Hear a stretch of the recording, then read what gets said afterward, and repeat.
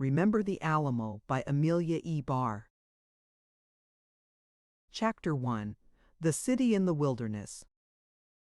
What, are you stepping westward? Yea. Yet who would stop or fear to advance, though home or shelter there was none, with such a sky to lead him on? Wordsworth. Ah! Cool night wind, tremulous stars. Ah! Glimmering water, fitful earth murmur, dreaming woods. Arnold. In Arnold. D. 1692, a few Franciscan monks began to build a city. The site chosen was a lovely wilderness hundreds of miles away from civilization on every side and surrounded by savage and warlike tribes. But the spot was as beautiful as the garden of God.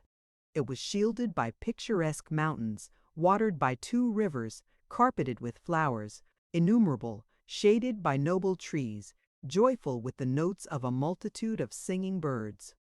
To breathe the balmy atmosphere was to be conscious of some rarer and finer life, and the beauty of the sunny skies marvelous at dawn and eve, with tints of saffron and amethyst and opal was like a dream of heaven. One of the rivers was fed by 100 springs situated in the midst of charming bowers. The monks called it the San Antonio, and on its banks they built 3 noble missions. The shining white stone of the neighborhood rose in graceful domes and spires above the green trees. Sculptures, basso-relievos, and lines of gorgeous coloring adorned the exteriors. Within were splendid altars and the appealing charms of incense, fine vestures and fine music, while from the belfries bells sweet and resonant called to the savages who paused spellbound and half afraid to listen. Certainly these priests had to fight as well as to pray. The Indians did not suffer them to take possession of their Eden without passionate and practical protest, but what the monks had taken they kept, and the fort and the soldier followed the priest and the cross. Ere long the beautiful mission became a beautiful city, about which a sort of fame full of romance and mystery gathered. Throughout the South and West, up the great highway of the Mississippi, on the busy streets of New York, and among the silent hills of New England, men spoke of San Antonio, as in the 17th century they spoke of Peru, as in the 18th century they spoke of Peru, as in the 18th century they spoke of Delhi and Agra and the Great Mogul. Sanguine French traders carried thither rich ventures and fancy wares from New Orleans, and Spanish dons from the wealthy cities of central Mexico and from the splendid homes of Chihuahua came there to buy. And from the villages of Connecticut and the woods of Tennessee and the lagoons of Mississippi, adventurous Americans entered the Texan territory and nacogdoches. They went through the land buying horses and lending their ready rifles and stout hearts to every effort of that constantly increasing body of Texans who, even in their swaddling bands, had begun to cry, "Freedom!" At length this cry became a clamor that shook even the old viceroyal palace in Mexico, while in San Antonio it gave a certain pitch to all conversation and made men wear their cloaks and set their beavers and display their arms with that demonstrative air of independence they called luz americano.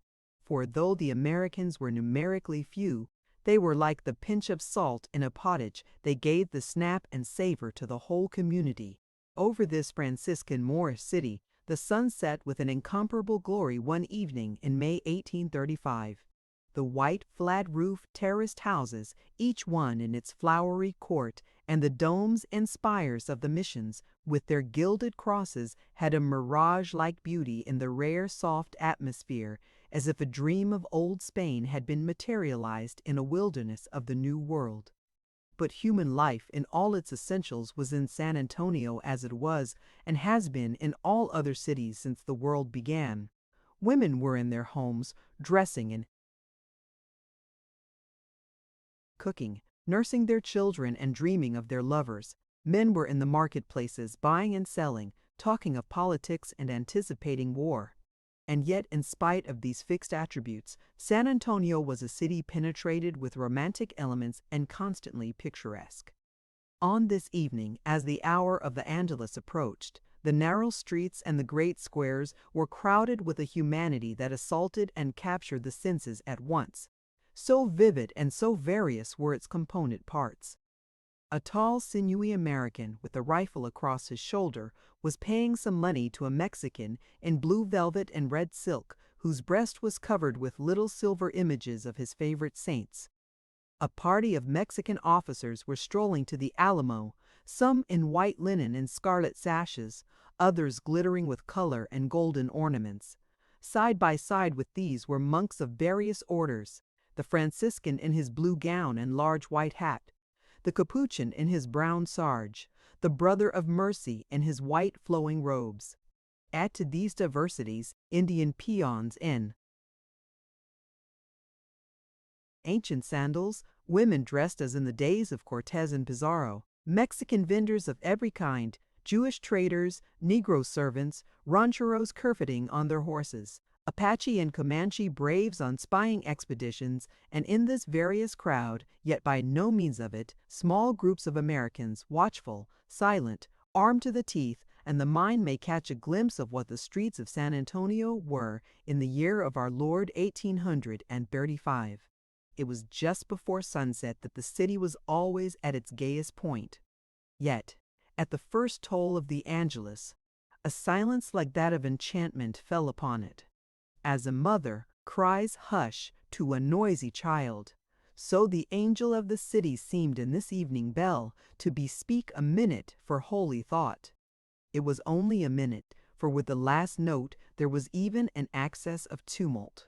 The doors and windows of the better houses were thrown open, ladies began to appear on the balconies, there was a sound of laughter and merry greetings, and the tiny cloud of the cigarette in every direction. But amid this sunset glamour of splendid color, of velvet and silk and gold embroidery, the man who would have certainly first attracted a stranger's eye wore the plain and ugly costume common at that day to all American gentlemen, only black cloth and white linen and a robe palmetto hat with a black ribbon around it. But he wore his simple garments with the air of a man having authority, and he returned the continual salutations of rich and poor like one who had been long familiar of public Egypt. It was Dr. Robert Worth, a physician whose fame had penetrated to the utmost boundaries of the territories of New Spain. He had been 27 years in San Antonio. He was a familiar friend in every home. In sickness and in death he had come close to the hearts in them. Protected at first by the powerful Uria family, he had found it easy to retain his nationality and yet live down envy and suspicion. The rich had shown him their gratitude with gold, the poor he had never sent unrelieved away, and they had given him their love. When in the second year of his residence he married Donna Maria Flores, he gave, even to doubtful officials, security for his political intentions, and his future conduct had seemed to warrant their fullest confidence. In those never-ceasing American invasions between 1803 and 1832, he had been the friend and succorer of his countrymen, but never their confederate, their adviser, but never their confidant. He was a tall, muscular man of a distinguished appearance. His hair was white. His face was handsome and good to see. He was laconic in speech, that his eyes were closely observant of all within their range, and they asked searching questions. He had a reverent soul, wisely tolerant as to creeds, and he loved his country with a passion which absence from it constantly intensified. He was believed to be a thoroughly practical man, fond of accumulating land and gold. But his daughter Antonia knew that he had in reality a noble imagination. When he spoke to her of the woods, she felt the echoes of the forest ring through the room. When of the sea, its walls melted away in a horizon of long rolling waves. He was thinking of Antonia as he walked slowly to his home in the suburbs of the city. Of all his children, she was the nearest to him. She had his mother's beauty. She had also his mother's upright rectitude of nature.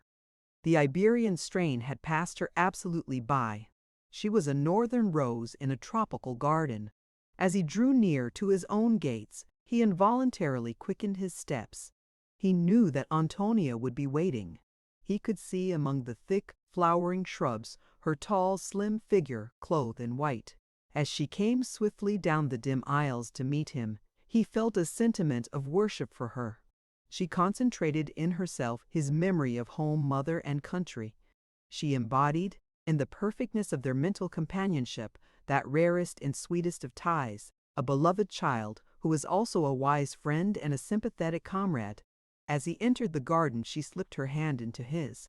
He clasped it tightly. His smile answered her smile. There was no need for any words of salutation. The full moon had risen. The White House stood clearly out in its radiance.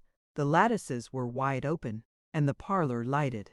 They walked slowly towards it, between hedges of white camellias and scarlet japonicas. Vanilla, patchouli, verbena, wild wandering honeysuckle, 100 other scents perfumed the light, warm air. As they came near the house, there was a sound of music, soft and tinkling, with a rhythmic accent as pulsating as a beating heart. It is Don Luis' father. Ah! He plays well, and he looks well. They had advanced to where Don Luis was distinctly visible. He was within the room, but leaning against the open door playing upon a mandolin. Robert Worth smiled as he offered his hand to him. It was impossible not to smile at a youth so handsome and so charming, a youth who had all the romance of the past in his name, his home, his picturesque costume, and all the enchantments of hope and great enthusiasms in his future. Luis, I am glad to see you, and I felt your music as soon as I heard it. He was glancing inquiringly around the room as he spoke, and Antonia answered the look. Mother and Isabel are supping with Dona Valdez. There is to be a dance. I am waiting for you, father. You must put on your velvet vest. And you, Luis? I do not go. I asked the judge for the appointment. He refused me. Very well. I care not to drink chocolate and dance in his house. One hand washes the other, and one cousin should help another. Why did he refuse you? Who can tell? But Luis shrugged his shoulders expressively and added, he gave the office to Blas Sangre. Ah! Yes, it is so naturally. Blas Sangre is rich, and when the devil of money condescends to appear, every little devil rises up to do him homage. Let it pass, Luis. Suppose you sing me that last verse again. It had a taking charm. The music was like a boat rocking on the water. So it ought to be. I learned the words in New Orleans. The music came from the heart of my mandolin. Listen, senor. Row, young oarsman, into the crypt of the night we float fair, faint moonbeams wash and wander about the boat. Not a fetter is here to bind us, love and memory lose their spell. Friends that we have left behind us, prisoners of content, farewell. You are a wizard, Luis, and I have had a sail with you. Now, come with us and show those dandy soldiers from the Alamo how to dance. Pardon, I have not yet ceased to cross myself at the affront of this morning, and the Senora Valdez is in the same mind as her husband. I should be received by her like a dog at mass. I am going tomorrow to the American colony on the Colorado. Be careful, Luis. These Austin colonists are giving great trouble. There have been whispers of very strong measures. I speak as a friend, my heart to yours. But let me tell you this about the Americans. Their drum is in the hands of one who knows how to beat it. As a matter of hearsay, are you aware that 3 detachments of troops are on their way from Mexico for Texas? What are 3 detachments? Can a few thousand men put Texas under lock and key? I assure you not, senor, but now I must say adieu. He took the doctor's hand and, as he held it, turned his luminous face and splendid eyes upon Antonia. A sympathetic smile brightened her own face like a flame. Then he went silently away, and Antonia watched him disappear among the shrubbery. Come, Antonia, I am ready. We must not keep the senora waiting too long. I am ready also, father. Her voice was almost sad, and yet it had a tone of annoyance in it. Don Luis is so imprudent, she said. He is always in trouble. He is full of enthusiasms. He is as impossible as his favorite, Don Quixote. And I thank God, Antonia, that I can yet feel with him. Woe to the centuries without Quixotes. Nothing will remain to them but Sancho Panzas. Chapter 2. Antonia and Isabel. He various changes of the world had known, and some vicissitudes of human fate, still altering, never in a steady state, good after ill, and after pain, delight, alternate, like the scenes of day and night. Ladies whose bright eyes reign influence. But who the limits of that power shall trace, which a brave people into life can bring, or hide it will, for freedom combating by just revenge inflamed. For many years there had never been any doubt in the mind of Robert Worth as to the ultimate destiny of Texas, though he was by no means an adventurer, and had come into the beautiful land by a sequence of natural and business-like events. He was born in New York. In that city he studied his profession, and in 1803 began its practice in an office near Contoit's Hotel, opposite the city park. One day he was summoned there to attend a sick man. His patient proved to be Don Jaime Urrea and the rich Mexican grandee. Conceived a warm friendship for the young physician. At that very time, France had just ceded to the United States the territory of Louisiana, and its western boundary was a subject about which Americans were then angrily disputing. They asserted that it was the Rio Grande, but Spain, who naturally did not want Americans so near her own territory, denied the claim and made the Sabine River the dividing line. And as Spain had been the original possessor of Louisiana, she considered herself authority on the subject. The question was on every tongue, and it was but natural that it should be discussed by Urrea and his physician. In fact, they talked continually of the disputed boundary and of Mexico. And Mexico was then a name to conjure by.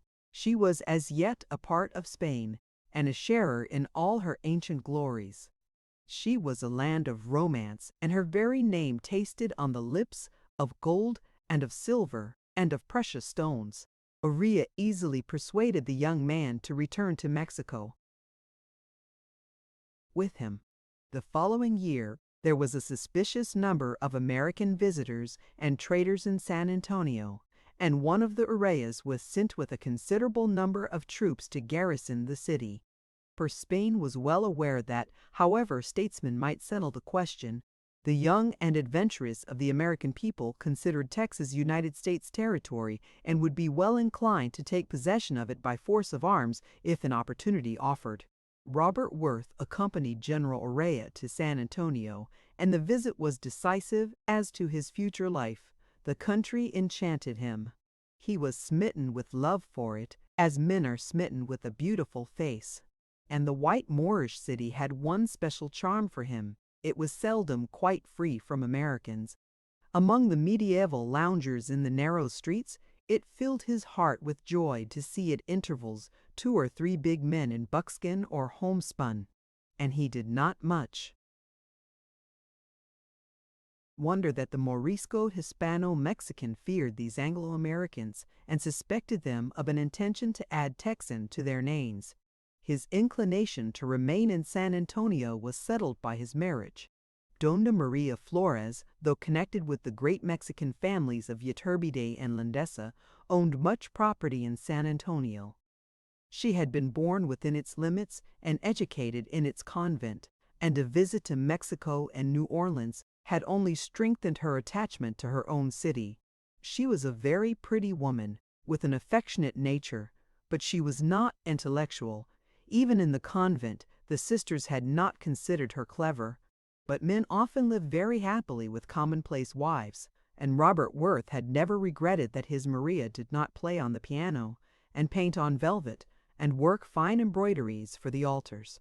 They had passed nearly 26 years together in more than ordinary content and prosperity, yet no life is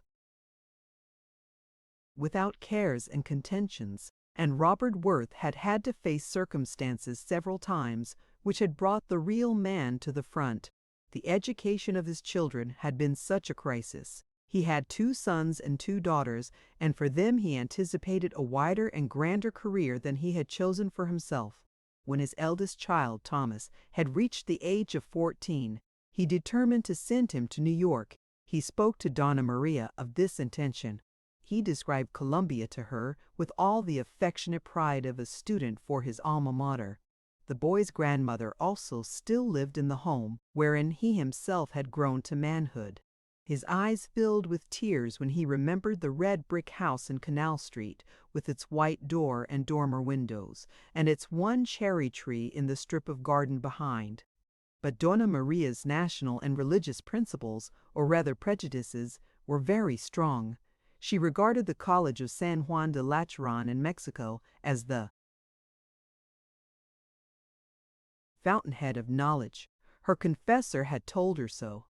All the Iturbides and Landices had graduated at San Juan, but the resolute father would have none of San Juan. "I know all about it, Maria," he said. "They will teach Thomas Latin very thoroughly. They will make him proficient in theology and metaphysics. They will let him dabble in algebra and Spanish literature, and with great pomp they will give him his degree and the power of interpreting Aristotle all over the world." What kind of an education is that for a man who may have to fight the battles of life in this century? And since the father carried his point, it is immaterial what precise methods he used. Men are not fools even in a contest with women. They usually get their own way if they take the trouble to go wisely and kindly about it. 2 years afterwards, Antonia followed her brother to New York, and this time the mother made less opposition. Perhaps she divined that opposition would have been still more useless than in the case of the boy. For Robert Worth had one invincible determination. It was that this beautiful child, who so much resembled a mother whom he idolized, should be, during the most susceptible years of her life, under that mother's influence. And he was well repaid for the self-denial her absence entailed when Antonia came back to him, alert, self-reliant, industrious, an intelligent and responsive companion, a neat and capable housekeeper who insensibly gave to his home that American air it lacked, and who set upon his table the well-cooked meats and delicate dishes which he had often longed for.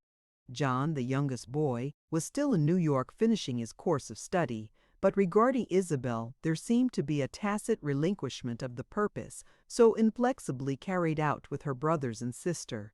Isabel was entirely different from them. Her father had watched her carefully and come to the conviction that it would be impossible to make her nature take the American vintage.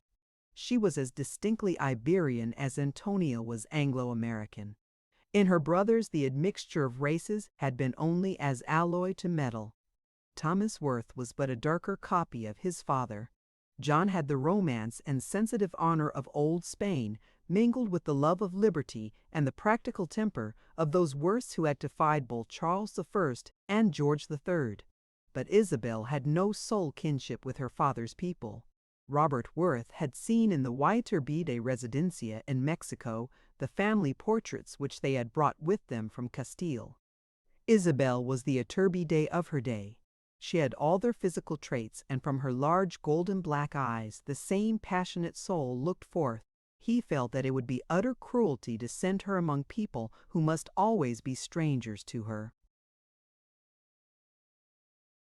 So Isabel dreamed away her childhood at her mother's side or with the sisters in the convent, learning from them such simple and useless matters as they considered necessary for a demoiselle of family and fortune. On the night of the Senora Valdez's reception, she had astonished everyone by the adorable grace of her dancing, and the captivating way in which she used her fan. Her fingers touched the guitar as if they had played it for 1,000 years. She sang a Spanish romancero of El Mio Cid with all the fire and tenderness of a Castilian maid. Her father watched her with troubled eyes. He almost felt as if he had no part in her. and the thought gave him an unusual anxiety, for he knew this night that the days were fast approaching which would test to extremity the affection which bound his family together. He tried to draw Antonia aside for a few moments. "Is she not wonderful?" he asked. "When did she learn these things? I mean the way in which she does them." Isabel was dancing la cachocha, and Antonia looked at her little sister with eyes full of loving speculation. Her answer dropped slowly from her lips, as if a conviction was reluctantly expressed. The way must be a gift from the past. Her soul has been at school before she was born here. "Father, are you troubled?" "What is it?" "Not Isabel, surely." "Not Isabel primarily. Antonia, I have been expecting something for 20 years. It is coming, and you are sorry?" "I am anxious, that is all. Go back to the dancers. In the morning we can talk." In the morning the doctor was called, very early, by someone needing his skill. Antonia heard the swift footsteps and eager voices, and watched him mount the horse always kept ready saddled for such emergencies, and ride away with the messenger.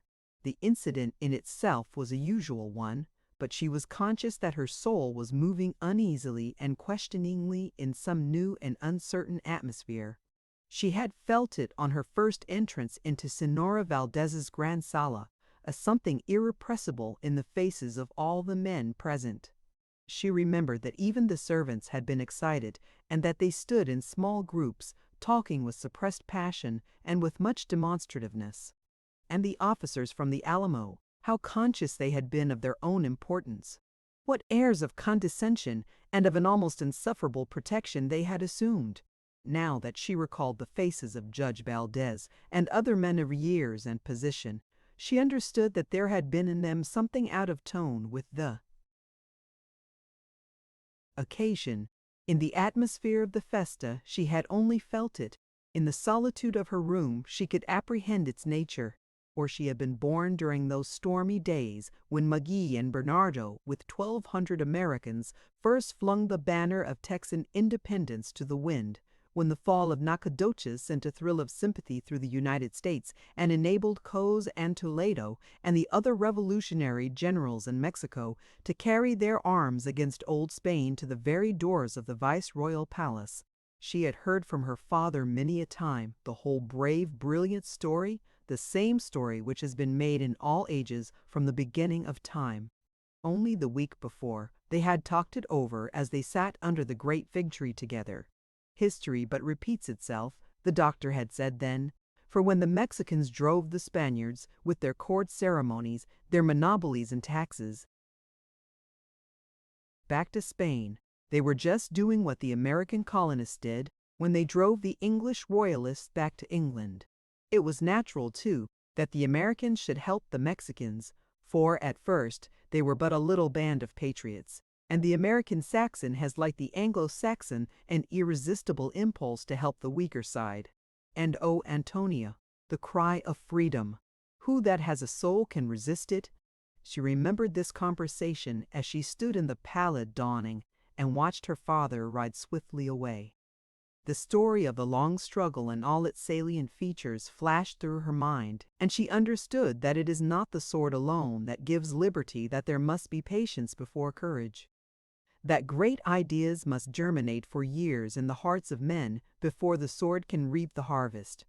The fascinating memory of Barr passed like a shadow across her dreaming, the handsome Lafayettes, the gallant Nolans, the daring hunters, the thousands of forgotten American traders and explorers, bold and enterprising, they had sown the seed. For great ideas are as catching as evil ones. A Mexican, with the iron hand of Old Spain upon him and the shadow of the Inquisition over him, could not look into the face of an American and not feel the thought of freedom stirring in his heart. It stirred in her own heart. She stood still a moment to feel consciously the glow and the enlargement. Then, with an impulse natural, but neither analyzed nor understood, she lifted her prayer book and began to recite the rising prayer. She had not said to herself, from the love of freedom to the love of God, it is but a step, but she experienced the emotion and felt all the joy of an adoration, simple and unquestioned, springing as naturally from the soul as the wild flower from the prairie. As she knelt, uprose the sun and flooded her white figure and her fair unbound hair with the radiance of the early morning. The matin bells chimed from the convent and the churches, and the singing birds began to flutter their bright wings and praise God also in their Latin. She took her breakfast alone. The Signora never came downstairs so early. Isabel had wavering inclinations and generally followed them. Sometimes even her father had his cup of strong coffee alone in his study, so the first meal of the day was usually, as perhaps it ought to be, a selfishly silent one. Too much enthusiasm and chattering at breakfast are like too much red at sunrise, the doctor always said. A dull, bad day follows it, and Antonia's observation had turned the little maxim into a superstition. In the Signora's room, the precept was either denied or defied. Antonia heard the laughter and conversation through the closed door and easily divined a find. Subject of it. It was but natural. The child had a triumph, one that appealed strongly to her mother's pride and predilections. It was a pleasant sight to see them in the shaded sunshine, exulting themselves happily in it. The Signora, plump and still pretty, reclined upon a large gilded bed. Its splendid silk coverlet and pillows, cased in embroidery and lace, made an effective background for her. She leaned with a luxurious indolence among them, sipping chocolate and smoking a cigarrito. Isabel was on a couch of the same description. She wore a satin petticoat and a loose linen waist richly trimmed with lace. It showed her beautiful shoulders and arms to perfection. Her hands were folded above her head. Her tiny feet, shod in satin, were quivering like a bird's wings, as if they were keeping time with the restlessness of her spirit. She had large eyes, dark and bright, strong eyebrows, a pale complexion with a flood of brilliant color in the cheeks, dazzling even teeth, and the small, handsome mouth. Her black hair was loose and flowing, and caressed her cheeks and temples in numberless little curls and tendrils. Her face was one flush of joy and youth. She had a look half earnest and half childlike, and altogether charming. Antonia adored her, and she was pleased to listen to the child, telling over again the pretty things that had been said to her. Only Don Luis was not there at all, Antonia. There is always something wanting. And her voice fell with those sad inflections that are often only the very excess of delight. The Signora looked sharply at her. Don Luis was not desirable. He was better away, much better. But why? Because, Antonia, he is suspected. There is an American called Houston. Don Luis met him in Nacogdoches. He has given his soul to him, I think. He would have fought Morello about him, if the captain could have drawn his sword in such a quarrel. I should not have known about the affair had not Señora Valdez told me. Your father says nothing against the Americans. Perhaps, then, he knows nothing against them. You will excuse me, Antonia. Not only the living, but the dead must have heard of their wickedness. They are a nation of ingrates. Ingrates are cowards. It was these words Captain Morello said when Don Luis drew his sword, made a circle with its point, and stood it upright in the center. It was a challenge to the whole garrison, and about this fellow Houston, whom he calls his friend. Holy Virgin, preserve us from such Mexicans. It is easier to talk than to fight. Morello's tongue is sharper than his sword. Captain Morello was placing his sword beside that of Don Luis when the commandant interfered. He would not permit his officers to fight in such a quarrel. Santo Dios, he said, you shall all have your opportunity very soon, gentlemen. Just reflect upon the folly of a boy like Don Luis challenging a soldier like Morello. He was in no danger, mother, said Antonia scornfully. Morello is a bully who wears the pavement out with his spurs and saber. His weapons are for show. Americans, at least, wear their arms for use and not for ornament. Listen, Antonia, I will not have them spoken of. They are Jews, or at least infidels, all of them. The devil himself is their father, the bishop, when he was here last confirmation, told me so. Mother! At least they are unbaptized Christians, Antonia. If you are not baptized, the devil sends you to do his work. As for Don Luis, he is a very Judas. Ah, Maria Santissima! How I do pity his good mother. Poor Don Luis, said Isabel plaintively. He is so handsome and he sings like a very angel. And he loves my father. He wanted to be a doctor, so that he could always be with him. I dare say this man called Houston is no better than a Jew, and perhaps very ugly beside. Let us talk no more about him and the Americans. I am weary of them, as Tia Rachella says. They have their spoon in every one's mess.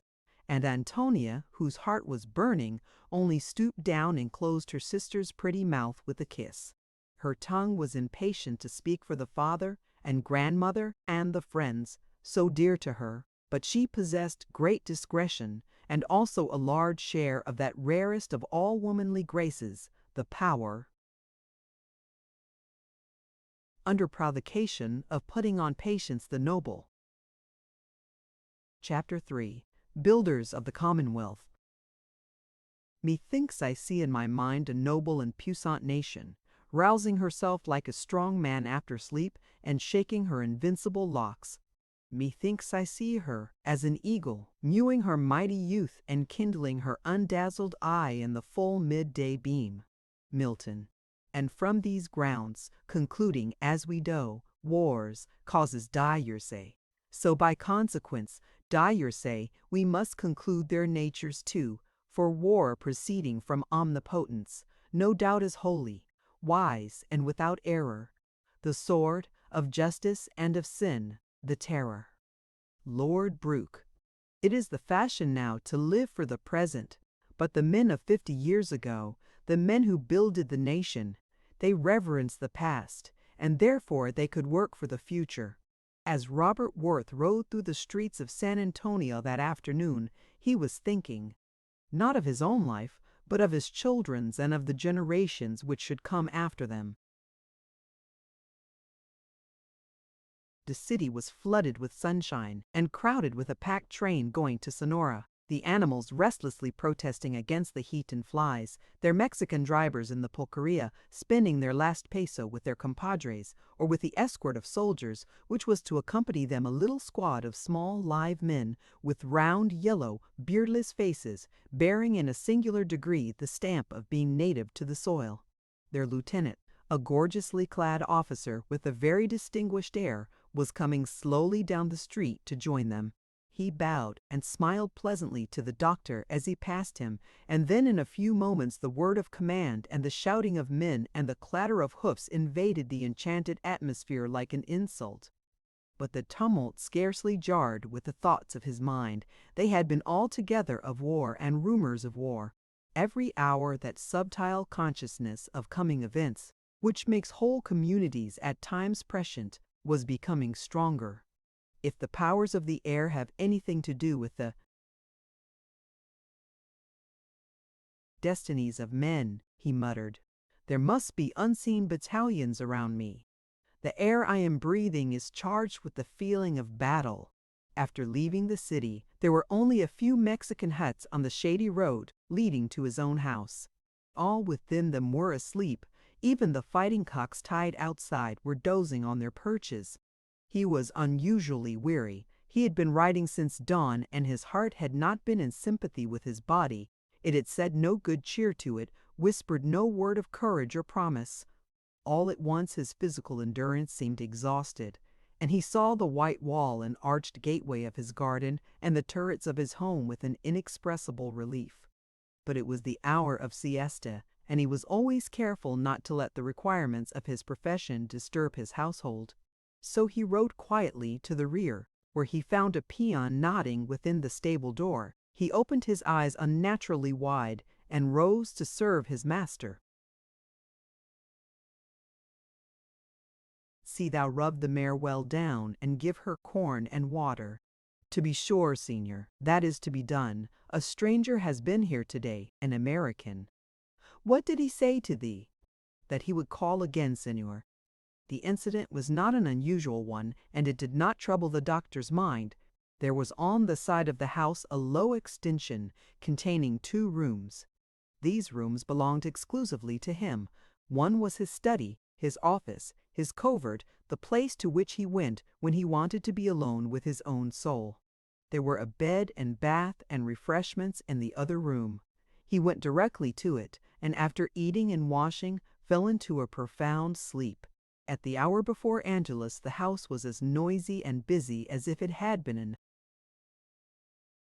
inn. The servants were running hither and thither, all of them expressing themselves in voluble Spanish. The cooks were quarreling in the kitchen. Antonia was showing the table men, as she had to do afresh every day, how to lay the cloth and serve the dishes in the American fashion. When the duty was completed, she went into the garden to listen for the Angelus. The young ladies of today would doubtless consider her toilet frightfully unbecoming, but Antonia looked lovely in it, though but a white muslin frock with a straight skirt and low waist and short, full sleeves. It was confined by a blue belt with a gold buckle, and her feet were in sandaled slippers of black satin. The Angelus tolled, and the thousands of Hail Marys, which blended with its swinging vibrations, were uttered and left to their fate, as all spoken words must be. Antonia still observed the form. It lent for a moment a solemn beauty to her face. She was about to re-enter the house when she saw a stranger approaching it. He was dressed in a handsome buckskin suit and a wide Mexican hat, but she knew at once that he was an American, and she waited to receive him. As soon as he saw her, he removed his hat and approached with it in his hand. Perhaps he was conscious that the act not only did homage to womanhood, but revealed more perfectly a face of remarkable beauty and nobility. For the rest, he was very tall, powerfully built, elegantly proportioned, and his address had the grace and polish of a cultured gentleman. "I wish to see Dr. Worth, Dona." With a gentle inclination of the head, she led him to the door of her father's office. She was the only one in the doctor's family at all familiar with the room. The Signora said so many books made her feel as if she were in a church or monastery. She was afraid to say anything but paternosters in it. Isabel cowered before the poor skeleton in the corner and the centipedes and snakes that filled the bottles on the shelves. There was not a servant that would enter the room. But Antonia did not regard books as a part of some vague spiritual power. She knew the history of the skeleton. She had seen the death of many of those little devils corked up in alcohol. She knew that at this hour, if her father were at home, he was always disengaged, and she opened the door fearlessly, saying, "Father, here is a gentleman who wishes to see you."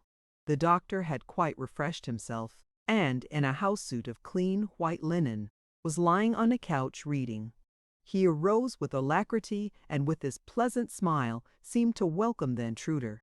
As he stepped behind him and closed the door, Antonia had disappeared. They were quite alone. "You are Dr. Robert Worth, sir." Their eyes met, their souls knew each other. "And you are Sam Houston." The questions were answered in a hand grip, a sympathetic smile on both faces. The Freemasonry of kindred spirits. "I have a letter from your son Thomas, doctor, and I think, also, that you will have something to say to me and I to you." The most prudent of patriots could not have resisted this man. He had that true imperial look which all born rulers of men possess, that look that half coerces and wholly persuades. Robert Worth acknowledged its power by his instant and decisive answer. "I have, indeed, much to say to you. We shall have dinner directly, then you will give the night to me."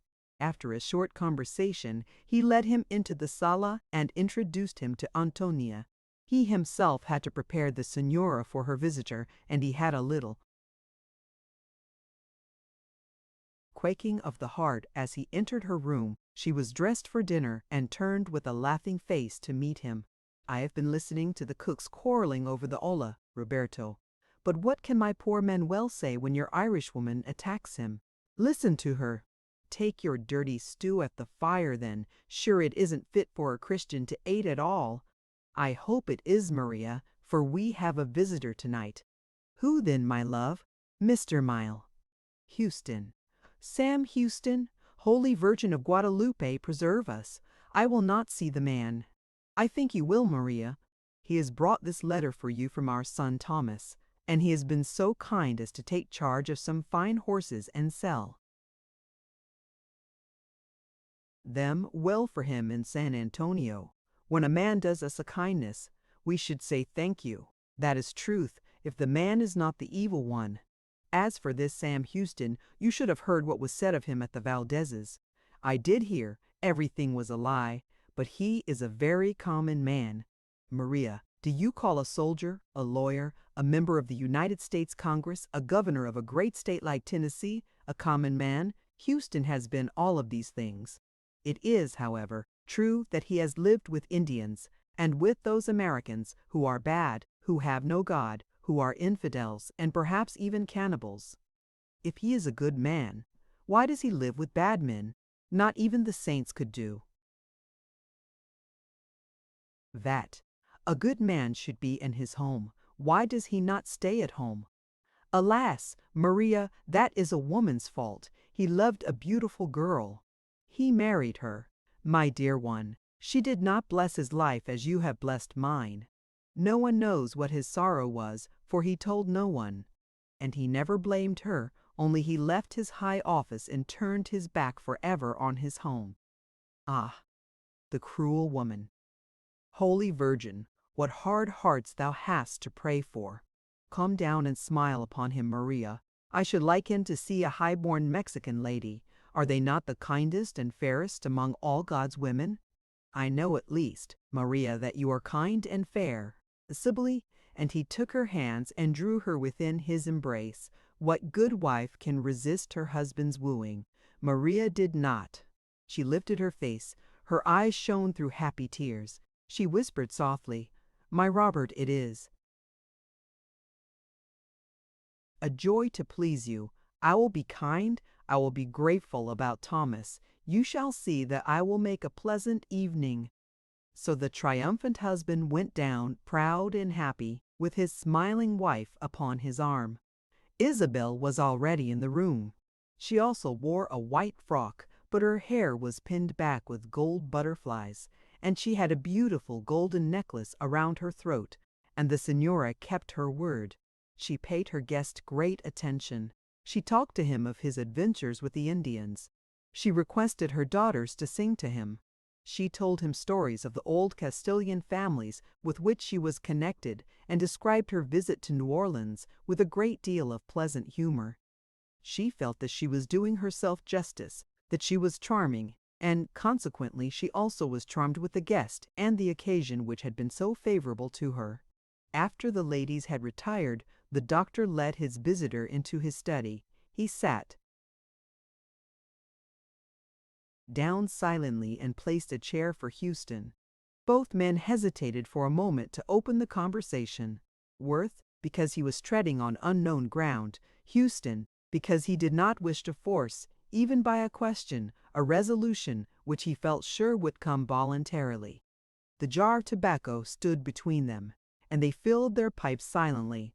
Then Worth laid a letter upon the table and said, "I understand, from this, that my son Thomas thinks the time has come for decisive action. Thomas Worth is right. With such souls as his, the foundation of the state must be laid. I am glad Thomas has taken the position he has. But you must remember, sir, that he is unmarried and unembarrassed by many circumstances which render decisive movement on my part a much more difficult thing. Yet no man now living has watched the Americanizing of Texas with the interest that I have. You have been long on the watch, sir.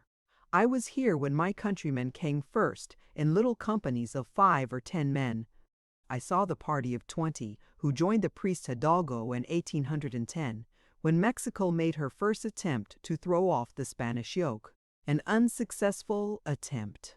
Yes, the next year I made a pretended professional journey to Chihuahua to try and save their lives. I failed. They were shot with Hidalgo there. Yet the strife for liberty went on. It did. 2 years afterwards, McGee and Bernardo, with 1,200 Americans, raised the standard of independence on the Trinity River. I saw them, sick, take this very city, though it was ably defended by Salcedo. They fought like heroes. I had many of the wounded in my house. I succored them with my purse. It was a great deed for a handful of men. The fame of it brought young Americans by hundreds here. To a man they joined the Mexican party struggling to free themselves from the tyranny of old Spain. I do not think any one of them received money. The love of freedom and the love of adventure were alike their motive and their reward. Mexico owed these men a debt she has forgotten.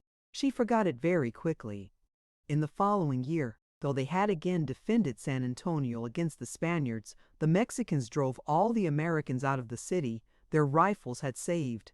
You are here. Tell me the true reason. It was not altogether ingratitude. It was the instinct of self-preservation. The very bravery of the Americans made the men whom they had defended hate and fear them. And there was a continual influx of young men from the States. The Mexicans said to each other, "There is no end to these Americans. Very soon they will make a quarrel and turn their arms against us. They do not conform to our customs, and they will not take an order from any officer but their own." Houston smiled. "It is a way the Saxon race has," he said. The old Britons made the same complaint of them. They went first to England to help the Britons fight the Romans, and they liked the country so well they determined to stay there. If I remember rightly, the old Britons had to let them do so. It is an old political situation. You can go back to Genesis and find Pharaoh arguing about the Jews in the same manner.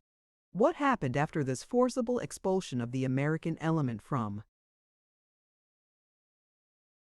Texas? Mexican independence was for a time abandoned, and the Spanish viceroys were more tyrannical than ever. But Americans still came, though they pursued different tactics.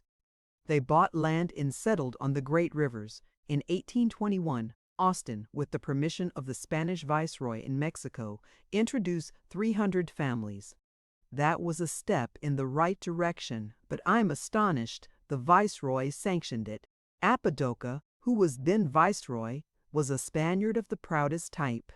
He had very much the same contempt for the Mexicans that an old English viceroy in New York had for the colonists he was sent to govern. I dare say any of them would have permitted 300 German families to settle in some part of British America as far from New York as Texas is from Mexico. I do not need to tell you that Austin's colonists are a band of choice spirits, hardy working men, trained in the district schools of New England and New York, nearly every one of them a farmer or mechanic. They were the very material liberty needed. They have made homes. That is the truth. The fighters who preceded them owned nothing but their horses and their rifles. But these men brought with them their wives and their children, their civilization, their inborn love of freedom and national faith. They accepted the guarantee of the Spanish government, and they expected the Spanish government to keep its promises. It did not. It had no opportunity. The colonists were hardly settled when the standard of revolt against Spain was again raised. Santa Anna took the field for a republican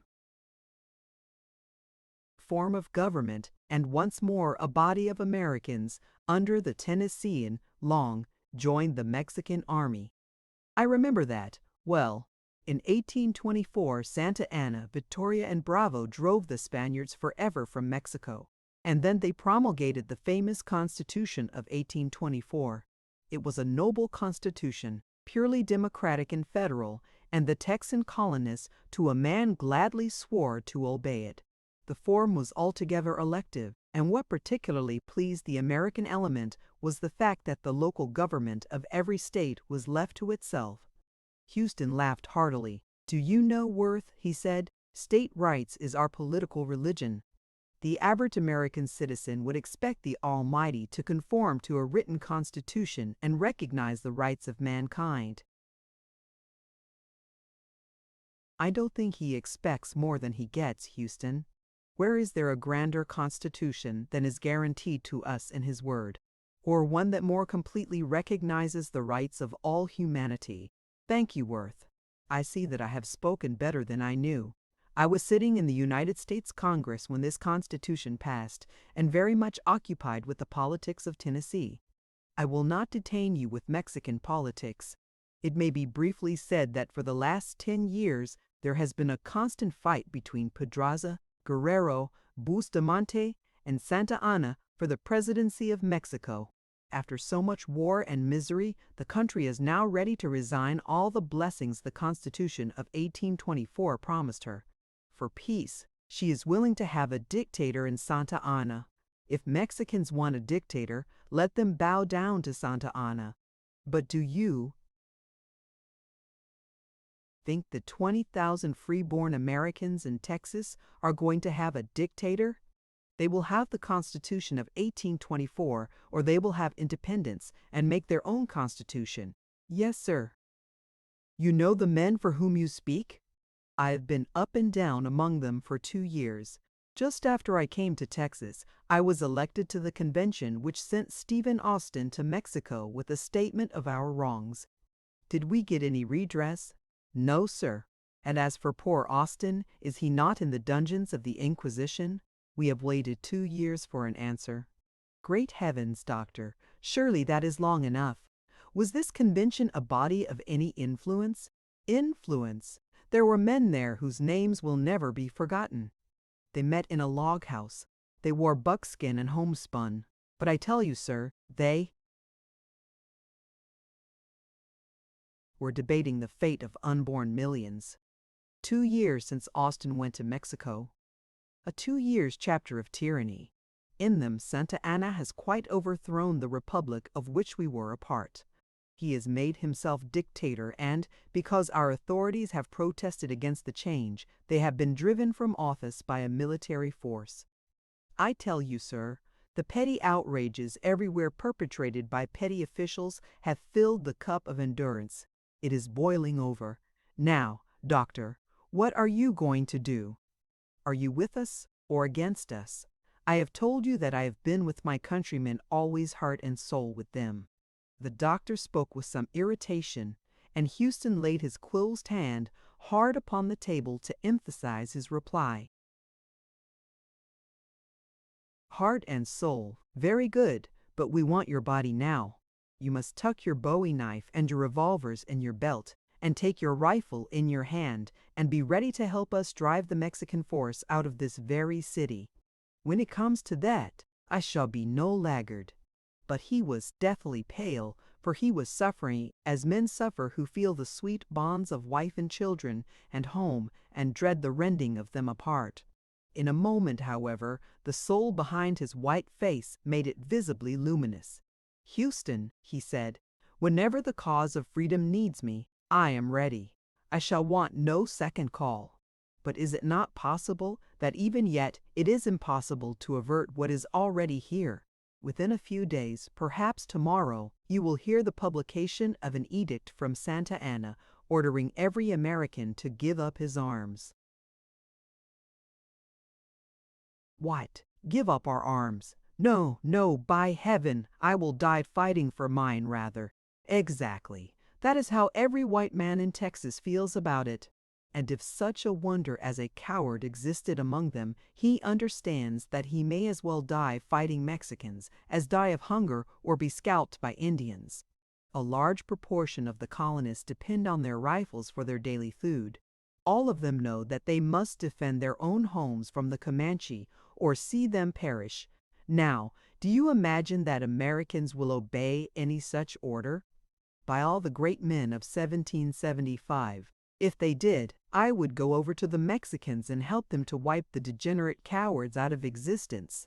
He rose as he spoke. He looked like a flame, and his words cut like a sword. Worth caught fire at his vehemence and passion.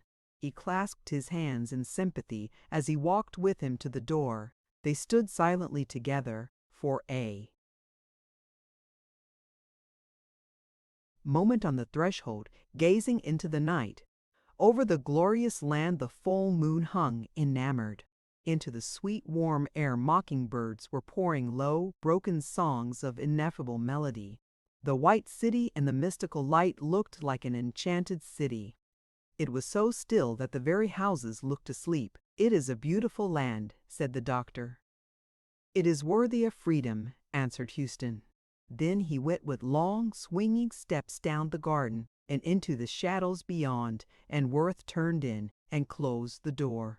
He had been watching for this very hour for 20 years, and yet he found himself wholly unprepared for it.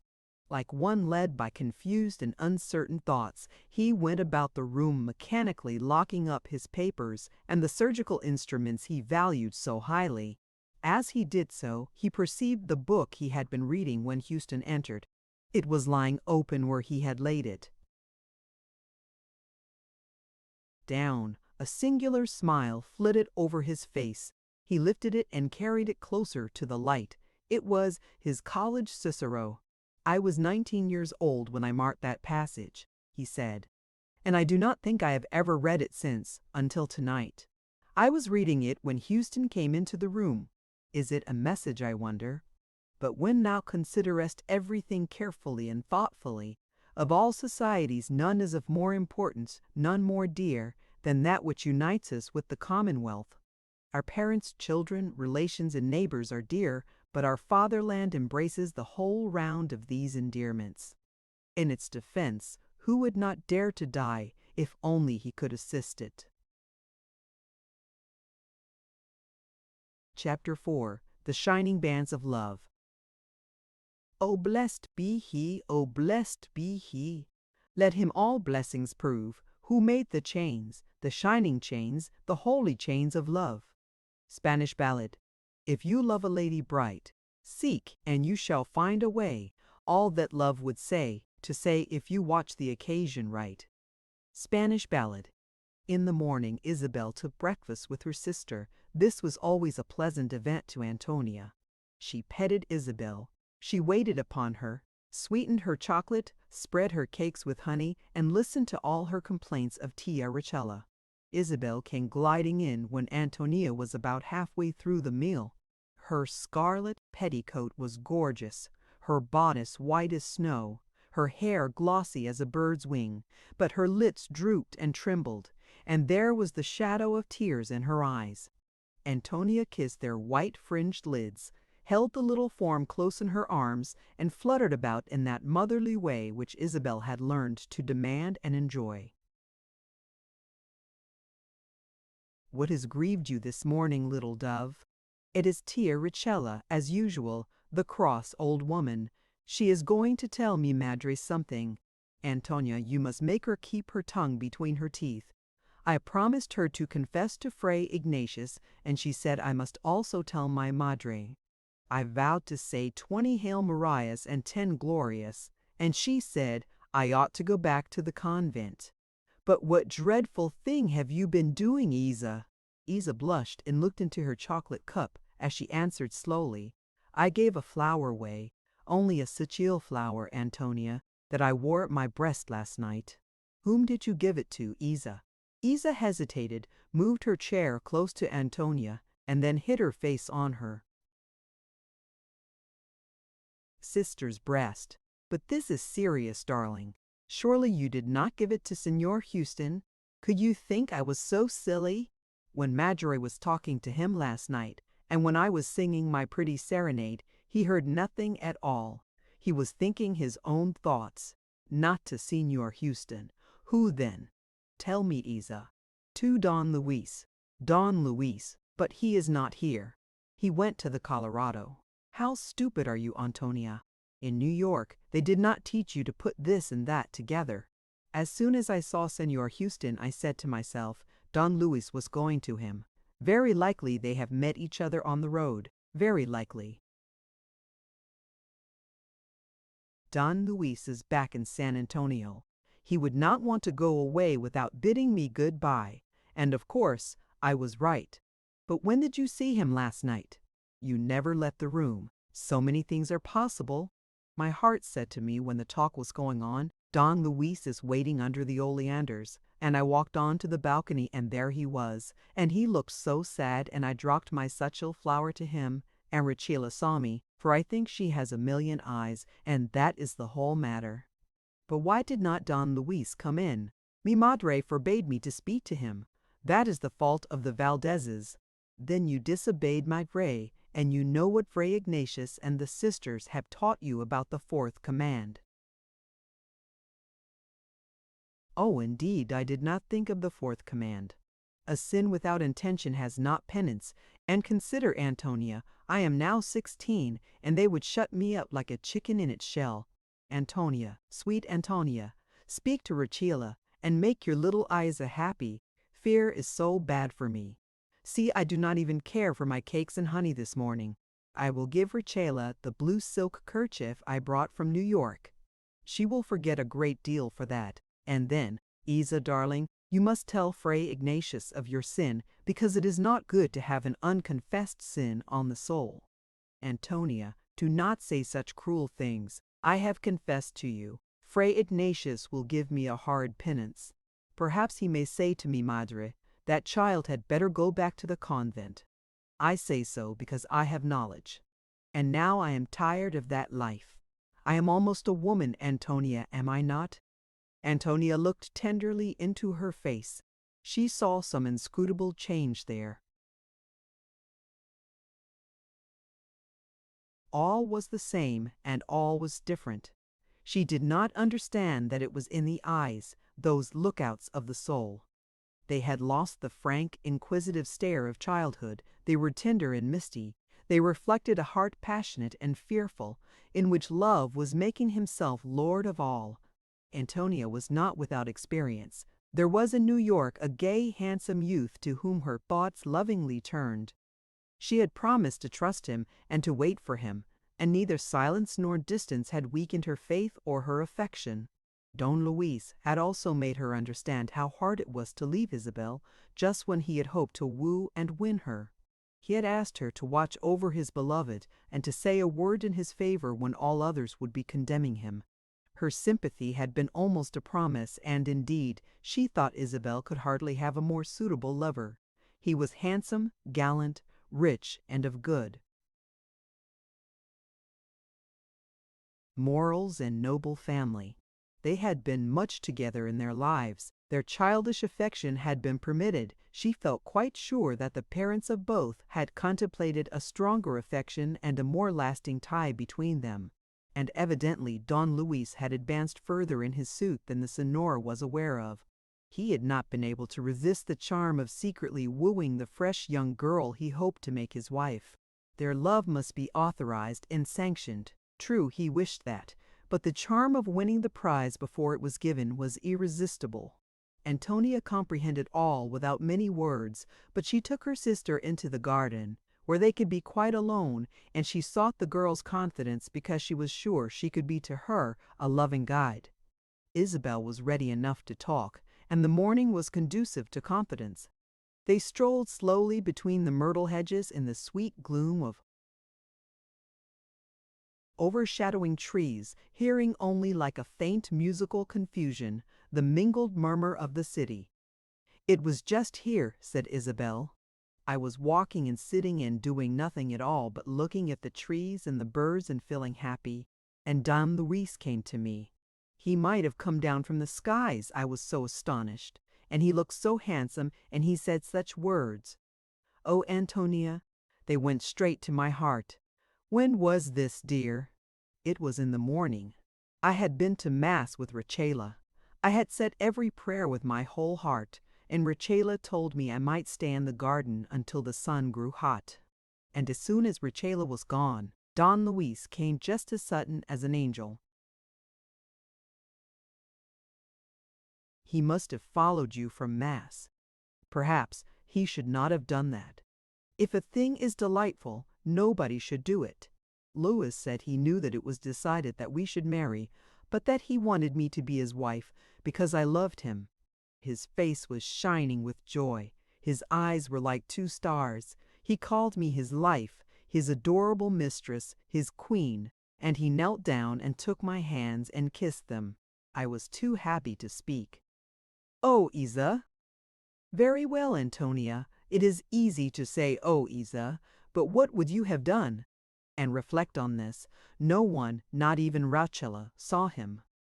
So then, our angels were quite agreeable and willing, and I was in such joy that I went straight in and told Holy Maria of my happiness. But when a person has not been in love, how can they know? And I see that you are going to say as Sister Sacramenta said to Lourdes Valdez, "You are a wicked girl, and such things are not to be spoken of." Oh, my darling one, I am not so cruel. I think you did nothing very wrong, Isa. When love comes into your soul, it is like a new life. If it is a pure, good love, it is a kind of murder to kill it in any way. It has just struck me, Antonia, that you may be in love also. When I was in New York, our brother Jack had a friend, and he loved me, and I loved him. But did Grandmama let him talk to you? He came every night. We went walking and driving. In the summer we sailed upon the river. In the winter we skated upon the ice. He helped me with my lessons. He went with me to church. And was Grandmama with you? Very seldom. Often Jack was with us. More often we were quite alone. Holy Virgin! Who ever heard tell of such good fortune? Consuelo Ladrelo had never been an hour alone with Don Domingo before they were married. A good girl does not need a duenna to watch her. That is what I think. And an American girl, pure and free, would not suffer herself to be watched by any woman, old or young. Her lover comes boldly into her home. She is too proud to meet him in secret. Ah, that would be a perfect joy. That is what I would like. But fancy what Rachella would say. And Mem Margery would cover her eyes and refuse to see me if I said such words. Believe this, it was in the spring. Luis told me that he loved me, and though I have seen him often since, he has never found another moment to speak to me alone. Not for 5 minutes. Oh, Antonia, let me have 5 minutes this afternoon. He is going away, and there is to be war, and I may never, never see him again. Do not weep, little dove. How can you see him this afternoon? He will be here.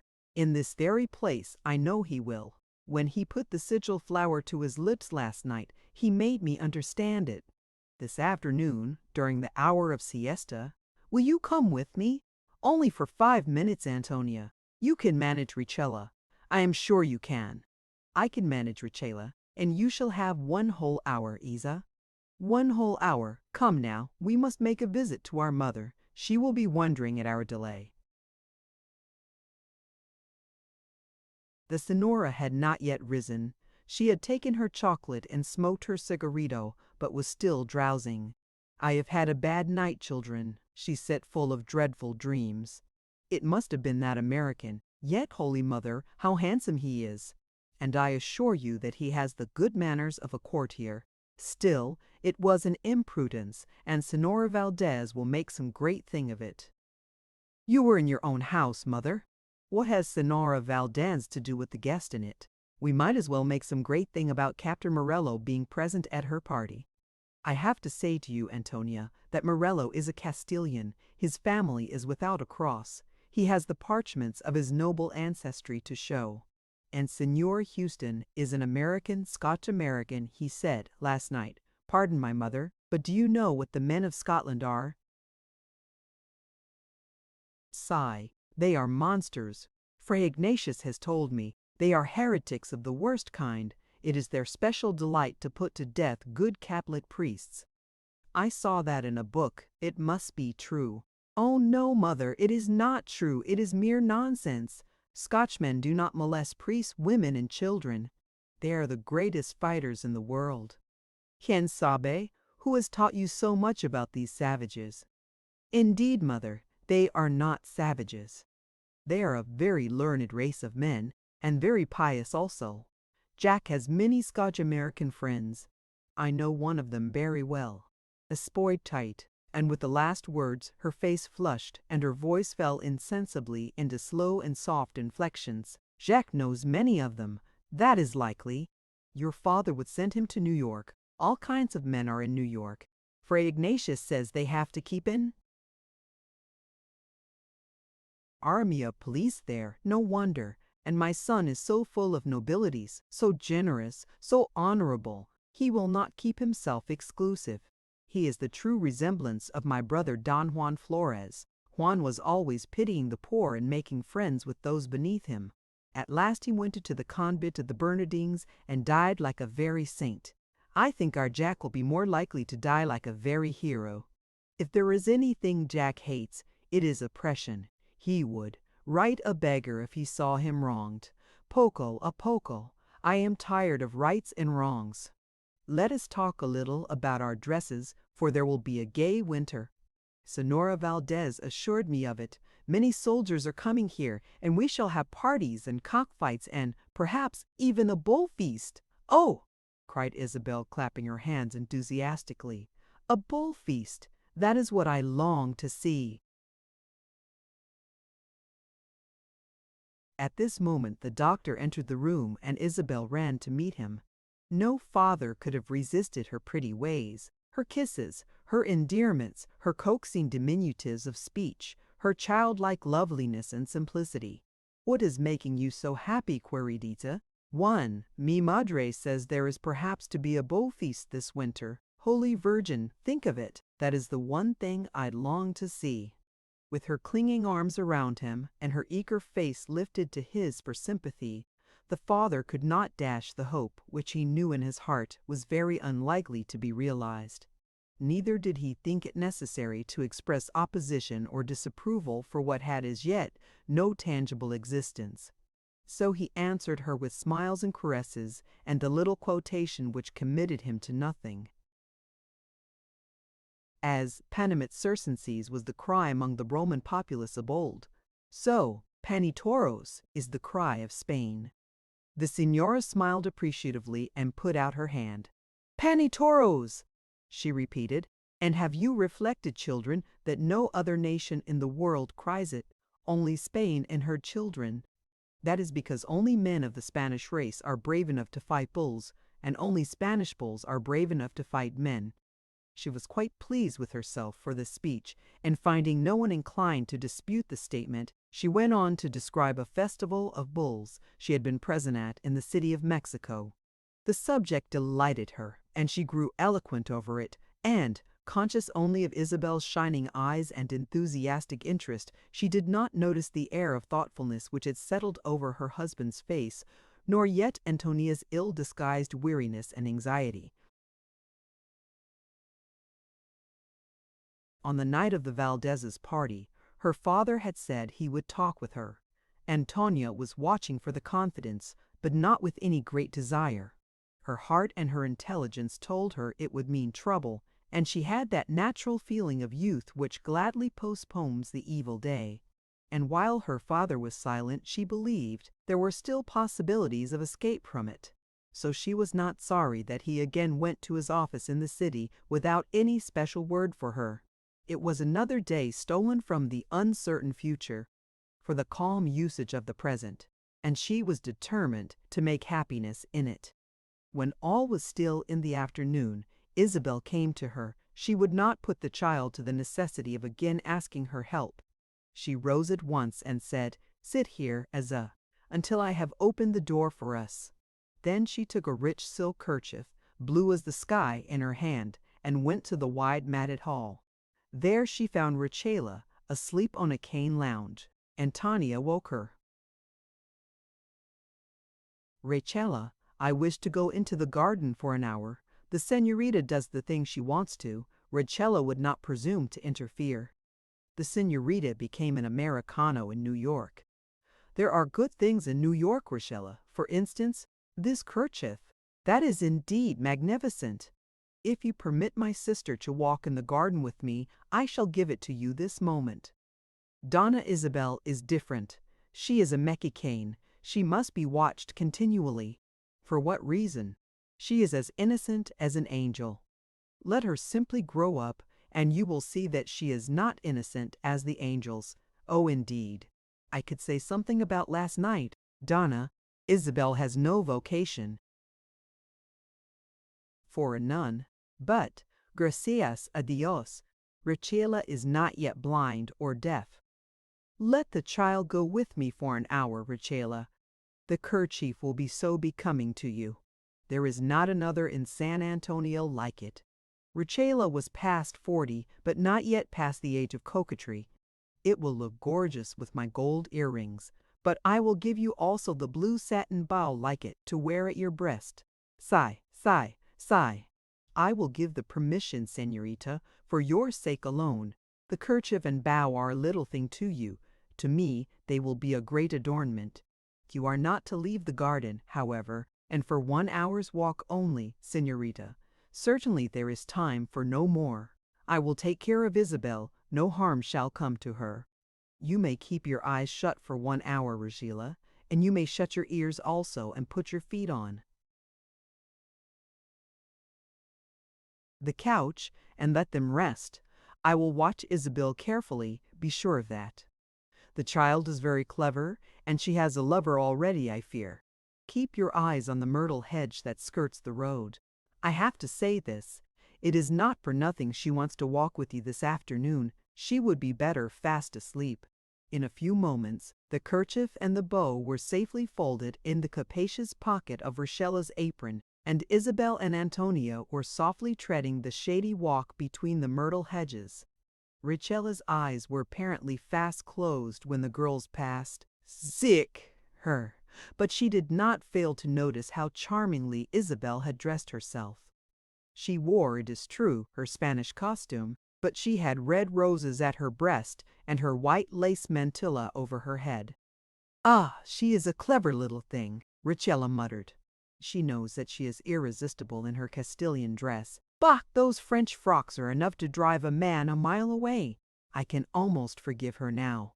Had she worn the French frock, I would not have forgiven her. I would never have yielded again, no, not even if the Señorita Antonia should offer me her scarlet Indian shawl worked in gold. I was always a fool. Holy Mother, forgive me. Well then, I used to have my own lovers, plenty of them handsome young arrieros and rancheros. There was Tadeo, a Valentil of the first class, and Buffa, and well, I will sleep. They do not remember me, I dare say, and I have forgotten their names. In the meantime, the sisters sat down beneath a great fig tree. No sunshine, no shower could penetrate its thick foliage. The wide space beneath the spreading branches was a little parlor, cool and sweet, and full of soft green lights, and the earthy smell of turf and the wandering scents of the garden. Isabel's eyes shone with an incomparable light. She was pale but exquisitely beautiful, and even her hands and feet expressed the idea of expectation. Antonia had a piece of needlework in her hand. She affected the calmness she did not feel,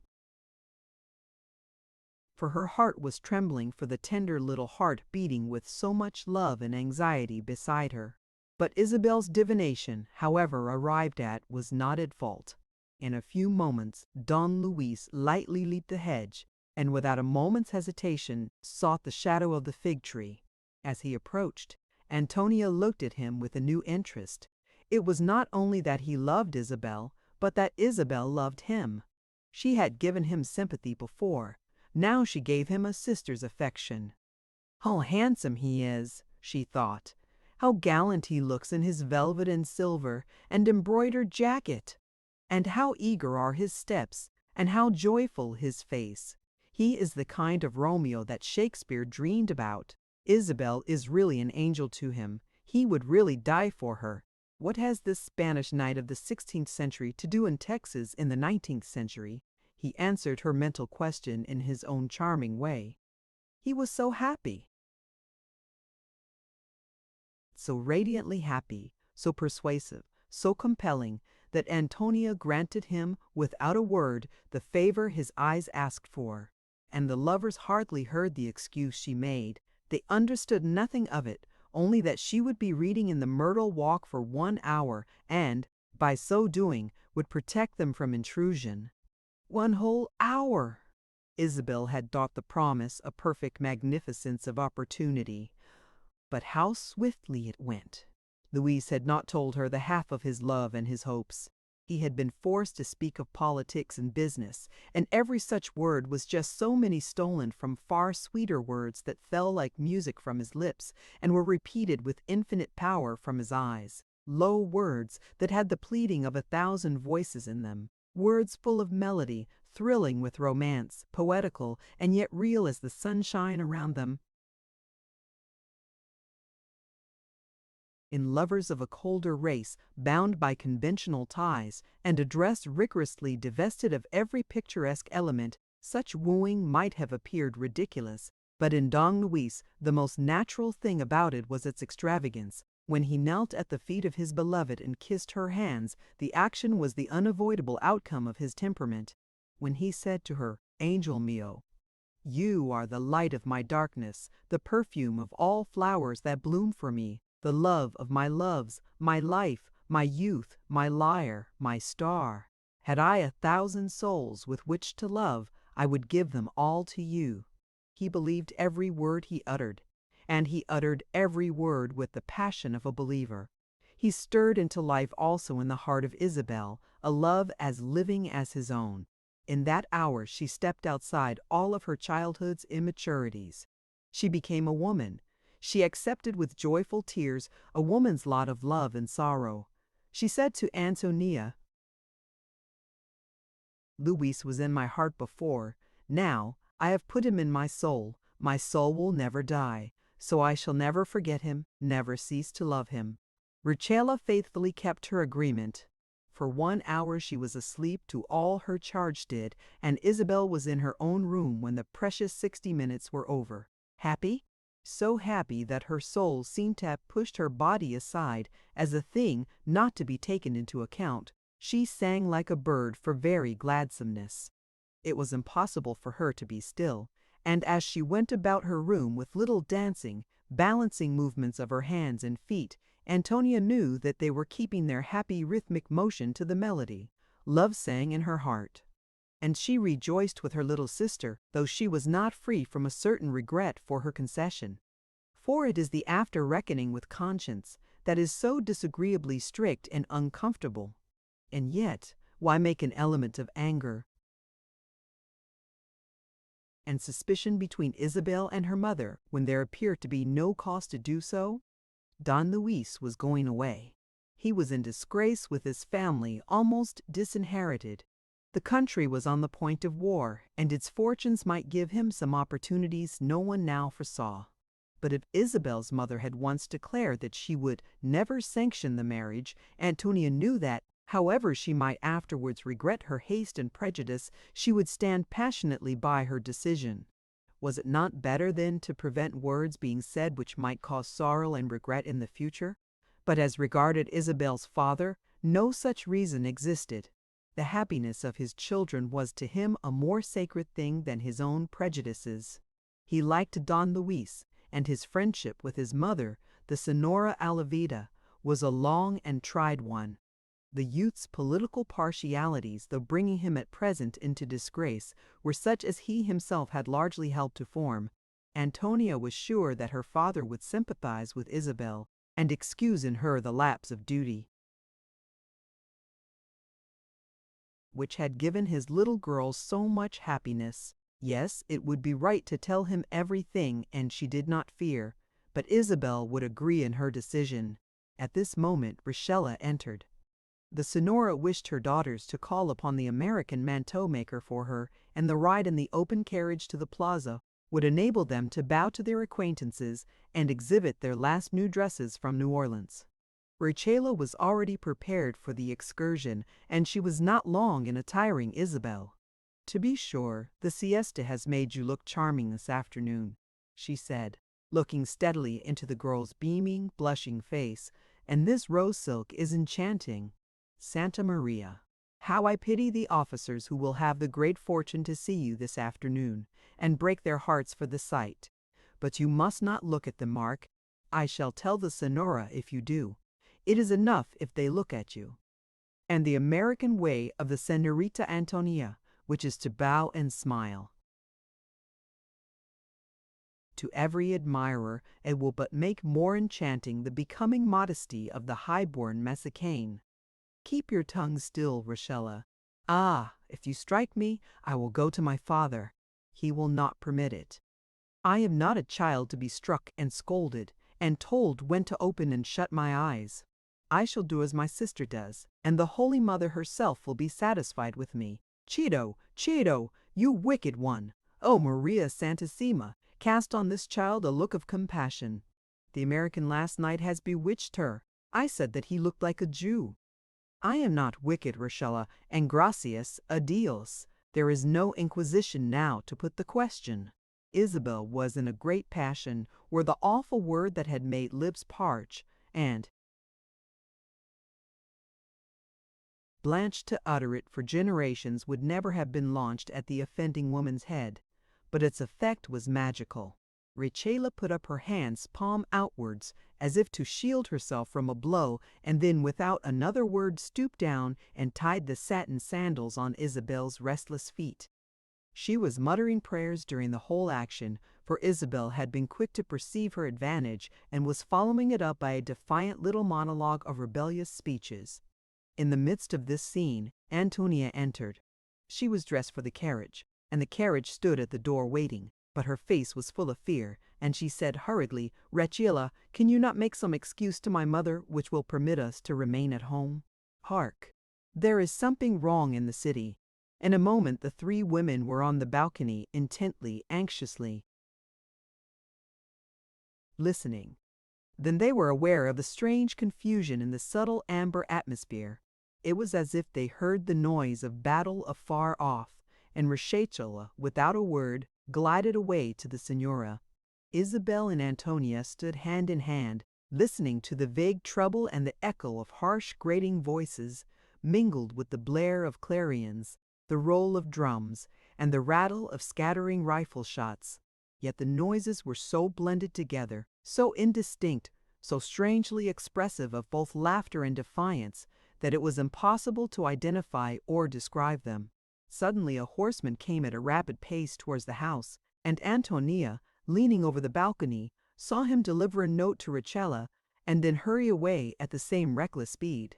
The note was from the doctor to his wife, and it did not tend to allay their anxiety. "Keep within the house," it said. "There are difficulties in the city. In an hour or two I will be at home." But it was near midnight when he arrived, and Antonia saw that he was a different man. He looked younger. His blue eyes shone with a light behind them. On his face there was the impress of an invincible determination. His very walk had lost its listless, gliding tread, and his steps were firm, alert, and rapid. No one had been able to go to bed until he arrived, though Isabel slept restlessly in her father's chair, and the Senora lay upon the couch, drowsing a little between her frequent attacks of weeping and angry anticipation. For she was sure it was the Americans. Anything was possible with such a man as Sam Houston near the city. "Perhaps it is Santa Anna," at length suggested Antonia. "He has been making trouble ever since I can remember. He was born with a sword in his hand, I think. Ka! And every American with a rifle in his hand. Santa Anna is a monster. But at least he fights for his own country. Texas is not the country of the Americans." But, indeed, they believe that Texas is their country, and to these words Dr. Worth entered. "What is the matter? What is the matter, Roberto? I have been made sick with these uncertainties. Why did you not come home at the Antilles?" "I have had a good reason for my delay, Maria. About 3 o'clock I received a message from the Senora Alveda, and I visited her. She is in great trouble, and she had not been able to bear it with her usual fortitude. She bad fainted. Ah, the poor mother! She has a son who will break her heart. She made no complaint of Luis. She is distracted about her country, and as I came home I understood why, for she is a very shrewd woman, and she perceives that Santa Anna is preparing trouble enough for it. Well then, what is it? When I left her house, I noticed many Americans as well as many Mexicans on the streets. They were standing together too, and there was something in their faces and in the way their arms were carried, which was very striking and portentous. I fancied they looked coldly on me, and I was troubled by the circumstance. In the plaza I saw the military band approaching, accompanied by half a dozen officers and a few soldiers. The noise stopped suddenly, and Captain Morello proclaimed as a bando edict of the highest authority an order for all Americans to surrender their arms of every description to the officials and at the places notified. Very good, Maria, nothing could be worse. Nothing could be more shameful and disastrous. The Americans had evidently been expecting this useless bombast. And ere the words were well uttered, they answered them with a yell of defiance. I do not think more than one proclamation was necessary, but Morello went from point to point in the city, and the Americans followed him. I can tell you this, Maria. All the millions in Mexico cannot take their rifles from the 10,000 Americans in Texas able to carry them. We shall see! We shall see! But, Roberto, you at least will not interfere in their quarrels. You have never done so hitherto. No one has ever proposed to disarm me before, Maria. I tell you frankly, I will not give up a single rifle or revolver or weapon of any kind that I possess. I would rather be slain with them. I have never carried arms before, but I shall carry them now. I apologize to my countrymen for not having them with me this afternoon. My dearest wife, my good Maria, do not cry in that despairing way. You will be killed, Roberto. You will be a rebel. You will be a rebel. You will be shot like a dog. And then what will become of me and my daughters? You have 2 sons, Maria. They will avenge their father and protect their mother and sisters. I shall die of shame. I shall die of shame and sorrow. Not of shame, Maria. If I permitted these men to deprive me of my arms, you might well die of shame. What is it? Only a gun or a pistol that you never use. Great God, Maria! It is everything. It is honor. It is liberty. It is respect to myself. It is loyalty to my country. It is fidelity to my countrymen. It is true that for many years the garrison has fully protected us, and I have not needed to use the arms in my house. But thousands of husbands and fathers need them hourly to procure food for their children and wives and to protect them from the savages. One tie binds us. Their cause is my cause, their country is my country, and their God is my God. Children, am I right or wrong? They both stepped swiftly to his side. Isabel laid her cheek against his and answered him with a kiss. Antonia clasped his hand, stood close to him, and said, "We are all sure that you are right, dear father. My mother is weary and sick with anxiety, but she thinks so too. Mother always thinks as you do, father.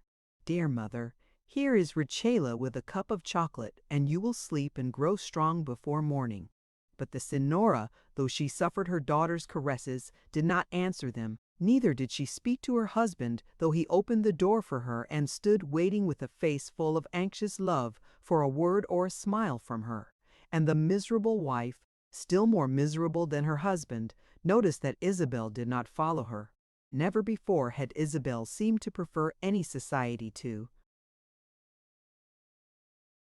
her mother's, and the unhappy Senora felt the defection even amid her graver trouble. But Isabel had seen something new in her father that night, something that touched her awakening soul with admiration. She lingered with him and Antonia, listening with vague comprehension to their conversation until Richela called her angrily, and as she was not brave enough for a second rebellion that night, she obediently answered her summons. An hour afterwards, Antonia stepped cautiously within her room. She was sleeping and smiling in her sleep. Where was her loving, innocent soul wandering? Between the myrtle hedges and under the fig tree with her lover? Oh, who can tell where the soul goes when sleep gives it some release? Perhaps it is at night our angels need to watch us most carefully, for the soul in dreams can visit evil and sorrowful places as well as happy and holy ones. But Isabel slept and smiled, and Antonia whispered a prayer at her side ere she went to her own rest. And the waning moon cast a pathetic beauty over the Eden-like land till dawn brought that mystical silence in which every new day is born.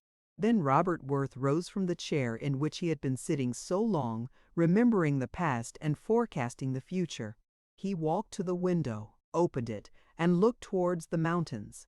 They had an ethereal hue, a light without rays, a clearness almost polar in its severity. But in some way, their appearance infused into his soul calmness and strength.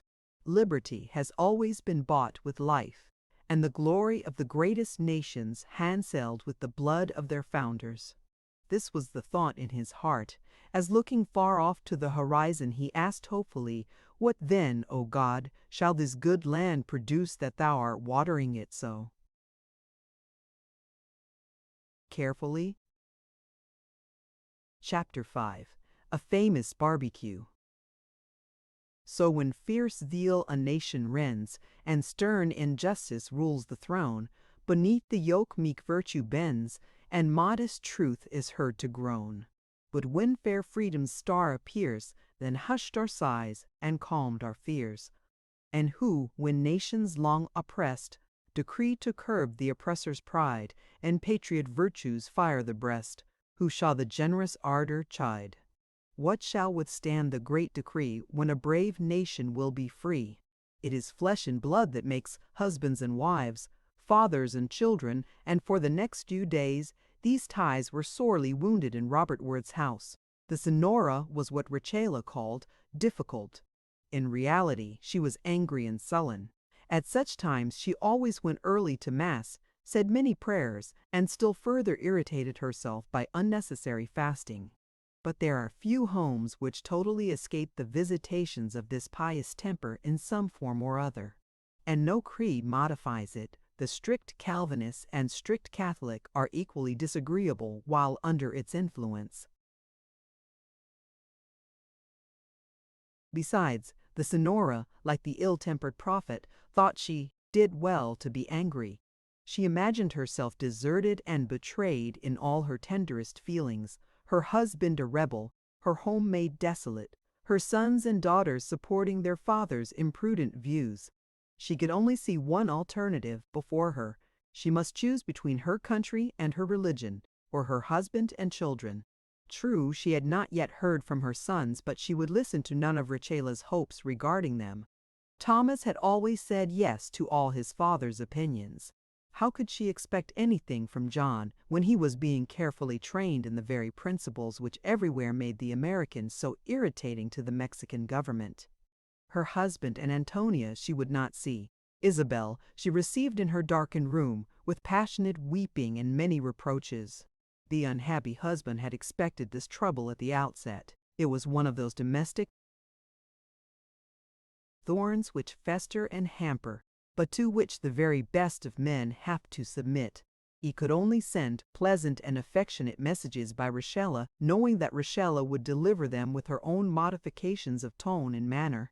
The Senor sends his great love to the Senora, Grace of Mary, if he would do a little as the most wise and tender of spouses wishes him. That would be for the good fortune of every one. Ah, Rachela, my heart is broken. Bring me my mantilla. I will go to early Mass when one's husband and children forsake them. Who, then, is possible but the Holy Mother? My Senora, you will take cold. The morning is chill. Besides, I have to say the streets will be full of those insolent Americans. I shall be glad to take cold, perhaps even to die. And the Americans do not offend women. Even the devil has his good points. Holy Virgin, offend women! They do not even think us worth looking at. But then it is an intolerable offense to see them standing in our streets as if they had made the whole land. But this morning, early as it was, the streets were empty of Americans. There had been hundreds of them there at the proclamation. There was not one to be seen. 12 hours afterwards. But at the principal rendezvous of the city and on the very walls of the Alamo, they had left this characteristic notice: to Santa Anna, if you want our arms, take them. 10 Tolson American Texans. Robert Wirth saw it with an irrepressible emotion of pride and satisfaction. He had faithfully fulfilled his promise to his conscience, and, with his rifle across his shoulder and his revolvers and knife in his belt, was taking the road to his office with a somewhat marked deliberation. He was yet a remarkably handsome man, and what man is there that a rifle does not give a kind of nobility to? With an up-head carriage and the light of a soul in his face, he trod the narrow, uneven street like a soldier full of enthusiasm at his own commission. No one interfered with his solitary parade. He perceived, indeed, a marked approval of it. The Zavalas, Navarros, Garcias, and other prominent citizens addressed him with but a slightly repressed sympathy. They directed his attention with meaning looks to the counter-proclamation of the Americans. They made him understand by the pressure of their hands that they also were on the side of liberty. As he did not hurry, he met several officers, but they wisely affected not to see what they did not wish to see. For Dr. Wirth was a person to whom very wide latitude might be given. To both the military and the civilians his skill was a necessity. The attitude he had taken was privately discussed, but no one publicly acted or even commented upon it. Perhaps he was a little disappointed at this. He had come to a point when a frank avowal of his opinions would be a genuine satisfaction, when in fact his long-repressed national feeling was imperious. On the third morning, as he crossed the plaza, someone called him. The voice made his heart leap. His whole nature responded to it, like the strings of a harp to the sweep of a skillful hand. He turned quickly and saw 2 young men galloping towards him. The foremost figure was his son, his beloved youngest son, whom he had just been thinking of as well out of danger, safe and happy in the peaceful halls of Columbia. And lo, here he was in the very home of the enemy, and he was glad of it. "Why, Jack," he cried, "why, Jack, my boy, I never thought of you here." He had his hand on the lad's shoulder and was gazing into his bright face with tears and smiles and happy wonder. "Father, I had to come, and there are plenty more coming. And here is my other self, the best fellow that ever lived, Darius Grant. Dare we call him Father, for there is not anything he won't venture if he thinks it worth the winning. And how is me, Madre, and Antonia, and Isa? And isn't it jolly to see you with a rifle? Well, Dare, well, Jack, you are both welcome, never so welcome to Texas as at this hour. Come home at once and refresh yourselves." There was so much to tell that at first the conversation was in fragments and exclamations, and the voices of the 2 young men, pitched high and clear in their excitement, went far before them as if impatient of their welcome. Antonia heard them first. She was on the balcony, standing thoughtful in the tent. It seemed to her as if in those days she was always listening. Jack's voice was the loudest, but she heard Dare's first. It vibrated in mid-air and fell upon her consciousness, clear and sweet as a far-away bell. That is Dare's voice here. She leaned forward, her soul hearkened after the vibrations, and again they called her. With swift steps she reached the open door. Rachela sat in her chair within it. "The señorita had better remain within," she said sullenly. "The sun grows hot. Let me pass, Rachela. I am in a hurry. To be sure the señorita will have her way good or bad." Antonia heeded her not. She was hastening down the main avenue toward the gateway. This avenue was hedged on each side with oleanders, and they met in a light waving arch above her head. At this season they were one mass of pale pink blossoms and dark glossy leaves. The vivid sunshine through them made a rosy light which tinged her face and her white gown with an indescribable glow. If a mortal woman can ever look like an angel, The fair, swiftly moving Antonia had at that moment the angelic expression of joy and love, the angelic unconsciousness of rapid and graceful movement, the angelic atmosphere that was in itself a dream of paradise, rose-tinted, divinely sweet and warm. Dare saw her coming and suddenly ceased speaking. He was in the midst of a sentence, but he forgot what he was saying. He forgot what he was. He knew nothing, felt nothing, saw nothing, heard nothing but Antonia.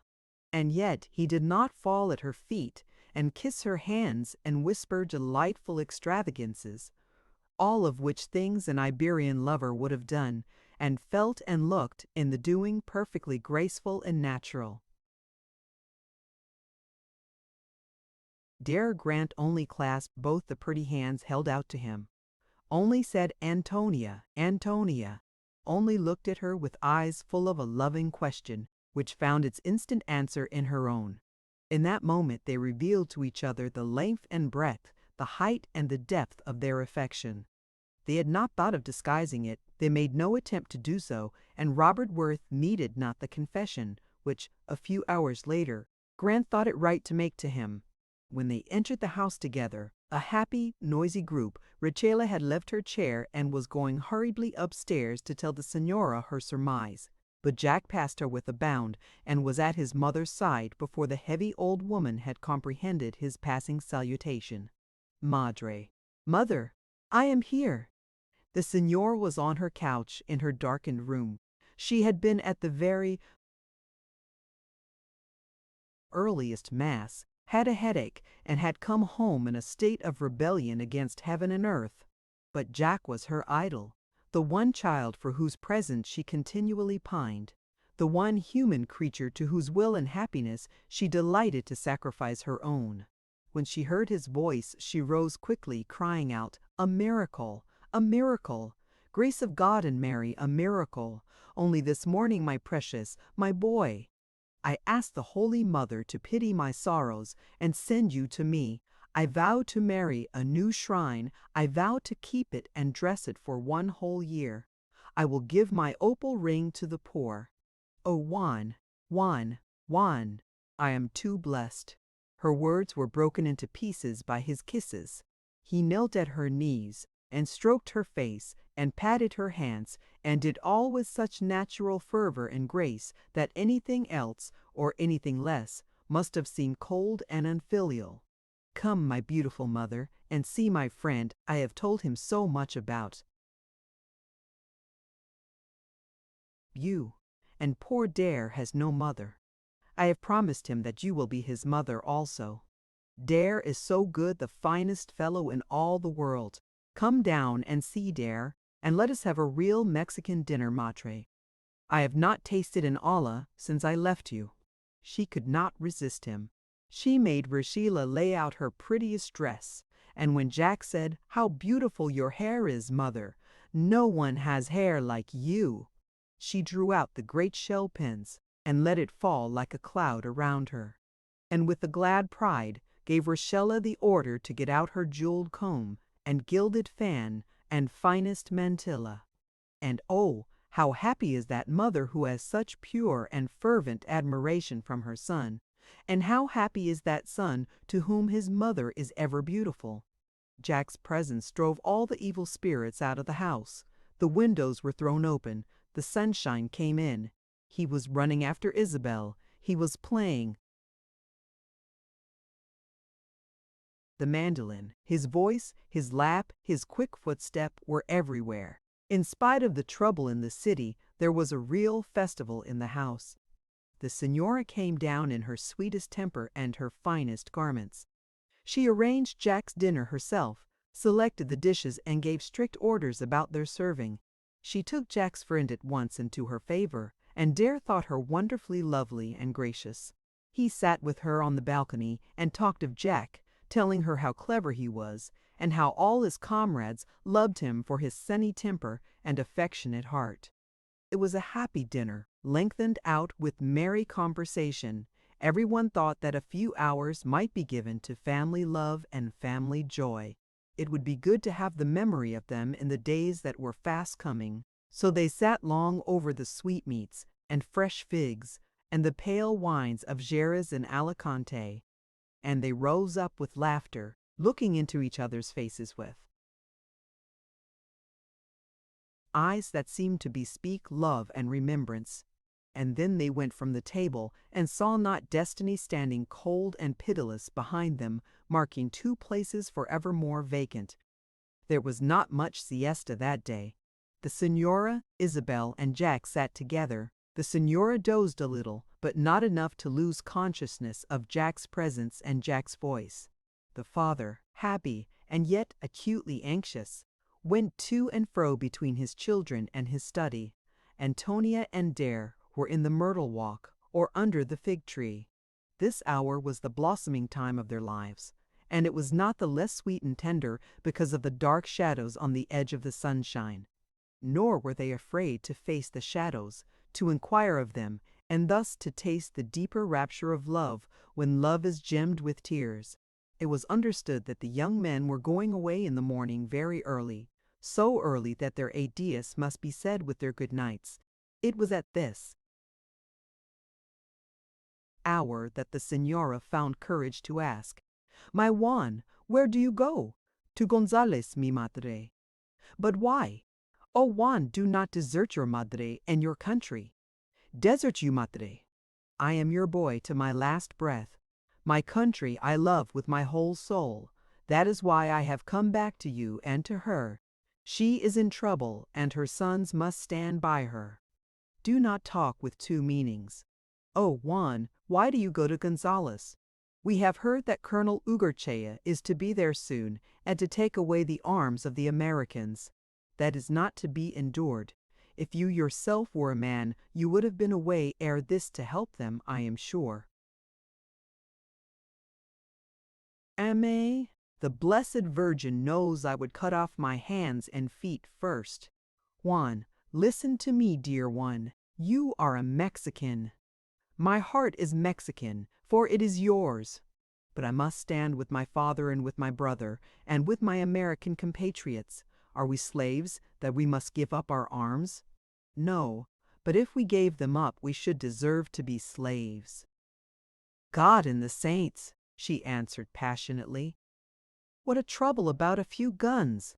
One would think the Mexicans wanted the wives and children, the homes and lands of the Americans. They cry out from one end of Texas to the other. They cry out in Old England and in New England, in New York, in New Orleans, and all down the Mississippi.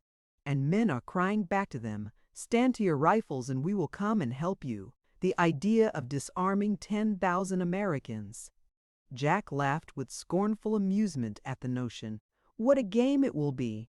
Mother, you can't tell how a man gets to love his rifle. He that takes our purse takes trash, but our rifles, by George Washington, that's a different story. Juan, my darling, you are my last hope. Your brother was born with an American heart. He has even become a heretic. Fray Ignatius says he went into the Colorado and was what they call immersed. He that was baptized with holy water by the thrice holy Bishop of Durango. My beloved one, go and see Fray Ignatius. Late as it is, he will rise and counsel you. My heart, my conscience, my country, my father, my brother, Santa Anna's despotism have already counseled me. Speak no more. I see that you also are a rebel and a heretic.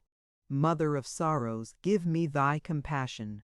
Then, turning to Juan, she cried out, May God pardon me for having brought into this world such ingrates. Go from me. You have broken my heart. He fell at her feet, and in spite of her reluctance, took her hands. Sweetest mother, wait but a little while. You will see that we are right. Do not be cross with Juan. I am going away. Kiss me, mother. Kiss me and give me your blessing. No, I will not bless you. I will not kiss you. You want what is impossible, what is wicked. I want freedom. And to get freedom you tread upon your mother's heart. Let loose my hands. I am weary to death of this everlasting talk of freedom. I think indeed that the Americans know but 2 words, freedom and dollars. Ring for Richella. She, at least, is faithful to me. Not till you kiss me, mother. Do not send me away, unblessed and unloved. That is to doom me to misfortune. Mi madre, I beg this favor from you. He had risen, but he still held her hands, and he was weeping as innocent young men are not ashamed to weep. If she had looked at him, oh, if she had but once looked at his face, she could not have resisted its beauty, its sorrow, its imploration. But she would not look. She drew her hands angrily away from him. She turned her back upon her suppliant son and imperiously summoned Richella. Goodbye, mi madre.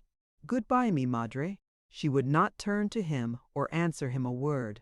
Mi madre, here comes Richella. Say God bless you, Juan. It is my last word, sweet mother. She neither moved nor spoke. The next moment Richella entered, and the wretched woman abandoned herself to her care with vehement sobs and complainings. Jack was inexpressibly sorrowful. He went into the garden, hoping in its silence and solitude to find some relief. He loved his mother with his strongest affection. Every one of her sobs wrung his heart. Was it right to wound and disobey her for the sake of freedom? Mother was a certain good, freedom only a glorious promise. Mother was a living fact, freedom an intangible idea. Ah, but men have always fought more passionately for ideas than for facts. Tyrants are safe while they touch only silver and gold. But when they try to bind a man's ideals, the freedom of his citizenship, the purity of his faith, he will die to preserve them in their integrity. Besides, freedom for every generation has but her hour. If that hour is not seized, no other may come for the men who have suffered it to pass. But mother would grow more loving as the days went by, and this was ever the end of Jack's reasoning. For no man knows how deep the roots of his nature strike into his native land, until he sees her in the grasp of a tyrant and hears her crying to him for deliverance. The struggle left the impress on his face. He passed a boundary in it. Certain boyish feelings and graces would never again be possible to him. He went into the house weary and longing for companionship that would comfort or strengthen him. Only Isabel was in the parlor. She appeared to be asleep among the sofa cushions, but she opened her eyes wide as he took a chair beside her. I have been waiting to kiss you again, Juan. Do you think this trouble will last very long? It will be over directly, Isa. Do not fret yourself about it, angel mio. The Americans are great fighters and their quarrel is just. Well then, it will be settled by the good God quickly. Richella says that Santa Anna has sent off 1,000,000 of men to fight the Americans. Some they will cut in pieces, and some are to be sent to the mines to work in chains. God is not dead of old age, Isa. Santa Anna is a miraculous tyrant. He has committed every crime under heaven, but I think he will not cut the Americans in pieces. And if the Americans should even make him go back to Mexico, I think that is very possible. What then, Juan? He would pay for some of his crimes here, the rest he would settle for in purgatory. And you too, Isa, are you with the Americans? Luis Almeida says they are right. Oh, Aish! I see. So Luis is to be my brother too. Is that so, little dear? Have you room in your heart for him? Or has this Dare Grant filled it? If I had 20 sisters, I should have room for 20 brothers, if they were like Dare and Luis, but, indeed, Luis had his place there before I knew Dare. And perhaps you may see him soon. He is with Senor Sam Houston. Senor Houston was here not a week ago. Will you think of that? And the mother and uncle of Luis are angry at him. He will be disinherited, and we shall be very poor, I think. But there is always my father, who loves Luis. Luis will win his own inheritance. I think you will be very rich. And, Juan, if you see Luis, say to him, Isa thinks of you continually. At this moment, Richella angrily called her charge. Are you totally and forever wicked, disobedient one? 2 hours I have been kept waiting. Very well. The sisters are the only duenna for you, and back to the convent you shall go tomorrow. The Signora is of my mind, also. My father will not permit it. I will go to my father. And think of this, Rachela, I am no longer to be treated like a baby." But she kissed Juan farewell and went away without further dispute. The handsome room looked strangely lonely and desolate when the door had closed behind her. Jack rose and roughly shook himself, as if by that means he hoped to throw off the oppression and melancholy that was invading even his light heart. Hundreds of moths were dashing themselves to death against the high glass shade that covered the blowing candles from them. He stood and looked at their hopeless efforts to reach the flame. He had an unpleasant thought, one of those thoughts which have the force of a presentiment. He put it away with annoyance, muttering, "It is time enough to meet misfortune when it comes." The sound of a footstep made him stand erect and face the door. It was only a sleepy peon with a request that he would go to his father's study. A different mental atmosphere met him there. The doctor was walking up and down the room, and Dare and Antonia sat together at the open window. "Your father wants to hear about our journey, Jack. Take my chair and tell him what happened. Antonia and I will walk within hearing. A roof makes me restless such a night as this," for the waning moon had risen, and the cool wind from the Gulf was shaking 1,000 scents from the trees and the flowering shrubs. The change was made with the words, and the doctor sat down beside his son. "I was asking, Jack, how you knew so much about Texan affairs, and how you came so suddenly to take part in them." "Indeed, father, we could not escape knowing. The Texan fever was more or less in every young man's blood. One night Dare had a supper at his rooms, and there were 30 of us present. A man called Faulkner, a fine fellow from Nacogdoches, spoke to us. How do you think he spoke when his only brother, a lad of 20, is working in a Mexican mine loaded with chains? For what? He said one day that the natural boundaries of the United States are the Atlantic and Pacific Oceans. He was sent to the mines for the words, Faulkner's. Only hope for him is in the independence of Texas. He had us on fire in 5 minutes, all but Sandy McDonald, who loves to argue and therefore took the Mexican side. What could he say for it? He said it was a very unjust-like thing to make Mexico give her American settlers in Texas 224 millions of acres because she thought a change of government best for her own interests. The Americans settled in Texas under the solemn guarantee of the Constitution of 1824. How many of them would have built homes under a tyrannical despotism like that Santa Anna is now forcing upon them? Asked the doctor warmly. McDonald said, "There is a deal of talk about freedom among you Americans, and it just means nothing at all. You should have seen Faulkner. He turned on him like a tornado. 'How should you know anything about freedom, MacDonald?' he cried. 'You are in feudal darkness in the Highlands of Scotland. You have only just immigrated into freedom. But we Americans are born free.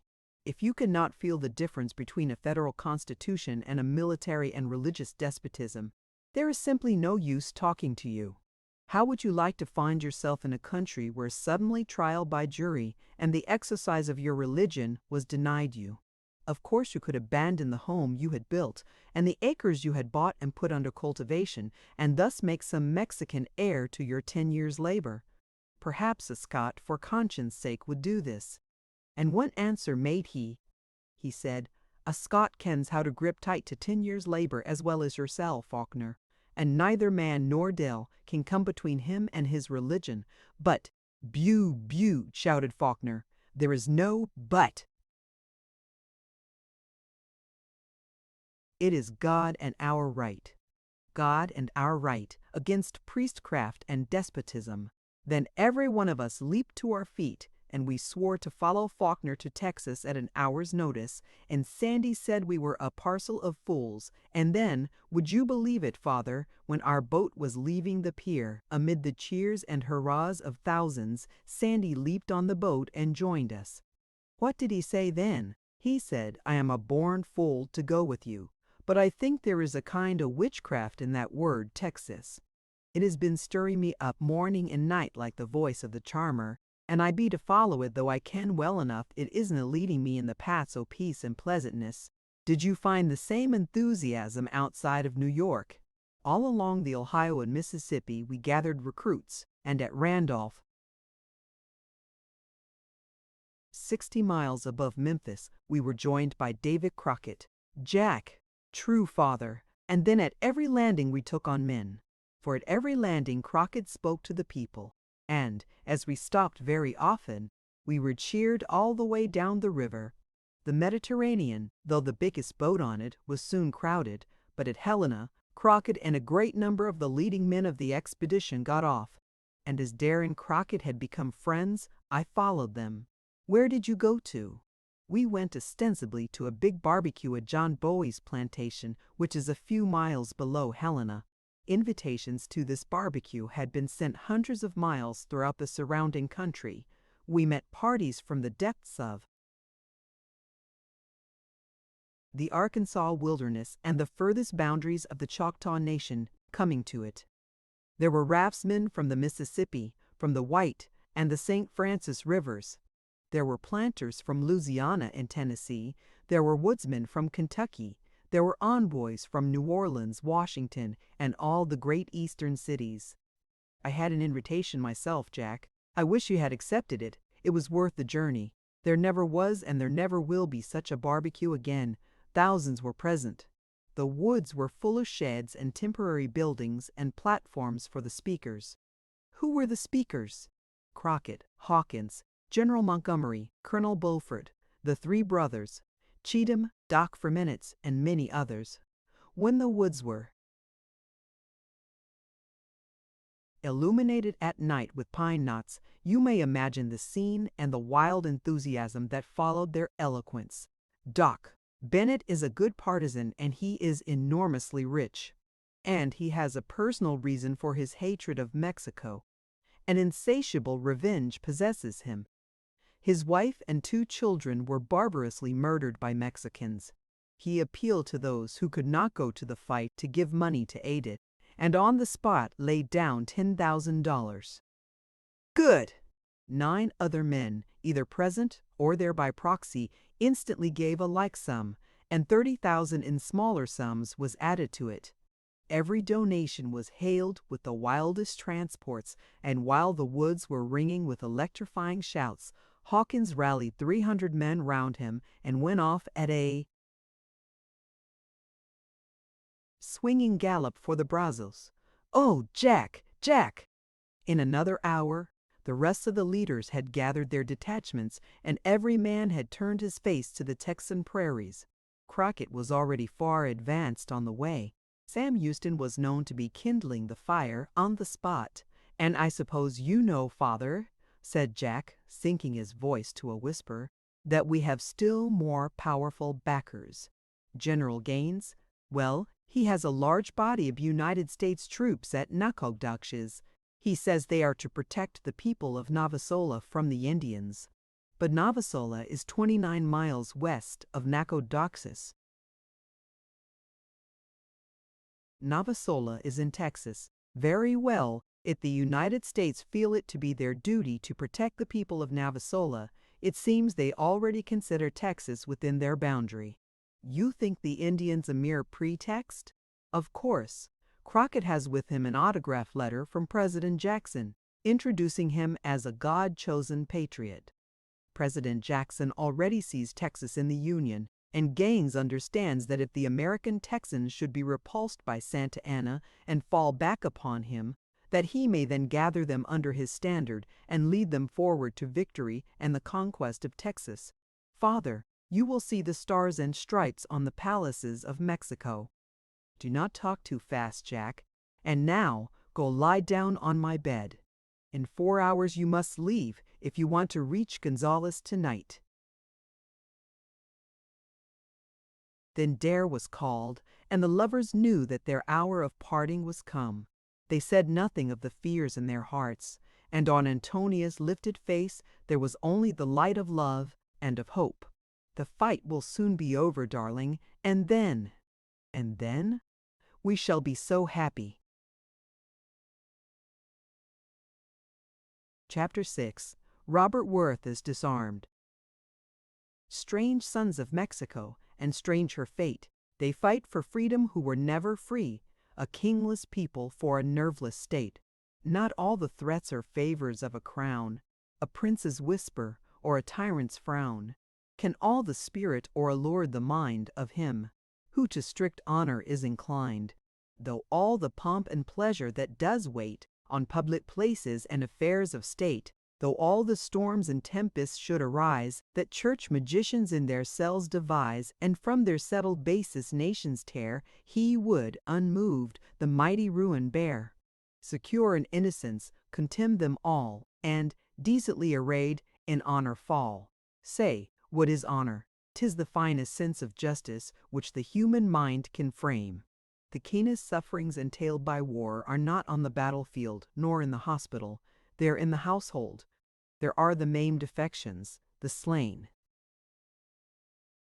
hopes, the broken ties of love. And before a shot had been fired in the War of Texan Independence, the battle had begun in Robert Worth's household. The young man lay down to rest, but he sat watching the night away. There was a melancholy sleepiness in it. The mockingbirds had ceased singing. The chirping insects had become weary. Only the clock, with its regular tick, tick, bept to watch with him. When it was near dawn, he lifted a candle and went into the room where Jack and Dare were sleeping. Dare did not move.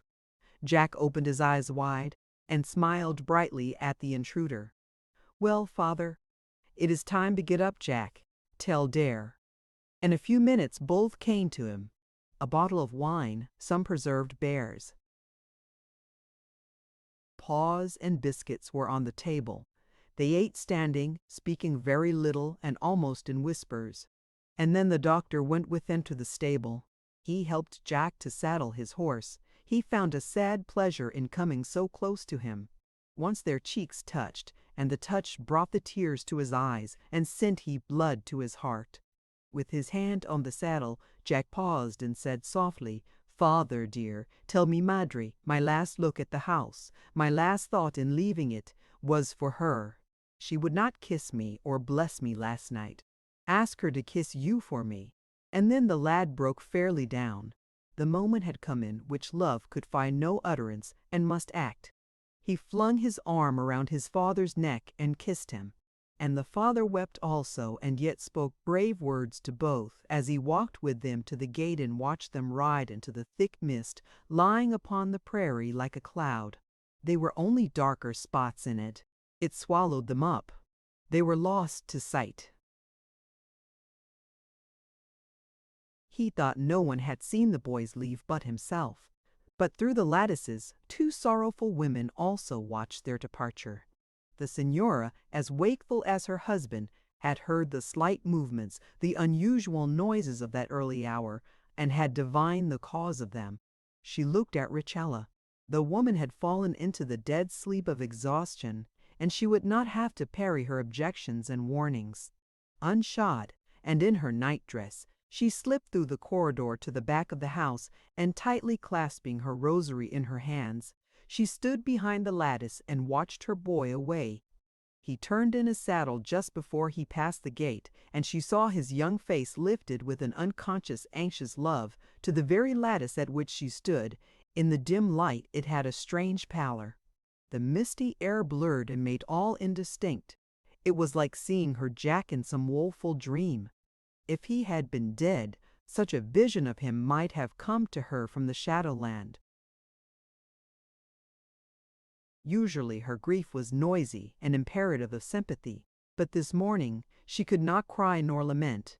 She went softly back to her room and sat down with her crucifix before her aching eyes. Yet she could not say her usual prayers. She could not remember anything but Jack's entreaty, "Kiss me, mi madre, bless me, mi madre." She could not see anything but that last rapid turn in the saddle and that piteous young face showing so weird and dreamlike through the gray mist of the early dawn. Antonia had watched with her. Dare also had turned, but there had been something about Dare's attitude far more cheery and hopeful.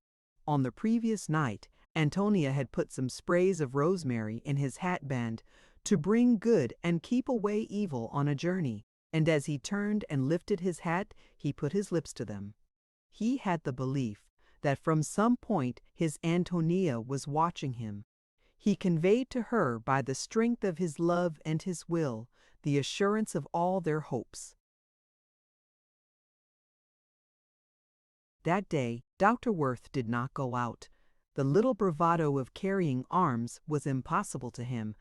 It was not that his courage had failed, or that he had lost a tittle of his convictions, but he was depressed by the uncertainty of his position and duty, and he was, besides, the thrall of that intangible anxiety which we call presentiment.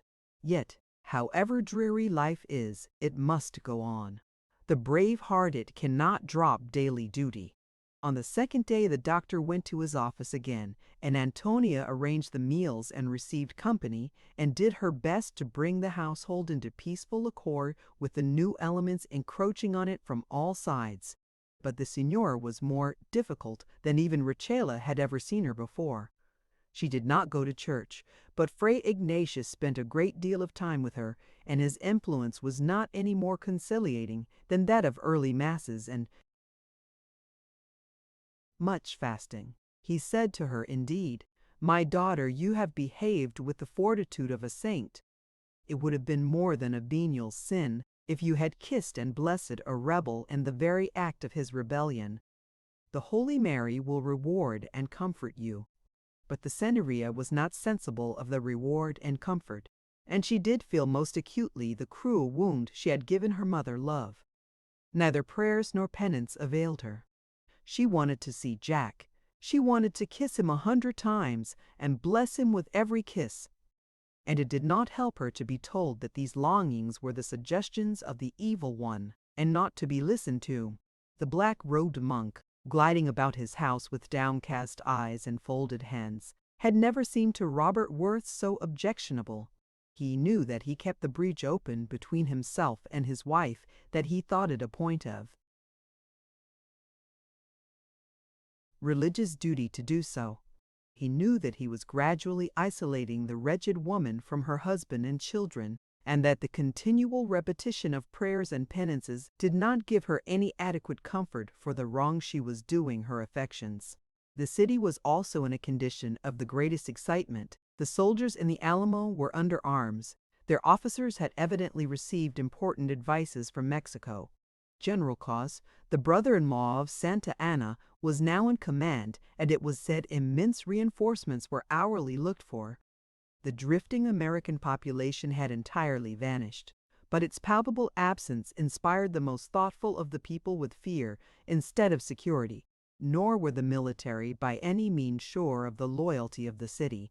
It was well known that a large proportion of the best citizens hated the despotism of Santa Anna, and that if the Americans attacked San Antonio, they would receive active sympathy. Party feeling was no longer controllable. Men suspected each other. Duels were of constant occurrence, and families were torn to pieces, for the monks supported Santa Anna with all their influence, and there were few women who dared to disobey them. Into the midst of this turbulent, touchy community, there fell one morning a word or two which set it on fire. Dr. Worth was talking on the plaza with Señor Lopez Navarro. A Mexican soldier with his yellow cloak streaming out behind him galloped madly towards the Alamo and left the news there. It spread like wildfire. There had been a fight at Gonzales, and the Americans had kept their arms. They had also put the Mexicans to flight. And more, added a young Mexican coming up to the group of which Robert Worth was one. Stephen Austin has escaped, and he arrived at Gonzales at the very moment of victory. And more yet, Americans are pouring into Gonzales. From every quarter, an officer tapped Dr. Worth on the shoulder. "Center, Doctor, your arms. General Cos hopes in the present extremity you will set an example of obedience." "I will not give up my arms. In the present extremity my arms are the greatest need I have." "Then, Señor, it is a great affliction to me. I must arrest you." he was led away, amid the audible murmurs of the men who filled the streets. There needed but someone to have said the word, and they would have taken him forcibly from the military. A great crowd followed him to the gates of the Alamo, for there was scarcely a family in San Antonio of which this good doctor was not an adopted member. The arrest of their favorite confessor would hardly have enraged them more. Fray Ignatius brought the news to the Senora. Even he was affected by it.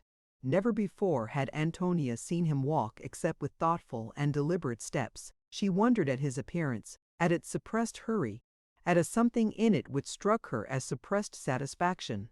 And the priest was in his heart satisfied, though he was consciously telling himself that he was sorry for the Senora and that he would have been glad if the sins of her husband could have been set against the works of supererogation which the saints of his own convent had amassed. But he is an infidel. He believes not in the saints, he muttered. Then how could they avail him? Antonia met him at the door. He said an Ave Maria as he crossed the threshold,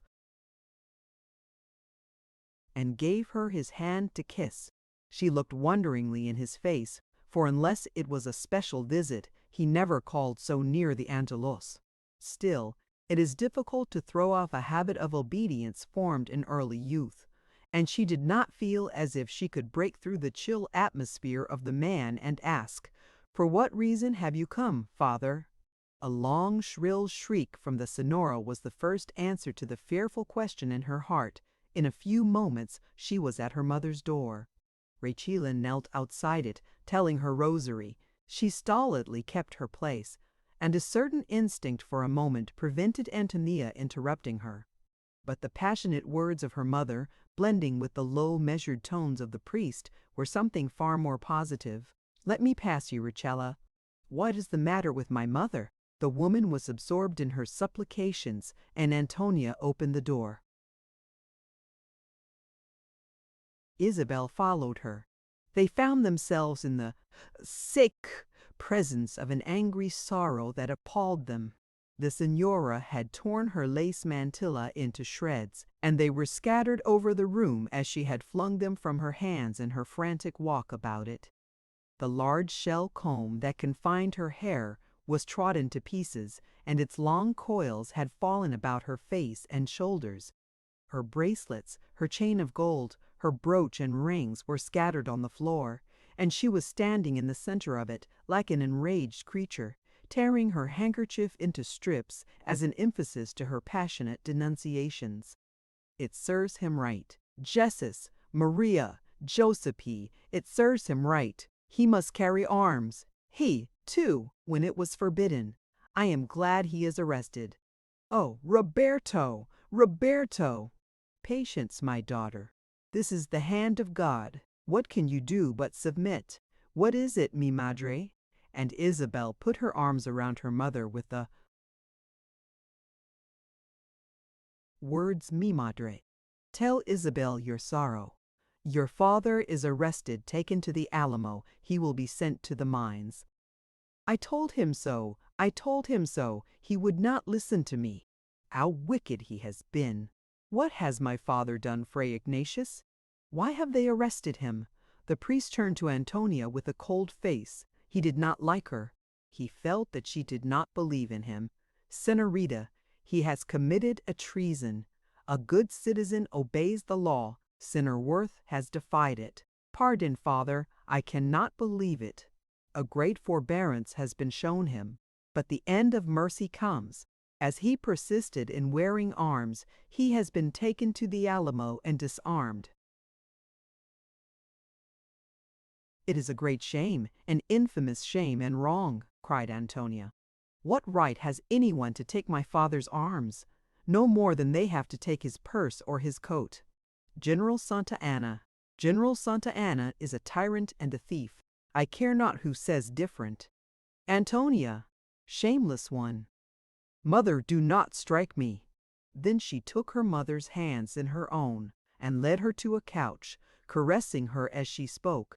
Don't believe anyone, mother, who says wrong of my father. You know that he is the best of men. Rachela, Come here instantly. The rosary is not the thing now. You ought to be attending to the Senora. Get her some valerian and some coffee, and come and remove her clothing. Fray Ignatius, we will beg you to leave us tonight to ourselves. Your mother's sin, in marrying a heretic, has now found her out. It is my duty to make her see her fault. My mother had a dispensation from one greater than you. O Father, pray for me. I accuse myself. I accuse myself. O wretched woman! O cruel husband! Mother, you have been a very happy woman. You have had the best husband in the world. Do not reproach my father for the sins of others. Do not desert him when he is in the power of a human tiger. My God, Mother, let us think of something to be done for his help. I will see the Navarros, the Garcias, Judge Valdez. I will go to the plaza and call on the thousands he has cured and help to set him free. You will make of yourself something not to be spoken of. This is the judgment of God, my daughter. It is the judgment of a wicked man, Fray Ignatius. My mother is not now able to listen to you. Isabel, come here and comfort her. Isabel put her cheek to her mother's. She murmured caressing words. She kissed her face and coiled up her straggling hair, and with childlike trust amid all, solicited Holy Mary to console them. Fray Ignatius watched her with a cold scrutiny. He was saying to himself, "It is the fruit of sin. I warned the Senora when she married this heretic that trouble would come of it. Very well, it has come." Then like a flash a new thought invaded his mind. If the Senor Doctor disappeared forever, why not induce the Senora and her daughters to go into a religious house? There was a great deal of money. The church could use it well. Antonia did not understand the thought, but she understood its animus, and again she requested his withdrawal. This time she went close to him and bravely looked straight into his eyes. Their scornful gleam sent a chill to her heart like that of cold steel. At that moment she understood that she had turned a passive enemy into an active one. He went, however, without further parley, stopping only to warn the Senora against the sin of standing with the enemies of God and the Holy Church, and to order Isabel to recite for her mother's pardon and comfort a certain number of Aves and Paternosters. Antonia went with him to the door, and ere he left he blessed her and said, "The Senorita will examine her soul and see her sin. Then the ever-merciful Church will hear her confession and give her the satisfying penance." Antonia bowed in response. When people are in great domestic sorrow, self-examination is a superfluous advice. She listened a moment to his departing footsteps, shivering as she stood in the darkness, for a norther had sprung up, and the cold was severe. She only glanced into the pleasant parlor where the table was laid for dinner, and a great fire of cedar logs was throwing red, dancing lights over the white linen and the shining silver and glass. The chairs were placed around the table, her father's at the head. It had a forsaken air that was unendurable. The dinner hour was now long past. It would be folly to attempt the meal. How could she and Isabel sit down alone and eat, and her father in prison, and her mother frantic with a loss which she was warned it was sinful to mourn over? Antonia had a soul made for extremities, and not afraid to face them, but invisible hands controlled her. What could a woman do whom society had forbidden to do anything but endure the pangs of patience? The Senora could offer no suggestions. She was not indeed in a mood to think of her resources. A spiritual dread was upon her, and with this mingled an intense sense of personal wrong from her husband. Had she not begged him to be passive? And he had put an old rifle before her and her daughters. It was all that Senor Houston's doing. She had an assurance of that. She invoked 1,000 maledictions on him. She recalled with passionate reproaches Jack's infidelity to her and his God and his country.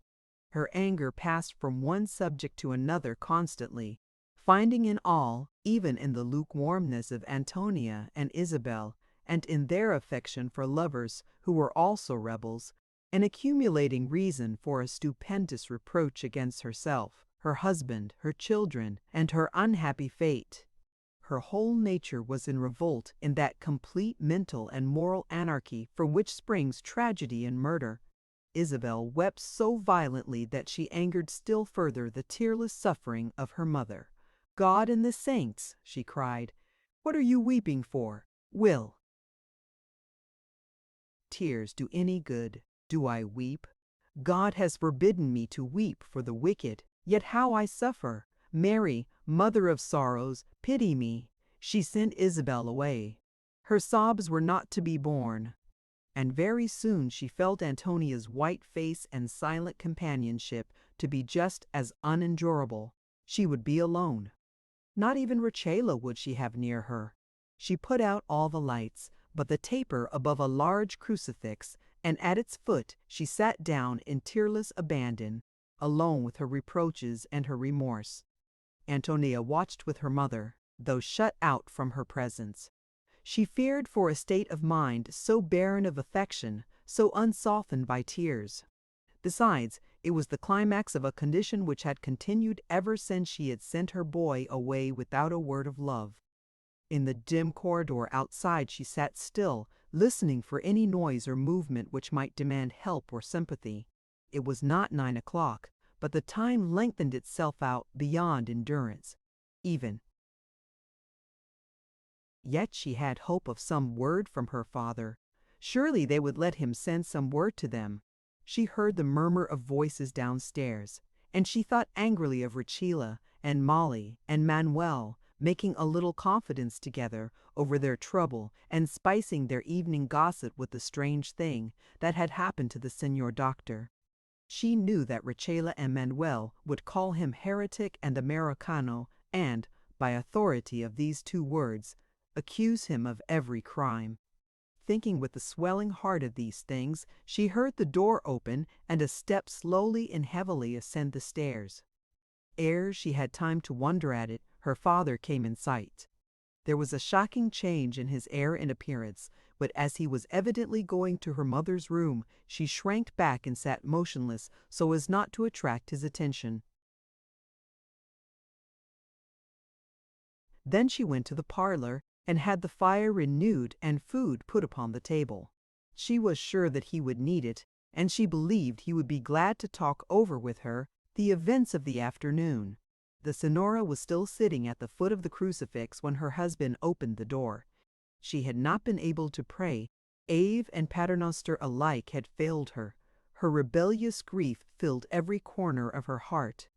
She understood that someone had entered the room, and she thought of Rachela, but she found a kind of comfort in the dull stupor of grief she was indulging, and she would not break its spell by lifting her head.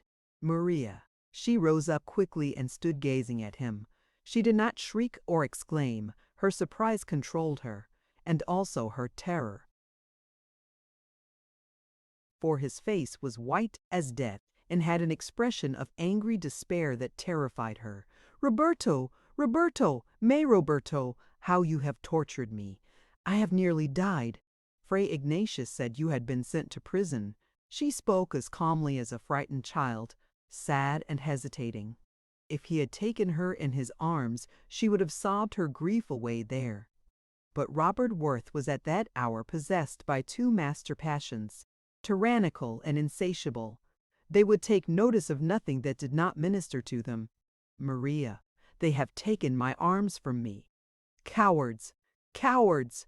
Miserable cowards! I refuse to give them up. They held my hands and robbed me of my manhood and honor. I begged them to shoot me ere they did it, and they spoke courteously and regretted this, and hoped that, till I felt that it would be a joy to strangle them. Roberto, mi Roberto, you have me. I want my rifle and all it represents. I want myself back again, Maria, Maria. Until then, I am not worthy to be any good woman's husband. Roberto, dearest, it is not your fault. It is my fault. I have waited too long. My sons showed me my duty. My soul urged me to do it. I deserve the shame, but I will wipe it out with crimson blood. The Sonora stood speechless, wringing her hands. Her own passion was puny beside the sternness, the reality, and the intensity of the quiet rage before her. She was completely mastered by it. She forgot all but the evident agony she could neither mistake nor console. I have come to say farewell, Maria. We have been very happy together, Maria, our children, dearest. Oh, Roberto, my husband, my soul, my life. Leave me not. I am going for my arms. I will take them 100-fold from those who have robbed me. I swear I will. You do not love me. What are these Americans to you? I am your wife, your Maria. These Americans are my brothers, my sons. My mother is an American woman, and I? You are my wife, my dear wife. I love you, God Almighty knows how well I love you. But we must part now, at least for a short time. Maria, my dear one, I must go. Go? Where to? I am going to join General Houston. I thought so. I knew it. The accursed one. Oh, that I had him here again. I would bury my stiletto in his heart. Over the white hilt I would bury it. I would wash my hands in his blood and think them blessed ever afterwards. Stay till daylight, Roberto. I have so much to say, dearest. I cannot. I have stayed too long, and now I must ride without a gun or knife to protect me. Any Indian that I meet can scalp me. Do you understand now what disarm me means, Maria? If I had gone with my boy, with my brave Jack, I could at least have sold my life to its last drop. In the morning, Roberto Lopez Navarro will get you a gun. Oh, if you must go, do not go unarmed. There are 10,000 Comanche between here and the Brazos. How could I look Lopez Navarro in the face? Or any other man? No, no! I must win back my arms before I can walk the streets of San Antonio again. He took her in his arms. He kissed her eyes, her cheeks, her lips, murmuring tender little Spanish words that meant, oh, so much to the wretched woman. Words she had taught him with kisses, words he never used but to her ears only. She clung to his neck, to his hands, to his feet. She made his farewell an unspeakable agony. At last he laid her upon her couch, sobbing and shrieking like a child in an extremity of physical anguish. But he did not blame her. Her impetuosities, her unreasonable extravagances were a part of her nature, her race, and her character. He did not expect a weak, excitable woman to become suddenly a creature of flame and steel, but it was a wonderful rest to his exhausted body and soul to turn from her to Antonia.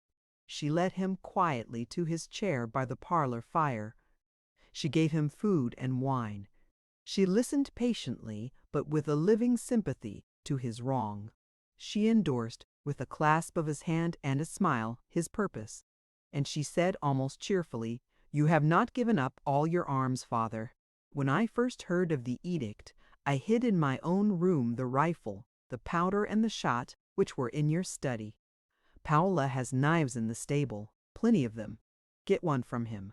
Good news is a very relative thing." This information made the doctor feel as if all were now easy and possible. The words he said to her, Antonia never forgot. They sang in her heart like music and led her on through many a difficult path.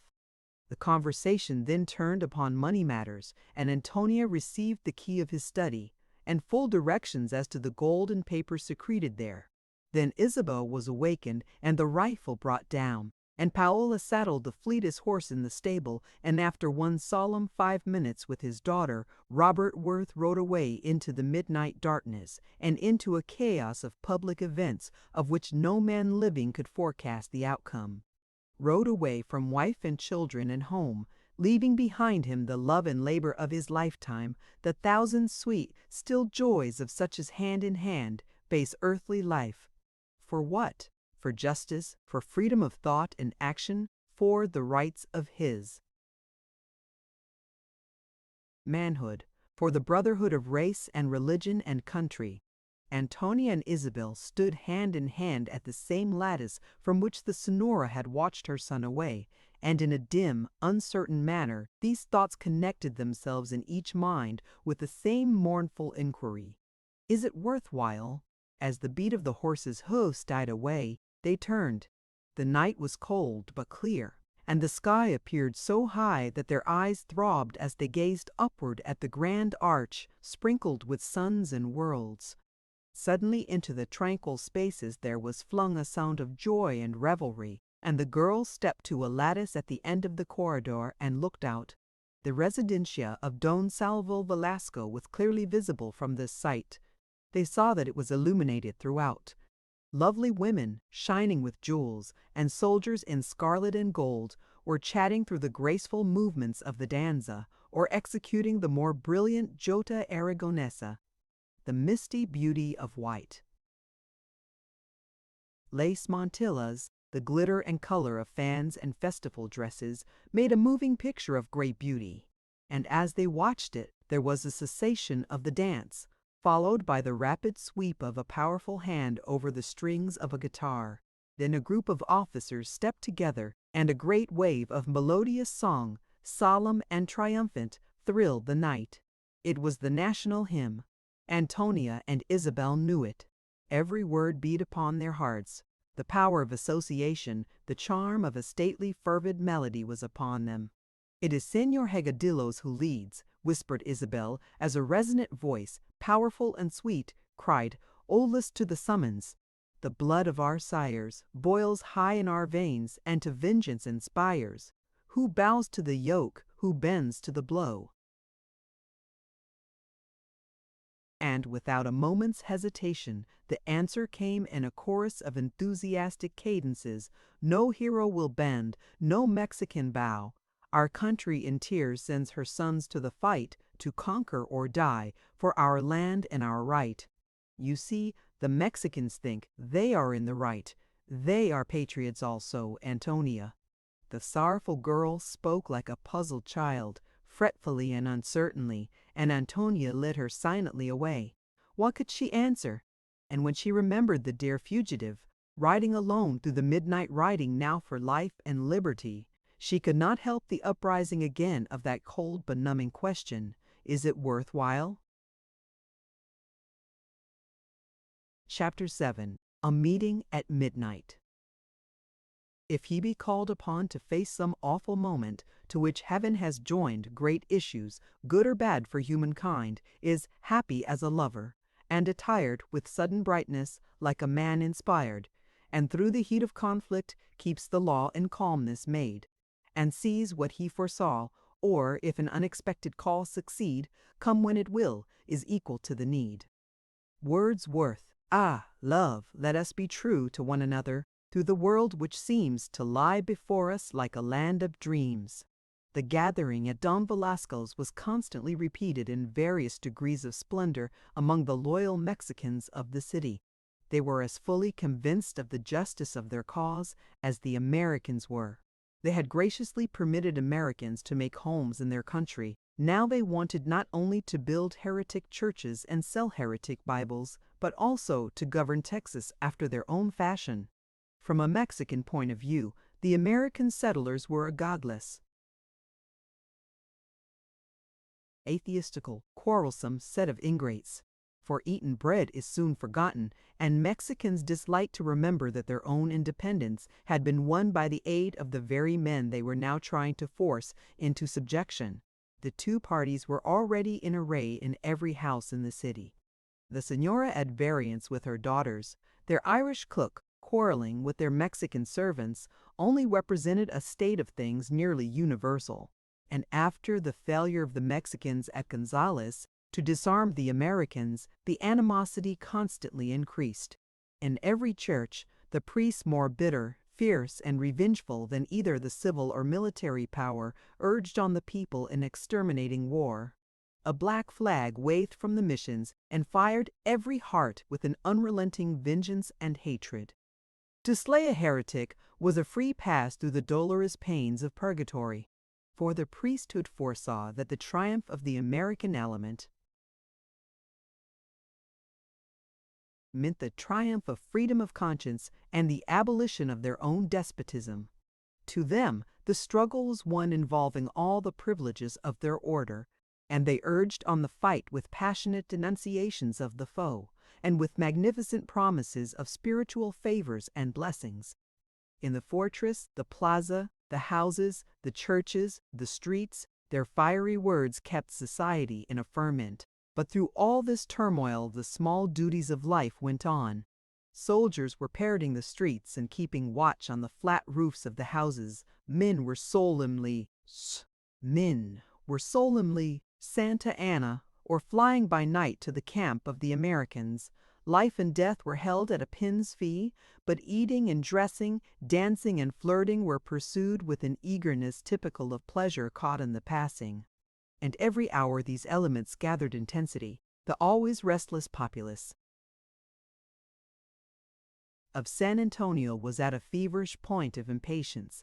They wanted the war at their own doors. They wanted the quarrel fought out on their own streets. Business took a secondary place.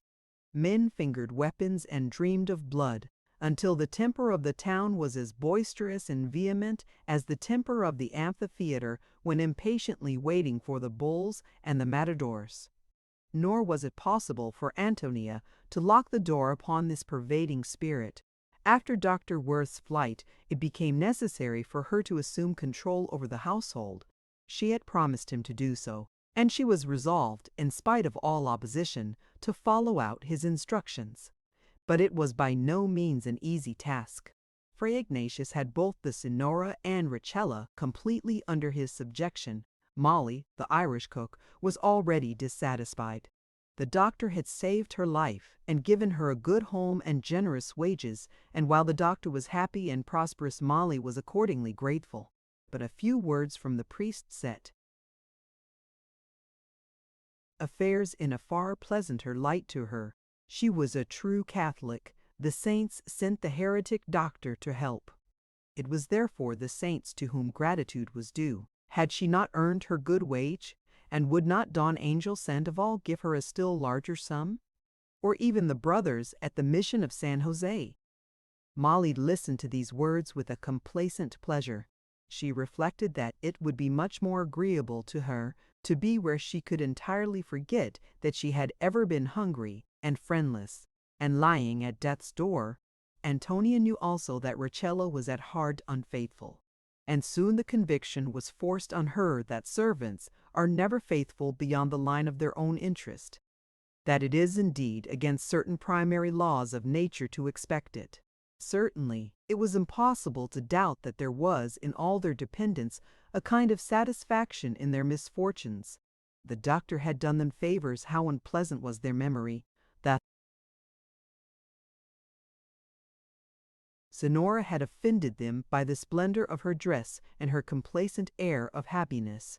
Antonia's American ways and her habit of sitting for hours with a book in her hand were a great irritation. She wishes to be thought wiser than other women, as wise as even a holy priest. She, that never goes to Mass and is nearly a heretic, said the house steward. And as for the Senorita Isabel, a little trouble will be good for her. Holy Mary! The way she has been pampered and petted, it is an absurdity. Little dear and angel are the hardest words she hears. Sigh. If God did not mercifully abate a little, the rich they would grow to be almighties. This was the tone of the conversation of the servants of the household. It was not an unnatural tone, but it was a very unhappy one. People cannot escape from the mood of mind they habitually indulge, and from the animus of the words they habitually use, and Antonia felt and understood the antagonistic atmosphere. For the things which we know best of all are precisely the things which no one has ever told us. The Senora, in a plain black sarge gown and black rebozo over her head, spent her time in prayers and penances. The care of her household had always been delegated to her steward and to Rachella, while the duties that more especially belonged to her had been fulfilled by her husband and by Antonia. In many respects, she was but a grown-up baby. And so, in this great extremity, The only duty which pressed upon her was the idea of supplicating the saints to take charge of her unhappy affairs. And Fray Ignatius was daily more hard with her. Antonia even suspected from his growing intolerance and bitterness that the Americans were gaining unexpected advantages. But she knew nothing of what was happening. She could hear from afar off the marching and movements of soldiers, the blare of military music, the faint echoes of hurrying multitudes, but there was no one to give her any certain information. Still, she guessed something from the anger of the priest and the reticence of the Mexican servants. If good fortune had been with Santa Anna, she was sure she would have heard of the glorious, the invincible, the magnificent Presidente de la República Mexicana, the Napoleon of the West. It was not permitted her to go into the city. A proposal to do so had been met with a storm of angry amazement. And steam and electricity had not then annihilated distance and abolished suspense. She could but wonder and hope, and try to read the truth from a covert inspection of the face and words of Fray Ignatius.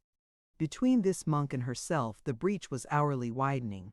With angry pain she saw her mother tortured between the fact that she loved her husband and the horrible doubt that to love him was a mortal sin. She understood the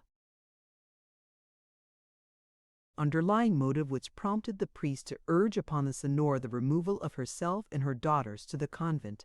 His offer to take charge of the Worth residencia and estate was in her conviction a proposal to rob them of all rights in it. She felt certain that whatever the Church once grasped in its iron hand, it would ever retain. And both to Isabel and herself, the thought of a convent was now horrible. "They will force me to be a nun," said Isabel. "And then what will Luis do? And they will never tell me anything about my father and my brothers. I should never hear of them. I should never see them any more, unless the good God was so kind as to let me meet them in his heaven." And Antonia had still darker and more fearful thoughts. She had not forgotten the stories whispered to her childhood of dreadful fates reserved for contumacious and disobedient women. Whenever Fray Ignatius looked at her, she felt as if she were within the shadow of the Inquisition. Never had days passed so wearily and anxiously. Never had nights been so terrible. The sisters did not dare to talk much together. They doubted Richella. They were sure their words were listened to and repeated. They were not permitted to be alone with the señora. Fray Ignatius had particularly warned Richella to prevent this. He was gradually bringing the unhappy woman into what he called a heavenly mind. The influence of her daughters, he was sure, would be that of worldly affections and sinful liberty. And Richella obeyed the confessor so faithfully that the señora was almost in a state of solitary confinement. Every day her will was growing weaker, her pathetic obedience more childlike and absolute. But at midnight, when everyone was asleep, Antonia stepped softly into her sister's room and talked to her. They sat in Isabel's bed, clasping each other's hand in the dark and speaking in whispers. Then Antonia warned and strengthened Isabel. She told her all her fears. She persuaded her to control her willfulness, to be obedient, and to assume the childlike thoughtlessness which best satisfied Fray Ignatius. "He told you today to be happy, that he would think for you. My darling, let him believe that is the thing you want," said Antonia. "I assure you we shall be the safer for it. He said to me yesterday, when I asked him about the war, 'Do not inquire, child, into things you do not understand.' That is to be irreligious," and then he made the cross on his breast, as if I had put a bad thought into his heart.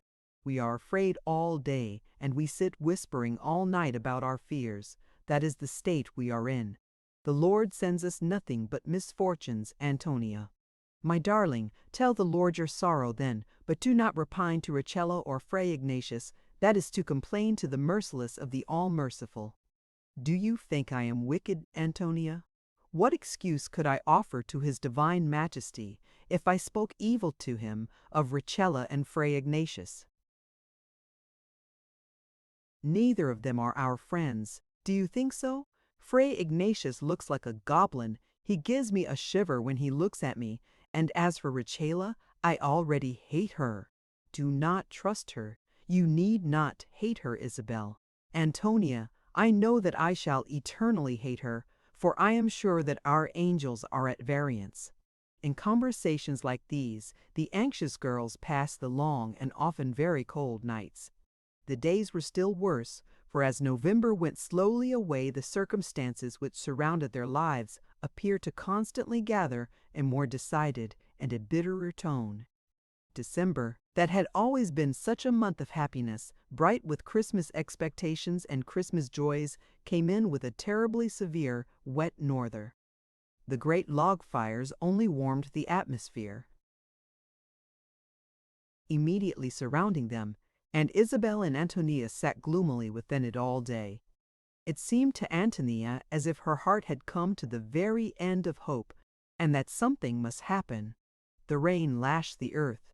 The wind roared around the house and filled it with unusual noises. The cold was a torture that few found themselves able to endure, but it brought a compensation. Fray Ignatius did not leave the mission comforts, and Rachela could not bear to go prowling about the corridors and passages. She established herself in the Signora's room and remained there, and very early in the evening she said she had an outrageous headache and went to her room. Then Antonia and Isabel sat a while by their mother's bed. They talked in whispers of their father and brothers, and when the Signora cried, they kissed her sobs into silence and wiped her tears away. In that hour, if Fray Ignatius had known it, they undid, in a great measure, the work to which he had given more than a month of patient and deeply reflective labor. For with the girls there was the wondrous charm of love and nature, but with the priest only a splendid ideal of a church universal that was to swallow up all the claims of love and all the ties of nature. It was nearly 9 o'clock when Antonia and Isabel returned to the parlor fire. Their hearts were full of sorrow for their mother and of fears for their own future. For this confidence had shown them how firmly the refuge of the convent had been planted in the anxious ideas of the Signora. Fortunately, the cold had driven the servants either to the kitchen fire or to their beds, and they could talk over the subject without fear of interference. "Are you sleepy, Queridita, little dear?" "I think I shall never go to sleep again, Antonia. If I shut my eyes, I shall find myself in the convent, and I do not want to go there even in a dream." "Do you?" "No, Mother Teresa? Well then, I could tell you things, and she does not like me, I am sure of that, quite sure. My darling, I am going to make us a cup of tea. It will do us good. If indeed it were chocolate, I cannot make chocolate now, but you shall have a great deal of sugar in your cup, and something good to eat also. There, my darling, put your chair close to the fire, and we will sit here until we are quite sleepy." With the words she went into the kitchen. Molly was nodding over her beads. In the comfortable radius made by the blazing logs, no one else was present but a young peon. He brought a small kettle to the parlor fire and lifted a table to the hearth, and then replenished the pile of logs for burning during the night. Isabel, cuddling in a large chair, watched Antonia as she went softly about putting on the table such delicacies as she could find at that hour: tamales and cold duck, sweet cake, and the guava jelly that was Isabel's favorite dainty. There was a little comfort in the sight of these things, and also in the bright silver teapot standing so cheerfully on the hearth and diffusing through the room a warm perfume, at once soothing and exhilarating. "I really think I shall like that American tea tonight, Antonia, but you must half fill my cup with those little blocks of sugar. Quite half fill it, Antonia. And have you found cream, my dear one?" "Then a great deal of cream." Antonia stood still a moment and looked at the drowsy little beauty. Her eyes were closed, and her head nestled comfortably in a corner of the padded chair. Then a hand upon the door handle arrested her attention, and Antonia turned her eyes from Isabel and watched it. Ortiz, the peon, put his head within the room and then disappeared, but oh, wonder and joy! Don Luis entered swiftly after him, and before anyone could say a word, he was kneeling by Isabel, kissing her hand and mingling his exclamations of rapture with hers. Antonia looked with amazement and delight at this apparition. How had he come? She put her hand upon his sleeve. It was scarcely wet. His dress was splendid. If he had been going to a tertulia of the highest class, he could not have been more richly adorned. And the storm was yet raging. It was a miracle. Dear Luis, sit down. Here is a chair close to Isa. Tell her your secrets a few minutes, and I will go for mi madre. Oh yes, she will come. You shall see, Isa. And then, Luis, we shall have some supper. You see that I am in heaven already, Antonia. Though indeed I am also hungry and thirsty, my sister. Antonia was not a minute in reaching her mother's room. The unhappy lady was half lying among the large pillows of her gilded bed, wide awake. Her black eyes were fixed upon a crucifix at its foot, and she was slowly murmuring prayers upon her rosary. Madre, madre, Luis is here, Luis is here. Come quick, mi madre. Here are your stockings and slippers, and your gown, and your mantilla. No, no, no, do not call Rachella. Louis has news of my father, and of Jack. Oh, madre, he has a letter from Jack to you. Come, dear, come. In a few minutes you will be ready. She was urging and kissing the trembling woman, and dressing her in despite of her faint effort to delay to call Rachella to bring Luis to her room. In 10 minutes she was ready. She went down softly, like a frightened child, Antonia cheering and encouraging her in whispers. When she entered the cheerful parlor, the shadow of a smile flitted over her wan face. Luis ran to meet her. He drew the couch close to the hearth. He helped Antonia arrange her comfortably upon it. He made her tea, and kissed her hands when he put it into them. And then Isabel made Luis a cup, and cut his tamales, and waited upon him with such pretty service that the happy lover thought he was eating a meal in paradise. For a few minutes it had been only this ordinary gladness of reunion, but it was impossible to ignore longer the anxiety in the eyes that asked him so many questions. He took 2 letters from his pockets and gave them to the Señora. They were from her husband and Jack. Her hands trembled. She kissed them fervently, and as she placed them in her breast, her tears dropped down upon them. Antonia opened the real conversation with that never-failing wedge, the weather. You came through the storm, Luis, yet you are not wet, scarcely. Now then, explain this miracle. I went first to Lopez Navarro's. Do you not know this best address? It is the one Lopez bought for the feast of St. James. He lent it to me, for I assure you that my own clothing was like that of a beggar man. It was impossible that I could see my angel on earth in it. But in such weather? You cannot have come far today? Senorita, there are things which are impossible, quite impossible. That is one of them. Early this morning, the north wind advanced upon us, sword in hand. It will last 50 hours, and we shall know something more about it before they are over. Very well. But it was all so absolutely necessary that someone should reach San Antonio tonight, and I was so happy as to persuade General Burleson to send me. The Holy Lady has given me my reward. Have you seen the Senor Doctor lately, Luis? Asked the Señora. I left him at nightfall. At nightfall, but that is impossible. It is true. The army of the Americans is but a few miles from San Antonio. Grace of God, Luis. As you say, Senora, it is the grace of God. Did you not know? We know nothing but what Fray Ignatius tells us, that the Americans have been everywhere pulling down churches and granting martyrdom to the priests, and that everywhere miraculous retributants have pursued them. Was Gonzales a retribution? The Señor Doctor came to us while we were there, God be blessed, but he startled us like the rattle of rifle shots in the midnight. Why were you not at Goliad? He cried. There were 300 stand of arms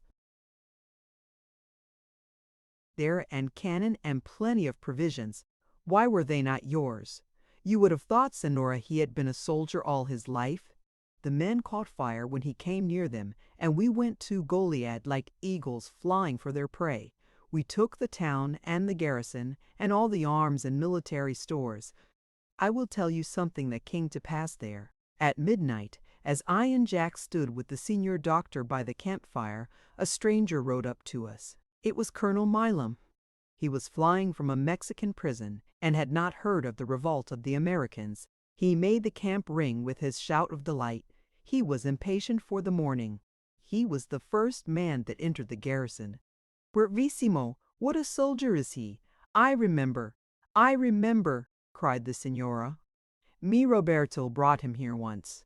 So splendid a man I never saw before. So tall, so handsome, so gallant, so like a hero. He is an American. Well then, I have forgotten the place. From Kentucky. He fought with the Mexicans when they were fighting for their liberty, but when they wanted a king and a dictator he resigned his commission, and was thrown into prison. He has a long bill against Santa Anna. We must not forget Luis, said the Senora with a little flash of her old temper.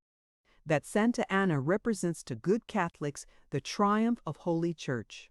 Luis devoutly crossed himself. I am her dutiful son, I assure you, Senora, always. A warning glance from Antonia changed the conversation. There was plenty to tell which touched them mainly on the side of the family, and the Senora listened with pride which she could not conceal to the exploits of her husband and sons, though she did not permit herself to confess the feeling, and her heart softened to her children, without acknowledging the tie between Isabel and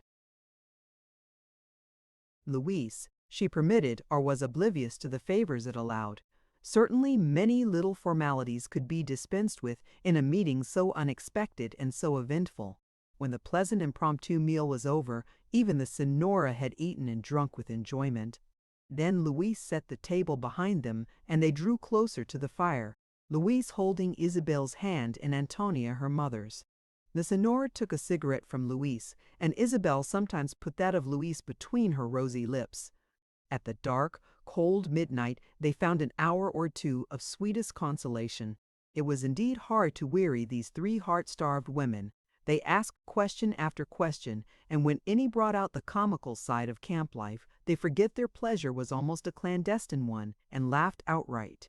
In the very midst of such a laugh, Rachela entered the room.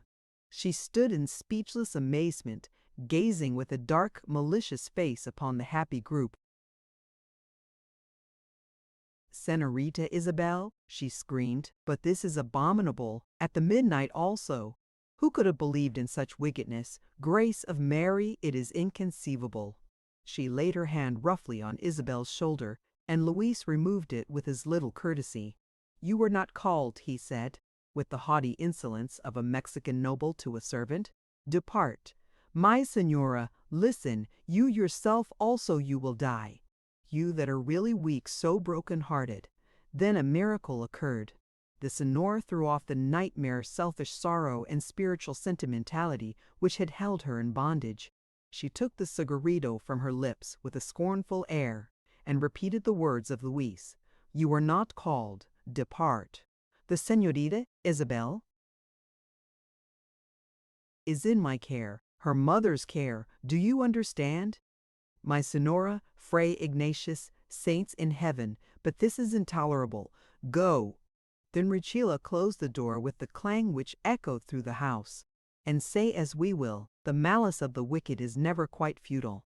It was impossible after this interruption to recall the happy spirit dismissed by it, and Rachela had the consolation, as she muttered beside the fire in the Senora's room, this conviction, so that when she heard the party breaking up half an hour afterwards, she complimented herself upon her influence. "Will Jack come and see me soon, and the Señor Doctor?" questioned the Senora anxiously as she held the hand of Luis in parting. "Jack is on a secret message to General Houston. His return advices will find us, I trust, in San Antonio, but until we have taken the city, no American can safely enter it." For this reason, when it was necessary to give Lopez Navarro certain instructions, I volunteered to bring them. By the Virgin of Guadalupe, I have had my reward, he said, lifting the Senora's hand and kissing it. But then even you are in danger. Sigh, if I am discovered, but blessed be the hand of God. Luis Alveda knows where he is going and how to get there. I have heard, said the Senora in a hushed voice, that there are to be no prisoners. That is Santa Anna's order. I heard it 20 days ago and am still suffocating over it. Ah, Luis, you do not know the man yet. I heard Fray Ignatius say that. We know him well, and also what he is capable of. And Luis plucked his mustache fiercely as he bowed a silent farewell to the ladies. Holy Maria, how brave he is, said Isabel, with a flash of pride that conquered her desire to weep. How brave he is. Certainly, if he meets Santa Anna, he will kill him. They went very quietly upstairs. The Senora was anticipating the interview she expected with Richela, and, perhaps wisely, she isolated herself in an atmosphere of sullen and haughty silence. She would accept nothing from her, not even sympathy or flattery, and, in a curt dismission, managed to make her feel the immeasurable distance between a high-born lady of the House of Flores and a poor Manola that she had taken from the streets of Madrid. Richela knew the Senora was thinking of this circumstance. The thought was in her voice, and it cowed and snubbed the woman, her nature being essentially as low as her birth. As for the Senora, the experience did her a world of good. She waited upon herself as a princess might condescend to minister to her own wants loftily, with a smile at her own complacence. The very knowledge that her husband was near at hand inspired her with courage. She went to sleep assuring herself that not even Fray Ignatius should again speak evil of her beloved, who never thought of her except with a loyal affection. For in married life, the wife can sin against love as well as fidelity, and she thought with a sob of the cowardice which had permitted Fray Ignatius to call her dear one, rebel, and heretic. Sata Dios, she said in a passionate whisper, it is not a mortal sin to think differently from Santa Anna. And then more tenderly, those who love each other are of the same faith. And if Fray Ignatius had seen at that moment the savage whiteness of her small teeth behind the petulant pout of her parted lips, he might have understood that.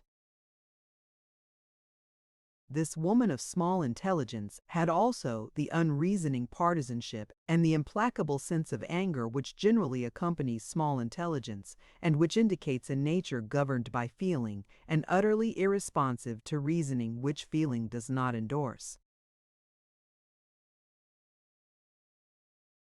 Chapter 8. Mother and Priest. Witness, when the dark-stoled priestly crew came swift trooping where the trumpet of foul Santa Anna blew.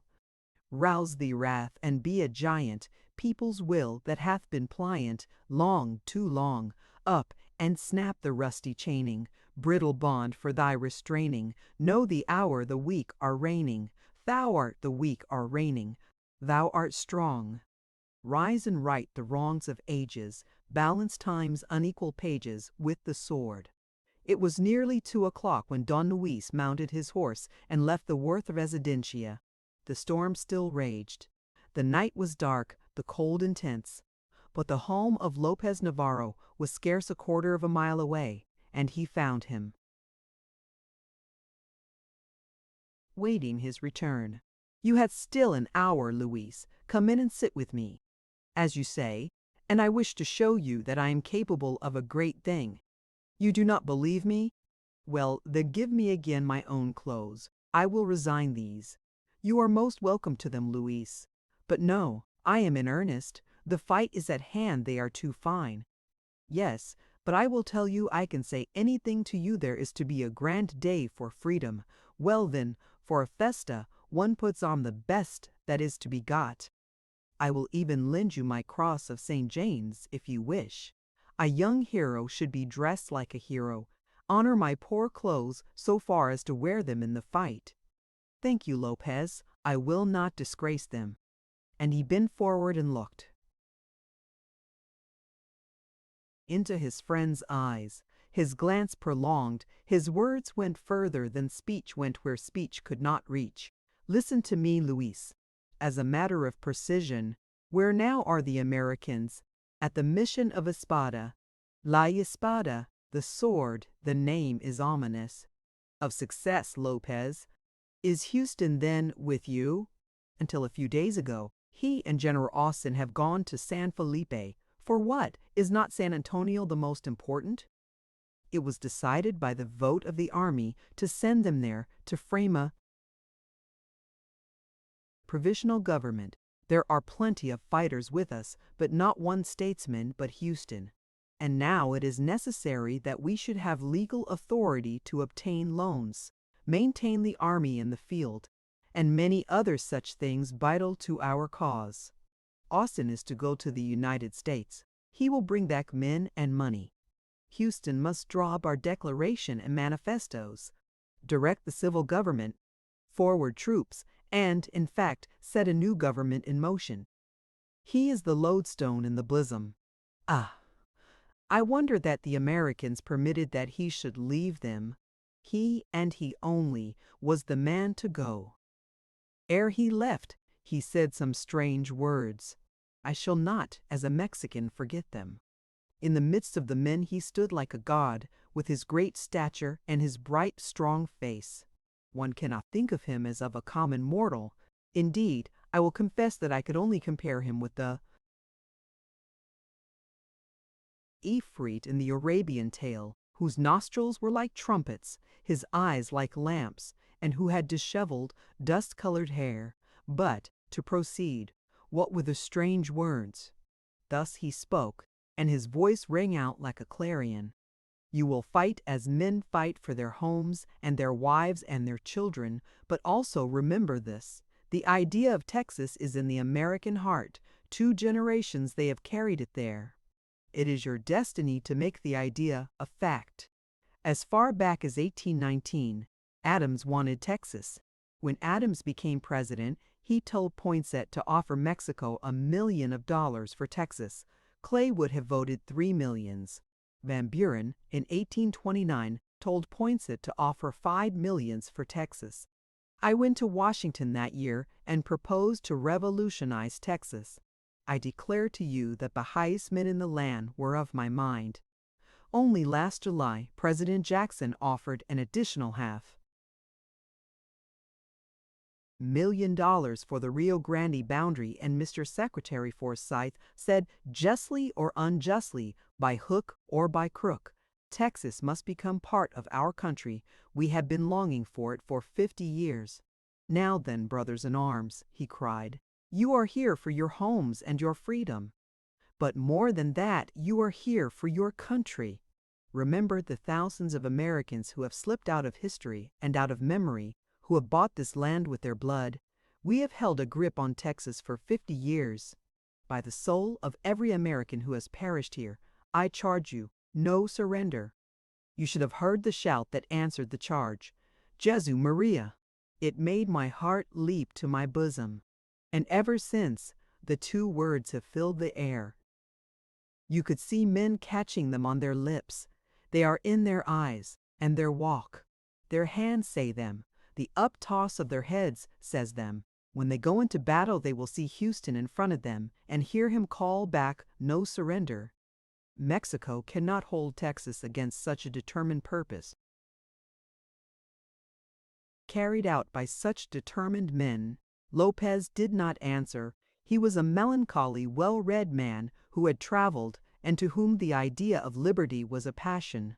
But the feeling of race was also strong in him, and he could not help regretting that liberty must come to Texas through an alien people. Heretics, too, he muttered, carrying the thought out aloud. It brought others equally living to him, and he asked, where then is Dr. Worth? At Espada. The army wished him to go to San Felipe with Houston, but he declined. And we want him most of all, both as a fighter and a physician. His son Thomas went in his place. I know not Thomas. Indeed, very few know him. He is one that seldom speaks, but his rifle has its word always ready. And Jack? Jack also went to San Felipe. He is to bring back the first dispatches. Jack is the darling of the camp. Ah, what a happy soul he has! One would think that it had just come from heaven or was just going there. Did you see Señorita Antonia tonight? Sigh! She is a blessing to the eyesight. So brave a young girl, so sweet, so wise. She is a miracle. If I loved not Isabel with my whole soul, I would kneel at Antonia's feet. That is where I also would kneel. Hark! How the wind roars, and how the rain brashes the house. But our men have the shelter of one of the panchos. You should have heard the padre threaten them with the anger of heaven and hell and General Coles. Goodbye, Lopez. I had stayed my last moment now. Your horse has been well fed. Listen, he is neighing for you. To Dr. Worth give my honorable regards. Is Senor Paredes with you? And Perez Messia? Say to them I keep the vow I made in their behalf. Farewell, Luis. And Luis, who had been mounting as his friend talked, stooped from his saddle and kissed him. It was just dawn when he reached camp, and he found Dr. Worth waiting his arrival. Fortunately, there was nothing but good news for the doctor. Louis had seen everything through the medium of his own happiness, and he described the midnight meal and the Sonora's amiability with the utmost freedom from anything unpleasant. Rachela's interference he treated with scornful indifference, and yet it affected Word's mind unpleasantly, for it went straight to the source of offense. She must have had Fray Ignatius behind her, and my poor Maria, she will be as dough for them to knead as they desire to. And, in fact, as he was thus thinking, the Senora was lying awake in her bed, anticipating her confessor's next visit. She was almost glad the norther was still blowing. It would give her another day's respite, and so many things happen as the clock goes round, she reflected. Perhaps even her Roberto might arrive. It would not be more wonderful than the visit of Luis Alvida. But very early in the day she saw the father hurrying up the Aleander Avenue. The wind tossed his gown and blew his hat backward and sideways and compelled him to make undignified haste. And such little things affect the mental poise and mood. The Senora smiled at the funny figure he made, and with the smile came a feeling of resistance to his tyranny and a stubborn determination to defend her own conduct. He came into her room with a doleful countenance, saying, as he crossed himself, "God be here." "And with you, father," answered the Senora, cheerfully, a mood she had assumed at the last moment, by a kind of instinct. "There is evil news on every hand, my daughter. The heretics are swarming like wolves around the missions. Several of our holy brothers have endured the last extremity. These wolves will even enter the city, and you will be in danger. I have come to take you to the convent. There, Holy Mary will be your safety. But these wolves might attack the convent, father. Our Blessed Lady is stronger than they. She has always kept her own. Blessed be the hand of God and Mary. We'll trust in them. Ah, Antonia, listen to Fray Ignatius. He says we must go to the convent. The heretics are coming. They have even slain some priests at the mission. Fray Ignatius has been misinformed, dear mother. When a man wears a gown and has no arms, Americans do not molest him. That is certain. As for the convent, it is impossible. My father forbade it. If the Americans enter the city, he is with them. He will protect us, if we should need it, which is not likely. Disobedient one, pardon, I wish only to obey the commands of my father. I absolve you from them. They are between God and my soul. There is no absolution from duty. Grace of God, hear you, Senora, hear you, the rebellious and disobedient one. She has defied me to my face. She is near to being anathema. She is not your daughter. She is bewitched. Some evil spirit has possession of her. Let no one touch her or speak to her. It shall be a mortal sin. Antonia fell at her mother's knee. Mi madre, I am your daughter, your Antonia. that you carried in your breast and that loves you better than life. Permit me not to be accused of sin, to be called a devil. Mother, speak for me." At this moment Isabel entered. Seeing the distress of her mother and sister, she hastened to them, but Fray Ignatius stepped between, and extending his arms forbade her nearer approach. "I forbid you to speak to your sister. I forbid you to touch her, to give her food or water or sympathy until she has humbled herself and obtained the forgiveness of her sin." Then Mother Love stood up triumphant over superstition. "I and my daughter are the same," said the Signora, and she gave her hand to Antonia. "If she has sinned, we will bear the penance together, she and I together. I command you to stand apart. For the good of Antonia's sinful soul, I command you to withdraw yourself from her. She is my daughter, Father. I will bear the sin and the punishment with her. The Holy Mother will understand me. To her I will go." The door of her room was at hand. She stepped swiftly to it, and putting her daughters before her, passed in and turned the key. The movement took the priest by surprise, and yet he was secretly satisfied with it. He had permitted himself to act with an imprudence most unusual.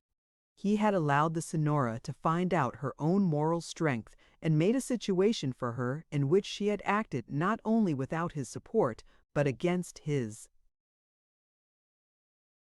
authority. "And yet," he muttered, "so much depends upon my persuading her into the convent. However, nothing now is to be done today, except to see Rachella, Saint Joseph.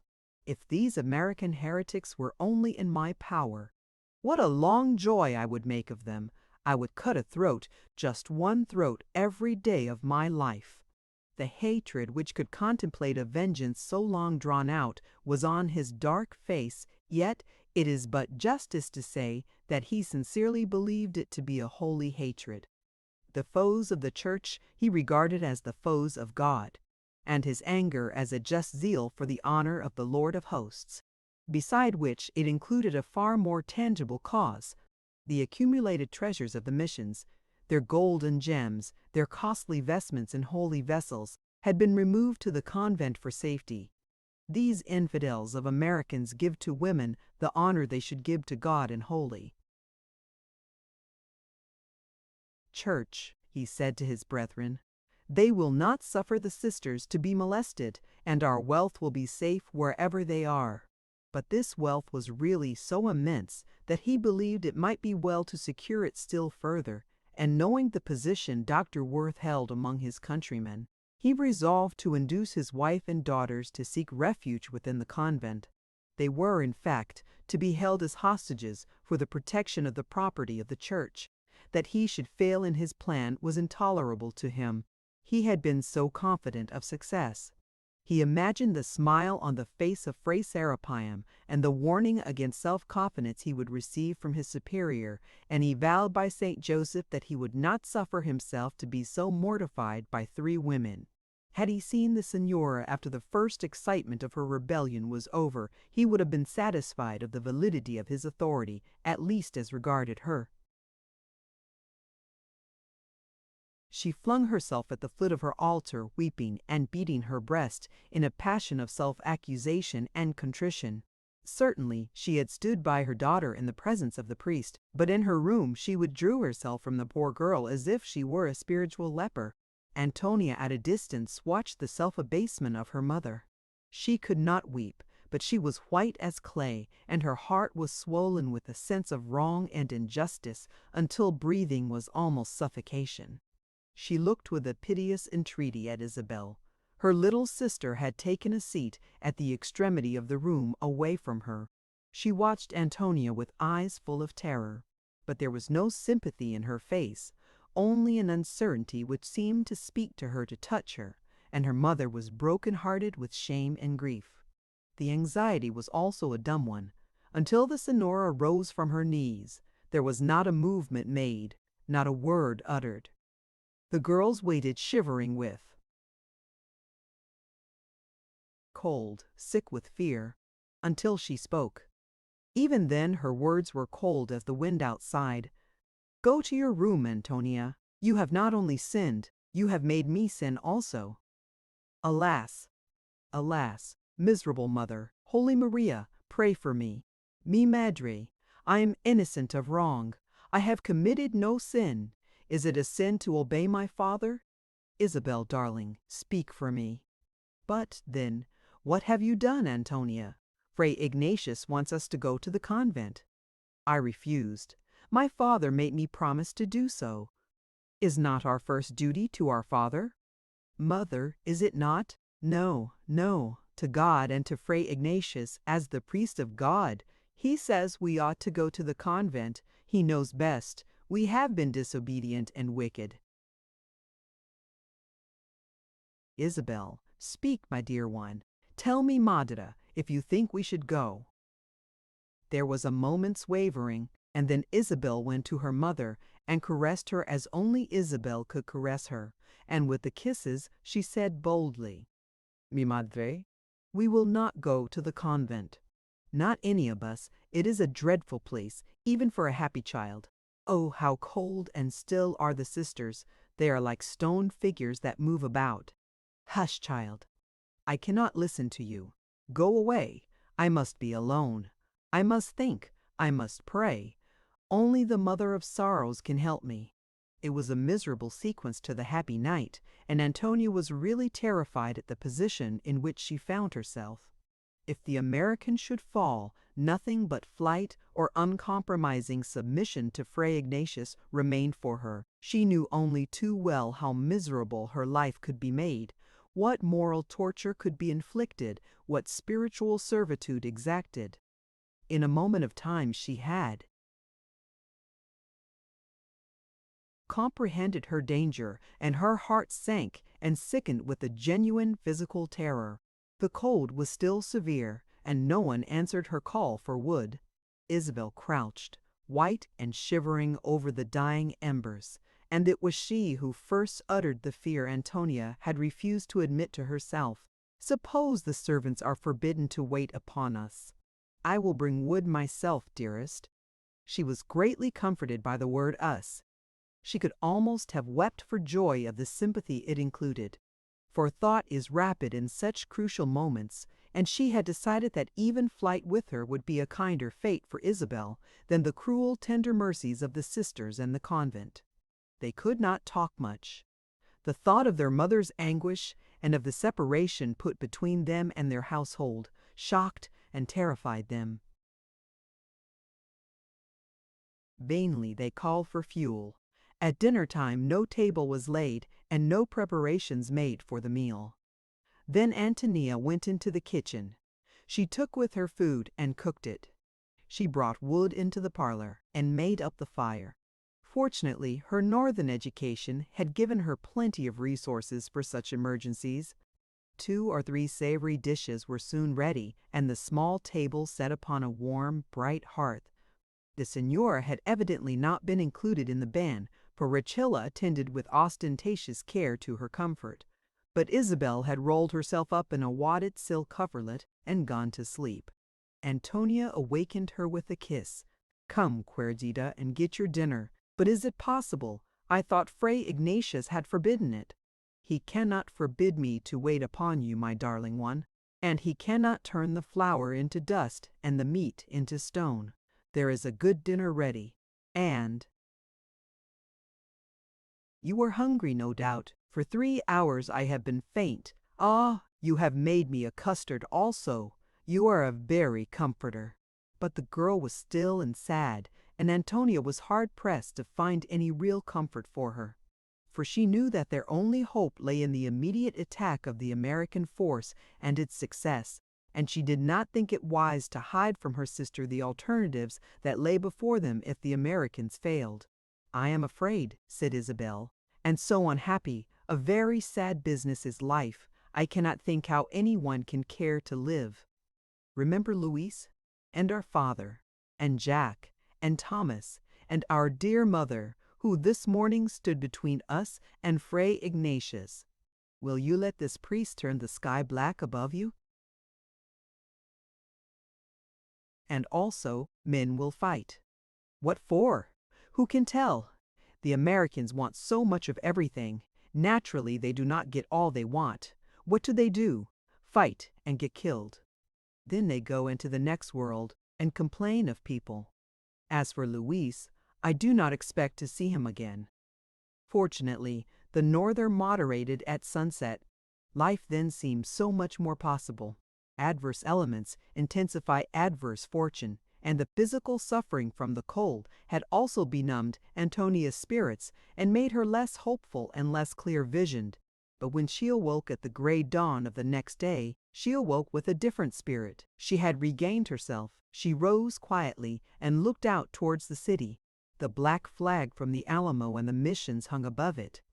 She looked at the ominous standards, and then the tears sprang to her eyes. She lifted her face and her hands to heaven, and a few words, swifter than light, sprang from her soul into the ear of the eternal Father of spirits. The answer came. With the petition came with the crack of rifle shots, precise, regular, unceasing. O God, I thank Thee. Lord of hosts, Thou art a great multitude. Isabel, Isabel. The Americans are attacking the city. Our father will fight his way back to his home. Fray Ignatius cannot come today. Oh, I am so happy, so happy. Listen, how the Mexicans are shouting.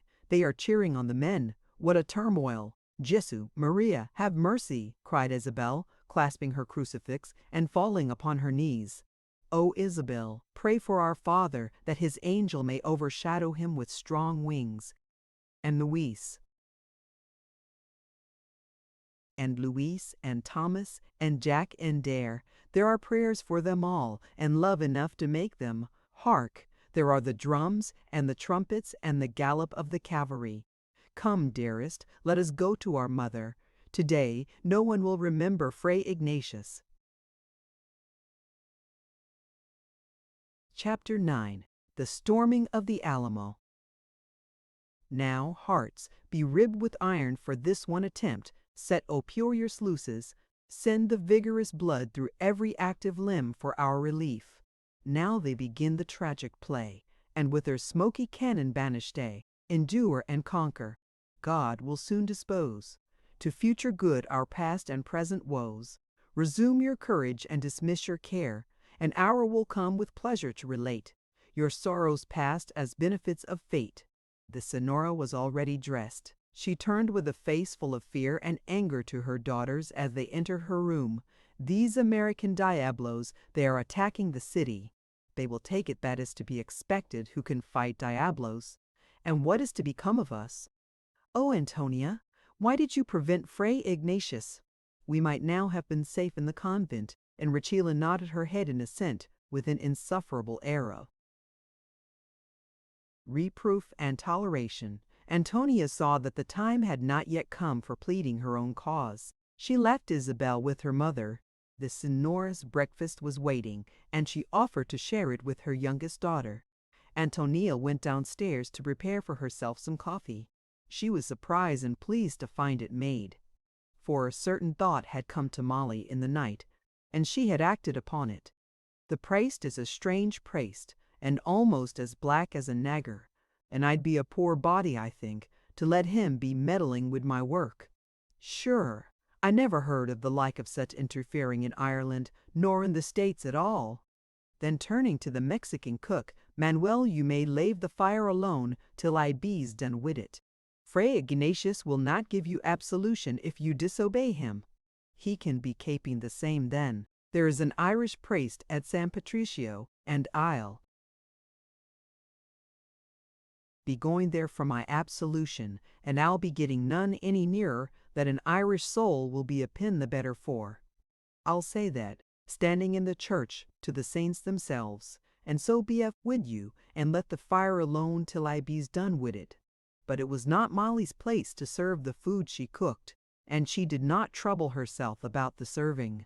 When she had asserted her right to control her own work and do it or neglect it as it seemed good to herself alone, she was satisfied. Over Antonia, who was at least half a Mexican, she acknowledged a Mexican priest to have authority, and she had no intention of interfering between Fray Ignatius and his lawful flock. She was smoking her pipe by the fire when Antonia entered the kitchen, and she neither lifted her eyes nor spoke to her. Against such unreasonable isolation, Antonia could not help a feeling of anger, and she heard with satisfaction the regular crack of the rifles. Her thought was, they will make these people find their tongues also very soon. She was exceedingly anxious for information, and, as she ate her roll and drank her coffees, she was considering how they could gain it. For even if Fray Ignatius were able to visit them, his report would be colored by his prejudices and his desires, and could not be relied on. Her heart fluttered and sank. She was hot and cold, sanguine and fearful. She could not endure the idea of a suspense unrelieved by any reliable word, for the siege might be a long one. San Antonio was strongly walled and defended. The Alamo fortress stood in its center. It had 48 cannon and a garrison of 1,000 men. Before it could be reached, the city had to be taken, and the inhabitants would in the main fight desperately for their homes. As soon as she was alone with her mother, she pointed out these facts to her. "Let me write to Lopez Navarro, mi madre. He is a friend of the Americans' side of freedom. He will send us word." Are you forgetful of what is moral and respectable, Antonia? That a young lady should write to Lopez Navarro, a man that is unmarried, is such a thing as never before happened. He would think the world had come to an end, or worse. Dear mother, in a time of trouble like this, who would think wrong of us? Surely you might write. As you say, Antonia. Tell me then, who will take the letter? The peon Ortiz will take it. This morning he brought in wood and kindled the fire, and I saw in his face the kindness of his heart. After some further persuasion, the Senora agreed to write, and Ortiz undertook the commission, with a nod of understanding. Then there remained nothing to be done but to listen and to watch. Fortunately, however, Richella found the center of interest among the servants in the kitchen, and the Senora and her daughter could converse without espionage. Just after sunset, a letter arrived from Navarro. Richella lingered in the room to learn its contents, but the Senora, having read them, passed the letter to Antonia and Isabel, and Richella saw with anger that Antonia, having carefully considered it, threw it into the fire. And yet the news it brought was not unfavorable. Senora Maria Flores Worth, I send this on December the 5th in the year of our blessed Lord and Lady 1835. It is my honor and pleasure to tell you that the Americans, having performed miracles of valor, reached the plaza this afternoon. Here the main body of the Mexican troops received them, and there has been severe fighting. At sunset, the Mexicans retreated within the Alamo. The Texans have taken possession of the Veramendi house and the portion of the city surrounding it.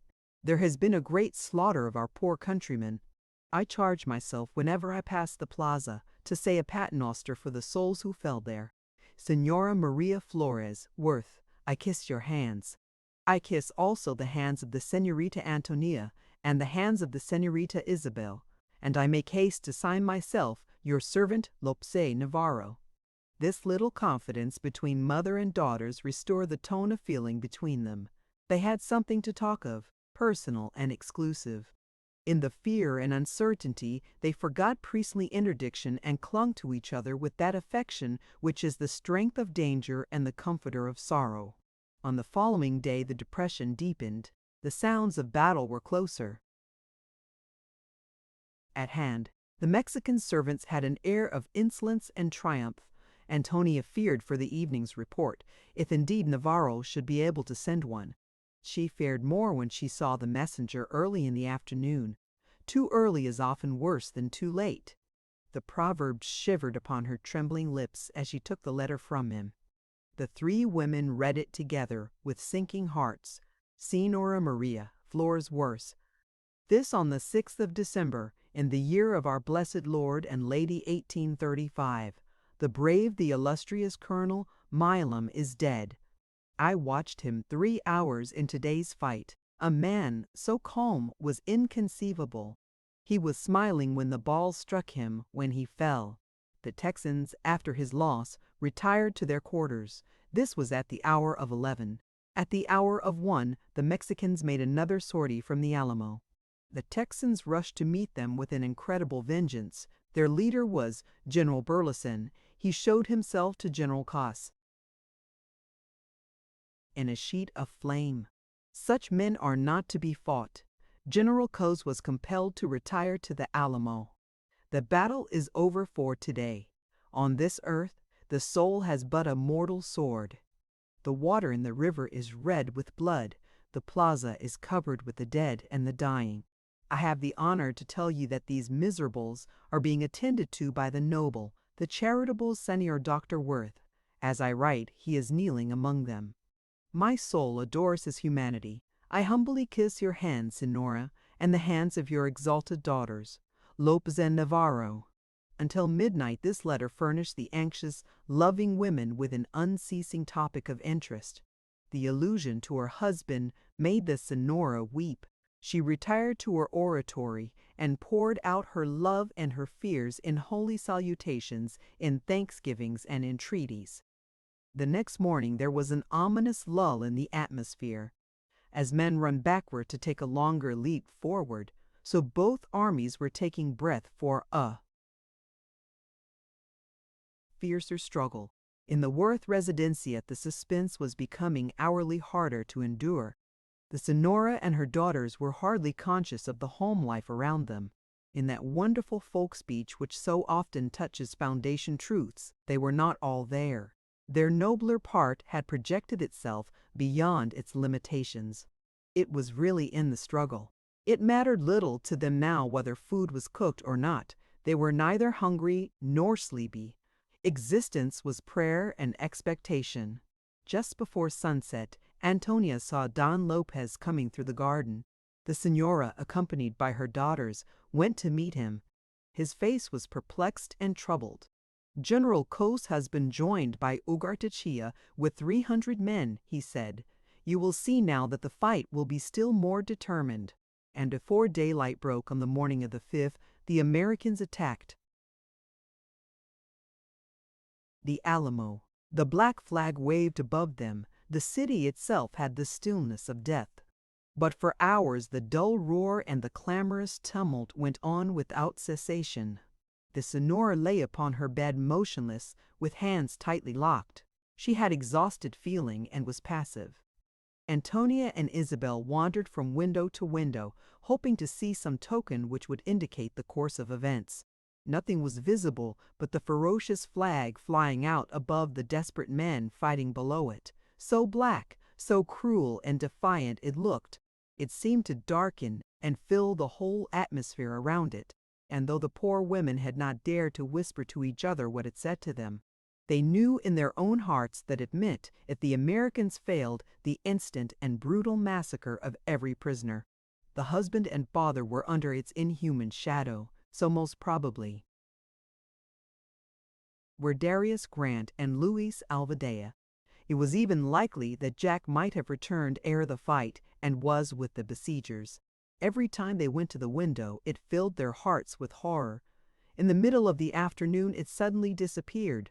Antonia watched it breathlessly. Several times before, it had been dropped by some American rifle, but this time it was not as speedily replaced.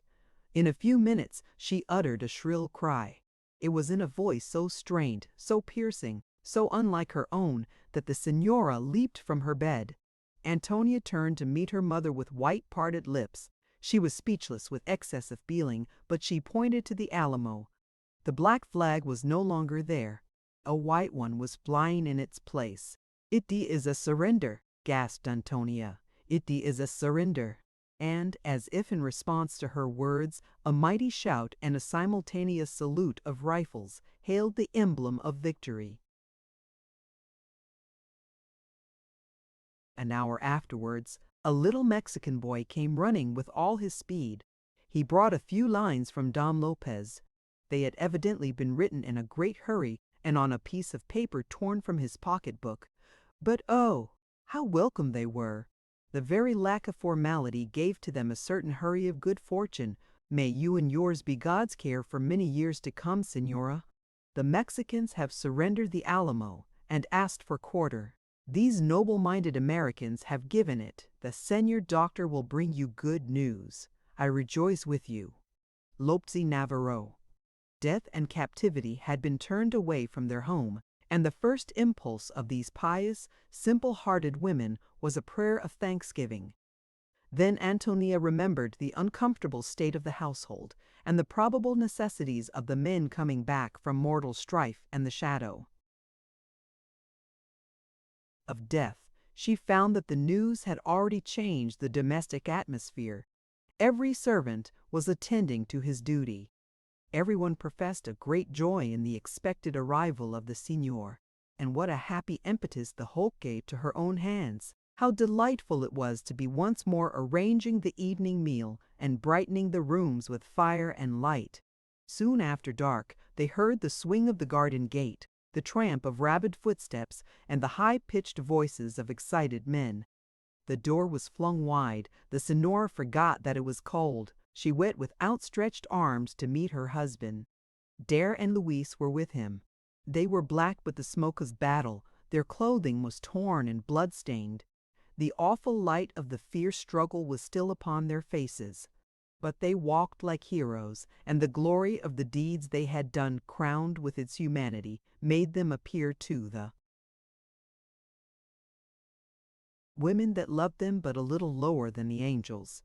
Dr. Worth held his wife close to his heart and kissed her tears of joy away, and murmured upon her lips the tenderest words a woman ever hears. The words, "A man never perfectly learns till he has loved his wife through a quarter of a century of change and sorrow and anxiety." And what could Antonia give Dare but the embrace, the kiss, the sweet whispers of love and pride, which were the spontaneous outcome of both hearts? There was a moment's hesitation on the part of Luis and Isabel. The traditions of caste and country, the social bonds of centuries, held them, but Isabel snapped them asunder. She looked at Luis. His eyes were alight with love for her. His handsome face was transfigured with the nobility of the emotions that possessed him. In spite of his disordered dress, he was incomparably handsome. When he said, "Angel mio," and bent to kiss her hand, she lifted her lovely face to his. She put her arms around his neck. She cried softly on his breast, whispering sweet little diminutives of affection and pride. Such hours as followed are very rare in this life, and they are nearly always bought with the great price paid for in advance with sorrow and anxiety, or earned by such faithful watching and patient waiting as touches the very citadel of life. The men were hungry. They had eaten nothing all day. How delicious was their meal! How happy and merry it made the Senora and Antonia and Isabel to see them empty dish after dish, to see their unaffected enjoyment of the warm room and bright fire, of their after-dinner coffee and tobacco. There was only one drawback to the joy of the reunion, the absence of Jack. "His disappointment will be greater than ours," said Jack's father. To be present at the freeing of his native city and to bring his first laurels to his mother was the brightest dream Jack had. But Jack is a fine writer and is not a very fine marksman, so it was decided to send him with Houston to the convention. We expected him back before the attack on the city began. Indeed, we were waiting for orders from the convention to undertake it. "Then you fought without orders, father?" "Well, yes, Antonia, in a way. Delays in war are as dangerous as in love. We were surrounded by dragoons who scoured the country in every direction to prevent our foraging. San Antonio had to be taken. Soon done was well done. On the 3rd of December, Colonel Milam stepped in front of the ranks and asked if 200 of the men would go with him and storm the city. The whole 1,100 stepped forward and gave him their hands and their word. From them, 200 of the finest marksmen were selected. I have to say that was a great scene, mi Roberto. The greater for its calmness, I think. There was no shouting, no hurrying, no obvious enthusiasm. It was the simple assertion of serious men determined to carry out their object. "And you stormed San Antonio with 200 men, father." But every man was a picked man. A Mexican could not show his head above the ramparts in live. We had no powder and ball to waste, and I doubt if a single ball missed its aim. "A Mexican is like a Highland Scot in one respect," said Dare. "He fights best with steel. They are good cavalry soldiers. There are no finer cavalry in the world than the horsemen from Santa Fe, Dare. But with powder and ball, Mexicans trust entirely to luck, and luck is nowhere against Kentucky sharpshooters. Their balls very seldom reached us, though we were close to the ramparts, and we gathered them up by thousands and sent them back with our double Dupont powder. Then they did damage enough. In fact, we have taken the Alamo with Mexican balls." "Under what flag did you fight, Roberto?" "Under the Mexican Republican flag of 1824. But indeed, Maria, I do not think we had one in the camp. We were destitute of all the trappings of war. We had no uniforms, no music, no flags, no positive military discipline. But we had one heart and mind and one object in view, and this 4 days' fight has shown what men can do, who are moved by a single grand idea." The Senora lay upon a sofa. The doctor sat by her side. Gradually their conversation became more low and confidential. They talked of their sons and their probable whereabouts, of all that the Senora and her daughters had suffered from the disaffection of the servants and the attitude taken by Fray Ignatius. And the doctor noticed, without much surprise, that his wife's political sympathies were still in a state of transition and uncertainty. She could not avoid prophesying the speedy and frightful vengeance of Mexico. She treated the success at San Antonio as one of the accidents of war. She looked forward to an early renewal of hostilities. "My countrymen are known to me, Roberto," she said, with a touch that was almost a hope of vengeance. "They have an insurmountable honor. They will revenge this insult to it in some terrible way. If the gracious Maria holds not the hands of Santa Anna, he will utterly destroy the Americans. He will be like a tiger that has become mad. I am not so much afraid of Santa Anna as of Fray Ignatius. Promise me, my dear Maria, that you will not suffer yourself or your children to be decoyed by him into a convent. I should never see you again." The discussion on this subject was long and eager. Antonia, talking with Dare a little apart, could not help hearing it and feeling great interest in her father's entreaties, even though she was discussing with Dare the plans for their future. For Dare had much to tell his betrothed. During the siege, the doctor had discovered that his intended son-in-law was a fine surgeon. Dare had, with great delicacy, been quite reticent on this subject until circumstances made his assistance a matter of life and death. And the doctor understood and appreciated the young man's silence. "He thinks I might have a touch of professional jealousy. He thinks I might suspect him of wanting a partnership as well as a wife. He wishes to take his full share of the dangers of war without getting behind the shield of his profession." These feelings the doctor understood, and he passed from Fray Ignatius to this pleasanter topic gladly. He told the Senora what a noble son they were going to have. He said, "When the war is over, Maria, my dear, he shall marry Antonia. And what do you say, Roberto? If I should give them the fine house on the plaza that my brother Perfecto left me? If you do that, you will be the best mother in the world, Maria. I then will take Dar into partnership.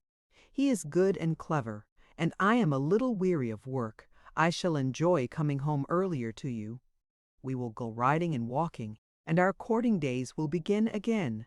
Maria Santissima, how delightful that will be, Roberto! And as for our Isabel, shall we not make her happy also? Louis should have done as his own family have done. A young man to go against his mother and his uncles, that is very wicked. But if we forgive that fault, well then, Louis is as good bread." "I think so. He began the study of the law. He must finish it. He must learn the American laws also. I am not a poor man, Maria. I will give Isabel the fortune worthy of a Iturbide, or a Flores a fortune that will make her very welcome to the Alvedas." The señora clasped her husband's hand with a smile. They were sweetening their own happiness with making the happiness of their children. They looked first at Antonia. She sat with Dare, earnestly talking to him in a low voice. Dare clasped in his own the dear little hand that had been promised to him. Antonia bent toward her lover, her fair head rested against his shoulder. Isabel sat in a large chair, and Luis leaned on the back of it, stooping his bright face to the lovely one, which was sometimes dropped to hide her blushes, and sometimes lifted with flashing eyes to answer his tender words. "My happiness is so great, Roberto, I am even tired of being happy. Call."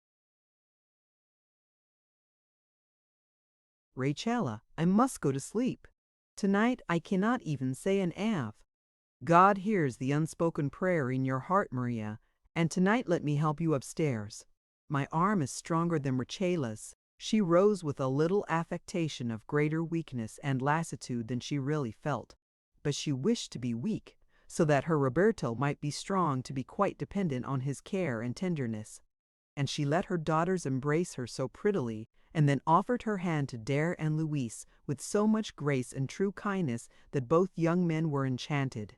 "It is to be seen that they are gentlemen," she said, as she went slowly upstairs on her husband's arm. "And hark, that is the singing of Luis." "What is it?" he says. They stood still to listen. Clear and sweet were the chords of the mandolin, and melodiously to them Luis was protesting. "Freedom shall have our shining blades, our hearts are yours, fair Texan maids." Chapter 10. The Doctor and the Priest. "I tell thee, priest, if the world were wise, they would not wag one finger in your quarrels. Your heaven you promise, but our earth you covet. The phaetons of mankind, who fire the world, which you were sent by preaching but to warm. Your Savior came not with a gaudy show, nor was his kingdom of the world below. The crown he wore was of the pointed thorn. In purple he was crucified, not born. They who contend for place and high degree are not his sons, but those of Zebedee. Dryden. The exalted state of mind which the victorious men had brought home with them did not vanish with sleep. The same heroic atmosphere was in the house in the morning. Antonia's face had a brightness upon it that never yet was the result of mere flesh and blood. When she came into the usual sitting room, Dare was already there. Indeed, he had risen purposely for this hour. Their smiles and glances met each other with an instantaneous understanding. It was the old Greek greeting, rejoice, without the audible expression. Never again, perhaps, in all their lives would moments so full of sweetness and splendor come to them. They were all the sweeter because blended with the homely duties that fell to Antonia's hands.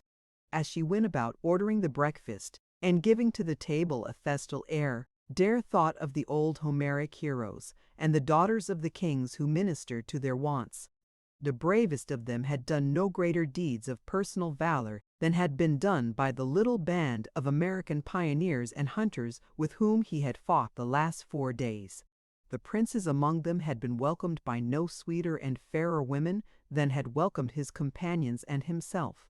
And, though his clothing was black with the smoke of the battle and torn with the fray, never had Dare himself looked so handsome. There was an unspeakable radiance in his fair face, the close brown curls of his hair, his tall figure, supple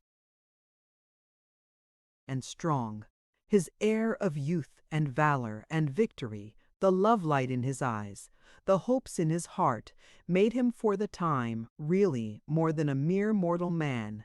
He walked like the demigods he was thinking of, the most glorious ideal of life, the brightest dream of love that he had ever had, found in this hour their complete realization.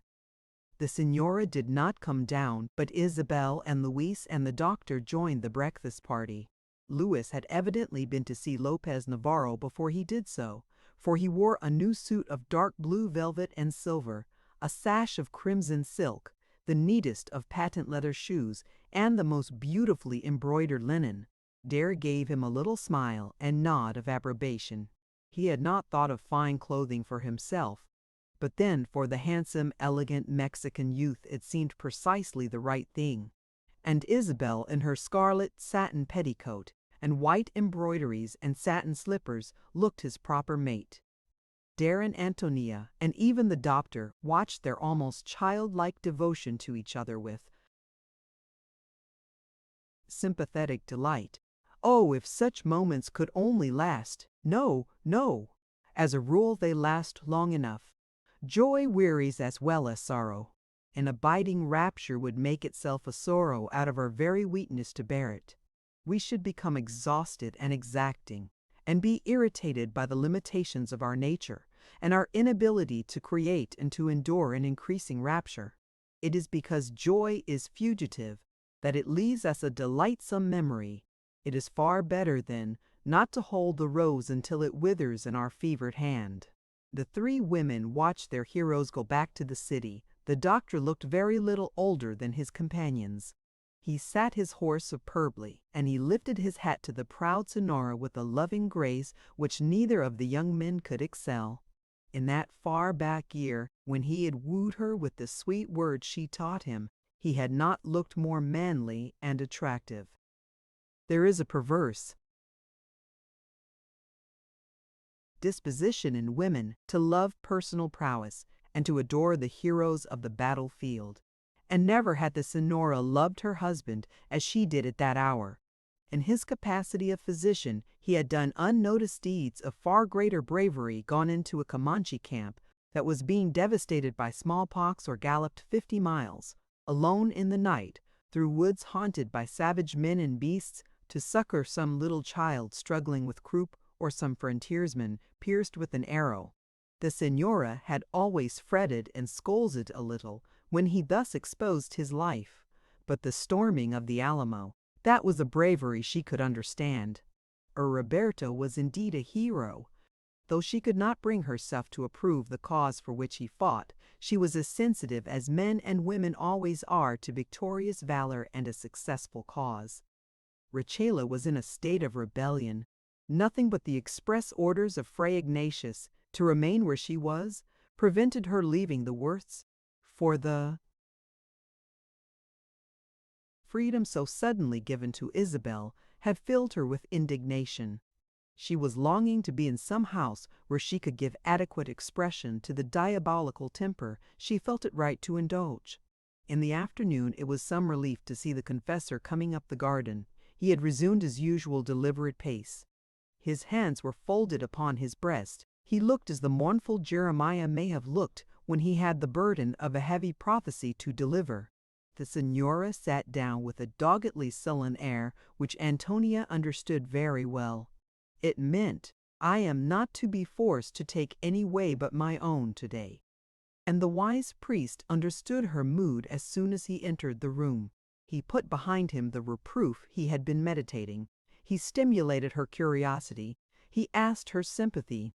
No man knew better than Fray Ignatius when to assume sacerdotal authority and when to lay it aside.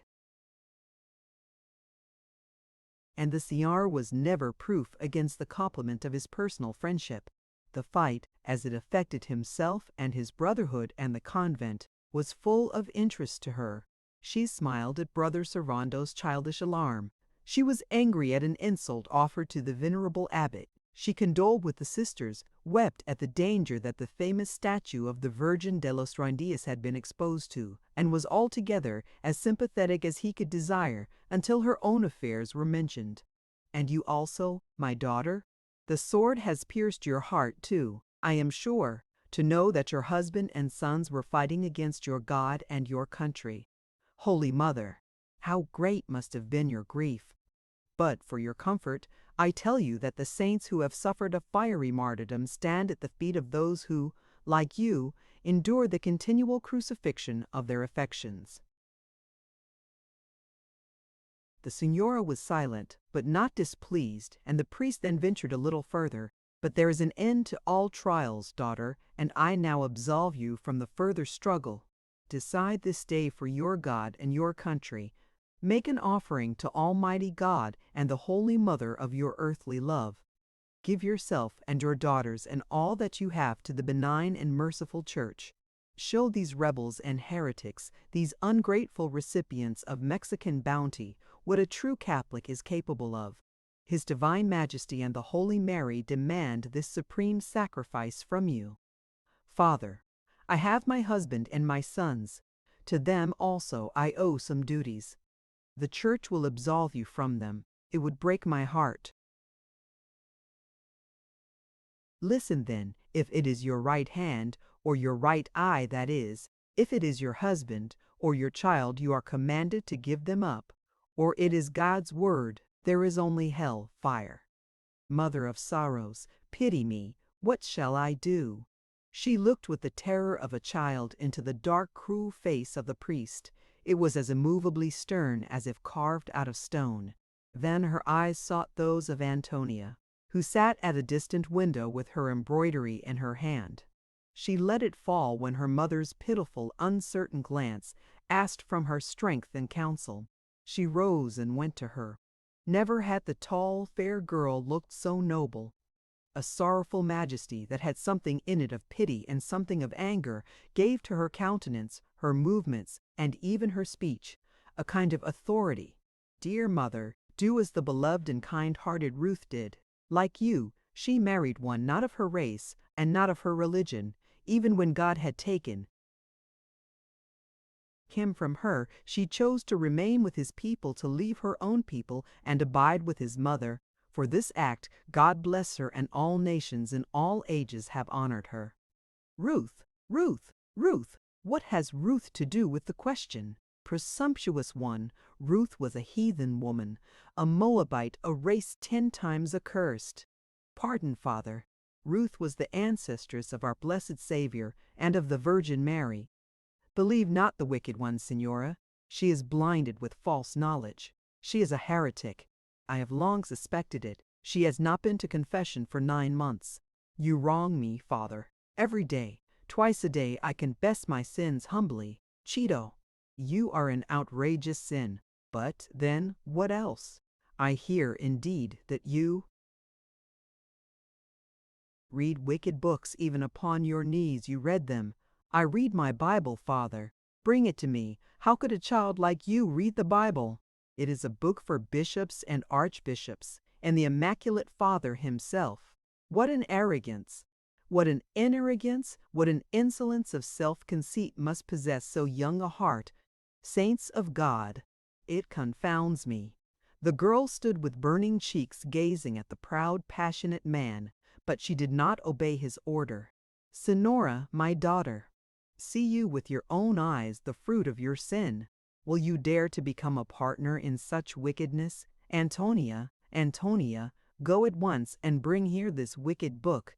Oh, how can you make so miserable a mother who loves you so much? In a few moments Antonia returned with the objectionable book. My dear grandmother gave it to me, she said. Look, mi madre, here is my name in her writing. Is it conceivable that she would give to your Antonia a book that she ought not to read? The Signora took it in her hands and turned the leaves very much as a child might turn those of a book in an unknown tongue, in which there were no illustrations nor anything that looked the least interesting. It was a pretty volume of moderate size, bound in purple morocco, and fastened with gilt clasps. I see the word God in it very often, Fray Ignatius. Perhaps, indeed, it is not bad. It is a heretic Bible, I am sure. Could anything be more sinful, more disrespectful to God, more dangerous for a young girl? And as he said the words, he took it from the Signora's listless hands, glanced at the obnoxious title page, and then, stepping hastily to the hearth, flung the book upon the burning logs. With a cry of horror, pain, amazement, all blended, Antonia sprang towards the fire, but Fray Ignatius stood with outstretched arms before it. "Stand back," he cried. to save your soul from eternal fires, I burn the book that has misled you. Oh my Bible, oh my Bible, oh mother, mother!" And sobbing and crying out in her fear and anger, she fled downstairs and called the peon Ortiz. "Do you know where to find the senior doctor? If you do, Ortiz, take the swiftest horse and bring him here." The man looked with anger into the girl's troubled face. For a moment he was something unlike himself. "I can find him. I will bring him in 15 minutes. Corpus Christi, it is here. He should be." The saddled horse in the stable was mounted as he muttered one adjuration and oath after another, and Antonia sat down at the window to watch for the result of her message.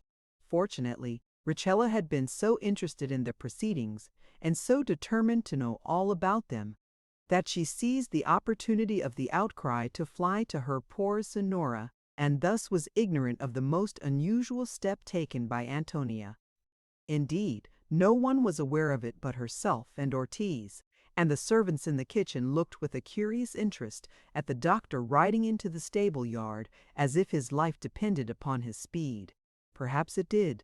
All of them stopped their work to speculate upon the circumstance. They saw him fling himself from the saddle.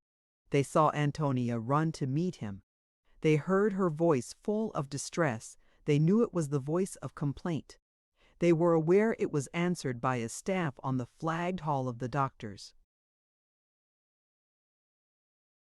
iron-heeled boot, which rang through the whole house and which was but the accompaniment of the fierce exclamation that went with it. They heard them mount the stairs together, and then they were left to their imaginations. As for Antonia, she was almost terrified at the storm she had raised. Never had she seen anger so terrible, yet though he had not said a word directly to her, she was aware of his full sympathy. He grasped her hand and entered the Senora's room with her. His first order was to Richella leave the house in 5 minutes, no, in 3 minutes. "I will tell Ortiz to send your clothes after you."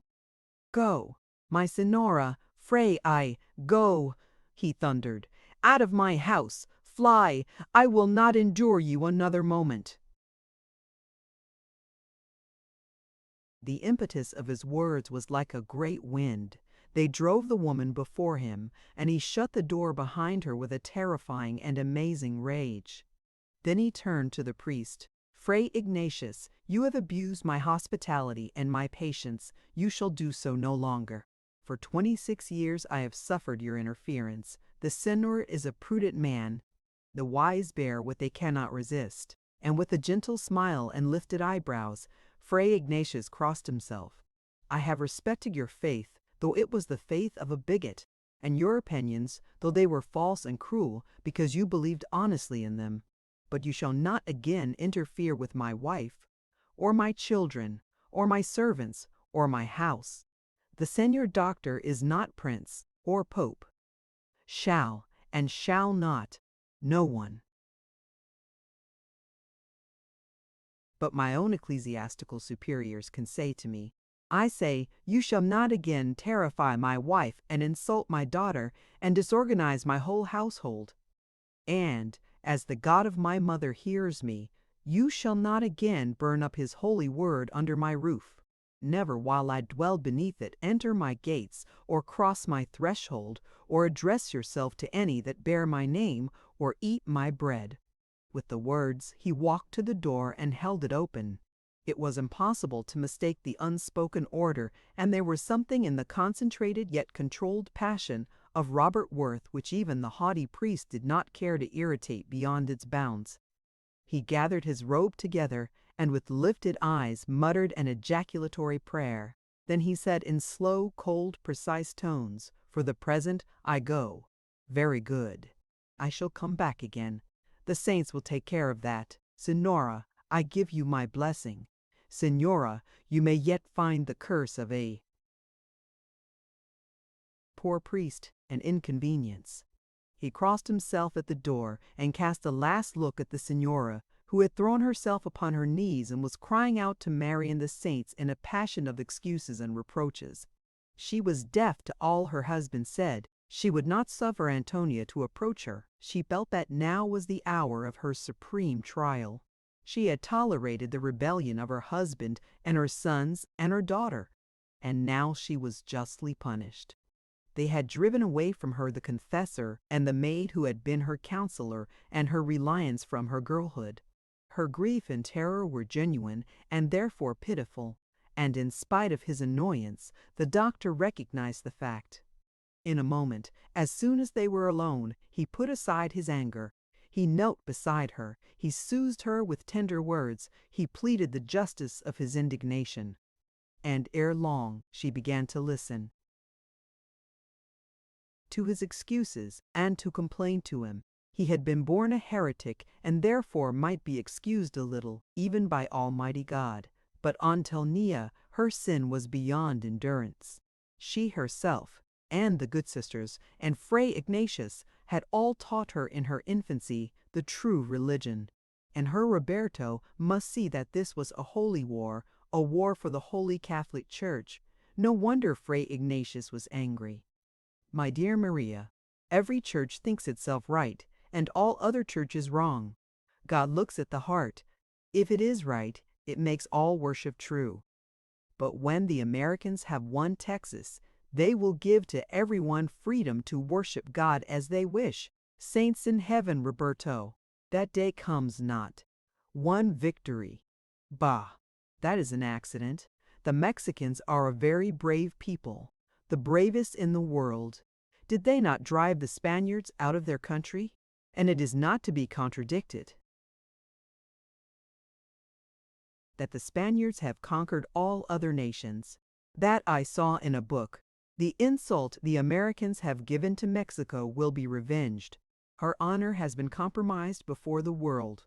Very well, it will be made bright again. Yes, Fray Ignatius says with blood and fire, it will be made bright. And in the meantime, Maria, we have taken from them the city they love best of all. An hour ago I saw General Cos, with 1,100 Mexican soldiers, pass before a little band of less than 200 Americans and lay down their arms. These defenders of the Alamo had all been blessed by the priests. Their banners had been anointed with holy oil and holy water. They had all received absolution every day before the fight began. They had been promised a free passage through purgatory and a triumphant entry into heaven. Well, I will tell you something. Fray Ignatius showed it to me. It was a paper printed. The rebels and their wives and children are to be sent from this earth. You may know where they will all go. Roberto Congress says so. The states will give their treasures. The archbishops will give the episcopal treasures. The convents will give their gems and gold ornaments. 10,000 men had left for San Antonio, and 10,000 more are to follow, the whole under our great president Santa Anna. Oh yes, the rebels in Washington are to be punished also. It is well known that they sent soldiers to Nacogdoches. Mexicans are not blind moles, and they have their intelligence, you know. All the states who have helped these outrageous ingrates are to be devastated, and you will see that your famous Washington will be turned into a heap of stories. I have seen these words in print, Roberto. I assure you that it is not just a little breath what one or another says, it is the printed orders of the Mexican government. That is something these Americans will have to pay attention to. The doctor sighed and answered the sorrowful, credulous woman with a kiss. What was the use of reasoning with simplicity so ignorant and so confident? He turned the conversation to a subject that always roused her best and kindest feelings, her son Jack. I have just seen young Dewey's Maria. He and Jack left San Felipe together. Dewey's brought instructions to General Burleson, and Jack carried others to Fannin at Goliad. She took her husband's hands and kissed them. That indeed!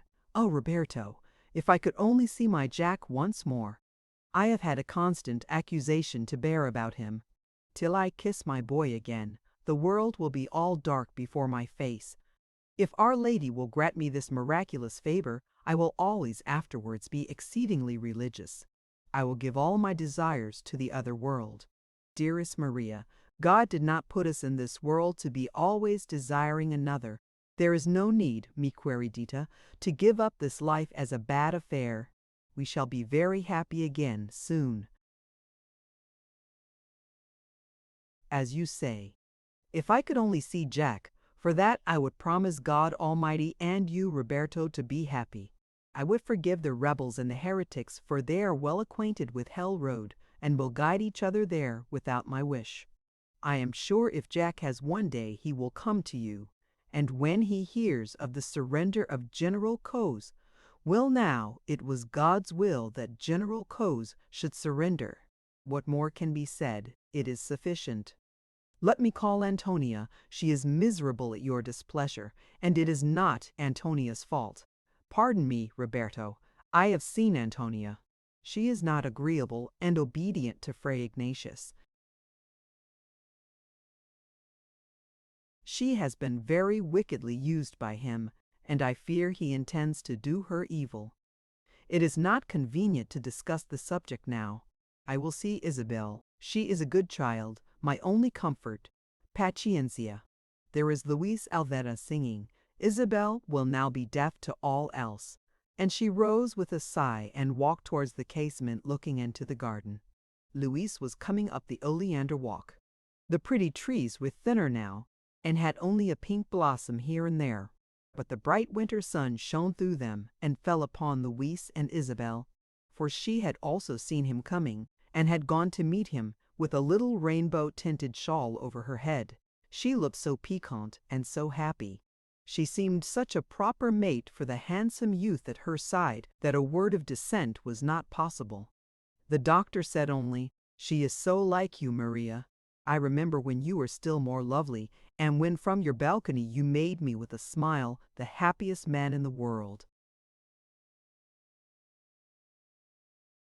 Such words were never lost ones, for the Signora had a true and great love for her husband. She gave him again a smile. She put her hand in his, and then there were no further conciliations required. They stood in the sunshine of their own hearts and listened a moment to the gay youth singing how at the strong old Alamo 200 men with rifles true shot down 1,000 of the foe and broke the triple ramparts through and dropped the flag as black as night for freedom's green and red and white. 3. Chapter 11. A Happy Truce.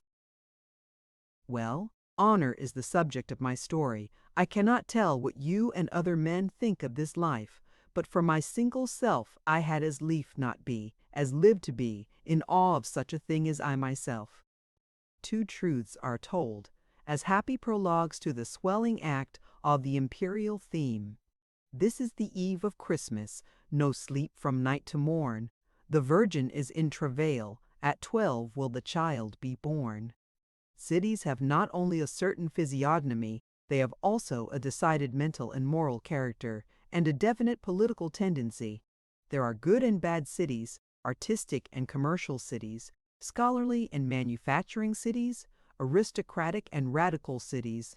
San Antonio, in its political and social character, was a thoroughly radical city. Its population, composed in a large measure of adventurous units from various nationalities, had that fluid rather than fixed character which is susceptible to new ideas. For they were generally men who had found the restraints of the centuries behind them to be intolerable, men to whom freedom was the grand ideal of life.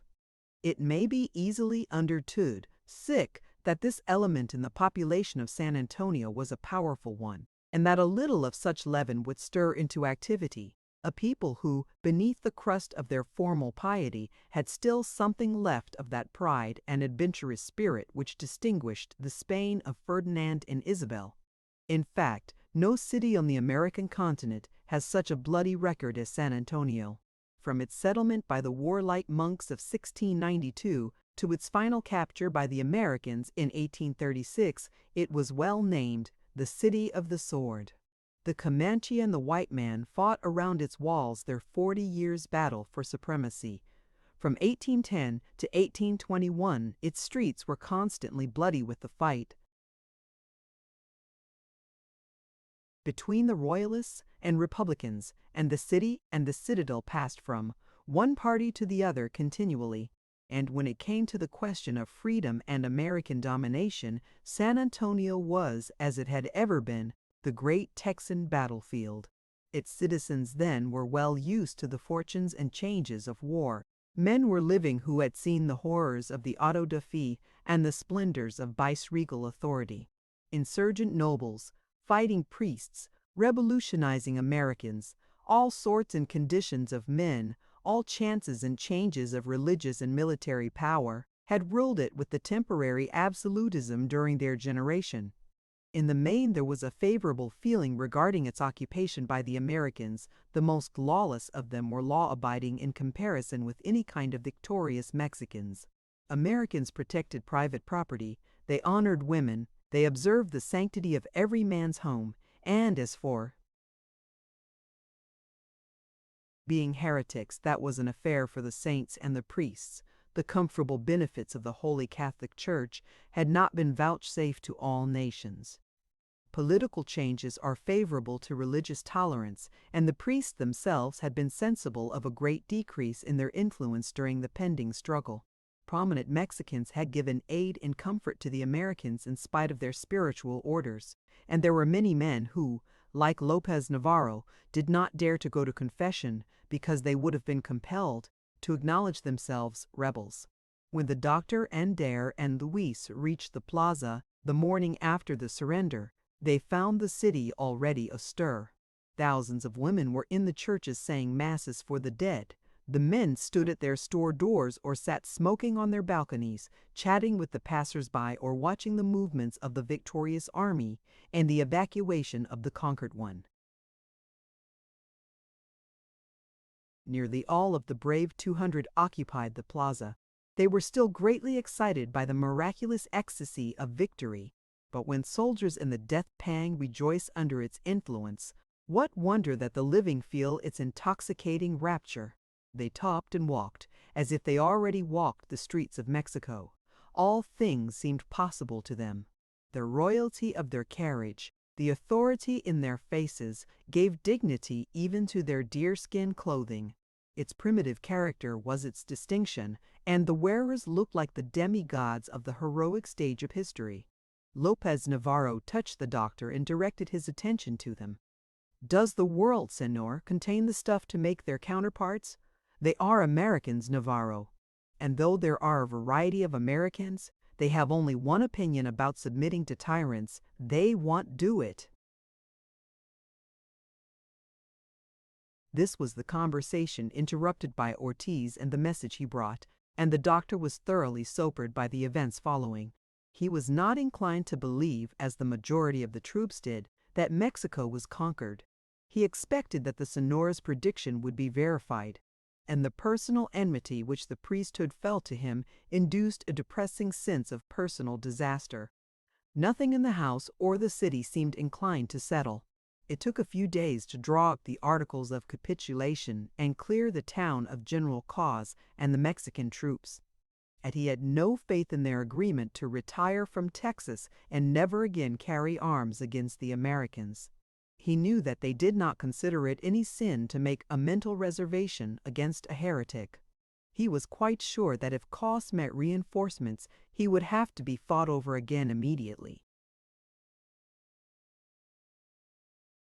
And amid these public cares and considerations, he had serious private ones. The Sonora was still under the control of Fray Ignatius. It required all the influence of his own personal presence and affection to break the spiritual captivity in which he held her. He knew that the priest had long been his enemy. He saw that Antonia was hated by him. He was in the shadow of a terror worse than death, that of a long, hopeless captivity. A dungeon and a convent might become to them a living grave, in which cruelty and despair would slowly gnaw life away. And yet, for a day or two, he resolved not to speak of his terror.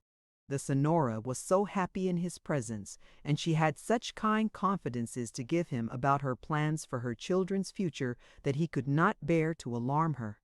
And the children also were so full of youth's enthusiasms and love's sweet dreams. Till the last moment, why should he awaken them? and as the strongest mental element in a home gives the tone to it, so Dare and Antonia, with the doctor behind them, gave to the Mexican household almost an American freedom of intercourse and community of pleasure. The Senora came to the parlor far more frequently, and in her own apartments her children visited her with but slight ceremony. They discussed all together their future plans.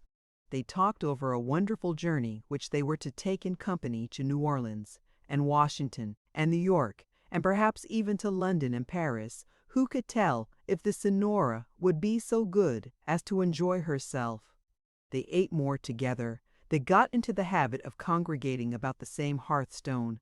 It was the Senora's first real experience of domestic life. In about 6 days, the Mexican forces left the city. The terms of surrender granted General Cos struck the Mexicans with a kind of wonder. They had fought with the express declaration that they would take no American prisoner.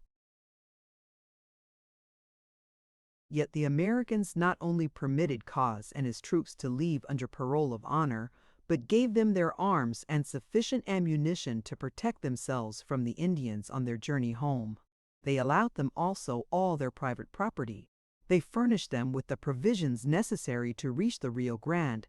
They took charge of their sick and wounded. They set all the Mexican prisoners at liberty. In short, so great was their generosity and courtesy that the Mexicans were unable to comprehend their motives. Even Lopez was troubled at it. "I assure you," he said to Dr. Worth, "they will despise such civility.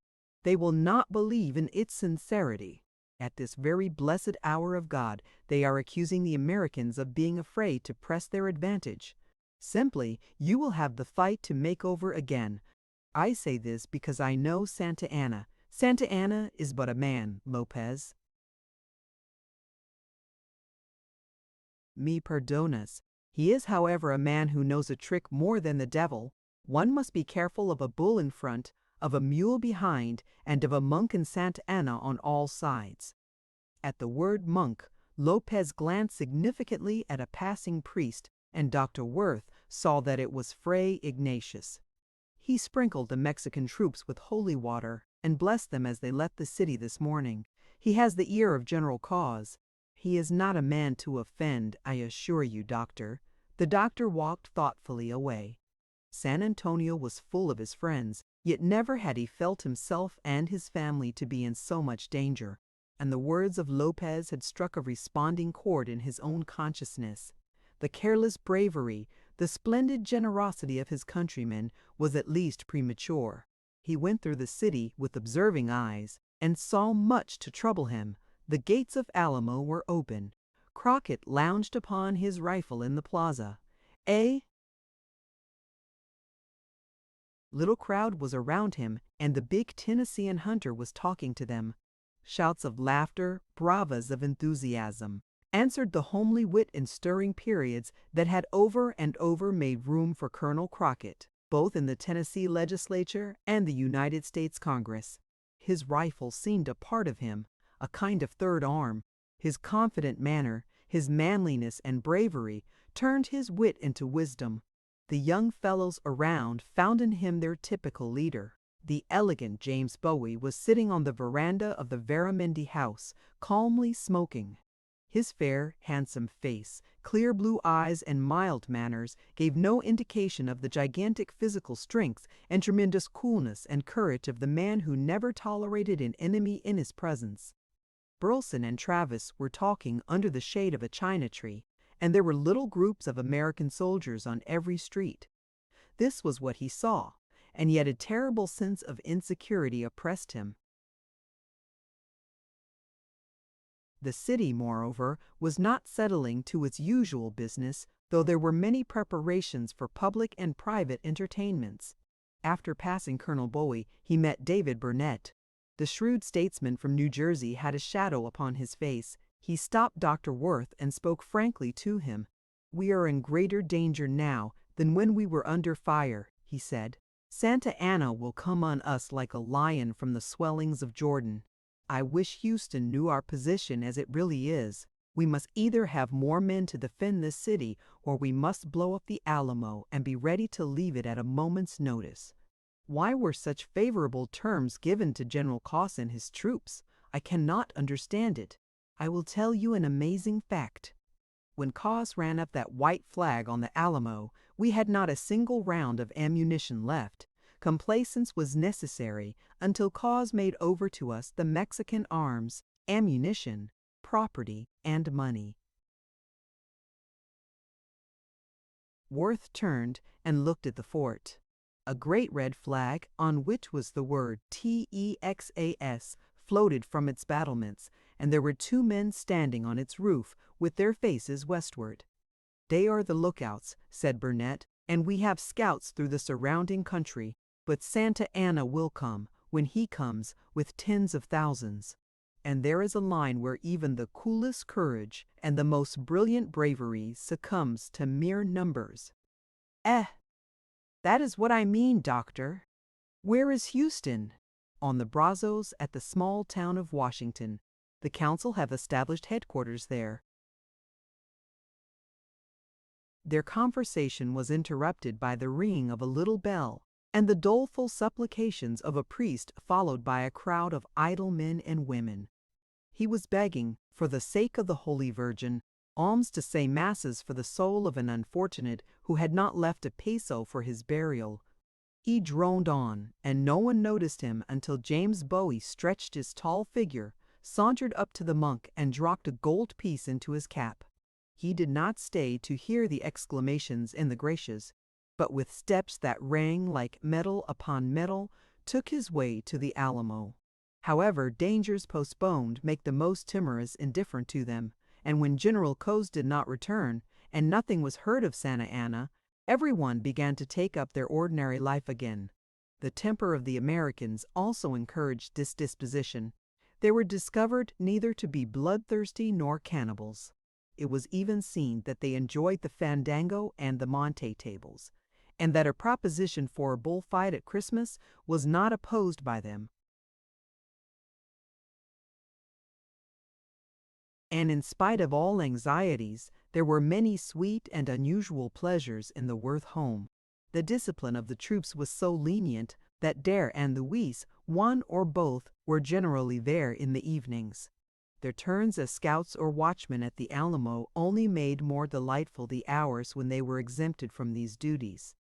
As for the doctor, he had been released from all obligations but those pertaining to his profession, and Antonia noticed that he spent every hour he could spare with the Senora. For some reason, he appeared determined to strengthen his influence over her. On Christmas Eve, the old city was very gay. The churches were decorated, and splendidly dressed men and women passed in and out with smiles and congratulations. The fandangos and the gambling houses were all open. From the huertas around, great numbers of families had come to receive absolution and keep the nativity. The rich clothing and air of idleness gave a holiday feeling to the streets, noisy with the buzzing of the guitar, the metallic throb of the cithara, the murmurs of voices, and the cries of the hawkers. Priests, Mexicans, Indians, and Americans touched each other on the narrow thoroughfares, but that indescribable feeling of goodwill which comes with Christmas pervaded the atmosphere and gave, even in the midst of war and danger, a sense of anticipated pleasure. At the Worth residence there was a household feast. The Senora and her daughters were in full dress. They were waiting for the dear ones who had promised to join them at the Angelus. One by one, the houses around were illuminated. Parties of simple musicians began to pass each other continually. They were going to serenade the Blessed Mary all night long. As Antonia closed the balcony window, half a dozen of these young boys passed the garden hedge, singing to the clacking of their castanets, "This is the eve of Christmas, no sleep from night to morn, the Virgin is in." Travail. At 12 will the child be born. Luis appeared at the same moment. He caught up the wild melody and came up the garden path singing it. Dare and the doctor followed him. It struck Antonia that they were talking of a change, or of something important. But there was no time for observation. Isabel, radiant in crimson satin, with her white mantilla over her head, darted forward to meet Luis, and turned his song to the Virgin into a little adulation for herself. Dare and the doctor took Antonia's hands, and there was something in the silent clasp of each which made her heart tremble. But she was not one of those foolish women who inquire after misfortune. She could wait and let the evil news find her, and by so doing, she won many a bright hour from the advancing shadows. The Senora was in unusual spirits. She had obtained a new confessor, a man of the most seraphic mind, and, moreover, so fortunate as to be connected with the house of Flores. He had been gentle to her in the matter of penances, and not set her religious obligations above her capacities. Consequently, the Senora had laid aside her penitential garments. She was in full Castilian costume and very handsome. But Antonia, who had been in New York during those years when she would otherwise have been learning how to wear a mantilla and use a fan, did not attempt such difficulties of the toilet. She knew that she would look unnatural in them, and she adhered to the American fashions of her day. But in a plain frock of dark satin trimmed with minever bands, she looked exceedingly noble and lovely. The meal was a very merry one, and after it Lopez Navarro joined the party, and they had music and dancing, and finally gathered around the fire to hear the singing of Luis. He knew a great many of the serenades, and as he sang of the Virgin and the Babe, a sweeter peace, a more solemn joy, came to each heart. It was like bringing something of the bliss of heaven into the bliss of earth. The Senora's eyes were full of tears. She slipped her hand into her husband's and looked at him with a face which asked, "Do you not also feel the eternity of a true love?" "How sweet and wild are these serenades, Luis," said Antonia. "I wonder who wrote them. But, then, they were never written, my sister. Out of the hearts of lonely shepherds they came, or of women spinning in their quiet houses. Yes, even of soldiers in the strong places keeping their watch." "That is the truth, Luis," answered Isabel. "And every Christmas, when I was in the convent, the sisters made a serenade to the Virgin, or a sicadilla to our blessed Lord. Very still are the sisters, but when it comes to singing, I can assure you the angels might listen." "There is a sicadilla I hear everywhere," said the doctor, "and I never hear it without feeling the better for listening. It begins so noble a Lord." "That indeed," cried Luis. "Who knows it not? It is the sicadilla to our blessed Lord, written by the daughter of Lope de Vega, the holy Marcela Carpio. You know it, Senora, as I know my credo, Luis. And you, Isabel, since I was a little one, as high as my father's knee, Rachela taught it to me. And you, Lopez, that is sure, Luis." "And I too," said Antonia, smiling. "Here is your mandolin. Strike the chords, and we will all sing with you. My father will remember also." And the doctor smiled an assent, as the young man resigned Isabel's hand with a kiss, and swept the strings in that sweetness and power which flows invisibly, but none the less surely, from the heart to the instrument. "It is to my blessed Lord and Redeemer I sing," he said, bowing his head. Then he stood up and looked at his companions, and struck the keynote, when every one joined their voices with his in the wonderful little hymn, "So noble a Lord none serves in vain, for the pay of my love is my love's sweet pain. In the place of caresses thou givest me woes, I kiss thy hands when I feel their blows, for in thy chastening is joy and peace. O Master and Lord, let thy blows not cease. I die with longing thy face to see, and sweet is the anguish of death to me. For, because thou lovest me, lover of mine, death can but make me utterly thine." The doctor was the first to speak after the sweet triumph of the notes had died away.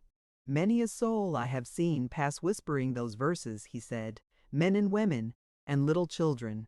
"The good Marcella in heaven has that for her joy," answered Luis. Lopez rose while the holy influence still lingered. He kissed the hands of everyone, and held the doctor's in his own until they reached the threshold. A more than usual farewell took place there, though there were only a few whispered words. "Farewell, Lopez, I can trust you." "Unto death. If we never meet again, still it will be farewell. Thou art in God's care." Very slowly, the doctor sauntered back to the parlor, like a man who has a heavy duty to do and hardly knows how to begin it. "But I will tell Maria first," he whispered, and then he opened the door and saw the Senora bidding her children good night. "What a happy time we have had," she was saying. "I shall never forget it. Indeed, my dears, you see how satisfactory it is to be religious. When we talk of the saints and angels, they come round us to listen to what we say. Accordingly, we are full of peace and pleasure. I know that because I heard a very good man say so." She smiled happily at her husband as she took his arm, and twice, as they went slowly upstairs together, she lifted her face for his kiss. Her gentleness and affection made it hard for him to speak, but there were words to be said that could be no longer delayed, and when he had closed the room door, he took her hands in his and looked into her face with eyes that told her all. "You are going away, Roberto," she whispered. "My love, yes, tonight this very hour I must go. Luis and Dare also. Do not weep, I entreat you. My heart is heavy, and your tears I cannot bear." Then she answered with a noble composure, "I will give you smiles and kisses. My good Roberto, so true and kind. I will try to be worthy of you. Nay, but you must not weep, Roberto." It was true. Quite unconsciously the troubled husband and father was weeping. "I fear to leave you, dear Maria. All is so uncertain. I can only ask you 2 favors. If you will grant them, you will do all that can be done to send me away with hope. Will you promise me to have nothing to do whatever with Fray Ignatius, and to resist every attempt he may make to induce you to go into a religious house of any kind? I promise you, Roberto, by my mother's cross, I promise you. Again, dear Maria, if you should be in any danger, promise me that you will do as Antonia and Lopez Navarro think it wisest and best. Go with God, my husband. Go with God, in a good hour. All you wish I will do." He held her to his heart and kissed her, and she whispered amid her tender farewells to himself, messages to her soils, but especially to Juan. "Will you see, Juan, if you do, tell him I repent. I send him 1,000 blessings. Ah, the dear one! Kiss him for me, Roberto. Tell him how much I love him, Roberto. How I sorrow because I was cross to him. My precious one, my good son, who always loved me so dearly." At length Isabel came in to weep in her mother's arms. "Louis is going away," she cried. The father felt a momentary keen pang of jealousy. "I am going also, Queridita," he said mournfully. Then she threw her arms around his neck and bewailed her bad fortune. "If I were the Almighty God, I would not give love and then take it away," she murmured. "I would give orders that the good people should always be happy. I would not let men like Santa Anna live. He is a measureless monster and ought to go to the to purgatory at the very least." While the Senora soothed her complaining, the doctor left. One troubled glance of a great love he cast backward from the door ere he closed it behind him, and then his countenance suddenly changed. Stern and strong it grew, with a glow of anger in the steel blue eyes that gave an entirely new character to it. He called Antonia into his study, and talked with her of the crisis which was approaching, and of the conduct of their affairs in it. He showed her the places in which his gold coin was hidden. He told her on whom to rely in any emergency. "We have sure information that General Orea, with the vanguard of a large Mexican army, will be here next month. Santa Anna will follow him quickly.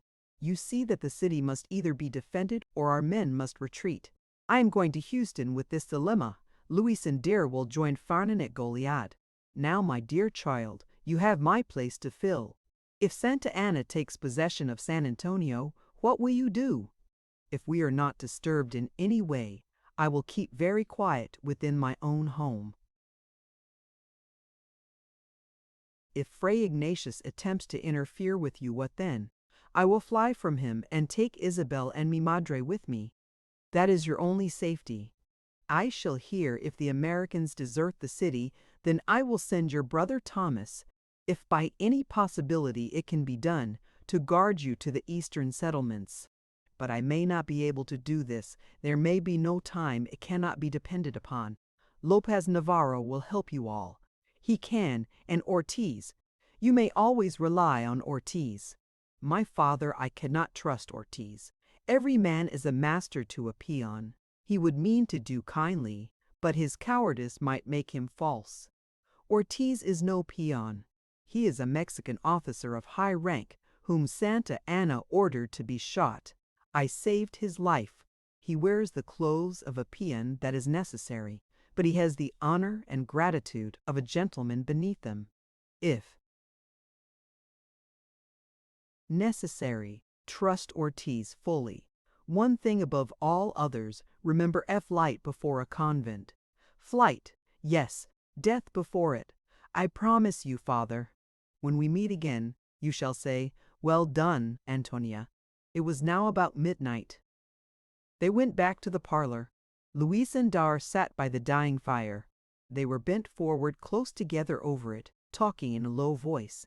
They rose when the doctor spoke and silently kissed Antonia. "It will be a hard ride now," said the doctor, and Dare answered mechanically, "But we shall manage it." He held Antonia's hand and she went with them to the rear of the house. Their horses were standing ready saddled. Silently the men mounted. In a moment they had passed the gate, and the beat of their horses' hoofs gradually died away. But all through the clear spaces of the sky the Christmas bells were ringing, and the serenaders were musically telling each other, "At 12 will the child be born." Chapter 12. Danger and Help. A curious creed they weave, and, for the Church commands it, all men must needs believe, though no man understands it. God loves his few pet lambs, and saves his one pet nation, the rest he largely damns, with swinging reprobation. The Church may loose and bind, but mind, immortal mind, as free as wave or wind, came forth, O God, from thee. Blackie. Dr. Worth had set his daughter a task of no light magnitude. It was true that Richella and Fray Ignatius could no longer disturb the household by their actual presence, but their power to cause unhappiness was not destroyed. Among the Mexican families loyal to Santa Anna, the dismission of the priest and the duenna had been a source of much indignant gossip, for Richella was one of those women who cry out when they are hurt and compel others to share their trouble. The priest had not therefore found it necessary to explain why the Senora had called upon a new confessor. He could be silent and possess his dignity in uncomplaining patience, for Richella paraded his wrongs as a kind of set-off to her own. Such piety, such virtues, and the outrageous conduct of the Senor Doctor. To be sure there was cause for anger at the Senorita Antonia. Oh yes, she could crow her mind abroad. There were books, oh infamous books. Books not proper to be read, and the Senorita had them. Well then, if the father burned them, that was a good deed done. And he had almost been reviled for it sent out of the house. Yes, it was quite possible that he had been struck. Anything was possible from those American heretics. As for her own treatment, after 20 years' service, it had been cruel, abominable, more than that iniquitous. But about these things she had spoken, and the day of atonement would come. Justice was informing itself on the whole matter. Such conversations continually diversified, extended, repeated on all hands, quickly aroused a prejudice against the doctor's family. Besides which, the Senora Alveda resented bitterly the visits of her son Luis to Isabel. None of the customs of a Mexican betrothal had taken place, And Richella did not spare her imagination in describing the scandalous American familiarity that had been permitted. That this familiarity had taken place under the eyes of the doctor and the Sonora only intensified the insult. She might have forgiven clandestine meetings, but that the formalities due to the church and herself should have been neglected was indeed unpardonable. It soon became evident to the Sonora that she had lost the goodwill of her old friends and the respect that had always been given to her social position. It was difficult for her to believe this, and she only accepted the humiliating fact after a variety of those small insults which women reserve for their own sex. She was fond of visiting. She valued the good opinion of her caste, and in the very chill of the gravest calamities she worried her strength away over little grievances lying outside the walls of her home, and the real affections of her life, and perhaps with perfect truth she asserted that she had done nothing to deserve this social ostracism. Others had made her miserable, but she could thank the saints none could make her guilty. The defeat of cause had been taken by the loyal inhabitants as a mere preliminary to the real fight. They were very little disturbed by it. It was the overt act which was necessary to convince Mexico that her clemency to Americans was a mistake, and that the ungrateful and impious race must be wiped out of existence. The newspapers not only reiterated this necessity, but proclaimed its certainty. They heralded the coming of Santa Anna, the victorious avenger, with passionate gasconading.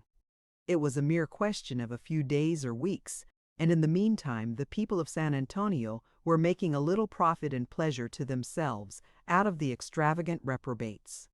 There was not a day in which they did not anticipate their revenge in local military displays, in dances and illuminations, in bullfights, and in splendid religious processions. And Antonia found it impossible to combat this influence. It was in the house, as certain flavors were in certain foods, or as heat was in fire. She saw it in the faces of her servants, and felt it in their indifference to their duty. Every hour she watched more anxiously for some messenger from her father. And as day after day went by in a hopeless sameness of grief, she grew more restless under the continual small trials that encompassed her. Towards the end of January, General Oria, at the head of the vanguard of the Mexican army, entered Texas. His destination was La Bahia, or Goliad, a strong fortress garrisoned by Americans under Colonel Fanning. Santa Anna was to leave in 8 days after him. With an army of 20,000 men, he was coming to the relief of San Antonio. The news filled the city with the wildest rejoicing. The little bells of the processions, the big bells of the churches, the firing of cannon, the hurrahs of the tumultuous people made an uproar which reached the 3 lonely women through the closed windows of their rooms. If only Lopez Navarro would come, if he would send us some little message. Holy Mary, even he has forgotten us, cried the Sonora in a paroxysm of upbraiding sorrow. At that moment the door opened and Fray Ignatius passed the threshold with lifted hands and a muttered blessing. He approached the Sonora, and she fell on her knees and kissed the hand with which he crossed her. "Holy Father," she cried, "the angels sent you to a despairing woman. My daughter, I have guided you since your first communion. How then could I forget you? Your husband has deserted you, you, the helpless, tender lamb whom he swore to cherish, but the blessed fold of your church stands open. Come, poor weary one, to its shelter. My father, listen to me. The Mexican troops are soon to arrive. Vengeance without mercy is to be dealt out. You are the wife of an American rebel. I cannot promise you your life or your honor if you remain here. When soldiers are drunk with blood and women fall in their way, God have mercy upon them. I would shield even your rebellious daughter Antonia from such a fate. I open the doors of the convent to you all. There you will find safety and peace."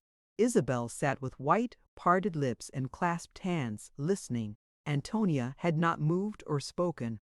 But with the last words, the priest half turned to her, and she came swiftly to her mother's side, and kissing her, whispered, Remember your promise to my father. Oh, my Madre, do not leave Isabel and me alone. You too, dear ones, we will all go together till these dreadful days are past. No, no, no, Isabel and I will not go. We will die rather. The señorita talks like a foolish one. Listen again. When Santa Anna comes for judgment, it will be swift and terrible. This house and estate will be forfeited. The faithful church may hope righteously to obtain it. The sisters have long needed a good home. The convent will then come to you. You will have no shelter but the church. Come to her arms ere her entreaties are turned to commands. My husband told me, Saints of God, you have no husband. He has forfeited every right to advise you. Consider that, daughter, and if you trust not my advice, there is yet living your honorable uncle, the Marquis de Gonzaga. Antonia caught eagerly at this suggestion. It at least offered some delay, in which the Signora might be strengthened to resist the coercion of Fray Ignatius. Mother, it is a good thought. My great uncle will tell you what to do, and my father will not blame you for following his advice. Perhaps even he may offer his home. You are the child of his sister. Fray Ignatius walked towards the fireplace and stood rubbing slowly his long, thin hands before the blaze, while the Signora and her daughters discussed this proposal. The half-frantic mother was little inclined to make any further effort to resist the determined will of her old confessor, but the tears of Isabel won from her a promise to see her uncle. Then, my daughter, lose no time. I cannot promise you many days in which choice will be left you. Go this afternoon, and tomorrow I will call for your decision.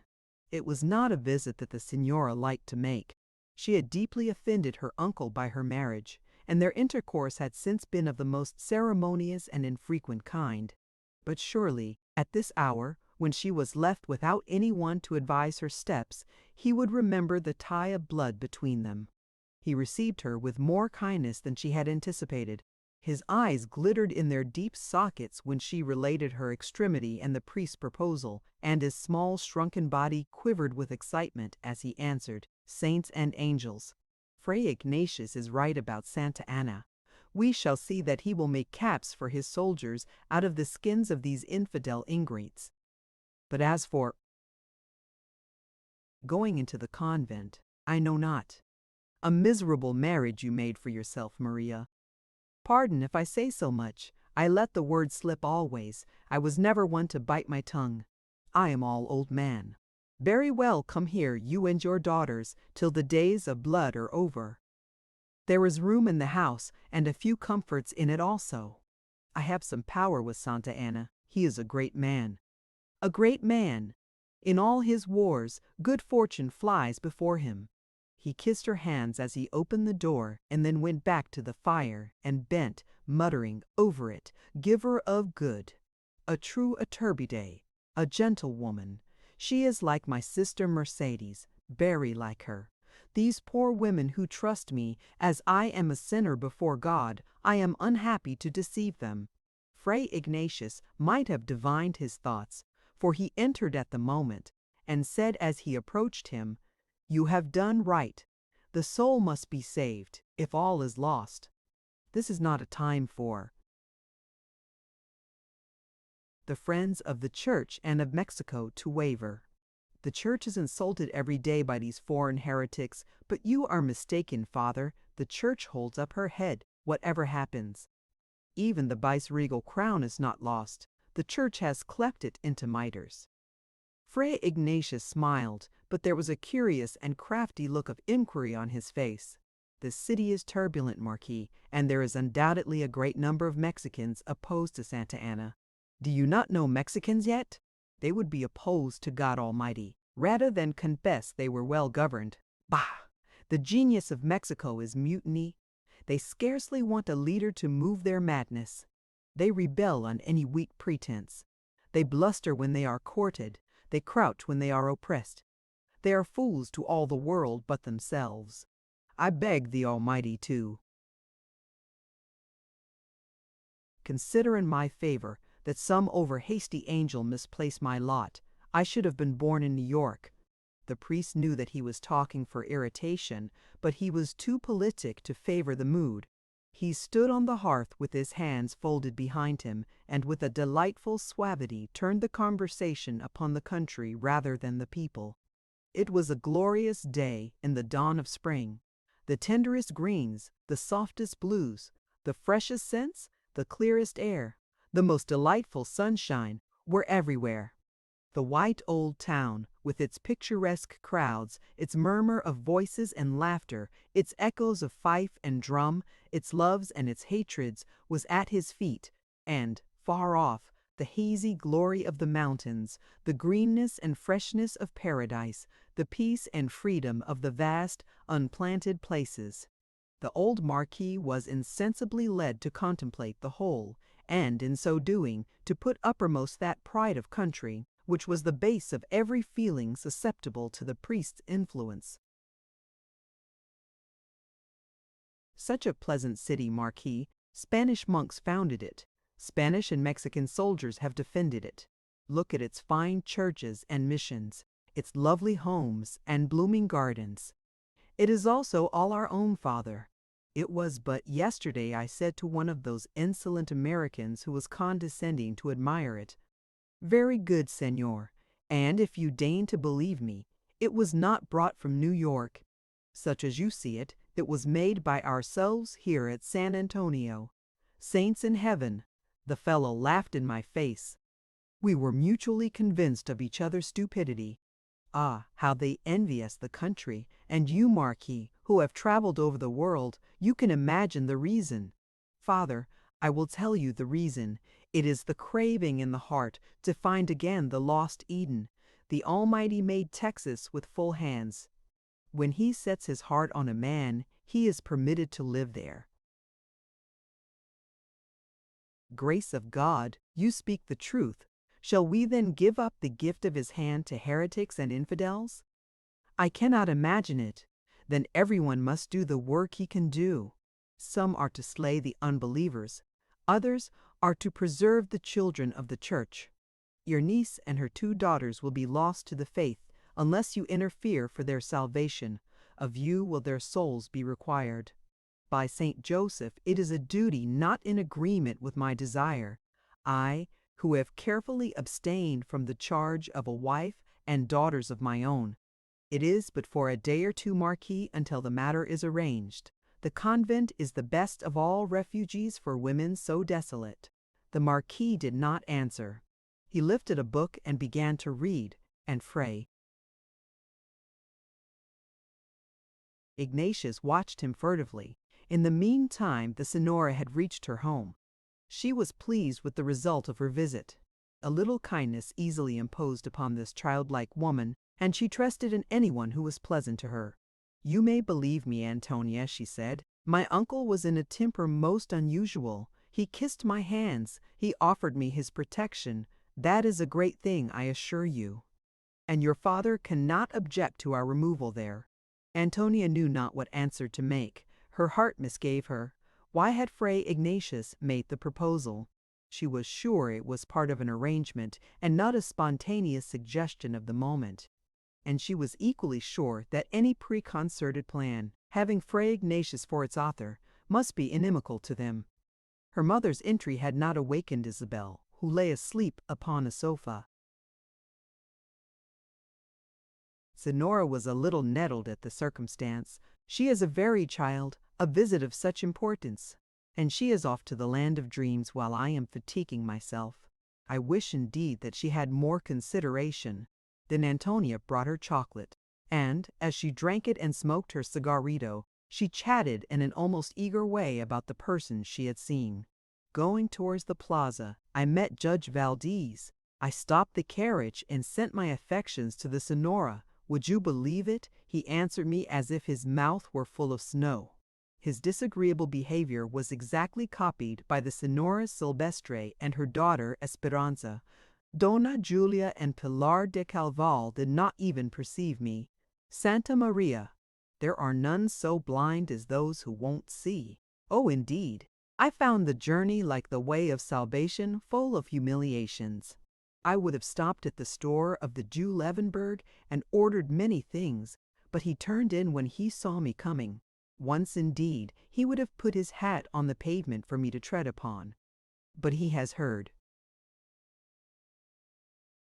that your father has made a rebel of himself, and what can be expected?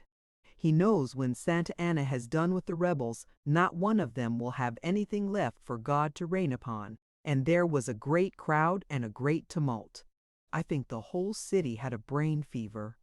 At this moment, Isabel began to moan in her sleep as if her soul was in some intolerable terror or grief. And ere Antonia could reach her, she sprang into the middle of the room with a shriek that rang through the house. It was some minutes before the child could be soothed. She lay in her mother's arms, sobbing in speechless distress. But at length she was able to articulate her fright. "Listen, my Ray, and may the Holy Lady make you believe me. I have had a dream. God be blessed that it is not yet true. I will tell you. It was about Fray Ignatius and our uncle, the Marquis de Gonzaga. My good angel gave it to me. For myself and you all she gave it, and, as my blessed Lord lives, I will not go to them. I will cut my white throat first." And she drew her small hand with a passionate gesture across it. She had stood up as she began to speak, and the action, added to her unmistakable terror, her stricken face, and air of determination, was very impressive. "You have had a dream, my darling. Yes, an awful dream, Antonia. Mary, Mary, Mary, tender Mary, pity us, and you think we should not go to the house of the Marquis? Oh, Antonia, I have seen the way. It is black and cold, and full of fear and pain. No one shall make me take it. I have the stiletto of my grandmother Flores. I will ask Holy Mary to pardon me, and then in a moment I would be among the people of the other world. That would be far better than Fray Ignatius and the house of Gonzaga."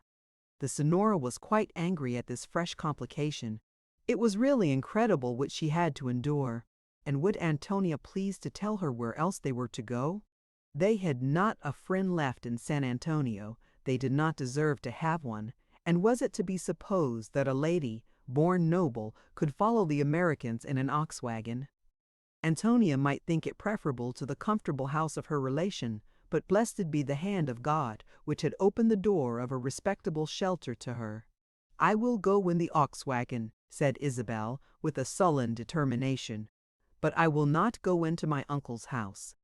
By the saint of my birth I swear it. Mother, listen to Antonia. When one door shuts, God opens another door. Our own home is yet undisturbed. Do you believe what Fray Ignatius says of the coming of Santa Anna? I do not. Until he arrives, we are safe in our own home. And when the hour for going away comes, even a little bird can show us the way to take. And I am certain that my father is planning for our safety. If Santa Anna was in this city and behaving with the brutality which is natural to him, I would not go away until my father sent the order. Do you think he forgets us? Be not afraid of such a thing. It cannot take place." Towards dusk, Señor Navarro called, and the Senora brought him into her private parlor and confided to him the strait they were in. He looked with sympathy into the troubled, tear-stained faces of these three helpless women, and listened with many expressive gestures to the proposal of the priest and the offer of the old Marquis. "Most excellent ladies," he answered, "it is a plot. I assure you that it is a plot. Certainly it was not without reason I was so unhappy about you this afternoon. Even while I was at the bullfight, I think our angels were in a consultation about your affairs. Your name was in my ears above all other sounds. You say it is a plot, Señor. Explain to us what you mean." "Yes, I will tell you. Do you know that Fray Ignatius is the confessor of the Marquis? We had not thought of such a thing. It is the truth. For many years they have been close as the skin and the flesh. Without Fray Ignatius the Marquis says neither yes or no. Also, the will of the Marquis has been lately made. I have seen a copy of it. Everything he has is left to the brotherhoods of the church. Without doubt, Fray Ignatius was the lawyer who wrote it. Saner, I always believed that would happen. At my marriage, my uncle made the determination. Indeed, we have never expected a piastri. No, not even a talaco. And today he was kind to me and offered me his home. Oh, Holy Mother, how wretched I am! Can I not trust in the good words of those who are of my own family? The tie of race will come before the tie of the family. The tie of religion is strongest of all, Senora. Let me tell you what will take place. When you and your children are in the house of the Marquis, he will go before the alcalde. He will declare that you have gone voluntarily to his care, and that he is your nearest and most natural guardian. Very well. But further, he will declare, on account of his great age and the troubled state of the time, he is unable to protect you, and asks for the authority to place you in the religious care of the Holy Sisterhood of Saint Maria. And he will obtain all he wants. But simply, what is to be gained by such treachery? He said today that I was like his sister Mercedes, and he spoke very gently to me. He would not think such a proceeding really unkind. He would assure himself that it was good for your eternal salvation. As to the reason, that is to be looked for in the purse, where all reasons come from. This house, which the good doctor built, is the best in the city. It has even 2 full stories. It is very suitable for a religious house. It is not far from the plaza, yet secluded in its beautiful garden. Fray Ignatius has long desired it. When he has removed you, possession will be taken, and Santa Anna will confirm the possession. God succor our poor souls. What shall we do then, Señor? The Mexican army has entered Texas. It will soon be here. Quien sabe? Between the Rio Grande and the San Antonio are many difficulties. Urrea has 5,000 men with him, horses and artillery. The horses must graze, the men must rest and eat. We shall have heavy rains. I am sure that it will be 20 days ere he reaches the settlements, and even then his destination is not San Antonio, it is Goliad. Santa Anna will be at least 10 days after him. I suppose, then, that for a whole month you are quite safe in your own home. That is what I believe now. If I saw a reason to believe what is different, I would inform you. The good doctor, to whom I owe my life many times, has my promise. Lopez Navarro never broke his word to any man. The infamy would be a thing impossible where the safety of 3 ladies is concerned. And in a month, mi madre, what great things may happen! 30 days of possibilities.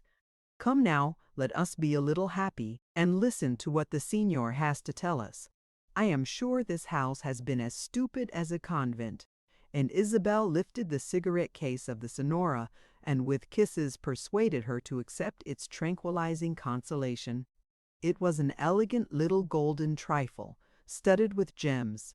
Her husband had given it to her on the anniversary of their 25th wedding day, and it recalled vividly to her the few sweet moments. She was swayed as easily as a child by the nearest or strongest influence, and, after all, it did seem the best to take Isabel's advice and be a little happy while she could. Lopez was delighted to humor this mood. He told them all the news of their own social set, and in such vivid times something happened every day.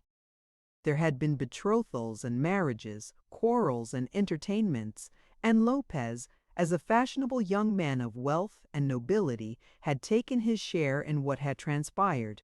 Antonia felt unspeakably grateful to him. After the fretful terror and anxiety of the day after the cruel visit of Fray Ignatius, it was indeed a comfort to hear the pleasant voice of Navarro in all kinds of cheerful modulations. By and by there was a slow rippling laugh from Isabel, and the Señor's face lost its air of dismal distraction. At length Navarro had brought his narrative of small events down to the afternoon of that day. There had been a bull-fight, and Isabel was making him describe to her the chulos in their pale satin breeches and silk waist scarfs. the Taureaux in their scarlet mantles and the picadors on their horses. "And I assure you," he said, "the company of ladies was very great and splendid. They were in full dress, and the golden pin mantillas and the sea of waving fans were a sight indeed. Oh, the fans alone! So many colors, great crescents, growing and waning with far more enchantments than the moon's. Their rustle and movement has a wonderful charm, Señorita Isabel. No one can imagine it. Oh, I assure you, Señor, I can see and feel it. But to be there, that, indeed, would make me perfectly happy. Had you been there today, you would have admired, above all things, the feat of the matador Jarocho. It was upon the great bull Sandoval, a very monster, I assure you. He came bellowing at Jarocho, as if he meant his instant death. His eyeballs were living fire, his nostrils steamed with fury. Well then, at the precise moment, Jarocho put his slippered feet between his horns and vaulted, light as a bird flies, over his back. Then Sandoval turned to him again. Well, he calmly waited for his approach, and his long sword met him between the horns. As lightly as a lady touches her cavalier, he seemed to touch Sandoval. But the brute fell like a stone at his feet. What a storm of vivas!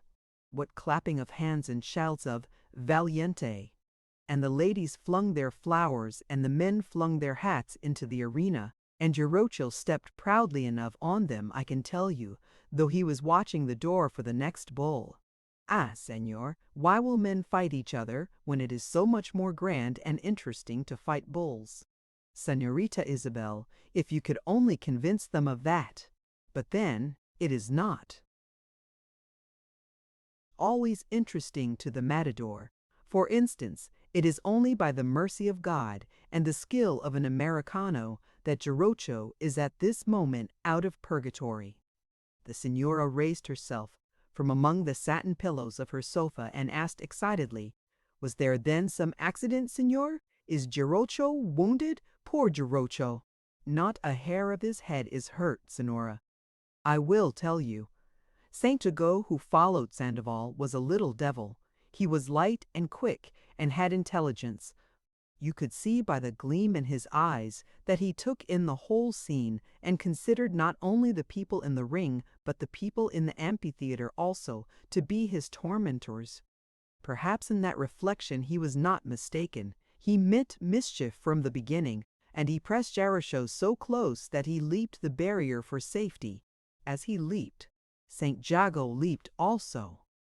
Imagine now the terror of the spectators, the screams, the rush, the lowered horns within an inch of Jarocho, and Fray Joseph Maria running with the consecrated wafer to the doomed man. At that precise moment there was a rifle shot, and the bellowing brute rolled backward into the arena dead. Oh, Maria Purissima, how grand! In such moments one really lives, señor. And but for this absurd rebellion, I and my daughters could have had the emotion. It is indeed cruel. You said the shot was fired by an American? Señorita Antonia, it was indeed. I saw him. He was in the last row. He had stood up when Saint Jago came in, and he was watching the man and the animal with his soul in his eyes. He had a face, fine and thin as a woman's, a very gentle face also. But at one instant it became stern and fierce, the lips hard set, the eyes half shut, then the rifle at the shoulder like a flash of light, and the bull was dead between the beginning and the end of the leap. The sight was wonderful, and ladies turned to him with smiles and cries of thankfulness, and the better part of the men bowed to him, for the Mexican gentleman is always just to a great deed. But he went away as if he had done something that displeased himself, and when I overtook him at the gates of the Alamo, he did not look as if he wished to talk about it. However, I could not refrain myself, and I said, "Permit me, Colonel Crockett, to honor you. The great feat of today's fight was yours. San Antonio owes you for her favorite Jarocho." "I saved a life, young man," he answered, "and I took a life. And I'll be blamed if I know whether I did right or wrong. Jarocho would have been killed but for your shot. That's so, and I killed the bull. But you can take my hat if I don't think I killed the tallest brute of the two. Adjourn the subject, sir." And with that he walked off into the fort, and I did myself the pleasure of coming to see you. Senora, he rose and bowed to the ladies, and, as the senora was making some polite answer, the door of the room opened quickly, and a man entered and advanced towards her. Every eye was turned on him, but ere a word could be uttered he was kneeling at the senora's side and had taken her face in his hands and was kissing it. In the dim light she knew him at once, and she cried out, my Thomas, my dear son! For 3 years I have not seen you." He brought into the room with him an atmosphere of comfort and strength. Suddenly all fear and anxiety was lifted, and in Antonia's heart the reaction was so great that she sank into a chair and began to cry like a child. Her brother held her in his arms and soothed her with the promise of his presence and help. Then he said cheerfully, "Let me have some supper, Antonia. I am as hungry as a Lobo's wolf," and run. "Away, Isabel, and help your sister, for I declare to you girls, I shall eat everything in the house." The homely duty was precisely what was needed to bring everyone's feelings to their normal condition, and Thomas Worth sat chatting with his mother and Lopez of his father, and Jack, and Dare, and Luis, and the superficial events of the time, with that pleasant matter-of-course manner which is by far the most effectual soother of troubled and unusual conditions. In less than half an hour Antonia called her brother, and he and Lopez entered the dining-room together. They came in as brothers might come, face answering face with sympathetic change and swiftness, but Antonia could not but notice the difference in the two men. Lopez was dressed in a suit of black velvet, trimmed with many small silver buttons. His sash was of crimson silk. His linen was richly embroidered, and his wide hat was almost covered with black velvet, and adorned with silver tags. It was a dress that set off admirably his dark, intelligent face. Thomas Worth wore the usual frontier costume, a dark flannel shirt, a wide leather belt, buckskin breeches, and leather boots covering his knees. He was very like his father in figure, and face darker perhaps, and less handsome. But the gentleness and strength of his personal appearance attracted everyone first, and invested all traits with their own distinctive charm. And oh, what a change was there in the sax sonora's room! The poor lady cried a little for joy, and then went to sleep like a wearied child. Isabel and Antonia were too happy to sleep. They sat half through the night, talking softly of the danger they had been in. Now that Thomas had come, they could say had, for he was a very great heart to them, and they could even contemplate the expected visit of Fray Ignatius without fear. Yes, indeed, with something very like satisfaction. Chapter 13. The Arrival of Santa Anna. What thing thou doest bravely do, when heaven's clear call hath bound thee, follow with fervid wheels pursue, though thousands bray around thee. Mounted upon a hot and fiery steed, which his aspiring rider seemed to know, with slow but stately pace kept on his course, you would have thought the very windows spoke, so many greedy looks of young and old through casements darted their desiring eyes upon his visage. Left to themselves, the two men threw off like a mask the aspect of cheerfulness they had worn in the presence of the Senora. Thomas Worth ate heartily, for he had been without food since morning, but Navarro did not attempt to join his meal. He sat patiently waiting, his somber eyes fixed upon the mental visions which circled in the enchanted incense of his cigarette. Presently Thomas Worth turned toward the hearth, pushed the cedar logs on it to a focus, and at their leaping blaze lighted the pipe which he took from his pocket. "Lopez," he said, "it strikes me that I am just in time to prevent some infamous plan of Fray Ignatius and my uncle Gonzaga. I should not have lost sight of the Senora and your sisters. I have watched them faithfully, though for many good reasons it has been best to appear indifferent. Will you now remain in San Antonio? I have come with orders to Travis to blow up the Alamo and fall back upon Houston, who is at Gonzales. But I do not think the men will permit him to do so. You have too many leaders. Also, they undervalue the Mexican soldiers. I assure you they do. They fought Spain for 10 years. They do not want, then, the persistence of true valor. The Americans may die in the Alamo, but they cannot hold it against the thousands Santa Anna will bring with him. They will die then. They have no thought of retreat, nor of any deed that argues fear. Every man relies on himself, as if in his hand the moment of victory lay. Every man will perish. They will not perish in vain. Defeat is only a spur to the American soldier. Every one makes him a better fighter. If Santa Anna massacres the men in the Alamo, he seals the freedom of Texas. Houston should have come himself. Houston is biding his time. He is doing at present the hardest duty a great man can do, setting an example of obedience to a divided and incompetent government. Lopez, you said rightly that we had too many leaders. When those appointed for sacrifice have been offered up when we are in the extremity of danger and ruin, then Houston will hear the word he is waiting for, and he will lead you on to victory. Indeed, I know it. I have seen him. He has the line, the fortunate line on the forehead. He is the lodestone in the breast of your cause, the magnet who can draw good fortune to it. If fate be against you, he will force fate to change her mind. If fate weave you a common thread, he will change it into purple. Victory, which he gives to others reluctantly, he will take like a master from her hand. Auerston, what essence, what existence, what honor! What hope there is in those 7 letters.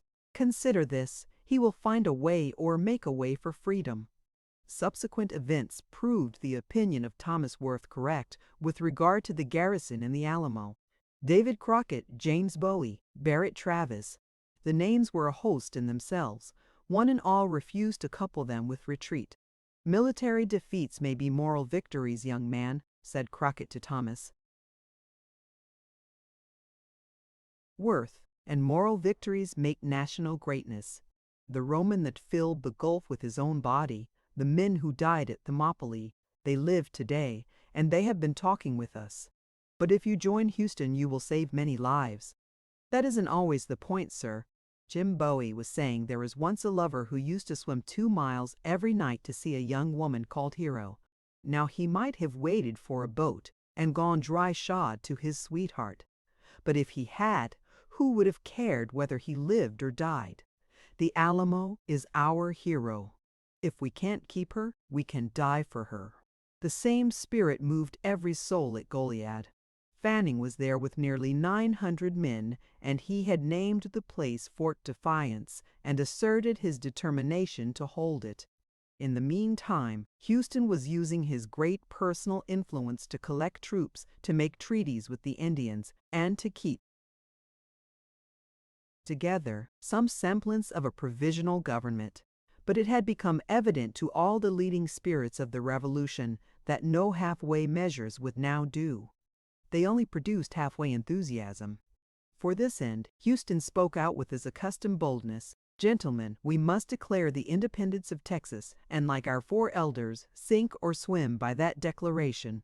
Nothing else, nothing less can save us. The planters of Texas must feel that they are fighting for their own constitution, and not for Mexican promises made to them 12 years ago and never yet kept. The simple proposition roused a new enthusiasm, for while Rio was hastening towards Goliad, and Santa Anna towards San Antonio, and Filisola to Washington, the divided people were becoming more and more embittered. The American soldiers who had hitherto gone in and out among the citizens of San Antonio during the day, and only slept in the Alamo, were conscious of an ominous change in the temper of the city.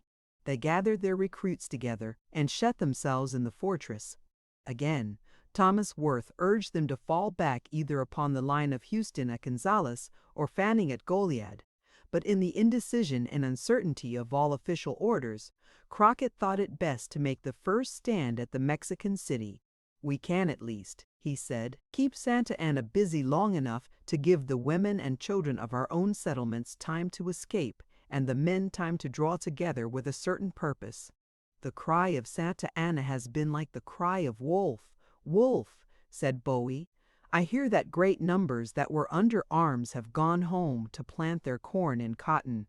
Do you want Santa Anna to murder them piecemeal, house by house, family by family? Great George, which of us would accommodate him with a prolonged pleasure like that? No, he shall have a square fight for every life lie gets." And the calm, gentlemanly Bowie was suddenly transformed into a flashing, vehement, furious avenger. He laid his knife and pistols on the table. His steel blue eyes scintillated as if they were lightning. His handsome mouth, his long white hands, his whole person radiated wrath and expressed the utmost length of invincible courage and insatiable hatred. "Gentlemen," answered Travis, "I go with Crockett and Bowie.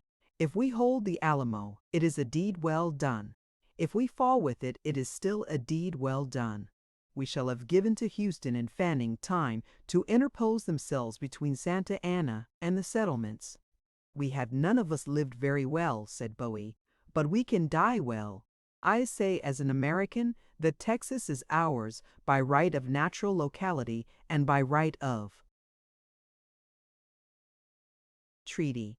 And as I live, I will do my best to make it American by right of conquest.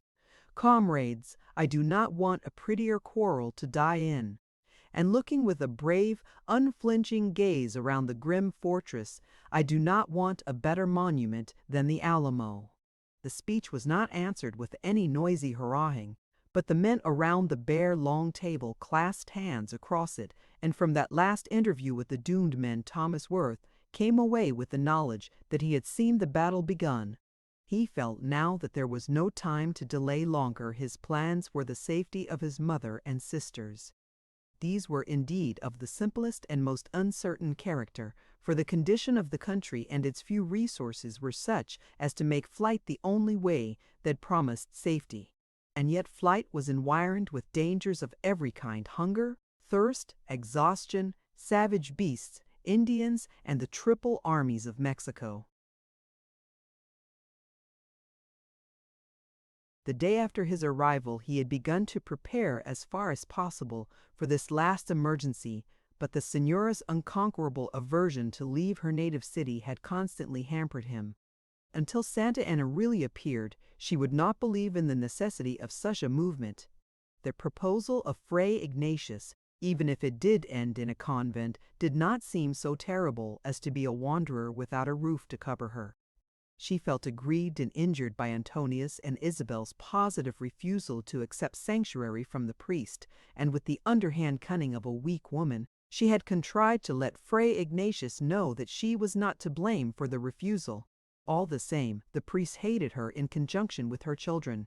On the morning after her interview with her uncle, he went to receive her submission, for the Marquis had informed him of all that had passed, and he felt the 3 women and the valuable Worth property already under his hard hand. He opened the gate with the air of a proprietor. He looked down the lovely alleys of the garden and up at the latticed stories of the handsome house with that solid satisfaction which is the reward of what is acquired by personal effort or wisdom. When he entered the door and was confronted by Thomas Worth, he was for the moment nonplussed, but he did not permit his confusion and disappointment to appear. He had not seen Thomas for a long time. He addressed him with suavity and regrets, and yet was sure he would be glad to hear that, in the present dangerous crisis, the Marquis de Gonzaga had remembered the blood tie and offered his protection to a family so desolate. Thomas Worth leaned upon the balusters as if guarding the approach to the Señora's apartments. He answered, "The protection of the Marquis is unnecessary. 3 ladies are too great a charge for one so aged. We will not impose it." The face of the young man was calm and stern, but he spoke without visible temper until the priest prepared to pass him. Then he stretched out his arm as a barrier. Fray Ignatius, you have already passed beyond the threshold. Permit me to remind you of Dr. Worth's words on that subject. I put my duty before any man's words. Sir, for my mother's sake, I would not be disrespectful. But I assure you also that I will not permit any man while I live to disregard my father's orders regarding his own household. I must see the Senora. That, I reply, is impossible. Presume not, dare not to interfere with a priest in the duty of his office. It is a mortal sin. The curse of the Church will rest upon you. The curse of the Church will not trouble me. But to treat my father's known wishes with contempt, that is an act of dishonor and disobedience which I will not be guilty of. Santa Maria, suffer not my spirit to be moved by this wicked one. Out of my path, Satanus. The last word was not one which Thomas Worth had expected. He flushed crimson at its application, and with a few muttered sentences, intelligible only to the priest, he took him firmly by the shoulder, led him outside the door, and closed and barred it. The expulsion was not accomplished without noisy opposition on the part of Fray Ignatius, and it pained Thomas deeply to hear, in the midst of the priests' anathemas, the shrill cries of his mother's distress and disapproval. The next domestic movement of Thomas Worth was to rid the house of Molly and Manuel and the inferior servants. It was not as easy a task as may be supposed. They had been ordered by Fray Ignatius to remain, and the order had not been countermanded. Even if the Senora and her daughters were going east, and their services were not needed, they had no objections to remain in the Worth house. They understood that the church would take possession, and the housekeeping of the church was notoriously easy and luxurious. However, after exorbitant compensation had been made, and Molly had given in return a bit of her mind, she left for the Irish colony of San Patricio, and Manuel immediately sought his favorite Monte table. When he had doubled his money, he intended to obey Molly's emphatic orders, and go and tell the priest all about it. I would rather face a battery of cannon than Fray Ignatius and the servants again, Antonia. Antonia looked at her brother. He was worried and weary, and his first action, when he had finally cleared the house, was to walk around it and bolt every door and window. Antonia followed him silently. She perceived that the crisis had come, and she was doing as good women in extremity do, trying to find in the darkness the hand always stretched out to guide and strengthen. As yet she had not been able to grasp it. She followed her brother like one in a troubled dream, whispering faintly with white lips, "O God, where art thou? Help and pity us." Thomas led her finally to his father's office. He went to a closet filled with drugs, removed them, and then a certain pressure of his hand caused the back of the closet to disappear in a groove, and a receptacle full of coin and papers was disclosed. We must take with us all the coin we can carry. What you are not likely to require is to go to the men in the field. Then hide in its place the old silver and the laces and the jewels which came with the Flores from Castile, and any other papers and valuables which you received from our father. I think even Fray Ignatius will not discover them here. Is there any special need to hurry today? Santa Anna is within 48 hours of Sant Antonio. He may force a march and be here earlier. Travis told me last night that their advance scouts had come in with this intelligence. Today they will gather every man they can and prepare to defend themselves in the Alamo. As soon as Santa Anna arrives, we are in danger. I must leave here tonight. I must either take you with me or remove you to a place of more safety. Let us go with you.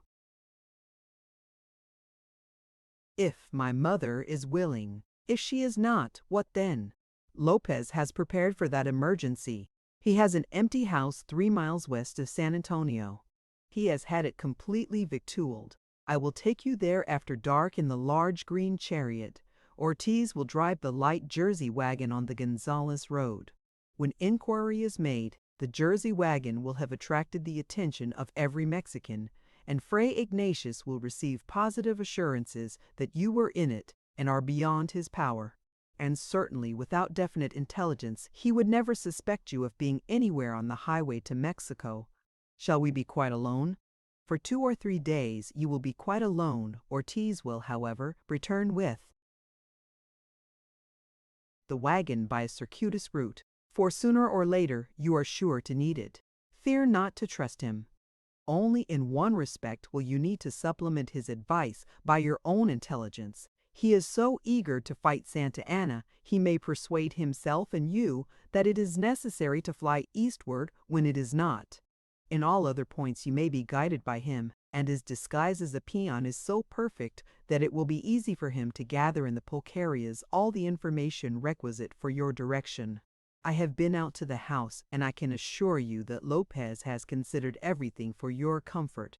However, I would rather go with you, Thomas. It must be as mother desires. When the circumstances were explained to the Senora, she was at first very determined to accept neither alternative.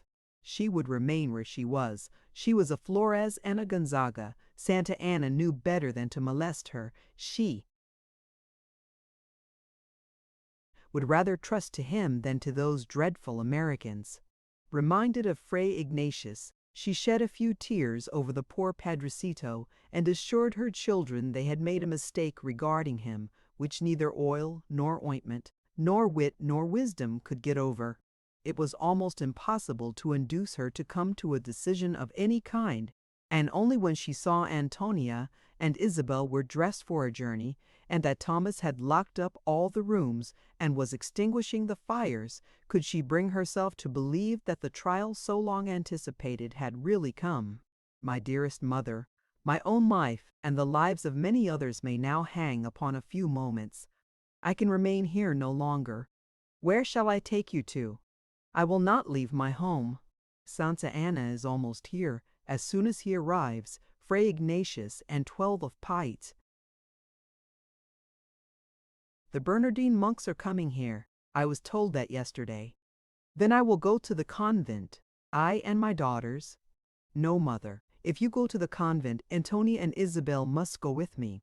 She prayed and exclaimed and appealed to saints and angels and to the Holy Virgin until Isabel was hysterically weeping, Antonia at a mental tension almost unendurable, and Thomas on the verge of one of those terrifying passions that mark the extremity of habitually gentle, patient men. "My God, mother," he exclaimed with a stamp of his spurred boot on the stone floor, "if you will go to the devil to the priests, I mean you must go alone. Kiss your mother farewell, girls. I have not another moment to wait." Then, in a passion of angry sobs and reproaches, she decided to go with her daughters, and no saint ever suffered with a more firm conviction of their martyrdom to duty than did this poor, foolish, affectionate slave to her emotions and her superstitions. But when Thomas had gone, and nothing was to be gained by a display of her sufferings, she permitted herself to be interested in their hiding place, and after Antonia had given her a cup of chocolate, and Isabel had petted and soothed her, she began gradually to allow them to explain their situation, and even to feel some interest in its discussion. They sat in the charmful, dusky glimmer of starlight, for candles and fire were forbidden luxuries. Fortunately, the weather was warm and sunny, and for making chocolate and such simple cookery, Lopez had provided a spirit lamp. The Senora was as pleased as a child with this arrangement. She had never seen anything like it before. She even imagined the food cooked upon it had some rare and unusual flavor. She was quite proud when she had learned its mysteries, and quite sure that chocolate she made upon it was chocolate of a most superior kind. The house had been empty for 2 years, and the great point was to preserve its air of desolation. No outside arrangement was touched. The torn remnants of some balcony hangings were left fluttering in the wind. The closed windows and the closed doors, the absence of smoke from the chimneys and of lights from the windows, preserved the air of emptiness and loneliness that the passers-by had been accustomed to see. And as it was on the highway into the city, there were great numbers of passers, mule trains going to Mexico and Sonora, cavaliers and pedestrians, Splendidly dressed nobles and officials, dusty peons bringing in wood, ranchmen, peddlers, and the whole long list of a great city's purveyors and servants. But though some of the blinds were half closed, much could be seen, and Isabel also often took cushions upon the flat roof and, lying down, watched, from between the pilasters of the balustrade surrounding it, the moving panorama. On the morning of the third day of what the Signora called their imprisonment, they went to the roof to sit in the clear sunshine and the fresh wind. They were weary and depressed with the loneliness and uncertainty of their position, and were almost longing for something to happen that would push forward the lagging wheels of destiny. A long fanfare of trumpets, a roll of drums, a stirring march of warlike melody startled them out of the lethargic tedium of exhausted hopes and fears. "It is Santa Anna!" said Antonia, and though they durst not stand up, they drew closer to the balustrade and watched for the approaching army. Is there any woman who can resist that nameless emotion which both fires and rends the heart in the presence of great military movements? Antonia was still and speechless and white as death. Isabel watched with gleaming eyes and set lips. The Signora's excitement was unmistakably that of exultant national pride. Santa Anna and his staff officers were in front. They passed too rapidly for individual notice, but it was a grand moving picture of handsome men in scarlet and gold, of graceful mangas and waving plumes and bright-colored velvet capes, of high-mettled horses and richly adorned Mexican saddles, acoras of black fur and silver stirrups, of thousands of common soldiers in a fine uniform of red and blue, with antique brazen helmets gleaming in the sun, and long lances adorned with tricolored street primers. They went past like a vivid, wonderful dream, like the vision of an army of medieval knights. In a few minutes the tumult of the advancing army was increased tenfold by the clamor of the city pouring out to meet it. The clashing bells from the steeples, the shouting of the populace, the blare of trumpets and roll of drums, the lines of churchmen and officials in their grandest dresses, of citizens of every age, the indescribable human murmur. Altogether it was a scene whose sensuous splendor obliterated for a time the capacity of impressionable natures to judge rightly. But Antonia saw beyond all this brave show the ridges of red war, and a noble perversity of soul made her turn her senses inward. Then her eyes grew dim, and her heart rose in pitying prayer for that small band of heroes standing together for life and liberty in the grim Alamo. No pomp of war was theirs. They were isolated from all their fellows. They were surrounded by their enemies. No word of sympathy could reach them.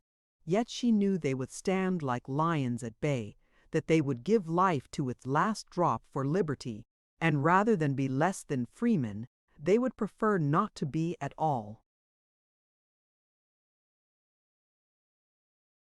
Chapter 14. The Fall of the Alamo. The combat deepens, on ye brave, who rush to glory or the grave. To all the sensual world proclaim, one crowded hour of glorious life is worth an age without a name. Gashed with honorable scars, low in glory's lap they lie. Though they fell like stars, streaming splendor through the sky. The passing by of Santa Anna and the Mexican army, though it had been hourly expected for nearly 3 days, was an event which threw the Senora and her daughters into various conditions of mental excitement. They descended from the roof to the Senora's room, where they could move about and converse with more freedom, for the poor lady was quite unable to control her speech and actions, and was also much irritated by Antonia's more composed manner. She thought it was want of sympathy. "How can you take things with such a blessed calmness?" she asked angrily. "But it is the way of the Americans, no doubt, who must have everything for prudence. Sensible, sensible, sensible. That is the tune they are forever playing, and you dance to it like a miracle. My dear mother, can we do any good by exclaiming and weeping? Holy Virgin! Perhaps not, but to have a little human nature is more agreeable to those who are yet on the earth side of purgatory. Mi madre, said Isabel, Antonia is our good angel. She thinks for us and plans for us, and even now has everything ready for us to move at a moment's notice. Our good angels have to be sensible and prudent, madre. To move at a moment's notice. Virgin of Guadalupe, where shall we go to? Could my blessed father and mother see me in this prison, this very vault, I assure you, they would be unhappy even among the angels. Mother, there are hundreds of women today in Texas who would think this house a palace of comfort and safety. Saints and angels, is that my fault? Does it make my condition more endurable? Ah, my children, I have seen great armies come into San Antonio, and always before I have been able to make a little pleasure to myself out of the event, for the Mexicans are not bloodthirsty, though they are very warlike. When Bravo was here, what balls, what bullfights, what visiting among the ladies! Indeed, there was so much to tell, the tertulia was as necessary as the dinner. To be sure, the Mexicans are not barbarians. They made a war that had some refinement. But the Americans, they are savages. With them it is fight, fight, fight. And if we try to be agreeable, as we were to that outrageous Sam Houston, they say thank you, madam, and go on thinking their own cruel thoughts. I wonder the gentle God permits that such men live. Dear mother, refinement in war is not possible. Nothing can make it otherwise than brutal and bloody. Antonia, allow that I, who am your mother, should know what I have simply seen with my eyes. Salcedo, Bravo, Martinez, Oria, are they not great soldiers? Very well then, I say they brought some pleasure with their armies, and you will see that Santa Anna will do the same. If we were only in our own home, it must have been the devil who made us leave it. How truly splendid the officers looked, mi madre. I dare say Senora Valdez will entertain them. That is certain, and as for Dorette Valdez the coquette, it will certainly be a great happiness to her. Isabel sighed, and the Senora felt a kind of satisfaction in the sigh. It was unendurable to be alone in her regrets and her longings. Yes, she continued, every night Senora Tres Palacios will give a tertulia, and the officers will have military balls, the brave young men. They will be so gay, so charming, so devoted, and in a few hours perhaps they will go into the other world by the road of the battlefield. Ah, how pitiful! How interesting! Cannot you imagine it? Isabel sighed again, but the sigh was for the gay, the charming Luis Alvade, and when she thought of him, she forgot in a moment to envy Dorette Valdez or the señoritas of the noble house of Tres Palacios. And some sudden, swift touch of sympathy, strong as it was occult, made the Senora at the same moment remember her husband and her sons. A real sorrow and a real anxiety drove out all smaller annoyances. Then both her daughters wept together, until their community of grief had brought to each heart the solemn strength of a divine hope and reliance. My children, I will go now and pray, said the sorrowful wife and mother. At the foot of the cross I will wait for the hour of deliverance. And casting herself on her knees, with her crucifix in her hand, she appeared in a moment to have forgotten everything but her anguish and her sins, and the Lamb of God upon whom, with childlike faith, she was endeavoring to cast them. Her tears dropped upon the ivory image of the crucified, and sympathetic tears sprung into Antonia's and Isabel's eyes as they listened to her imploration. That night, when all was dark and still, Ortiz returned with the wagon. In the morning Antonia went to speak to him. He looked worn out and sorrowful, and she feared to ask him for news. There is food in the house, and I have made you chocolate, she said as she pitifully scanned the man's exhausted condition. The señorita is kind as the angels. I will eat and drink at her order. I am indeed faint and hungry. She brought him to the table, and when he refused to sit in her presence, she said frankly, "Captain Ortiz, you are our friend and not our servant. Rest and refresh yourself." He bent upon one knee and kissed the hand she offered, and without further remonstrance obeyed her desire. Isabel came in shortly, and with the tact of true kindness, she made no remark, but simply took the chair beside Ortiz and said in her usual voice and manner, "Good morning, Captain. We are glad to see you. Did you meet my brother Thomas again? Senorita, God be with you. I have not seen him. I was at Goliad. Then you would see our brother Juan." Sigh. "The Señor Juan is in good health and great happiness. He sent by my willing hands a letter. Perhaps also you saw his friend, Señor Grant. From him, also, I received a letter. Into your gracious care, Señorita, I deliver them." "I thank you for your kindness, Captain. Tell us now of the fortress. Are the troops in good spirits?" "Allow me to fear that they are in too good assurance of success. The most of the men are very young. They have not yet met Our Lady of Sorrows. They have promised to themselves the independence of Texas. They will also conquer Mexico. There are kingdoms in the moon for them. I envy such exaltations and regret them. Grace of God, Señorita, my heart ached to see the crowds of bright young faces. With the Napoleon, with the Washington to lead them, they would do miracles. What say you to Houston? I know him not. At Goliad they are all Houstons. They believe each man in himself. On the contrary, I wish that each man looked to the same leader. Do you know that Santa Anna is in San Antonio? I felt it, though I had no certain news. I came far around and hid myself from all passers-by for the sake of the wagon and the horses. I have the happiness to say they are safe. The wagon is within the enclosure. The horses are on the prairie. They have been well trained and will come to my call. As for me, I will now go into the city, for there will be much to see and to hear that may be important to us. Senoritas, for all your desires, I am at your service." When Ortiz was gone, Isabel had a little fret of disappointment. Luis might have found some messenger to bring her a word of his love and life. What was love worth that did not annihilate impossibilities? However, it consoled her a little to carry Jack's letter to his mother. The Senora had taken her morning chocolate and fallen asleep. When Isabel awakened her, she opened her eyes with a sigh and a look of hopeless misery.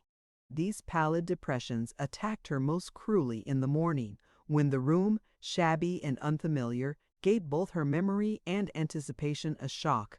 But the sight of the letter flushed her face with expectation. She took it with smiles. She covered it with kisses. When she opened it, a curl from Jack's head fell onto her lap. She pressed it to her heart, and then rose and laid it at the feet of her Madonna. "She must share my joy," she said with a pathetic childishness. "She will understand it."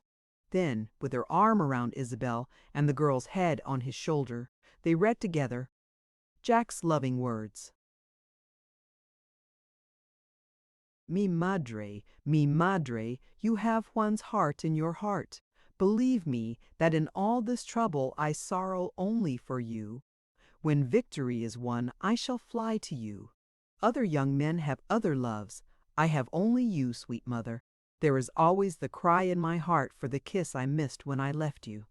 If I could hold your hand tonight, if I could hear your voice, if I could lay my head on your breast, I would say that the Holy One had given me the best blessings he had in heaven.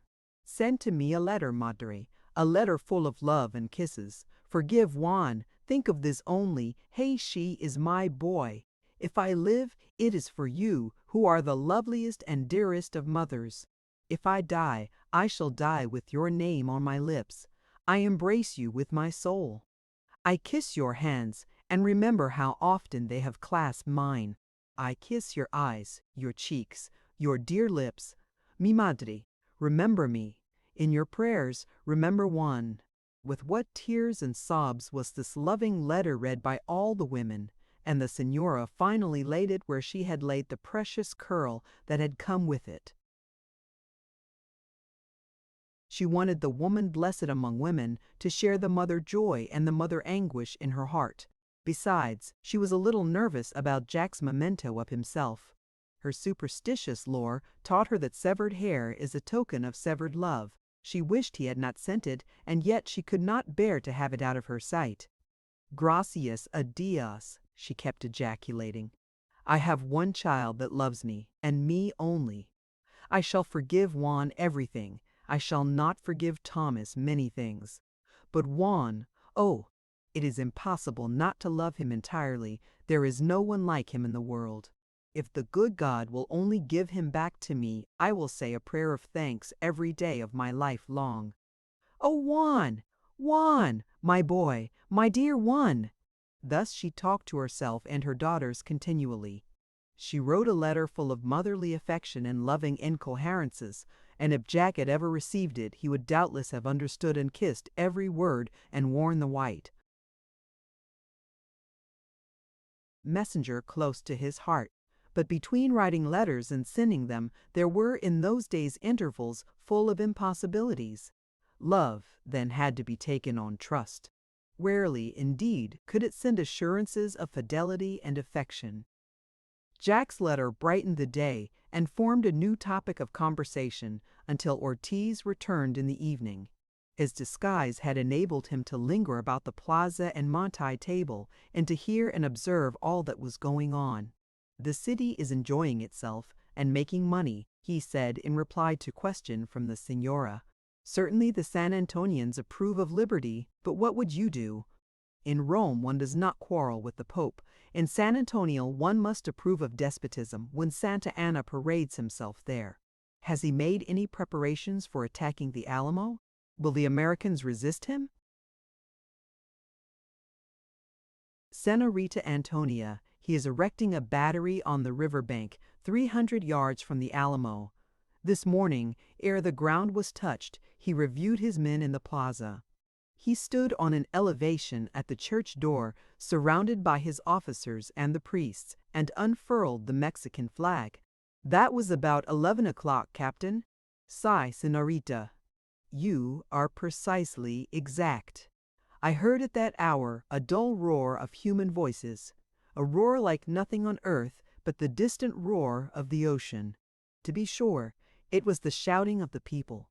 When all was still, Fray Ignatius blessed the flag and sprinkled over it holy water. Then Santa Anna raised it to his lips and kissed it. 'Holy Maria!' another shout.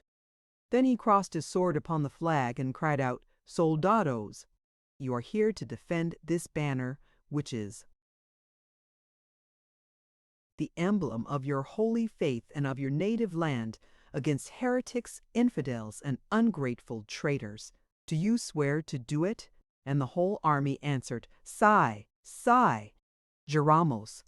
'Yes, we swear.' Again he kissed the flag and laid his sword across it, and, to be sure, then another shout. It was a very clever thing, I assure you, Senora, and it sent every soldier to the battery with a great heart. The Senora's easily touched feelings were all on fire at the description. 'I wish I could have seen the blessing of the banner,' she said. 'It is a ceremony to fill the soul. I have always wept at it. Mark, Antonia, this confirms what I assured you of the Mexicans make war with a religious feeling and a true refinement.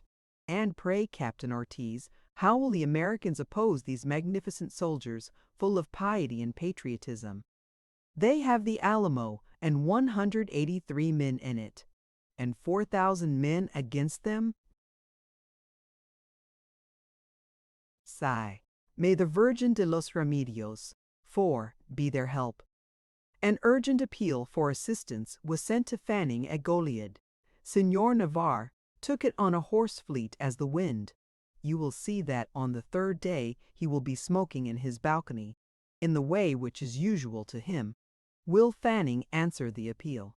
If the answer be permitted him, but Urea may prevent, also other things. Santa Anna entered San Antonio on Tuesday, the 23rd of February, 1836, and by the 27th, the siege had become a very close one. Entrenched encampments encircled the doomed men in the Alamo, and from dawn to sunset the bombardment went on. The tumult of the fight, the hurrying in and out of the city, the clashing of church bells between the booming of cannon, these things the señora and her daughters could hear and see, but all else was for 12 days mere surmise. But only one surmise was possible when it was known that the little band of defiant heroes were fighting 20 times their own number, that no help could come to them, that the Mexicans were cutting off their water, and that their provisions were getting very low. The face of Ortiz grew constantly more gloomy, and yet there was something of triumph in his tone as he told the miserably anxious women with what desperate valor the Americans were fighting, and how fatally every one of their shots told. On Saturday night, the 5th of March, he called Antonia aside and said, "My señorita, you have a great heart, and so I speak to you. The end is close. Today the Mexicans succeeded in getting a large cannon within gunshot of the Alamo, just where it is weakest. Senior Captain Crockett has stood on the roof all day, and as the gunners have advanced to fire it, he has shot them down. A group of Americans were around him. They loaded rifles and passed them to him quickly as he could fire them. Santa Anna was in a fury past believing. He swore then by every saint in heaven or hell to enter the Alamo tomorrow. Señor Navarro says he is raging like a tiger and that none of his officers dare approach him. The señor bade me tell you that tomorrow night he will be here to escort you to Gonzales, for no American will his fury spare. He knows neither sex nor age in his passions. And when the Alamo falls, the soldiers will spread themselves around for plunder or shelter, and this empty house is sure to attract them. The señorita sees with her own intelligence how things must take place. I understand, Captain. Will you go with us? I will have the Jersey wagon ready at midnight. I know the horses. Before sunup we shall have made many miles. That night, as Antonia and her sister sat in the dark together, Antonia said, "Isabel, tomorrow the Alamo will fall. There is no hope for the poor, brave souls there. Then Santa Anna will kill every American." Oh dear Antonia, what is to become of us? We shall have no home, nothing to eat, nowhere to sleep. I think we shall die. Also there is mi madre. How I do pity her. She is to be your care, Isabel. I shall rely on you to comfort and manage her. I will attend to all else. We are going to our father, and Thomas and Luis. Yes, and after all I am very tired of this dreadful life. It is a kind of convent. One is buried alive here, and still not safe. Do you really imagine that Luis is with my father and Thomas? I feel sure of it. What a great enjoyment it will be for me to see him again, and how delighted he will be. And as it is necessary that we go, Isabel, we must make the best of the necessity. Try and get mi mother to feel this. I can do that with a few words and tears and kisses. Mi madre is like one's good angel, very easy to persuade. And now we must try and sleep, Queridita. Are you sure there is no danger tonight, Antonia? Not tonight. Say your prayer and sleep in God's presence. There is yet nothing to fear. Ortiz and Lopez Navarro are watching every movement. But at 3 o'clock in the morning, the quiet of their rest was broken by sharp bugle calls. The stars were yet in the sky, and all was so still that they thrilled the air like something unearthly. Antonia started up and ran to the roof. Bugle was answering bugle, and their tones were imperative and cruel, as if they were blown by evil spirits. It was impossible to avoid the feeling that the call was a predestined summons, full of the notes of calamity. She was weighed down by this sorrowful presentiment, because as yet neither experience nor years had taught her that pereznit were destined hours are never lost. The unseen moving multitudes troubled the atmosphere between them. In wild, savage gusts, she heard the military bands playing the infamous Dequello, whose notes of blood and fire commingled, shrieked in every ear, "No quarter! No quarter!" A prolonged shout, the booming of cannon, an awful murmurous tumult, a sense of horror, of crash and conflict, answered the merciless, frenzied notes and drowned them in the shrieks and curses they called for. It was yet scarcely dawn.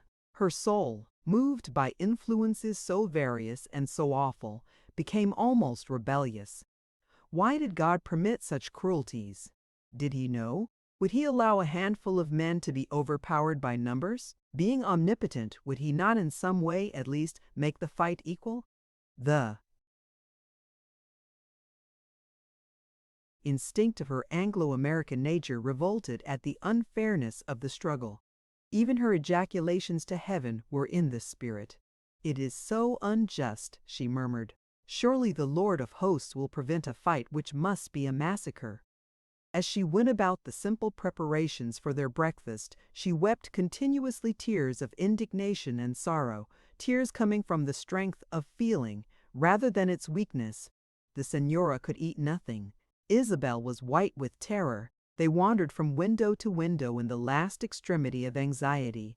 About 7 o'clock, they saw Ortiz pass the house. There were so many people on the road, he could not find an opportunity to enter for some time. He had been in the city all night. He had watched the movement of the troops in the starlight. As he drank a cup of chocolate, he said, "It was just 3 o'clock, Señorita, when the Matamoras battalion was moved forward. General Cos supported it with 2,000 men. But General Cos was paroled by these same Americans who are now in the Alamo, and his life was spared on condition that he would not bear arms against them again. It is but one lie, one infamy more. When I left the city, about 4,000 men were attacking the Alamo. The infantry and columns were driven up to the walls by the cavalry which surrounded them. The Americans, is there any hope for them? The mercy of God remains, Señorita. That is all. The Alamo is not as the everlasting hills. What men have made, men can also destroy. Señor Navarro is in the church, praying for the souls that are passing every moment. He ought to have been fighting. To help the living is better than to pray for the dead. Permit me to assure you, Señorita Antonia, that no man has done more for the living. In time of war, there must be many kinds of soldiers. Señor Navarro has given nearly all that he possesses for the hope of freedom. He has done secret service of incalculable value. Secret service, I prefer those who have the courage of their convictions and who stand by them publicly. This is to be considered, Señorita. The man who can be silent can also speak when the day for speaking arrives. No one opposed this statement. It did not seem worthwhile to discuss opinions while the terrible facts of the position were appealing to every sense. As the day went on, the conflict evidently became closer and fiercer. Ortiz went back to the city, and the 3 lonely women knelt upon the housetop, listening in terror to the tumult of the battle. About noon the firing ceased, and an awful silence, a silence that made the ears ache to be relieved of it, followed. "All is over," moaned Antonia, and she covered her face with her hands and sobbed bitterly. Isabel had already exhausted tears.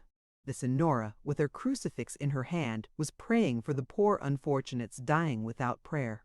During the afternoon, smoke and flame and strange and sickening odors were blown northward of the city, and for some time it seemed probable that a great conflagration would follow the battle. How they longed for someone to come! The utmost of their calamity would be better than the intolerable suspense. But hour after hour went past, and not even Ortiz arrived. They began to fear that both he and Navarro had been discovered in some disloyalty and slain, and Antonia was heartsick when she considered the helplessness of their situation. Still, in accordance with Navarro's instructions, they dressed for the contemplated journey and sat in the dark anxiously listening for footsteps. About 11 o'clock Navarro and Ortiz came together. Ortiz went for the horses, and Navarro sat down beside the Señora. She asked him in a low voice what had taken place, and he answered, "Everything dreadful, everything cruel and monstrous and inhuman. Among the angels in heaven there is sorrow and anger this night. His voice had in it all the pathos of tears, but tears mingled with a burning indignation. "The Alamo has fallen! Senorita Antonia, I would give my soul to undo this day's work. It is a disgrace to Mexico which centuries cannot wipe out." The Americans are all with the merciful one. Not one saved. Not one. Impossible. I will tell you, it is right to tell the whole world such an infamy. If I had little children, I would take them on my knee and teach them the story. I heard it from the lips of one wet shod with their blood, dripping crimson from the battle. My own cousin Xavier, he was with General Castrillon's division. They began their attack at 4 in the morning, and after 2 hours' desperate fighting succeeded in reaching a courtyard of the Alamo. They found the windows and doors barricaded with bags of earth. Behind these, the Americans fought hand to hand with despairing valor. Ramirez, Sisma, and Baters led the columns, and Santa Anna gave the signal of battle from a battery near the bridge. When the second charge was driven back, he became furious. He put himself in front of the men and with shouts and oaths led them to the third charge. Xavier said that he inspired them with his own frenzy. They reached the foot of the wall, and the ladders were placed in position. The officers fell to the rear and forced the men to ascend them. As they reached the top, they were stabbed and the ladders overturned. Over and over and over again these attempts were made until the garrison in the Alamo were exhausted with the struggle. Navarro paused a few minutes, overpowered by his emotions. No one spoke. He could see Antonia's face, white as a spirit's, in the dim light, and he knew that Isabel was weeping and that the Señora had taken his hand. At last, at the hour of 10, the outer wall was gained. Then, room by room was taken with slaughter incredible. There were 14 Americans in the hospital. They fired their rifles and pistols from their pallets with such deadly aim that Milagros turned a cannon shotted with grape and canister upon them. They were blown to pieces, but at the entrance of the door they left 40 dead Mexicans. "Ah, Señor, Señor, tell me no more. My heart cannot endure it." "Mi madre," answered Isabel, "we must hear it all. Without it, one cannot learn to hate Santa Anna sufficiently." And her small white teeth snapped savagely as she touched the hand of Lopez with an imperative, "Proceed." Colonel Bowie was helpless in bed. 2 Mexican officers fired at him, and one ran forward to stab him ere he died. The dying man caught his murderer by the hair of his head and plunged his knife into his heart. They went to judgment at the same moment. "I am glad of it, glad of it," the American would say to the Almighty. "Thou gavest me life, and thou gavest me freedom. Freedom, that is the nobler gift of the two. This man robbed me of both. And God is just. The judge of the whole earth will do right." At noon, only 6 of the 183 were left alive. They were surrounded by Castrillon and his soldiers. Xavier says his general was penetrated with admiration for these heroes. He spoke sympathizingly to Crockett, who stood in an angle of the fort with his shattered rifle in his right hand and his massive knife, dripping with blood, in his left. His face was gashed, his white hair crimson with blood. But a score of Mexicans, dead and dying, were around him. At his side was Travis, but so exhausted that he was scarcely alive. Castrillon could not kill these heroes. He asked their lives of Santa Anna, who stood with a scowling, savage face in this last citadel of his foes. For answer, he turned to the men around him and said with a malignant emphasis, "Fire!" It was the last volley. Of the defenders of the Alamo, not one is left. A solemn silence followed. For a few minutes it was painful in its intensity. Isabel broke it.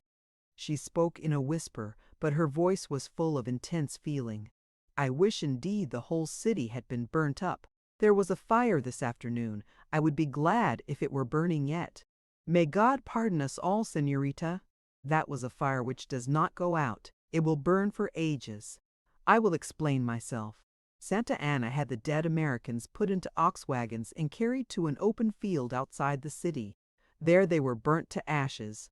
The glorious pile was still casting lurid flashes and shadows as I passed it. "I will hear no more, I will hear no more," cried the Senora, "and I will go away from here." "Ah, Senor, why do you not make haste? In a few hours we shall have daylight again. I am in a terror. Where is Ortiz?" "The horses are not caught in a 5 minutes, Senora. But listen, there is the roll of the wagon on the flagged court. All then is ready. Senora, show now that you are of a noble house, and in this hour of adversity be brave, as the Flores have always been." She was pleased by the entreaty, and took his arm with a composure which, though assumed, was a sort of strength. She entered the wagon with her daughters and uttered no word of complaint. Then Navarro locked the gate and took his seat beside Ortiz. The prairie turf deadened the beat of their horses' hooves. They went at a flying pace, and when the first pallid light of morning touched the east, they had left San Antonio far behind and were nearing the beautiful banks of the Cibolo. Chapter 15. Goliad. How sleep the brave who sink to rest, by all their country's wishes blessed. By fairy hands their knell is rung, by forms unseen their dirge is sung. Their honor comes, a pilgrim gray, to bless the turf that wraps their clay, and freedom shall a while repair, to dwell a weeping hermit there. How shall we rank thee upon glory's page? Thou more than soldier and just less than sage. Grief fills the room up of my absent child, lies in his bed, walks up and down with me, remembers me of all his gracious parts. Near midnight, on March the 9th, the weary fugitives arrived at Gonzales. They had been detained by the deep mud in the bottom lands and by the extreme exhaustion of the ladies, demanding some hours' rest each day. The village was dark and quiet. Here and there the glimmer of a candle, now and then the call of a sentry or the wail of a child broke the mysterious silence. Ortiz appeared to know the ground perfectly. He drove without hesitation to a log house in which a faint thread of light was observable, and as he approached it he gave a long, peculiar whistle. The door was instantly thrown open, and as the wagon stopped, 2 men stepped eagerly to it. In another instant the Senora was weeping in her husband's arms, and Isabel laughing and crying and murmuring her sweet surprises into the ear of the delighted Luis. When their wraps had been removed from the wagon, Ortiz drove away, leaving Navarro and Antonia standing by the little pile of ladies' luggage. "I will take charge of all, señorita. Alas, how weary you are! It is nothing, señor. Let me thank you for your great kindness." "Señorita, to be of service to you is my good fortune. If it were necessary, my life." "For your life, and I would die happy." She had given him her hand with her little speech of thanks, and he raised it to his lips. It was an act of homage that he might have offered to a saint, but in it Lopez unconsciously revealed to Antonia the secret love in his heart. For he stood in the glow of light from the open door, and his handsome face showed, as in a glass darkly, the tenderness and hopelessness of his great affection. She was touched by the discovery, and though she had a nature faithful as sunrising, she could not help a feeling of kindly interest in a lover so reticent, so watchful, so forgetful of himself. The log cabin in which they found shelter was at least a resting place. A fire of cedar logs burned upon the hearth, and there was a bed in the room, and a few rude chairs covered with raw hide. But the Senora had a happy smile on her weary face. She ignored the poverty of her surroundings. She had her Roberto, and, for this hour at least, had forgiven fate. Presently the coffee pot was boiling, and Dr. Worth and Luis brought out their small store of corn bread and their tin camp cups, and the weary women ate and drank, and comforted themselves in the love and protection at their side. Dr. Worth sat by his wife, and gave Antonia his hand. Isabel leaned her pretty head against Louis and listened with happy smiles to his low words. "Charming little one, your lips are two crimson curtains. Between curtain and curtain my kiss is waiting. Give it to me. Eyes of my soul, tonight the world begins again for me. At this blessed hour of God, I am the happiest man he has made. As for me, here in this dear white hand I put my heart." Is there any woman who cannot imagine Isabel's shy glances and the low, sweet words in which she answered such delightful protestations? And soon, to add a keener zest to his happiness, Louise began to be a little jealous. "With us is Dias de Bonilla. Do you remember, my beloved one, that you danced with him once? How can you say a thing so offensive? Yes, dear, at the Senora Valdez's. It may be, I have forgotten. Too well he remembers. He has dared to sing a serenade to your memory. Well, truly, he did not finish it, and but for the Senor Doctor, I should have taught him that Isabel is not a name for his lips to utter. Here he may presume to come into your presence. Will you receive him with extreme haughtiness? It would be a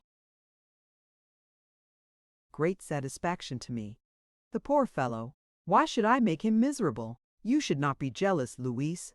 If you smile on him, the least little smile, he will think you are in love with him. He is such a fool, I assure you.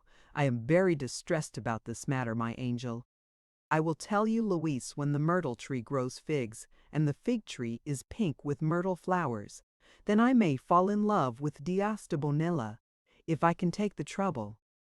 No one heeded this pretty, extravagant talk. It was a thing apart from the more serious interests discussed by Dr. Worth and his wife and eldest daughter, and when Ortiz and Navarro joined the circle, the story of the fall of the Alamo was told again, and Luis forgot his own happiness and wept tears of anger and pity for the dead heroes. "This brutal massacre was on the morning of the 6th, you say, Navarro?" "Last Sabbath morning, Signor. Mass was being offered in the churches, and Te Deum sung while it went on." "A mass to the devil it was," said Ortiz. "Now, I will tell you something.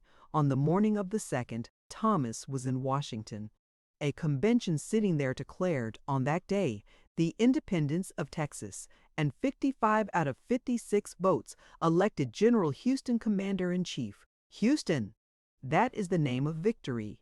Gracias a Dios!" cried Navarro. It is probable that the news of this movement influenced Santa Anna to such barbarity. It is his nature to be brutal. True, Ortiz, yet I can imagine how this proclamation would incense him. On the morning of the 6th, the convention received the last express sent by poor Travis from the Alamo. It was of the most thrilling character, breathing the very spirit of patriotism in courage and despair.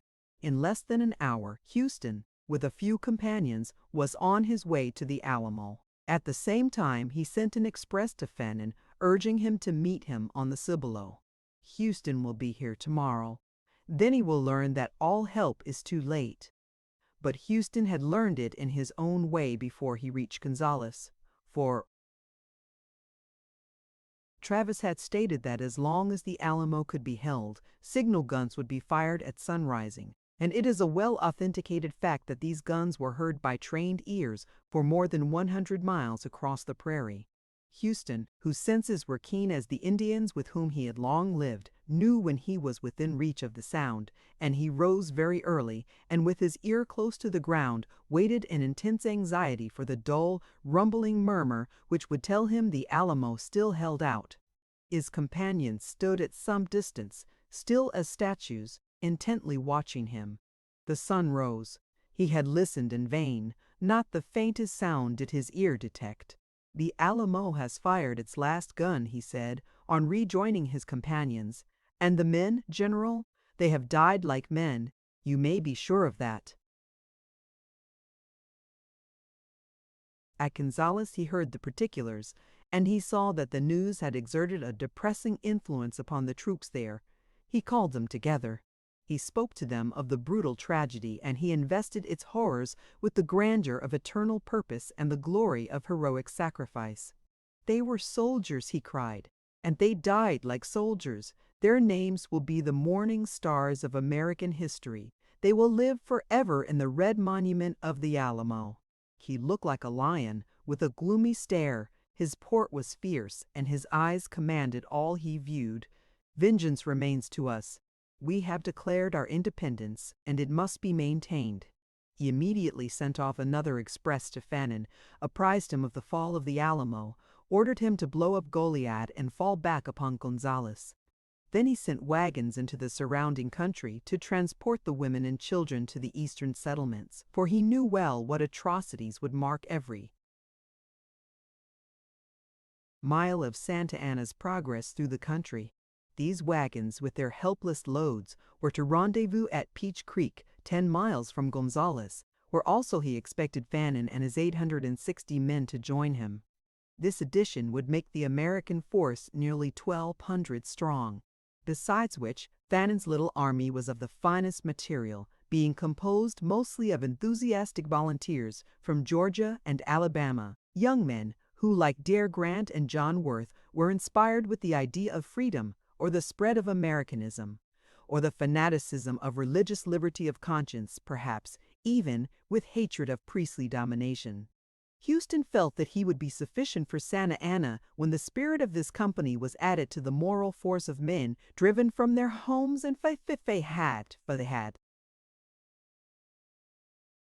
So he watched the horizon anxiously for Fannin's approach, often laying his ear to the ground to listen for what he could not see. And, impatient as he was for their arrival, the Senora was more so. She declared that her sufferings would be unendurable but for this hope. The one question on her lips, the one question in her eyes was, "Are they coming?" And Antonia, though she did not speak of her private hopes, was equally anxious. Brother and lover were both very dear to her, and to have the whole family together would be in itself a great help.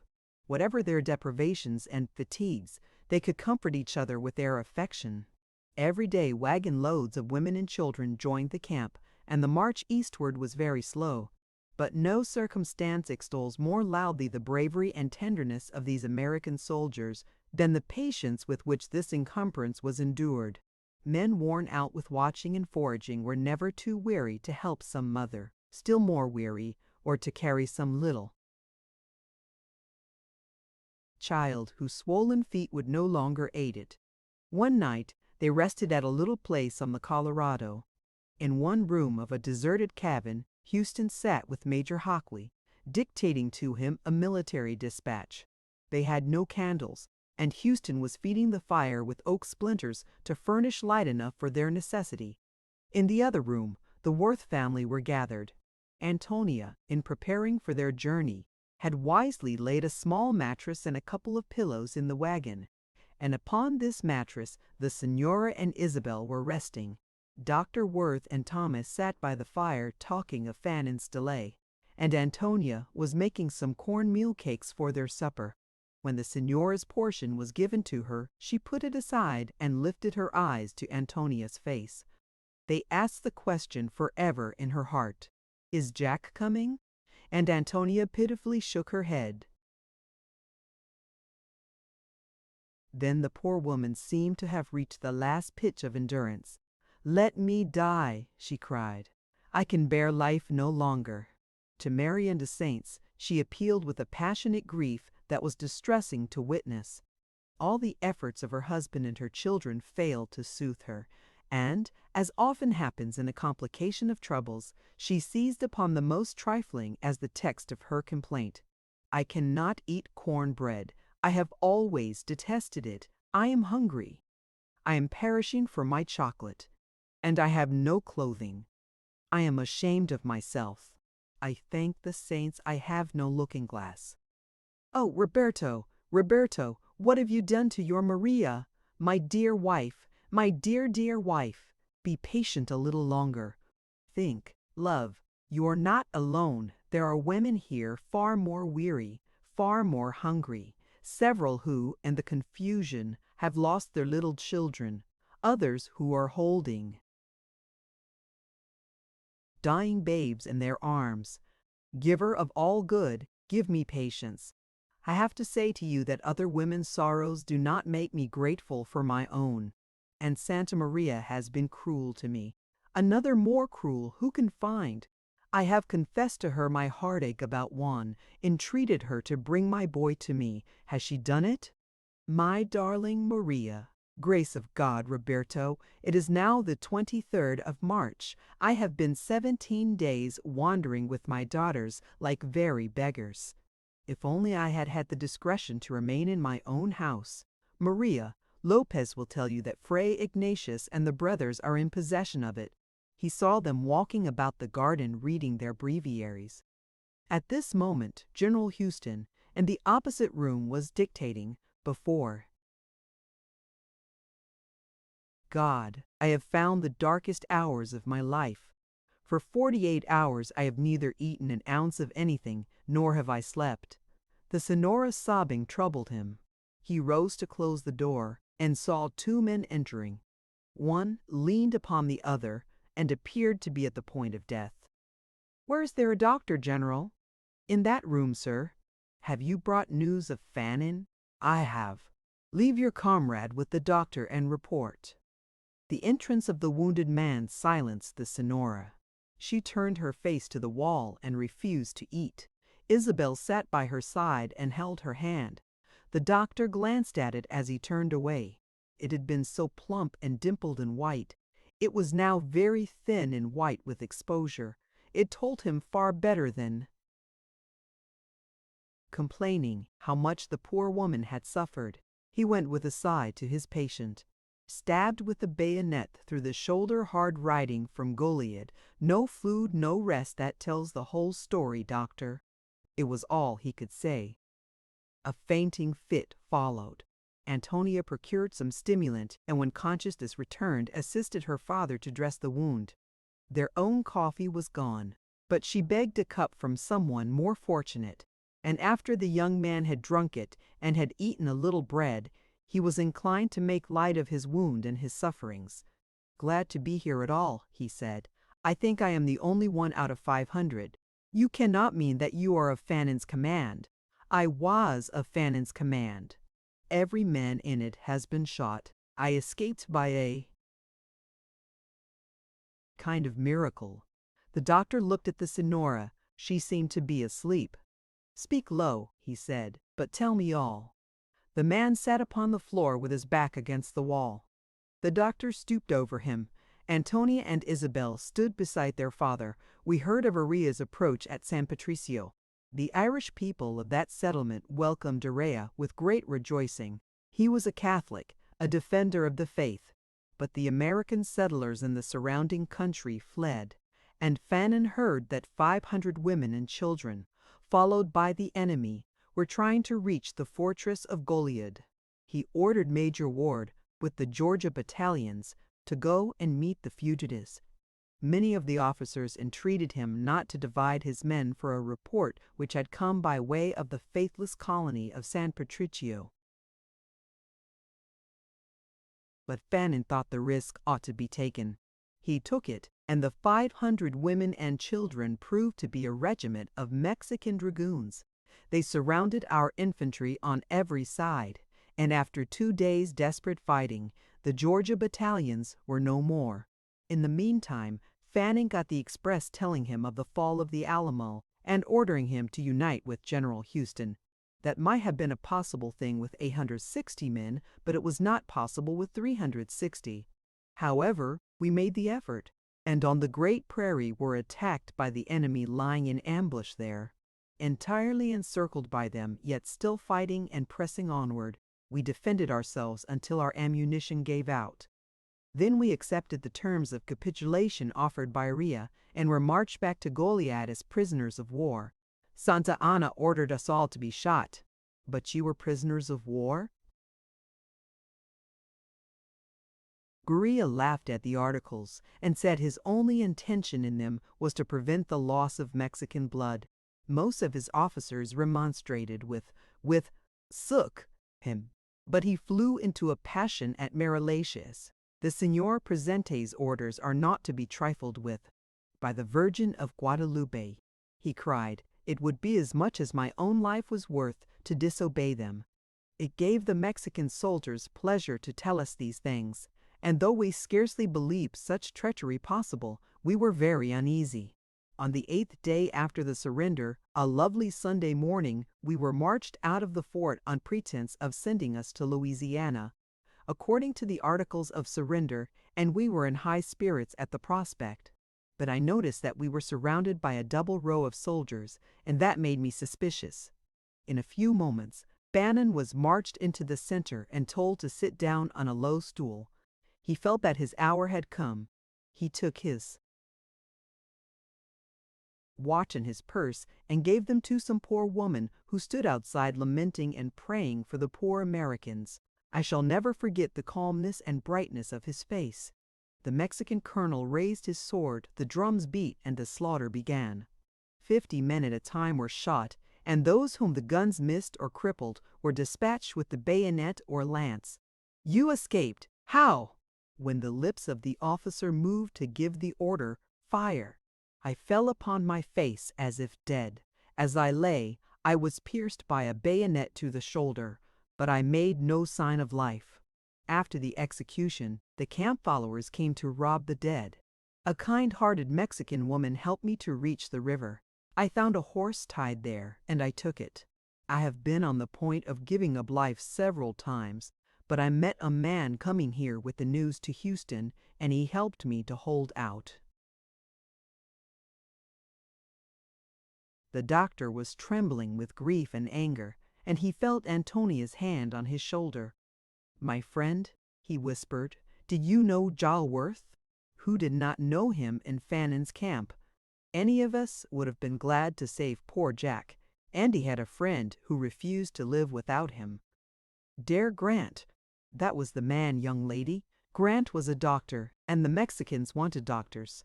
They offered him his life for his services, but he would not have it unless his friend's life also was spared. They were shot holding each other's hands and fell together. I was watching their faces at the moment. There wasn't a bit of fear in them. The Señora rose and came as swiftly as a spirit to them. She looked like a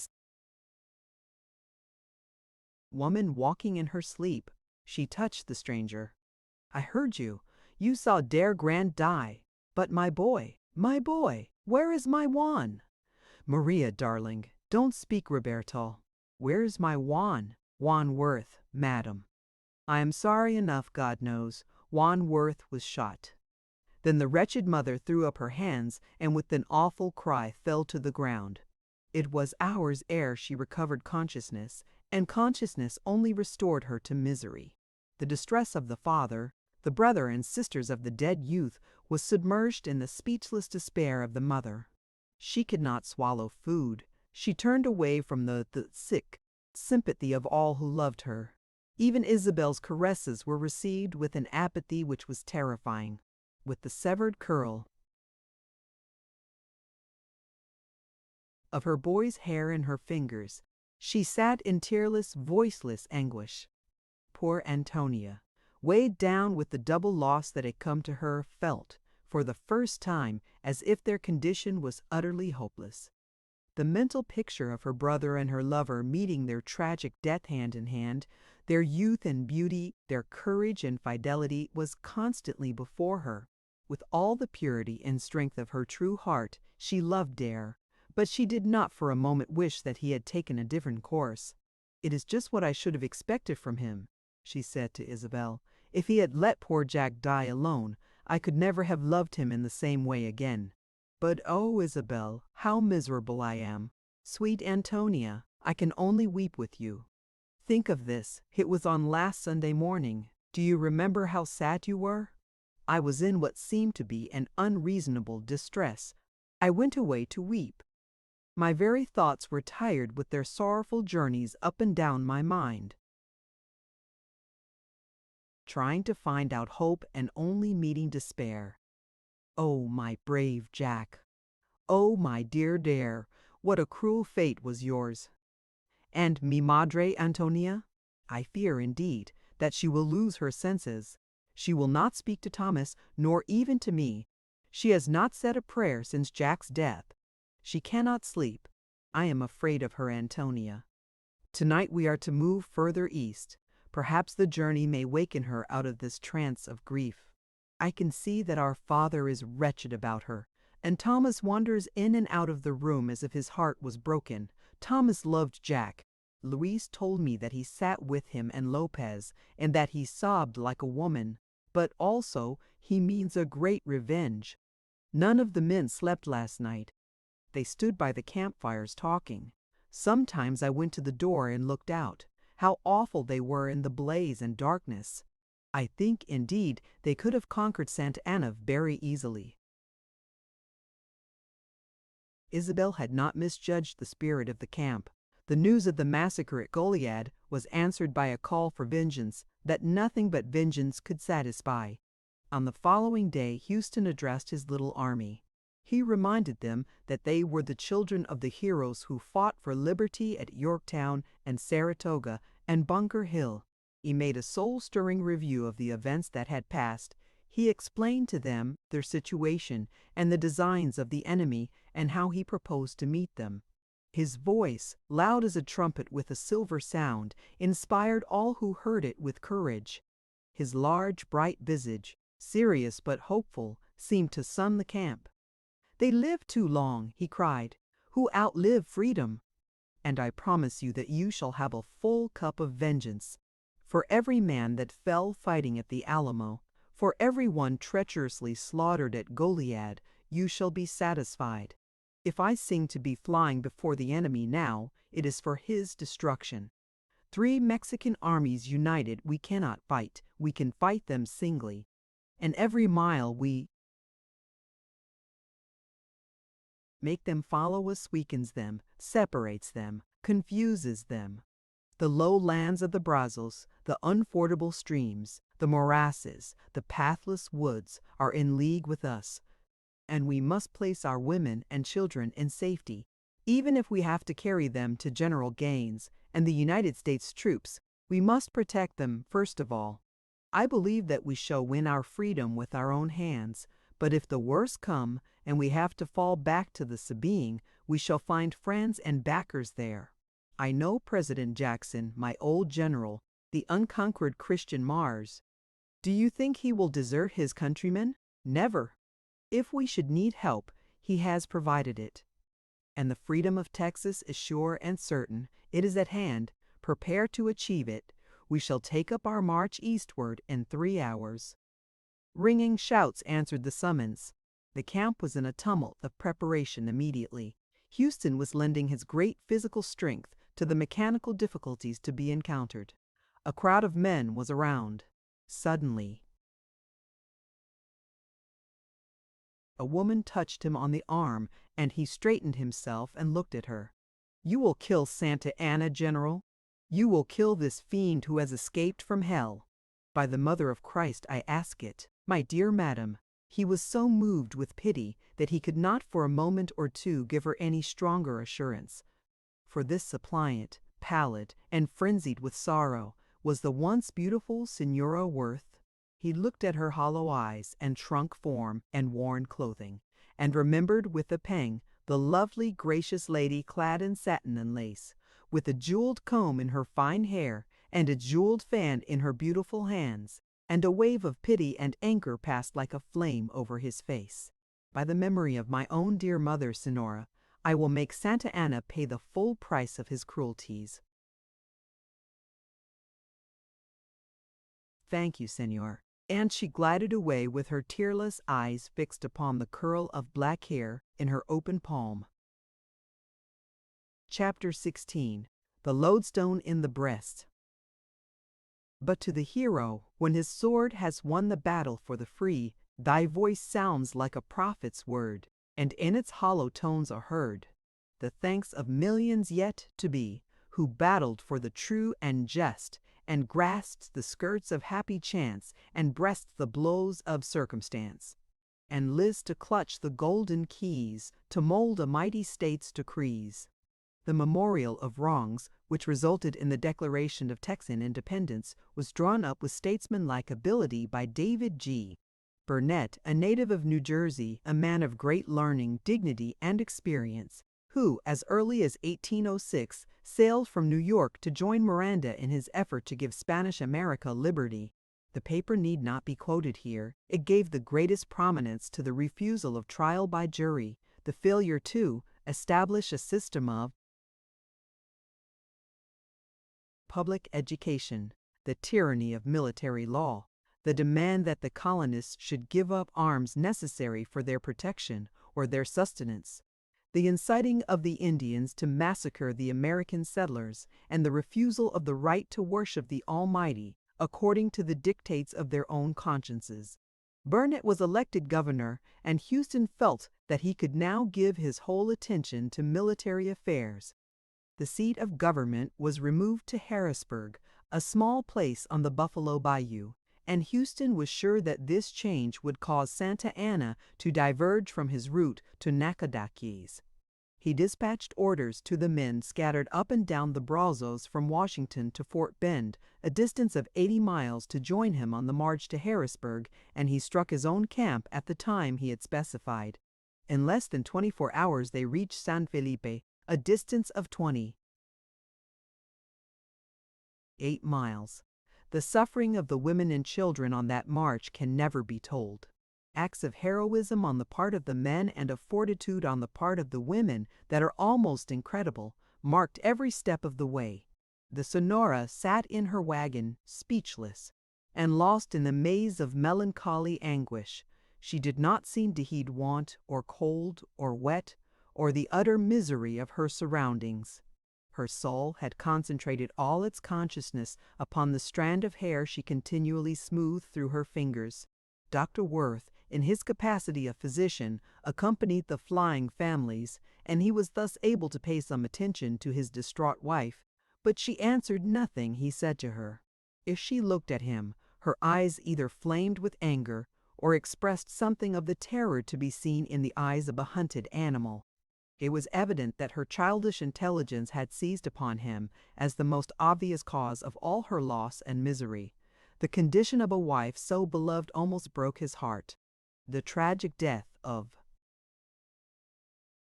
his dear son was not so hard to endure as this living woe at his side, and when they reached San Felipe and found it in ashes, a bitter cry of hopeless suffering came from every woman's lips. They had thought to find there a little food and a day's sheltered resting place. Even Antonia's brave soul fainted at the want and suffering around her. She had gold, but it could not buy bread for the little ones, weeping with hunger and terrified by the fretfulness of mothers suffering the pangs of want and in the last stage of human weariness. It was on this night, Houston wrote, "I will do the best I can, but be assured the fame of Jackson could never compensate me for my anxiety and mental pain." And yet, when he was told that a blind woman and her 7 children had been passed by and did not know the enemy were approaching, he delayed the march until men had been sent back to bring them into safety. During these days of grief and privation, Isabel's nature grew to its finest proportions. Her patient efforts to arouse her mother and her cheerfulness under the loss of all comforts were delightful. Besides which, she had an inexhaustible fund of sympathy for the babies. She was never without one in her arms. 3 mothers, who had died on the road, left their children to her care, and it was wonderful and pitiful to see the delicately nurtured girl making all kinds of efforts to secure little necessaries for the children she had elected to care for. "The Holy Mother helps me," she said to Antonia. "She makes the poor little ones good, and I am not very tired."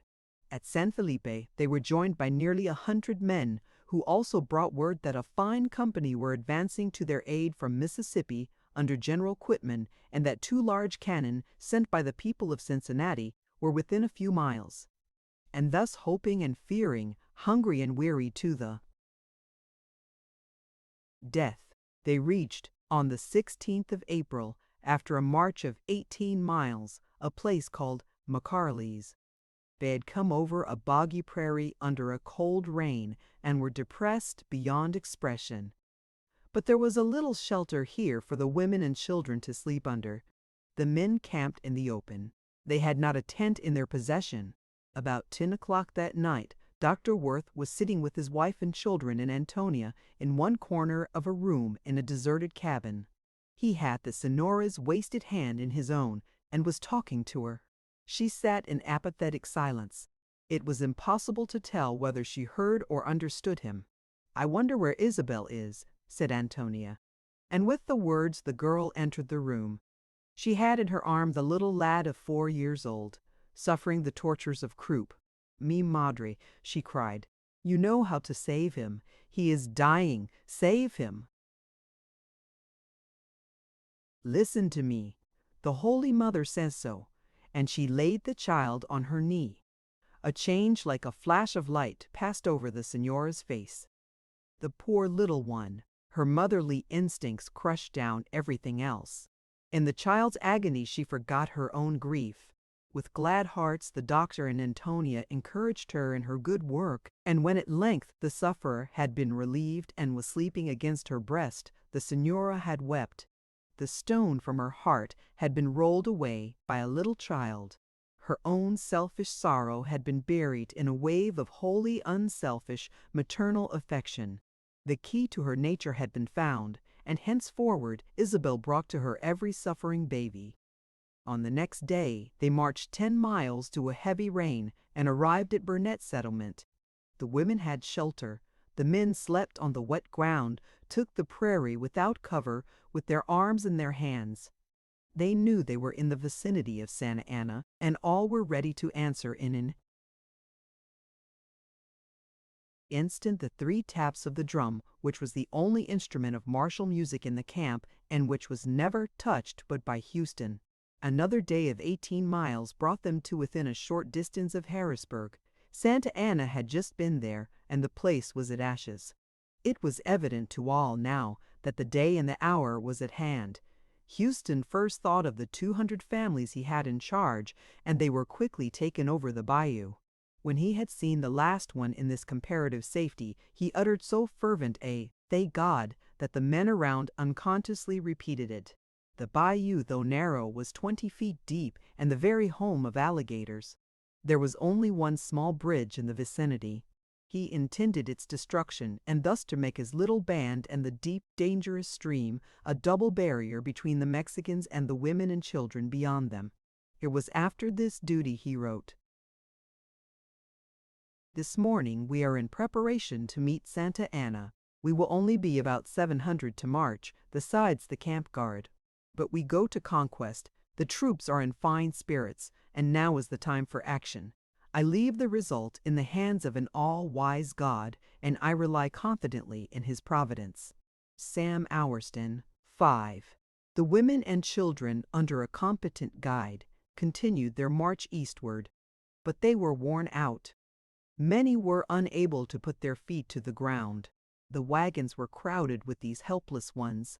The Senora had so far recovered as to understand that within a few hours Santa Ana and the Americans must meet. And, mentally led by Isabel's passionate hatred, she now showed a vindictiveness beyond that of any other woman.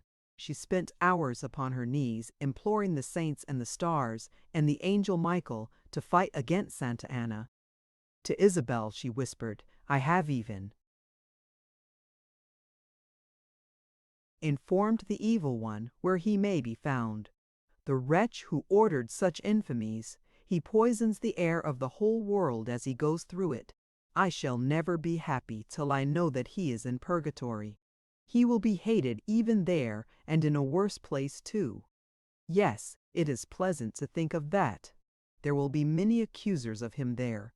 I shall comfort myself with imagining his punishment.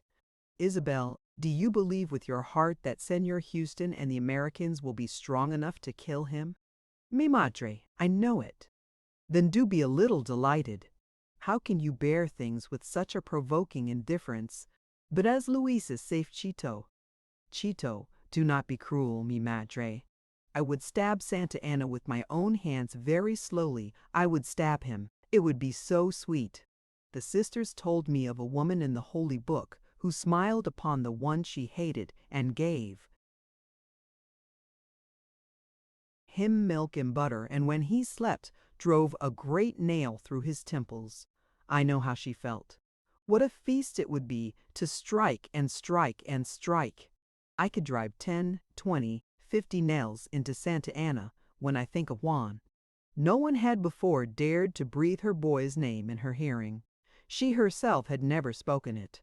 It fell upon the ears of both women like a strain of forgotten music.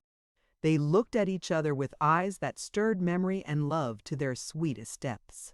Almost in whispers they began to talk of the dead boy, to recall how lovable, how charming, how affectionate, how obedient he had been. Then the señora broke open the seals of her sorrow, and, with bitter reproaches on herself, confessed that the kiss she had denied her Juan was a load of anguish upon her heart that she could not bear. "If I had only blessed him," she moaned. "I had saved him from his misfortune. A mother's blessing is such a holy thing, and he knelt at my knees and begged it. I can see his eyes in the darkness when my eyes are shut. I can hear his voice when I am asleep. Isabel, I shall never be happy till I see Juan again, and say to him, 'Forgive me, dear one. Forgive me, for I have suffered.'" Both were weeping, but Isabel said bravely, "I am sure that Juan does not blame you now, mi madre. In the other world, one understands better. And remember also the letter which he wrote you. His last thought was yours. He fell with your name on his lips. These things are certain, and was it not good of Dare to die with him? A friend like that, out of the tale books who ever hears of such a thing? Antonia has wept much. In the nights, when she thinks I am asleep, I hear her. Have you seen that she has grown white and thin? I think that my father is very unhappy about her. In an hour of mercy may the merciful one remember Dare grant. I will pray for his peace as long as I live. If he had left Juan, if he had come back alone, I think indeed I should have hated him. That was also the opinion of Antonia. She would never have loved him the same. I am sure she would not have married him. My good Antonia! Go bring her to me, Isabel. I want to comfort her. She has been so patient with me. I have felt it every minute, and I have been stupid and selfish and have forgotten that she too was suffering." The next day it was found impossible to move. The majority of the women had husbands with the army. They had left their wives to secure everlasting freedom for their children. But even if Houston was victorious, they might be wounded and need their help. To be near them in any case was the one thing about which they were positive. "We will not move another inch," said a brave little Massachusetts woman who had been the natural leader of this domestic exodus. "We will rest ourselves a little here, and if the Mexicans want some extraordinary fighting, they can have it, especially if they come meddling with us or our children. My husband told me just to get out of reach of shot and shell and wait there till we heard of the victory, and I am for doing that and no other thing." Nearly 200 women, bent upon their own way, are not to be taken any other way, and the few old men who had been sent to guide the party and shoot what game was necessary for their support surrendered at once to this feminine mutiny. Besides, the condition of the boys and girls between 7 and 14 was really a deplorable one. They were too old to be cared for as infants, and they had been obliged, with the strength of children, to accomplish the labor of men and women. Many were crippled in their feet, others were continually on the point of swooning. It was now the 20th of April. The señora and her daughters had been 6 weeks with the American army, exposed to all the privations which such a life entailed. But the most obvious of these privations were, perhaps, those which were most easily borne. Women endure great calamities better than the little annoyances affecting those wants which are part and parcel of their sex or their caste. It was not the necessaries, so much as the luxuries of life, which the señora missed. The changes of raiment, the privacy, the quiet, the regularity of events. During the whole of the 20th, there was almost a Sabbath stillness. It was a warm, balmy day. The wearied children were under the wagons and under the trees, sleeping the dead sleep of extreme exhaustion. The mothers, wherever it was possible, slept also. The guides were a little apart, listening and smoking. If they spoke, it was only in monosyllables. Rest was so much more needed than food that little or no attempt was made to cook until near sundown. At dawn next morning, nay, a little before dawn, when all was chill and gray and misty, and there was not a sound but the wailing of a sick child, the señora touched her daughters. Her voice was strange to them, her face solemnly happy. "Antonio, Isabel, I have seen Joan. I have seen Joan. I have seen Joan. My eyes were shut, but I have seen him. He was a beautiful shadow, with a great, shadowy host around him. He bent on me such eyes, Holy Mother! Their love was unfathomable, and I heard his voice. It was far off, yet near. Madre, he said, tomorrow you shall hear from yous. Now I am happy. There are words in my heart, but I cannot explain them to you. I know what they mean. I will weep no more. They put my Juan's body in the grave, but they have not buried him." All day she was silent and full of thought, but her face was smiling and hopeful, and she had the air of one waiting for some assured happiness. About 3 o'clock in the afternoon she stood up quickly and cried, "Hark! The battle has begun!" Everyone listened intently, and after a short pause, the oldest of the guides nodded. "I'd give the rest of my life to be young again," he said, "just for 3 hours to be young and behind Houston. Tio Moro W.C. Shahir."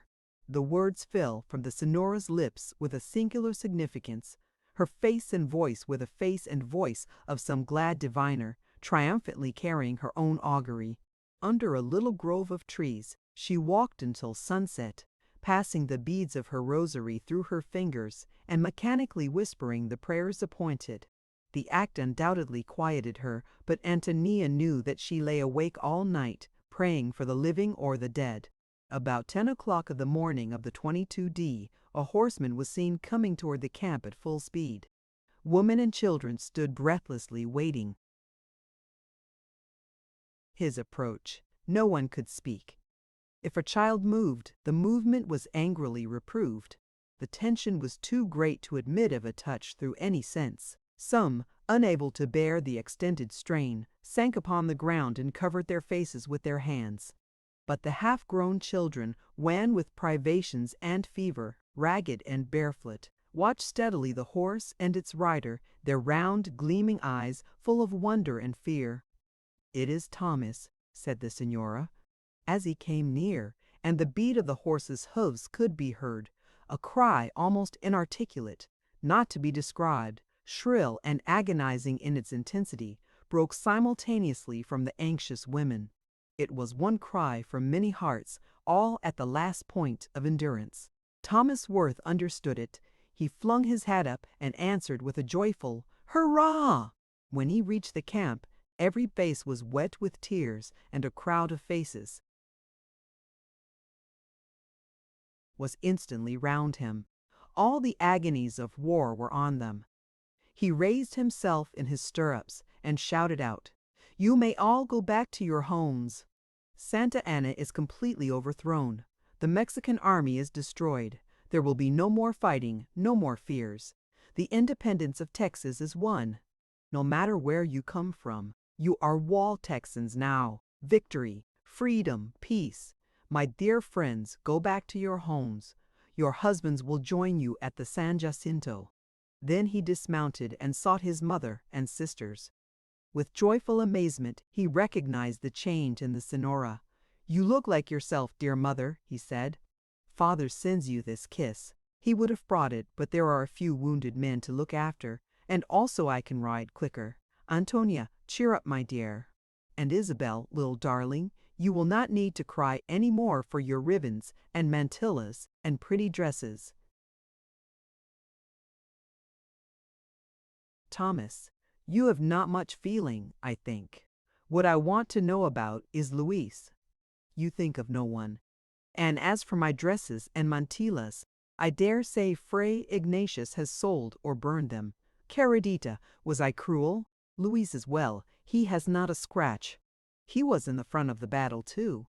That, of course. Would you imagine that Louise would be at the rear? He is General Houston's friend, and one lion knows another lion. Pretty one, do not be angry with me. I will tell you some good news. Louise is coming here, unless you go back at once with me. We will go back with you, Thomas. I am full of impatience. I remember my dear home. I will go to it like a bird to its nest. In half an hour they had turned the heads of their horses westward again. They went so rapidly and were under so much excitement that sustained conversation was impossible, and the Sonora also fell into a sound sleep as soon as the first homeward steps had been taken. Whatever had been made known to her by one had received its fulfillment. She was assured and happy. She slept till they reached the victorious camp, and her husband awakened her with a kiss. She answered him with her old childish impulsiveness. And among the first words she said were, "Roberto, my beloved, I have seen Juan." He believed her. To his reverent soul there was nothing incredible in the statement. The tie between a mother and her child is not broken by death. Was it unlikely, then, that Juan should have been conscious of and touched by the mental agony which his untimely death had caused a mother so beloved? And oh! how different was the return to the ground west of the Buffalo Bayou. The very atmosphere was changed.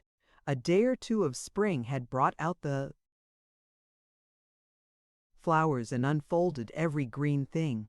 Dr. Worth took his family to a fine Mexican marquee, and among other comforts, the Sonora found there the chocolate she had so long craved, and some sagretos of most delicate flavor. In a short time a luxurious meal was prepared by Antonia, and just as they were sitting down to it, Louise and Lopez entered the tent together. Isabel had expected the visit and prepared for it as far as her limited wardrobe permitted, and her fine hair and bright eyes, her perfect face and form, and the charming innocence of her manners adorned her as the color and perfume of the rose make the beauty of the flower. She was so lovely that she could dare to banter Louis on the splendor of his attire. It is evident, mi madre, that Louis has found at least the baggage of a major general. Such velvet and silver embroidery, such a silk sash, they are fit at the very least for a sultan of the Turks. He came to her crowned with victory. Like a hero he came, and like a lover. They had 1,000 pretty things to say to each other, and 1,000 blissful plans in prospect. Life to them had never before been so well worth living. Indeed, a wonderful exultation possessed both Luis and Lopez. The somber, handsome face of the latter was transfigured by it. He kissed the hand of the Sonora, and then turned to Antonia. Her pallor and emaciation shocked him. He could only murmur, "Senorita." But she saw the surprise, the sorrow, the sympathy, yes, the adoring love in his heart, and she was thankful to him for the reticence that relieved her from special attention. Dr. Worth made room for Lopez beside him. Louise sat by Isabel upon a pile of splendid military saddlecloths. As she sipped her chocolate, he smoked his cigarrito in a lazy fashion and gave himself up with delight to that foolishness of love-making which is often far wiser than the very words of wisdom. As yet the ladies had not spoken of the battle. It was won. That great fact had been as much as they could bear at first. The Senora wanted to sleep. Isabel wanted to see Luis. Only Antonia was anxious for the details, and she had been busy in preparing the respectable meal which her mother had so long craved. The apparent indifference was natural enough. The assurance of good fortune is always sufficient for the first stage of reaction from anxiety. when the most urgent personal feelings have been satisfied, then comes the demand for detail and discussion. So now, as they sat together, the Senora said, "No one has told me anything about the battle. Were you present, Roberto?" "I had that great honor, Maria. Lopez and Luis were with the cavalry, and Ortiz also has had some satisfaction for all his wrongs." "Very good. But I am impatient for the story. So is Antonia. And as for Isabel Barr, the little one is listening to another story. One must excuse her. We expected the battle on the 20th, but no. The enemy were expecting it also, and were in high spirits and perfect preparation. Houston thought it prudent to dash their enthusiasm by uncertainty and waiting. But at dawn on the 21st, we heard the 3 taps of the drum, and 700 soldiers sprang to their feet as one man. Houston had been watching all night. He spoke to us with a tongue of fire, and then, while we cooked and ate our breakfast, he lay down and slept. The sun came up without a cloud and shone brightly on his face. He sprang to his feet and said to Burleson as he saluted him, "The son of Austerlitz has risen again." Someone brought him a piece of cornbread and broiled beef. He sat upon the grass and ate it, or rather upon the blue hyacinths that covered the grass. They are red now. For many weeks I had not seen his countenance so bright. All traces of trouble and anxiety were gone. He called Deb Smith the scout of scouts and quickly ordered him to cut down the only bridge across the bayou. At 9 o'clock, General Coles joined Santa Anna with 540 men, and for a moment I thought we had made a mistake in not attacking the enemy before his reinforcements came up, but the knowledge that Coles was present raised enthusiasm to the highest pitch. Our troops remembered his parole at the Alamo and the shameful manner in which he had broken it, and there was not a man who did not long to kill him for it. About 3 o'clock in the afternoon, Houston ordered the attack. The 700 Americans were divided into 3 bodies. I saw Houston in the very center of the line, and I have a confused memory of Millard and Lamar, Burleson and Sherman and Wharton in front of their divisions. Were the Mexicans expecting the attack, Father? They were in perfect order, Antonia, and when Sherman shouted the battle cry, "Remember the Alamo, Goliad in the Alamo," it was taken up by the whole 700, and such a shout of vengeance mortal ears never heard before. The air was full of it, and it appeared to be echoed and repeated by innumerable voices. With this shout on our lips, we advanced to within 60 paces of the Mexican lines, and then a storm of bullets went flying over our heads. One ball, however, shattered Houston's ankle, and another struck his horse in the breast. But both man and horse were of the finest metal, and they pressed on, regardless of their wounds. We did not answer the volley until we poured our lead into their very bosoms. No time for reloading then. We clubbed our rifles till they broke, flung them away, and fired our pistols in the eyes of the enemy. Then, nothing else remaining, took our bowie knives from our belts and cut our way through the walls of living flesh. Lopez rose at the words. It was impossible for him to express himself sufficiently in an attitude of repose. His eyes glowed like fire. His dark face was like a flame. He threw up his hands as he cried, "Nothing comparable to that charge with knives was ever made on earth." If I had seen through the smoke and vapor the mighty shade of Bowie leading it, I should not have been surprised. "Perhaps, indeed, he did lead it," said the Senora in a solemn voice. "I saw, yes, by all the saints of God, I saw great hosts with my wand. They stretched out vast, shadowy arms. They made me feel what I can never tell. But I shall honor Senor Houston. I shall say to him some day, 'Sinner, the unseen battalions, the mighty dead as well as the mighty living, won the battle. Roberto, believe me, there are things women understand better than wise men.'" A little awe, a solemn silence, answered the earnest woman. Luis and Isabel came close to her, and Isabel took her hand. Lopez resumed the conversation. "I know Colonel Bowie," he said. In the last days at San Antonio, I was often with him. Brave as a lion, true to his friends, relentless to his foes was he. The knife he made was the expression of his character in steel. It is a knife of extreme unction. The oil and wafer are all that remains for the men who feels its edge. For my part, I honor the sonorous thought. It is a great satisfaction to me to hope that Bowie and Crockett and Travis and Fannin and all their company were present at San Jacinto.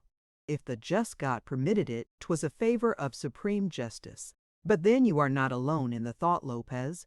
I heard General Sherman say, poor Fannin, he has been blamed for not obeying Houston's orders.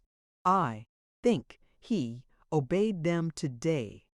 At the moment I did not comprehend, but now it is plain to me. He thought Fannin had been present, and perhaps it was this belief made him so impetuous and invincible. He fought like a spirit. One forgot that he was flesh and blood. Sherman is of a grand stock, said the doctor. Descended from the wise Roger Sherman, bred in Massachusetts and trained in all the hardy virtues of her sons. It was from his lips the battle cry of "Remember the Alamo" sprang. But then, Roberto, nothing shall persuade me that my countrymen are cowards. On the contrary, Maria, they kept their ground with great courage. They were slain by hundreds just where they stood when the battle began. 26 officers and nearly 700 men were left dead upon the field. But the flight was still more terrible. Into the bayou horses and men rolled down together. The deep black stream became red. It was choked up with their dead bodies, while the mire and water of the morass was literally bridged with the smothered mules and horses and soldiers. The battle began at 3 o'clock, but we heard the firing only for a very short time, said Antonia. After we reached their breastworks, it lasted just 18 minutes. At 4, the whole Mexican army was dead, or flying in every direction, and the pursuit and slaughter continued until twilight. Truly an unseen power made all our moves for us. It was a military miracle, for our loss was only 8 killed and 17 wounded. I am sorry Houston is among the wounded. His ankle bone is shattered. He is suffering much. I was with him when he left the field, and I was delighted with his patience and dignity. The men crowded around him. They seized his bridle. They clasped his hands. "Have we done well today, General? Are you satisfied with us?" they cried. "You have covered yourselves with glory," he answered. "You have written a grand page in American history this day, boys, for it was not for fame nor for empire you fought, but for your rights as freemen, for your homes and your faith." The next moment he fell from his horse, and we laid him down at the foot of an oak tree. He had fainted from loss of blood and the agony of his wound, combined with the superhuman exertions and anxieties of the past week. "But he is better now?" "Yes. I dressed the wound as well as my appliances permitted, but he will not be able to use his foot for some time." No one slept that night. Weary as the men were, their excitement and happiness were too great for the bonds of sleep. In the morning, the rich spoils of the enemy's camp were divided among them. Houston refused any part in them. "My share of the honor is sufficient," he said, yet the spoils were very valuable ones to men who but a few hours before had nothing. But the clothing they wore and the arms they carried.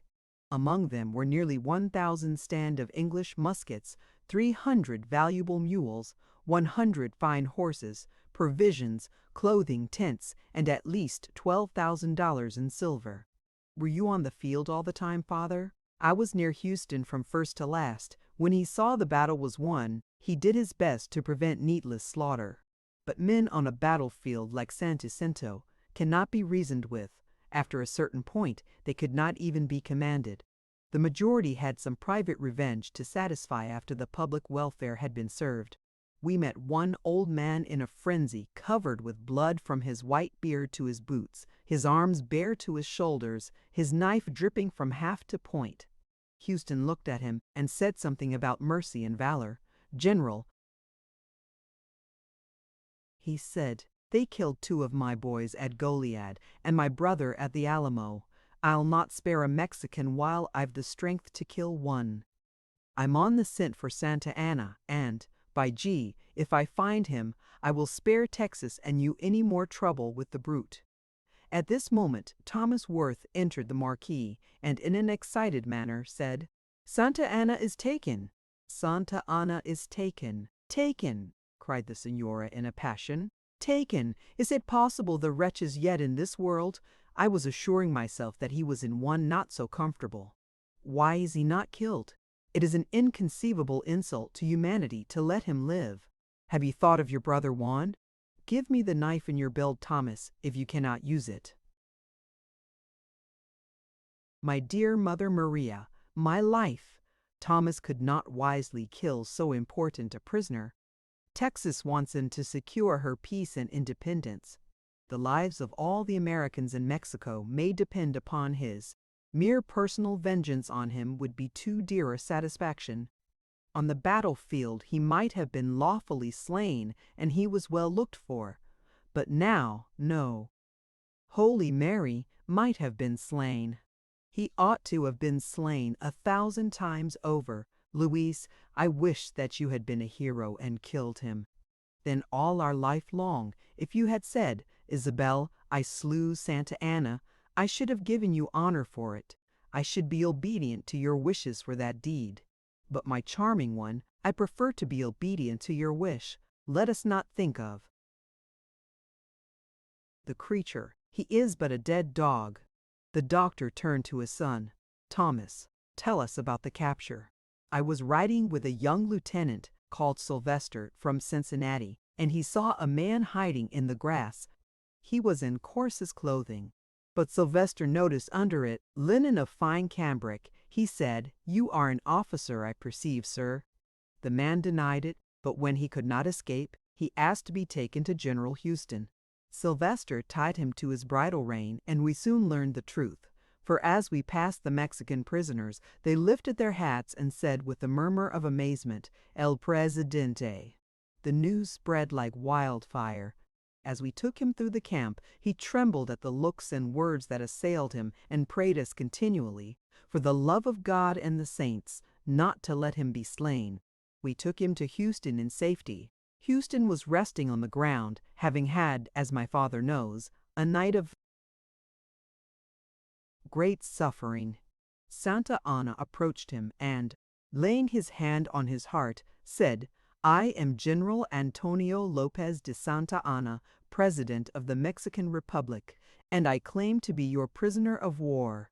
Houston pointed to a seat, and then sent for Santa Anna's secretary, Almonte, who is also a prisoner, and who speaks English perfectly. When Almonte came, he embraced Santa Anna, and addressing Houston said, 'General, you are born to a great destiny. You have conquered the Napoleon of the West. Generosity becomes the brave and the fortunate.' Houston answered sternly, 'You should have remembered that sentiment at the Alamo and at Goliad.' Then the following conversation occurred. Santa Anna said, 'The Alamo was taken by storm. The usages of war permitted the slaughter. We live in the 19th century, President. We profess to be Christians. I have to remind you, General Houston, of the storming of San Sebastian, Ciudad, Riego, and Badajoz by the Duke of Wellington. That was in Spain. There may have been circumstances demanding such cruelty. Permit me also to bring to your intelligence the battles at Fort Meigs and at the River Raisin. American prisoners were there given by English officers to their Indian allies for torture and death. The English war cry at Sandusky was, 'Give the Yankees no quarter.' Sir, permit me to say that you read history to a devilish purpose if you read it to search after brutal precedents. At Goliad our men surrendered. They were promised safe conduct out of Texas. The massacre at Goliad was a ferocious crime. It was precisely the same thing as the wholesale murder of Turkish prisoners at Jaffa by the great Napoleon. Also, I had the positive orders of my government to slay all Americans found with arms. These men had given up their arms. All Americans, my government, said so. Sir, you are the government of Mexico. You obeyed your own orders. You will at least allow that, in the eyes of recognized nations, your army was but a band of desperadoes, without government and fighting under no flag. Sir, you show a convenient ignorance. We have a government, and as soon as we can lay down our rifles, we shall probably be able to make a flag. I say to you, President Santa Anna, that the butchery at Goliad was without an excuse and without a parallel in civilized warfare. The men had capitulated to General Urrea. Urrea had no right to receive their capitulation. Then his mild, handsome face became in a moment malicious and tigerish, and he said with a cruel emphasis, "If I ever get Urrea into my hands, I will execute him." I perceive, however, that I have never understood the American character. For the few thousands in the country, I thought my army an overwhelming one. I underestimated their ability. I tell you, sir, an army of millions would be too small to enslave 10,000 free-born Anglo-Americans. Liberty is our birthright. We have marched 4 days on an ear or two of dry corn and then fought a battle after it, and Houston drew from his pocket an ear, partially consumed, which had been his ration. We have had no tents, no music, no uniforms, no flag, nothing to stimulate us but the determination to submit to no wrong and to have every one of our rights. Then he turned to Rusk and Sherman and called a military council about the prisoner, who was placed in an adjoining tent under a sufficient guard. That the excitement is intense, and the wretch is suffering, undoubtedly, all the mortal terrors of being torn to pieces by an infuriated soldiery. Houston will have to speak to them. They will be influenced by no other man. The discussion upon this event lasted until midnight, but the ladies retired to their own tent much earlier. They knelt together in grateful prayer and then kissed each other upon their knees. It was so sweet to lie down once more in safety, to have the luxury of a tent and a mattress and pillow. Blessed be the hand of God. My children, said the Senora, and may the angels give us in our dreams grateful thoughts. And then, in the dark, Isabel nestled her head in her sister's breast and whispered, "Forgive me for being happy, sweet Antonia. Indeed, when I smiled on the lease, I was often thinking of you. In my joy and triumph and love, I do not forget that one great awful grave at Goliad. But a woman must hide so many things. Do you comprehend me, Antonia?" "Hordida," she whispered, "I comprehend all. God has done right. If his angel had said to me, 'One must be taken and the other left,' I should have prayed, 'Spare then my little sister all sorrow.' Good night, my darling." But as their lips met, Isabel felt upon her cheeks the bitter rain which is the price of accepted sacrifice. The rain which afterwards makes the heart soft and fresh and responsive to all the airs of God.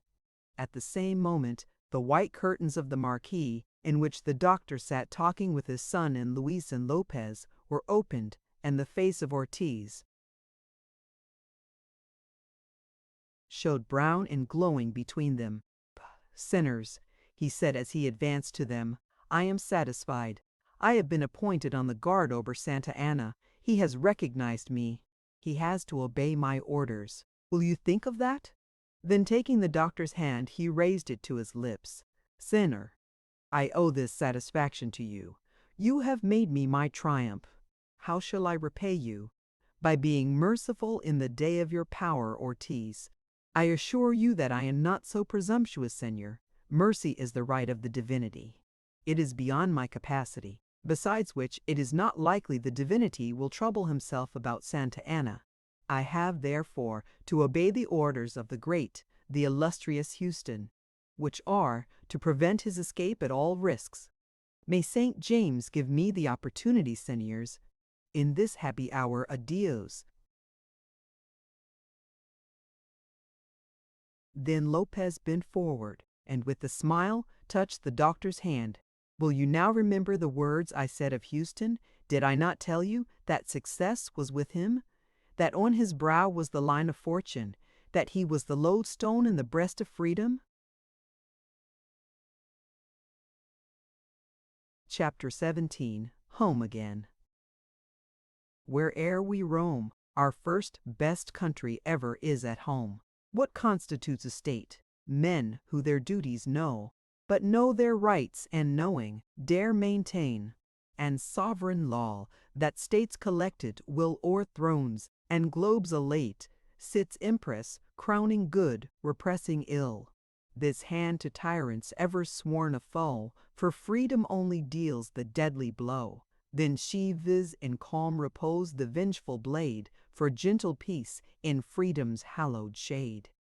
The vicinity of a great battlefield is a dreadful place after the lapse of a day or two.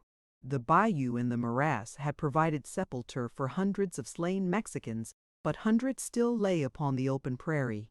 Over it, birds of prey hung in dark clouds, heavy-winged, sad, somber, and silent. Nothing disturbed them. They took no heed of the living. Armed with invincible talons and beaks tipped with iron, they carried on ceaselessly that automatic gluttony which made them beneficent crucibles of living fire, for all which would otherwise have corrupted the higher life. And yet, though innocent as the elements, they were odious in the sight of all. Before daylight in the morning, the Senora and her daughters were ready to begin their homeward journey.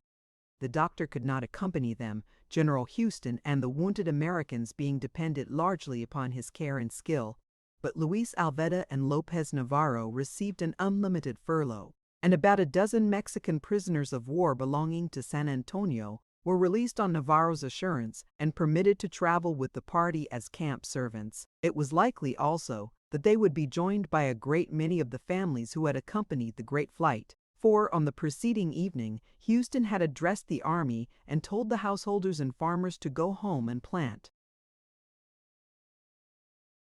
their corn. Full of happiness, the ladies prepared for their journey.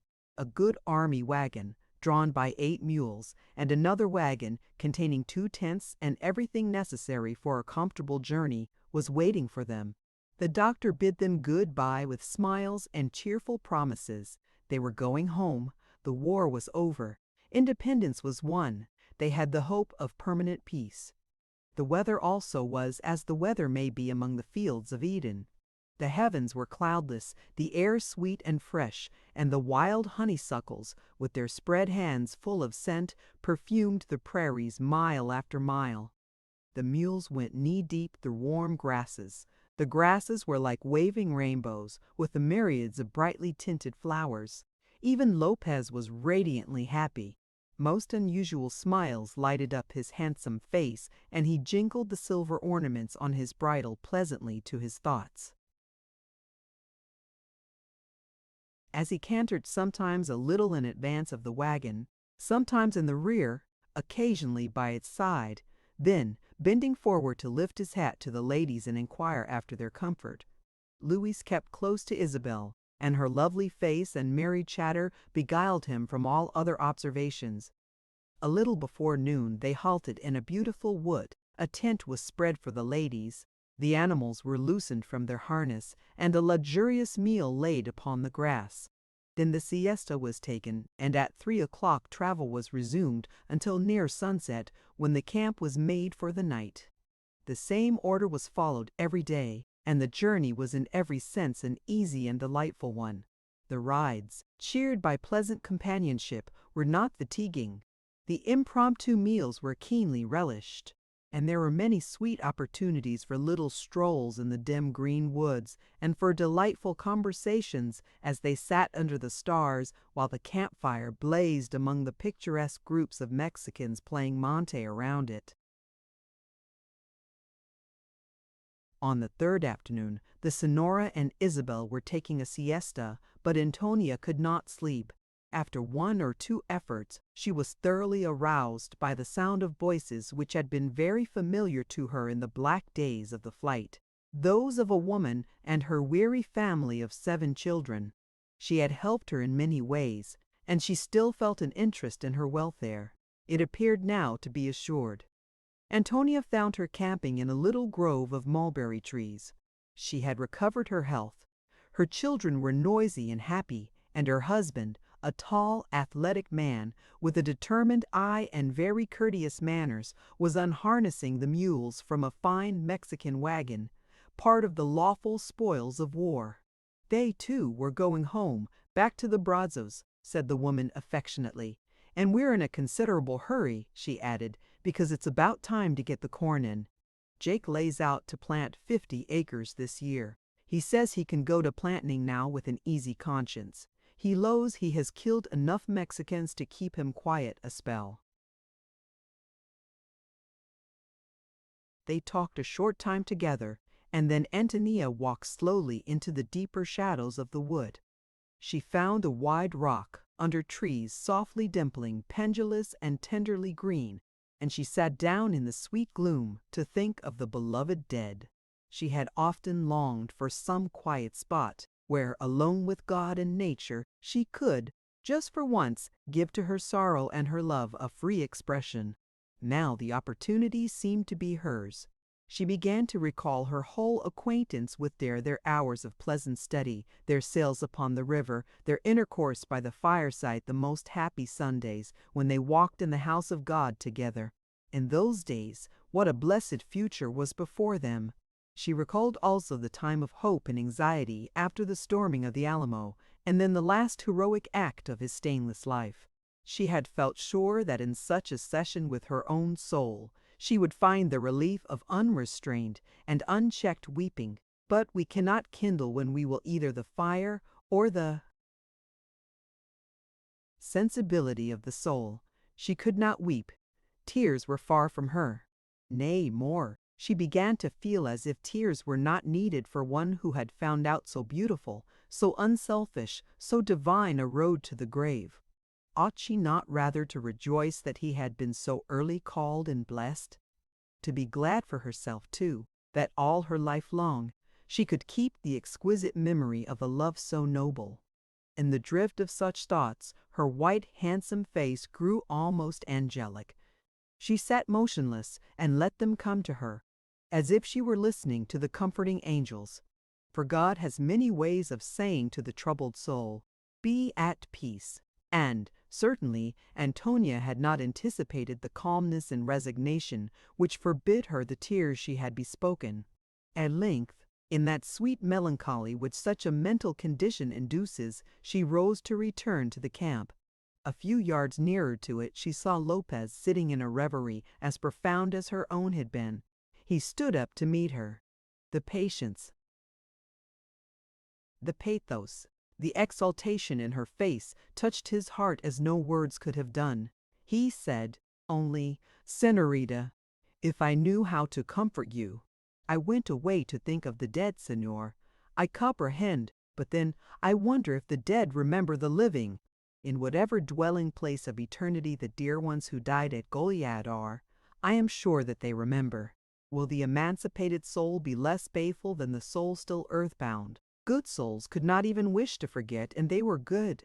It will never be permitted me to know two souls more pure, more faithful, more brave. Juan was as a brother to me, and, by why my Santa Joada, 6, I counted among God's blessings to have known a man like Senor Grant. A white soul he had indeed, full of great nobilities." Antonia looked at him gratefully. Tears uncalled for sprang into the eyes of both. They clasped hands and walked mutely back to the camp together. For the sentiment which attends the realization that all is over is gathered silently into the heart. It is too deep for words. They found the camp already in that flurry of excitement always attendant upon its rest and rising, and the señora was impatiently inquiring for her eldest daughter. "Gracios, Maria, is that you, Antonia? At this hour we are all your servants, I think. I, at least, have been waiting upon your pleasure." Then, perceiving the traces of sorrow and emotion on her face, she added with an unreasonable querulousness, "I bless God when I see how He has provided for women, giving them tears when they have no other employment for their time. Dearest mother, I am sorry to have kept you waiting. I hope that you have forgotten nothing. Where is your Montella?" And have you replenished your cigarito case? Is there water in the wagon? Nothing has been provided. Things most necessary are forgotten, no doubt. When you neglect such matters, what less could happen? But such little breezes of temper were soon over. The influences surrounding, the prospects in advance, were too exhilarating to permit of anything but passing shadows, and after an easy, delightful journey, they reached at length the charming vicinity of the romantic city of the sword. They had but another 5 miles' ride, and it was the Senora's pleasure to take it at the hour of midnight. She did not wish her return to be observed and talked about. She was in reality very much mortified by the condition of her own and her daughter's wardrobe. Consequently, though they made their noon camp so near to their journey's end, they rested there until San Antonio was asleep and dreaming. It was the happiest rest of all the delightful ones they had known. The knowledge that it was the last stage of a journey so remarkable made everyone attach a certain tender value to the hours never to come back, to the experiences never to be repeated. The Senora was gay as a child. Isabel shared and accentuated her enthusiasms. Louis was expressing his happiness in a variety of songs, now glorifying his love in some pretty romance or serenade, again musically assuring Liberty or Texas that he would be delighted at any moment to lay down his life for their sakes. Antonia was quite as much excited in her own way, which was naturally a much quieter way, and Lopez sat under a great pecan tree, smoking his cigar with placid admire. As the sun set, the full moon rose as it rises nowhere but over Texan or Asian plains, golden, glorious, seeming to fill the whole heaven and the whole earth with an unspeakable radiance, softly glowing, exquisitely, magically beautifying. The commonest thing under it was transfigured into something lovely, fantastic, fairy-like, and the dullest souls swelled and rose like the tides under its influence. Antonia took from their stores the best they had, and a luxurious supper was spread upon the grass. The meal might have been one of 10 courses, it occupied so long, it provoked so much mirth, such a rippling stream of reminiscence. Finally, such a sweetly solemn retrospect of the sorrows and mercies and triumphs of the campaign they had shared together. This latter feeling soon dominated all others. The delicious light, the sensuous atmosphere, the white turrets and towers of the city, shining on the horizon like some mystical heavenly city in dreams, the murmur of its far-off life, more audible to the spiritual than the natural ears, the dark figures of the camp servants, lying in groups or quietly shuffling their cards, were all elements conducive to a grave yet happy seriousness. No one intended to sleep. They were to rest in the moonlight until the hour of 11 and then make their last stage. This night they instinctively kept close together. The Senora had mentally reached that point where it was not unpleasant to talk over troubles and to amplify especially her own share of them. But, Holy Maria, she said, how unnecessary are such sorrows! I am never in the least any better for them. When the Divine Majesty condescends to give me the sunshine of prosperity, I am always exceedingly religious. On the contrary, when I am in sorrow, I do not feel inclined to pray. That is precisely natural. Can the Blessed Mother expect thanks when she gives her children only suffering and tears?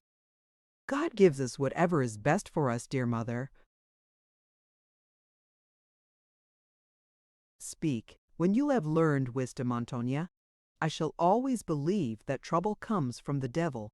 Indeed, Fray Ignatius once told me of a holy man that had one grief upon the heels of the other, and it was the devil who was sent with all of them. I have myself no doubt that he opened the gates of hell for Santa Anna to return to earth and do a little work for him. This thought makes me tremble, said Lopez. Souls that have become angelic can become evil. The degraded seraphim, whom we call the devil, was once the companion of archangels, and stood with Michael and Raphael and Gabriel in the presence of the Holy One. Is there sin in heaven? Can we be tempted even there? The inquiry went in different ways to each heart, but no one answered it. There were even a few moments of constrained, conscious silence, which Louise happily ended by chanting softly a verse from the Hymn of the Three Angels. "Who like the Lord," thunders Michael the chief. "Raphael, the Kirsch of God, bringeth relief, and, as at Nazareth, prophet of peace, Gabriel, the light of God, bringeth release." The noble syllables floated outward and upward, and Antonia and Lopez softly intoned the last line together, letting them fall slowly and softly into the sensitive atmosphere. "And as for trouble coming from the devil," said Lopez, "I think, Senora, that Fray Ignatius is wrong. Trouble is not the worst thing that can come to a man or woman. On the contrary, Our Lady of Prosperity is said to do them far greater harm. Let me repeat to you what the ever-wise Don Francisco de Quevedo Villegas says about her. Where is the virtue prosperity has not staggered, where the folly she has not augmented? She takes no counsel, she fears no punishment, she furnishes matter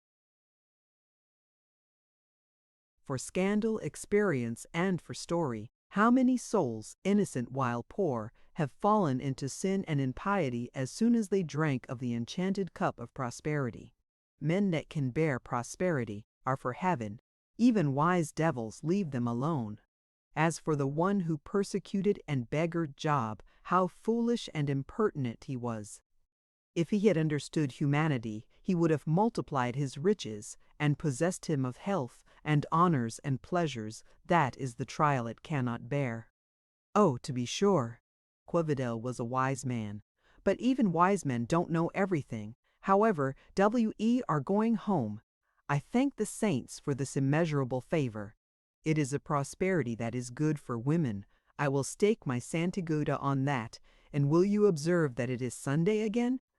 Just before sunset I heard the vesper bells clearly. Remember that we left San Antonio on Sunday also. I have always heard that Sunday was a good day to begin a journey on. If it had been on a Friday! Indeed, Louise, I would not have gone 100 yards upon a Friday. How can you suppose what is so inconceivably foolish? I think much of the right hour to undertake anything, said Lopez. The first movements are not in the hands of men, and we are subject to more influences than we comprehend. There is a ripe time for events as well as for fruits, but the hour depends upon forces which we cannot control by giving to them the name of the day, and our sage Quevedo has made a pleasant mockery thereon. It is at my lips, if your ears care to hear it. Quevedo again. No, it is not proper, Signor. Every day has its duties and its favors, Signor. That man actually said that fasting on Friday was not a special means of grace. Quevedo was almost a heretic. I have heard Fray Ignatius say so. He did not approve of him. Mi madre, let us hear what is to be said. Rachela told me I must fast on a Friday and cut my nails on a Wednesday and never cut them on a Sunday and take medicine on a Monday and look after money on Tuesday and pay calls and give gifts on Saturday. Very well, I do not think much of Rachela. Just suppose for the passing of the time that we listen to what Quevedo says. Here are 4 against me. Well then, proceed, Senor. On Monday, says the wise and witty one, buy all that you can meet with, and take all that is to be had for nothing. On Tuesday, receive all that is given you, for it is Mars' day, and he will look on you with an ill aspect if you refuse the first proffer and have not a second. On Wednesday, ask of all you meet. Perhaps Mercury may give someone vanity enough to grant you something. Thursday is a good day to believe nothing that flatterers say. Friday, it is well to shun creditors. On Saturday, it is well to lie long abed, to walk at your ease, to eat a good dinner, and to wear comfortable shoes, because Saturn is old and loves his ease. And Sunday, Senor? Pardon, Senorita Isabel, Sunday comes not into a pasquinade.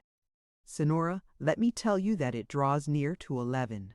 If we leave now, we shall reach San Antonio in time to say the prayer of gratitude before the blessed day of the 7 is past. Holy Mary, that is what I should desire. Come, my children. I thank you, Señor, for such a blessed memory. My heart is indeed full of joy and thankfulness. A slight disappointment, however, awaited the Señora. Without asking any questions, without taking anything into consideration, perhaps indeed because she feared to ask or consider, she had assumed that she would immediately re-enter her own home, with the unreason of a child she had insisted upon, expecting that somehow, or by some not explained efforts, she would find her house precisely as she left it. Little had been said of its occupancy by Fray Ignatius and his brothers. Perhaps she did not quite believe in the statement. Perhaps she expected Fray Ignatius to respect the arrangements which he knew had been so dear to her.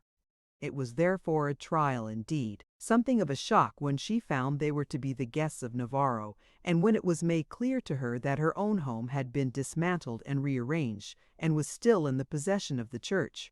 But, with a child's unreason, she had also a sweet ductility of nature. She was easily persuaded, easily pleased, and quite ready to console herself with the assurance that it only needed Dr. Worth's presence and personal influence to drive away all intruders upon her rights. In the meantime, she was contented.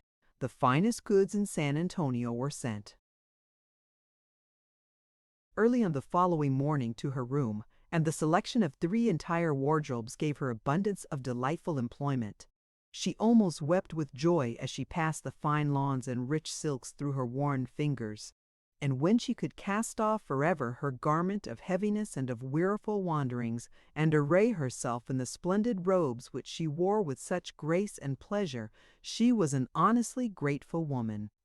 Then she permitted Lopez to let her old acquaintances know of her presence in her native city, and she was comforted when she began to receive calls from the Señora Alvida, Anne Judge and Señora Valdez, and many other of her friends and associates. They encouraged her to talk of her sufferings and her great loss. Even the judge thought it worth his while now to conciliate the simple little woman. He had wisdom enough to perceive that Mexican domination was over, and that the American influence of Dr. Worth was likely to be of service to him. The Señora found herself a heroine. More than that, she became aware that for some reason those who had once patronized her were now disposed to pay her a kind of court. But this did not lessen her satisfaction. She suspected no motive but real kindness, for she had that innate rectitude which has always confidence in the honesty of others. There was now full reconciliation between Luis and his mother and uncles, and his betrothal to Isabel was acknowledged with all the customary rejoicings and complimentary calls and receptions. Life quickly began to fall back into its well-defined grooves. If there was anything unusual, everyone made an effort to pass it by without notice. The city was conspicuously in this mind. American rule was accepted in the quiescent temper with which men and women accept weather which may or may not be agreeable, but which is known to be unavoidable. Americans were coming by hundreds and by thousands, and those Mexicans who could not make up their minds to become Texans and to assimilate with the new element sure to predominate, were quietly breaking up their homes and transferring their interests across the Rio Grande. They were not missed, even for a day. Some American was ready to step into their place, and the pushing, progressive spirit of the race was soon evident in the hearty way with which they set to work, not only to repair what war had destroyed, but to inaugurate those movements which are always among their first necessities. Ministers, physicians, teachers, mechanics of all kinds were soon at work. Churches were built. Bibles were publicly sold or given away. Schools were advertised. The city was changing its tone as easily as a woman changes the fashion of her dress. Santa Anna had said truly enough to Houston that the Texans had no flag to fight under, but the young republic very soon flung her ensign out among those of the gray nations of the world. It floated above the twice glorious Alamo, a bright blue standard with one white star in the center.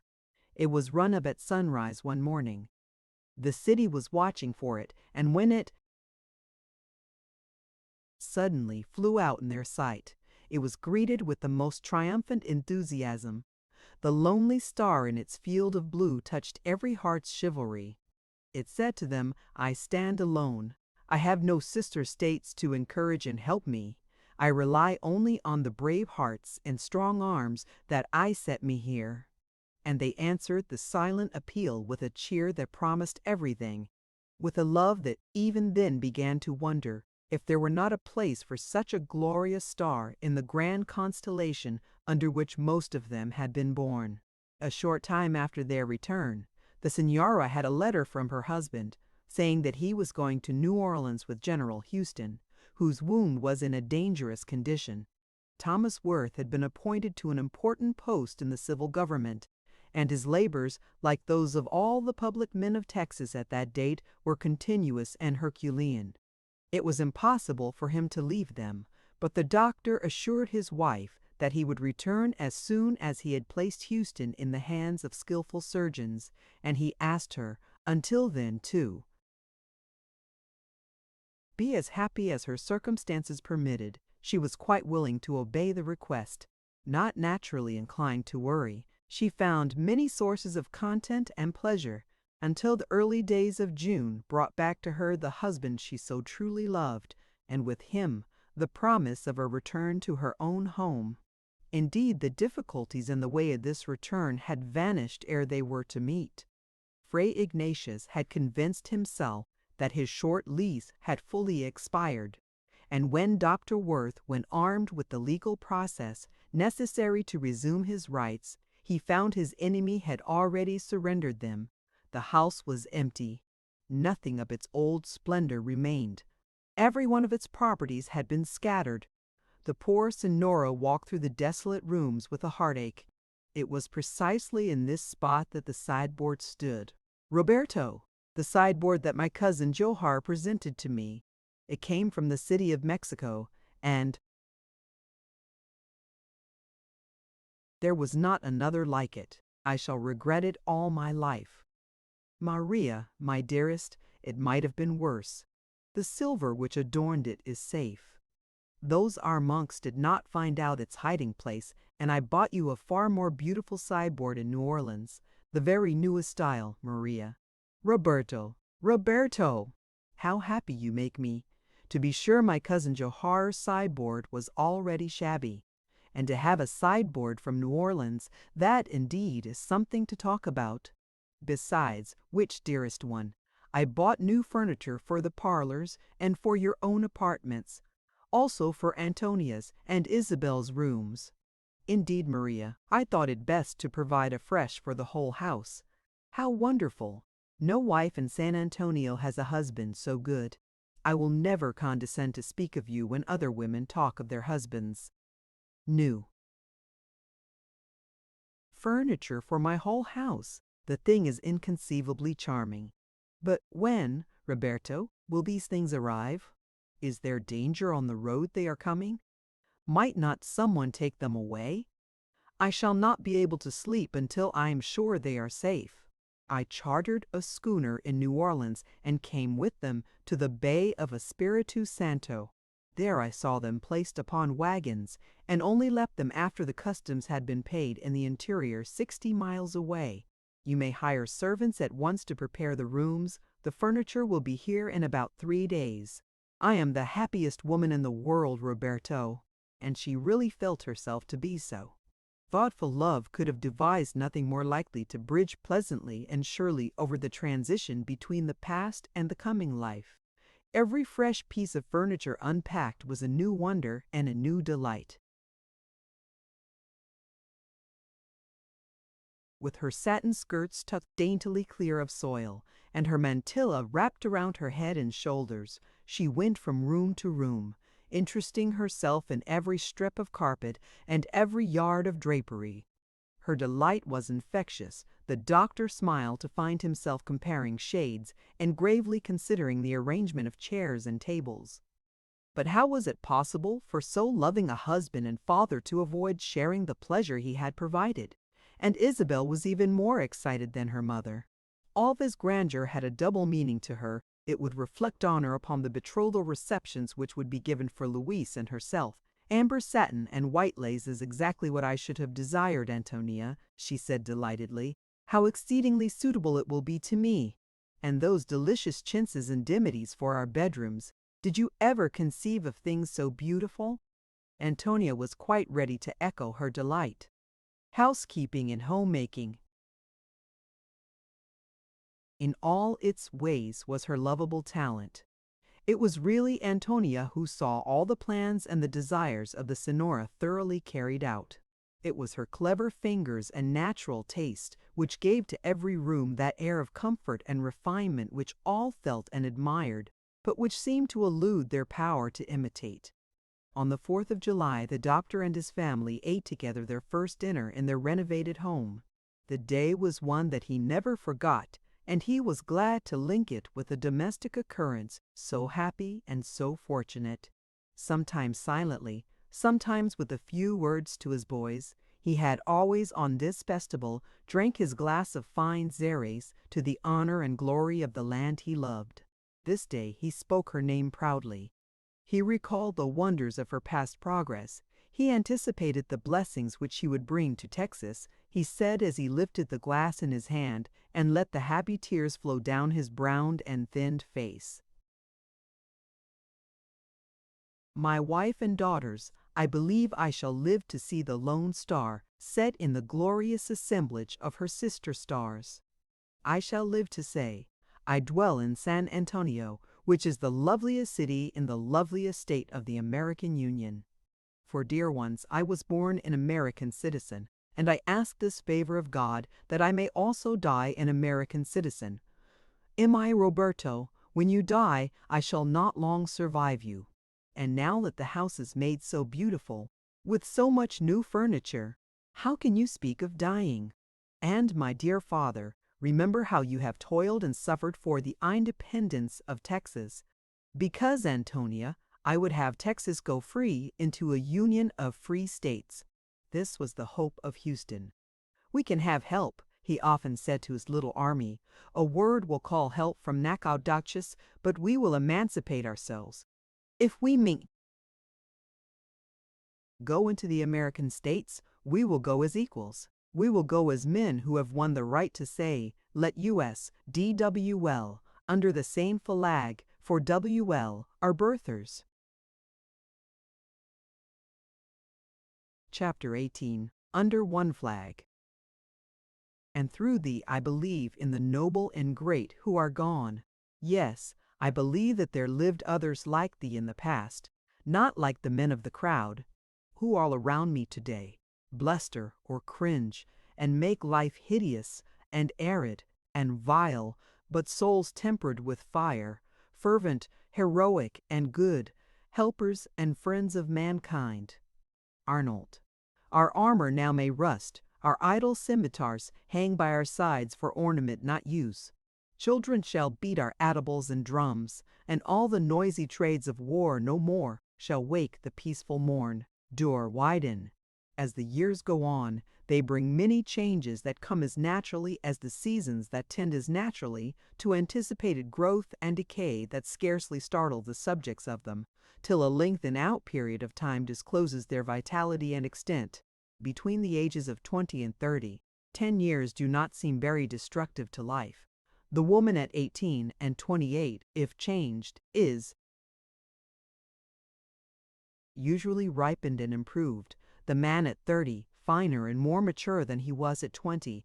But when this same period is placed to women and men who are either approaching 50 or have passed it, the change is distinctly felt. It was even confessed by the Signora one exquisite morning in the beginning of March, though the sun was shining warmly, and the flowers blooming, and the birds singing, and all nature rejoicing, as though it was the first season of creation. I am far from being as gay and strong as I wish to be, Roberto, she said, and today consider what a company there is coming.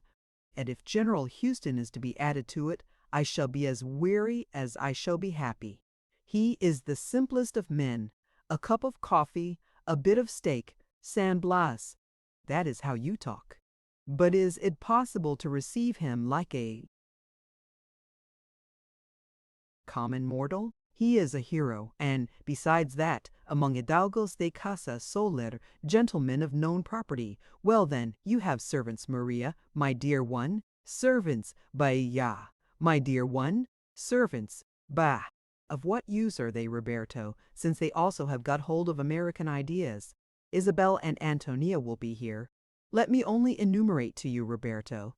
Thomas and his wife and 4 children arrived last night. You may at this moment hear the little Maria crying. I dare say Pepita is washing the child and using soap, which is very disagreeable. I have always admired the wife of Thomas, but I think she is too fond of her own way with the children. I give her advices which she does not take. They are her own children, dearest. Holy Maria, they are also my own grandchildren. Well, well, we must remember that Abby is a little Puritan. She believes in bringing up children strictly, and it is good, for Thomas would spoil them. As for Isabel's boys, God be blessed, Isabel's boys are entirely charming. They have been corrected at my own knee. There are not more beautifully behaved boys in the christened world, and Antonia's little Christina, she is already an angel. Ah, Roberto, if I had only died when I was as innocent as that dear one. I am thankful you did not die, Maria. How dark my life would have been without you. Beloved, then I am glad I am not in the kingdom of heaven, though, if one dies like Christina, one escapes purgatory. Roberto, when I rise, I am very stiff, I think. Indeed, I have some rheumatism. That is not unlikely. And also, Maria, you have now some years. Let that be confessed. But the good God knows that I lost all my youth in that awful flight of 36. Maria, we all left or lost something on that dark journey. Today, we shall recover its full value. To be sure, that is what is said, we shall see. Will you now send Dolores to me? I must arrange my toilet with some haste. And tell me, Roberto, what dress is your preference? It is your eyes, beloved. I wish to please. Robert Worth was not too old to feel charmed and touched by the compliment. And he was not a thoughtless or churlish husband. He knew how to repay such a wifely compliment, and it was a pleasant sight to see the aged companions standing hand in hand before the handsome suits which Dolores had spread out for her mistress to examine. He looked at the purple and the black and the white robes, and then he looked at the face beside him. It was faded and had lost its oval shape, but its coloring was yet beautiful, and the large dark eyes tender and bright below the snow-white hair. After a few minutes' consideration, he touched, gently, a robe of white satin. "Put this on, Maria," he said, "and your white mantilla, and your best jewels. The occasion will excuse the utmost splendor." The choice delighted her. She had really wished to wear it, and someone's judgment to endorse her own inclinations was all that was necessary to confirm her wish. Dolores found her in the most delightful temper. She sat before the glass, smiling and talking, while her maid piled high the snowy plaits and curls, and crowned them with the jeweled comb, only worn on very great festivals. Her form was still good, and the white satin fell gracefully from her throat to her small feet. Besides, whatever of loss or gain had marred her once fine proportions was entirely concealed by the beautifying, graceful, veiling folds of her mantilla. There was the flash of diamonds, and the moonlight glimmer of pearls beneath this flimsy covering, and at her belt a few white lilies. She was exceedingly pleased with her own appearance, and her satisfaction gave an ease and a sense of authority to her air and movements which was charming. By Maria's grace, I am a very pretty old lady, she said to herself, and I think I astonish my daughter-in-law a little. One is afraid of these calm, cool, northern women, but I feel today that even Abby must be proud of me. Indeed, her entrance into the large parlor made quite a sensation. She could see the quiet pleasure in her husband's face, and her son Thomas, after one glance, put down the child on his knee and went to meet her. "Mi madre," he whispered with a kiss. He had not used the pretty Spanish word for years, but in the sudden rush of admiring tenderness, his boyish heart came back to him, and quite unconsciously, he used his boyhood speech. After this, she was not the least in awe of her wise daughter-in-law. She touched her cheek kindly and asked her about the children, and was immeasurably delighted when Abby said, "How beautiful you are today. I wish I had your likeness to send to Boston. Robert, come here and look at your grandmother. I want you to remember, as long as you live, how grandmother looks today." And Robert, a fine lad 8 years old, accustomed to implicit obedience, put down the book he was reading, planted himself squarely before the Sonora, and looked at her attentively, as if she was a lesson to be learned. "Well then, Roberto, I am glad I have such a pretty grandmother. Will you let me stand on tiptoes and kiss you?" And the cool, calm northern woman's eyes filled with tears as she brought her younger children, one by one, for the Senora's caress. The doctor and his son watched this pretty domestic drama with hearts full of pride and happiness, and before it had lost one particle of its beauty and feeling, the door was flung open with a vigor which made everyone turn to it with expectation. A splendid little lad sprang in, and without any consideration for satin and lace, clung to the Senora. He was her image, a true Iturbide, young as he was, beautiful and haughty as his Castilian ancestors. Isabel and Luis followed. Isabel more lovely than ever, richly dressed in American fashion, full of pretty enthusiasms, vivacious, charming, and quite at her ease. She had been married 8 years. She was a fashionable woman and an authority upon all social subjects. Luis also was wonderfully improved. The light-hearted gaiety, which 10 years ago had bubbled over in continual song, was still there, but it was under control, evident only because it made perpetual sunshine on his face. He had taken the doctor's advice, completed his study of English and Mexican law, and become a famous referee in cases of disputed Mexican claims and title deeds.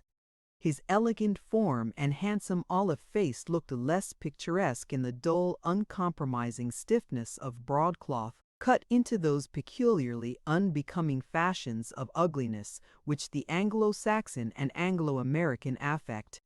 But it gained by the change a certain air of reliability and importance, an air not to be dispensed with in a young lawyer already aspiring to the seat among the lawmakers of his state. "We called upon Antonia," said Isabel, "as we came here. Of course she was engaged with Lopez.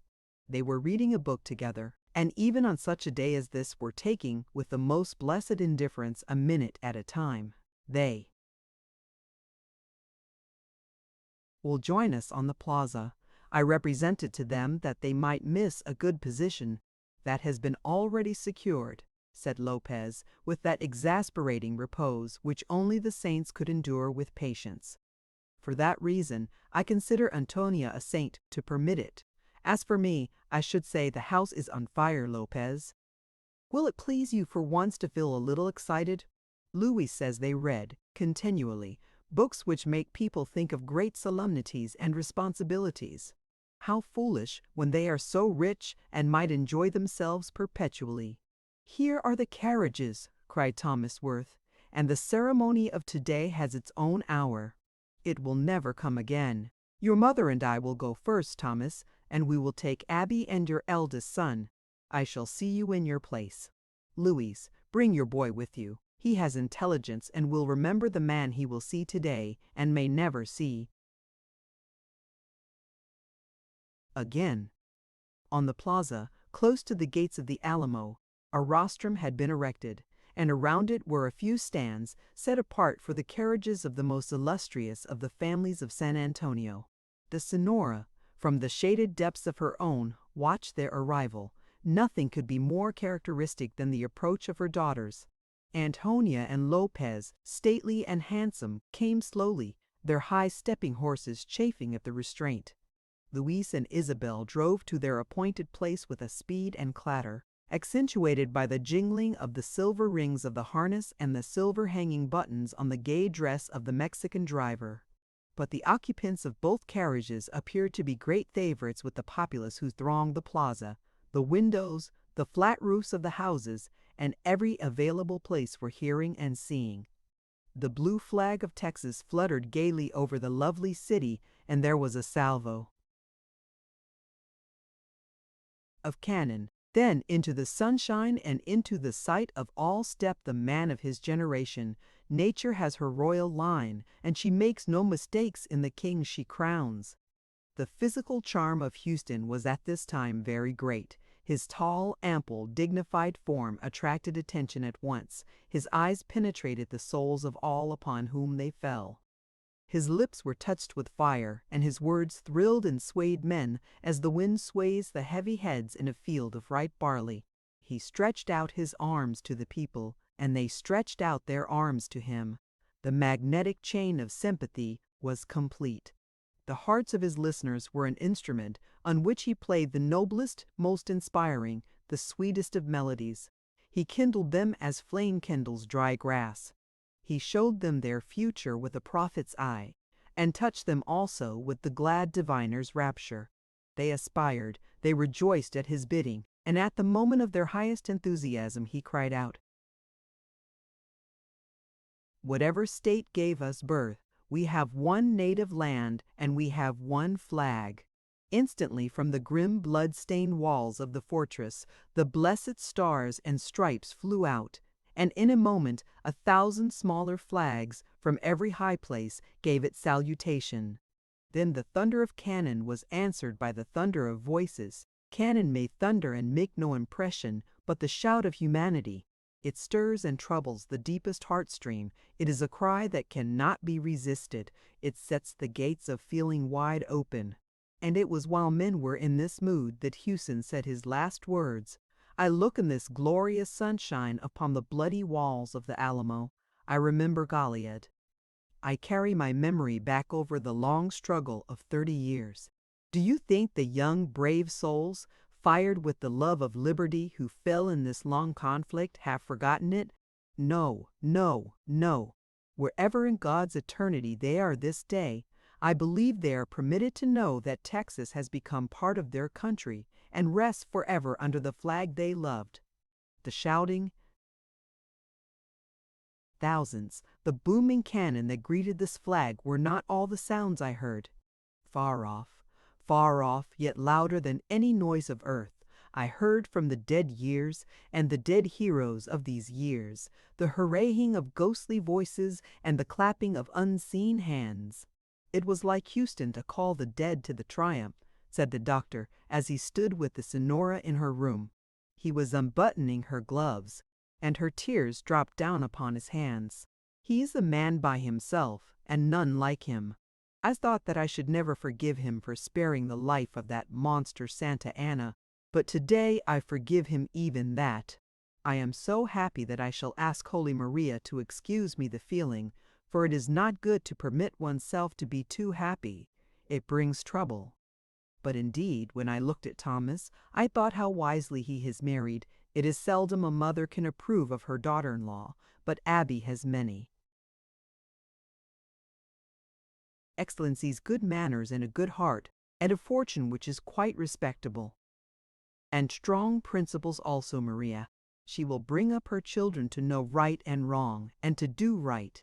Tat, of course. Every good mother does that. I am sure it is a sight for the angels to see Isabel teaching her children their prayers. Did you observe also how great a favorite Luis is? He lifted his hat to this one and that one, and it is certain that the next election will be in his hand. Perhaps I wish Lopez would take more interest in politics. He is a dreamer.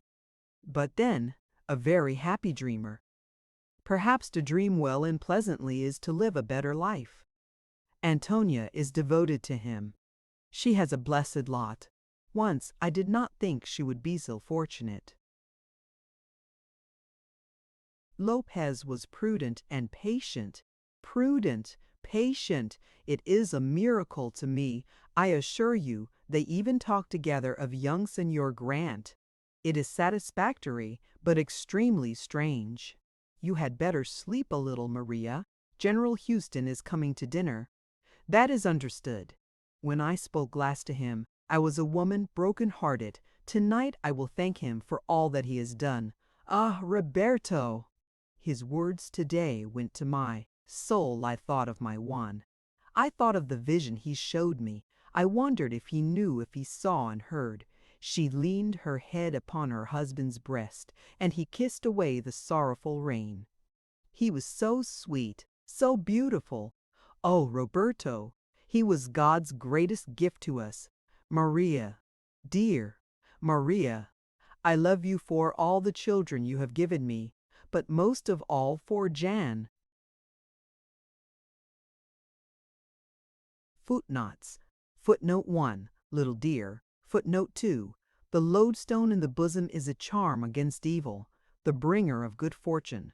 Footnote 3, the flag of the Mexican Republic of 1824 was green, red, and white in color. Footnote 4, the Virgin appealed to in military straits. Footnote 5, copy from Department of War of the Republic of Texas. Note, 6 sign of the cross. The end. Thank you for listening to this story. I hope you enjoyed the journey, the characters, and the world they carried with them. If you enjoyed this audiobook, please subscribe to the channel and leave a comment below. Your support helps keep these stories alive and allows more timeless books to be shared with listeners around the world. Until next time, thank you for listening.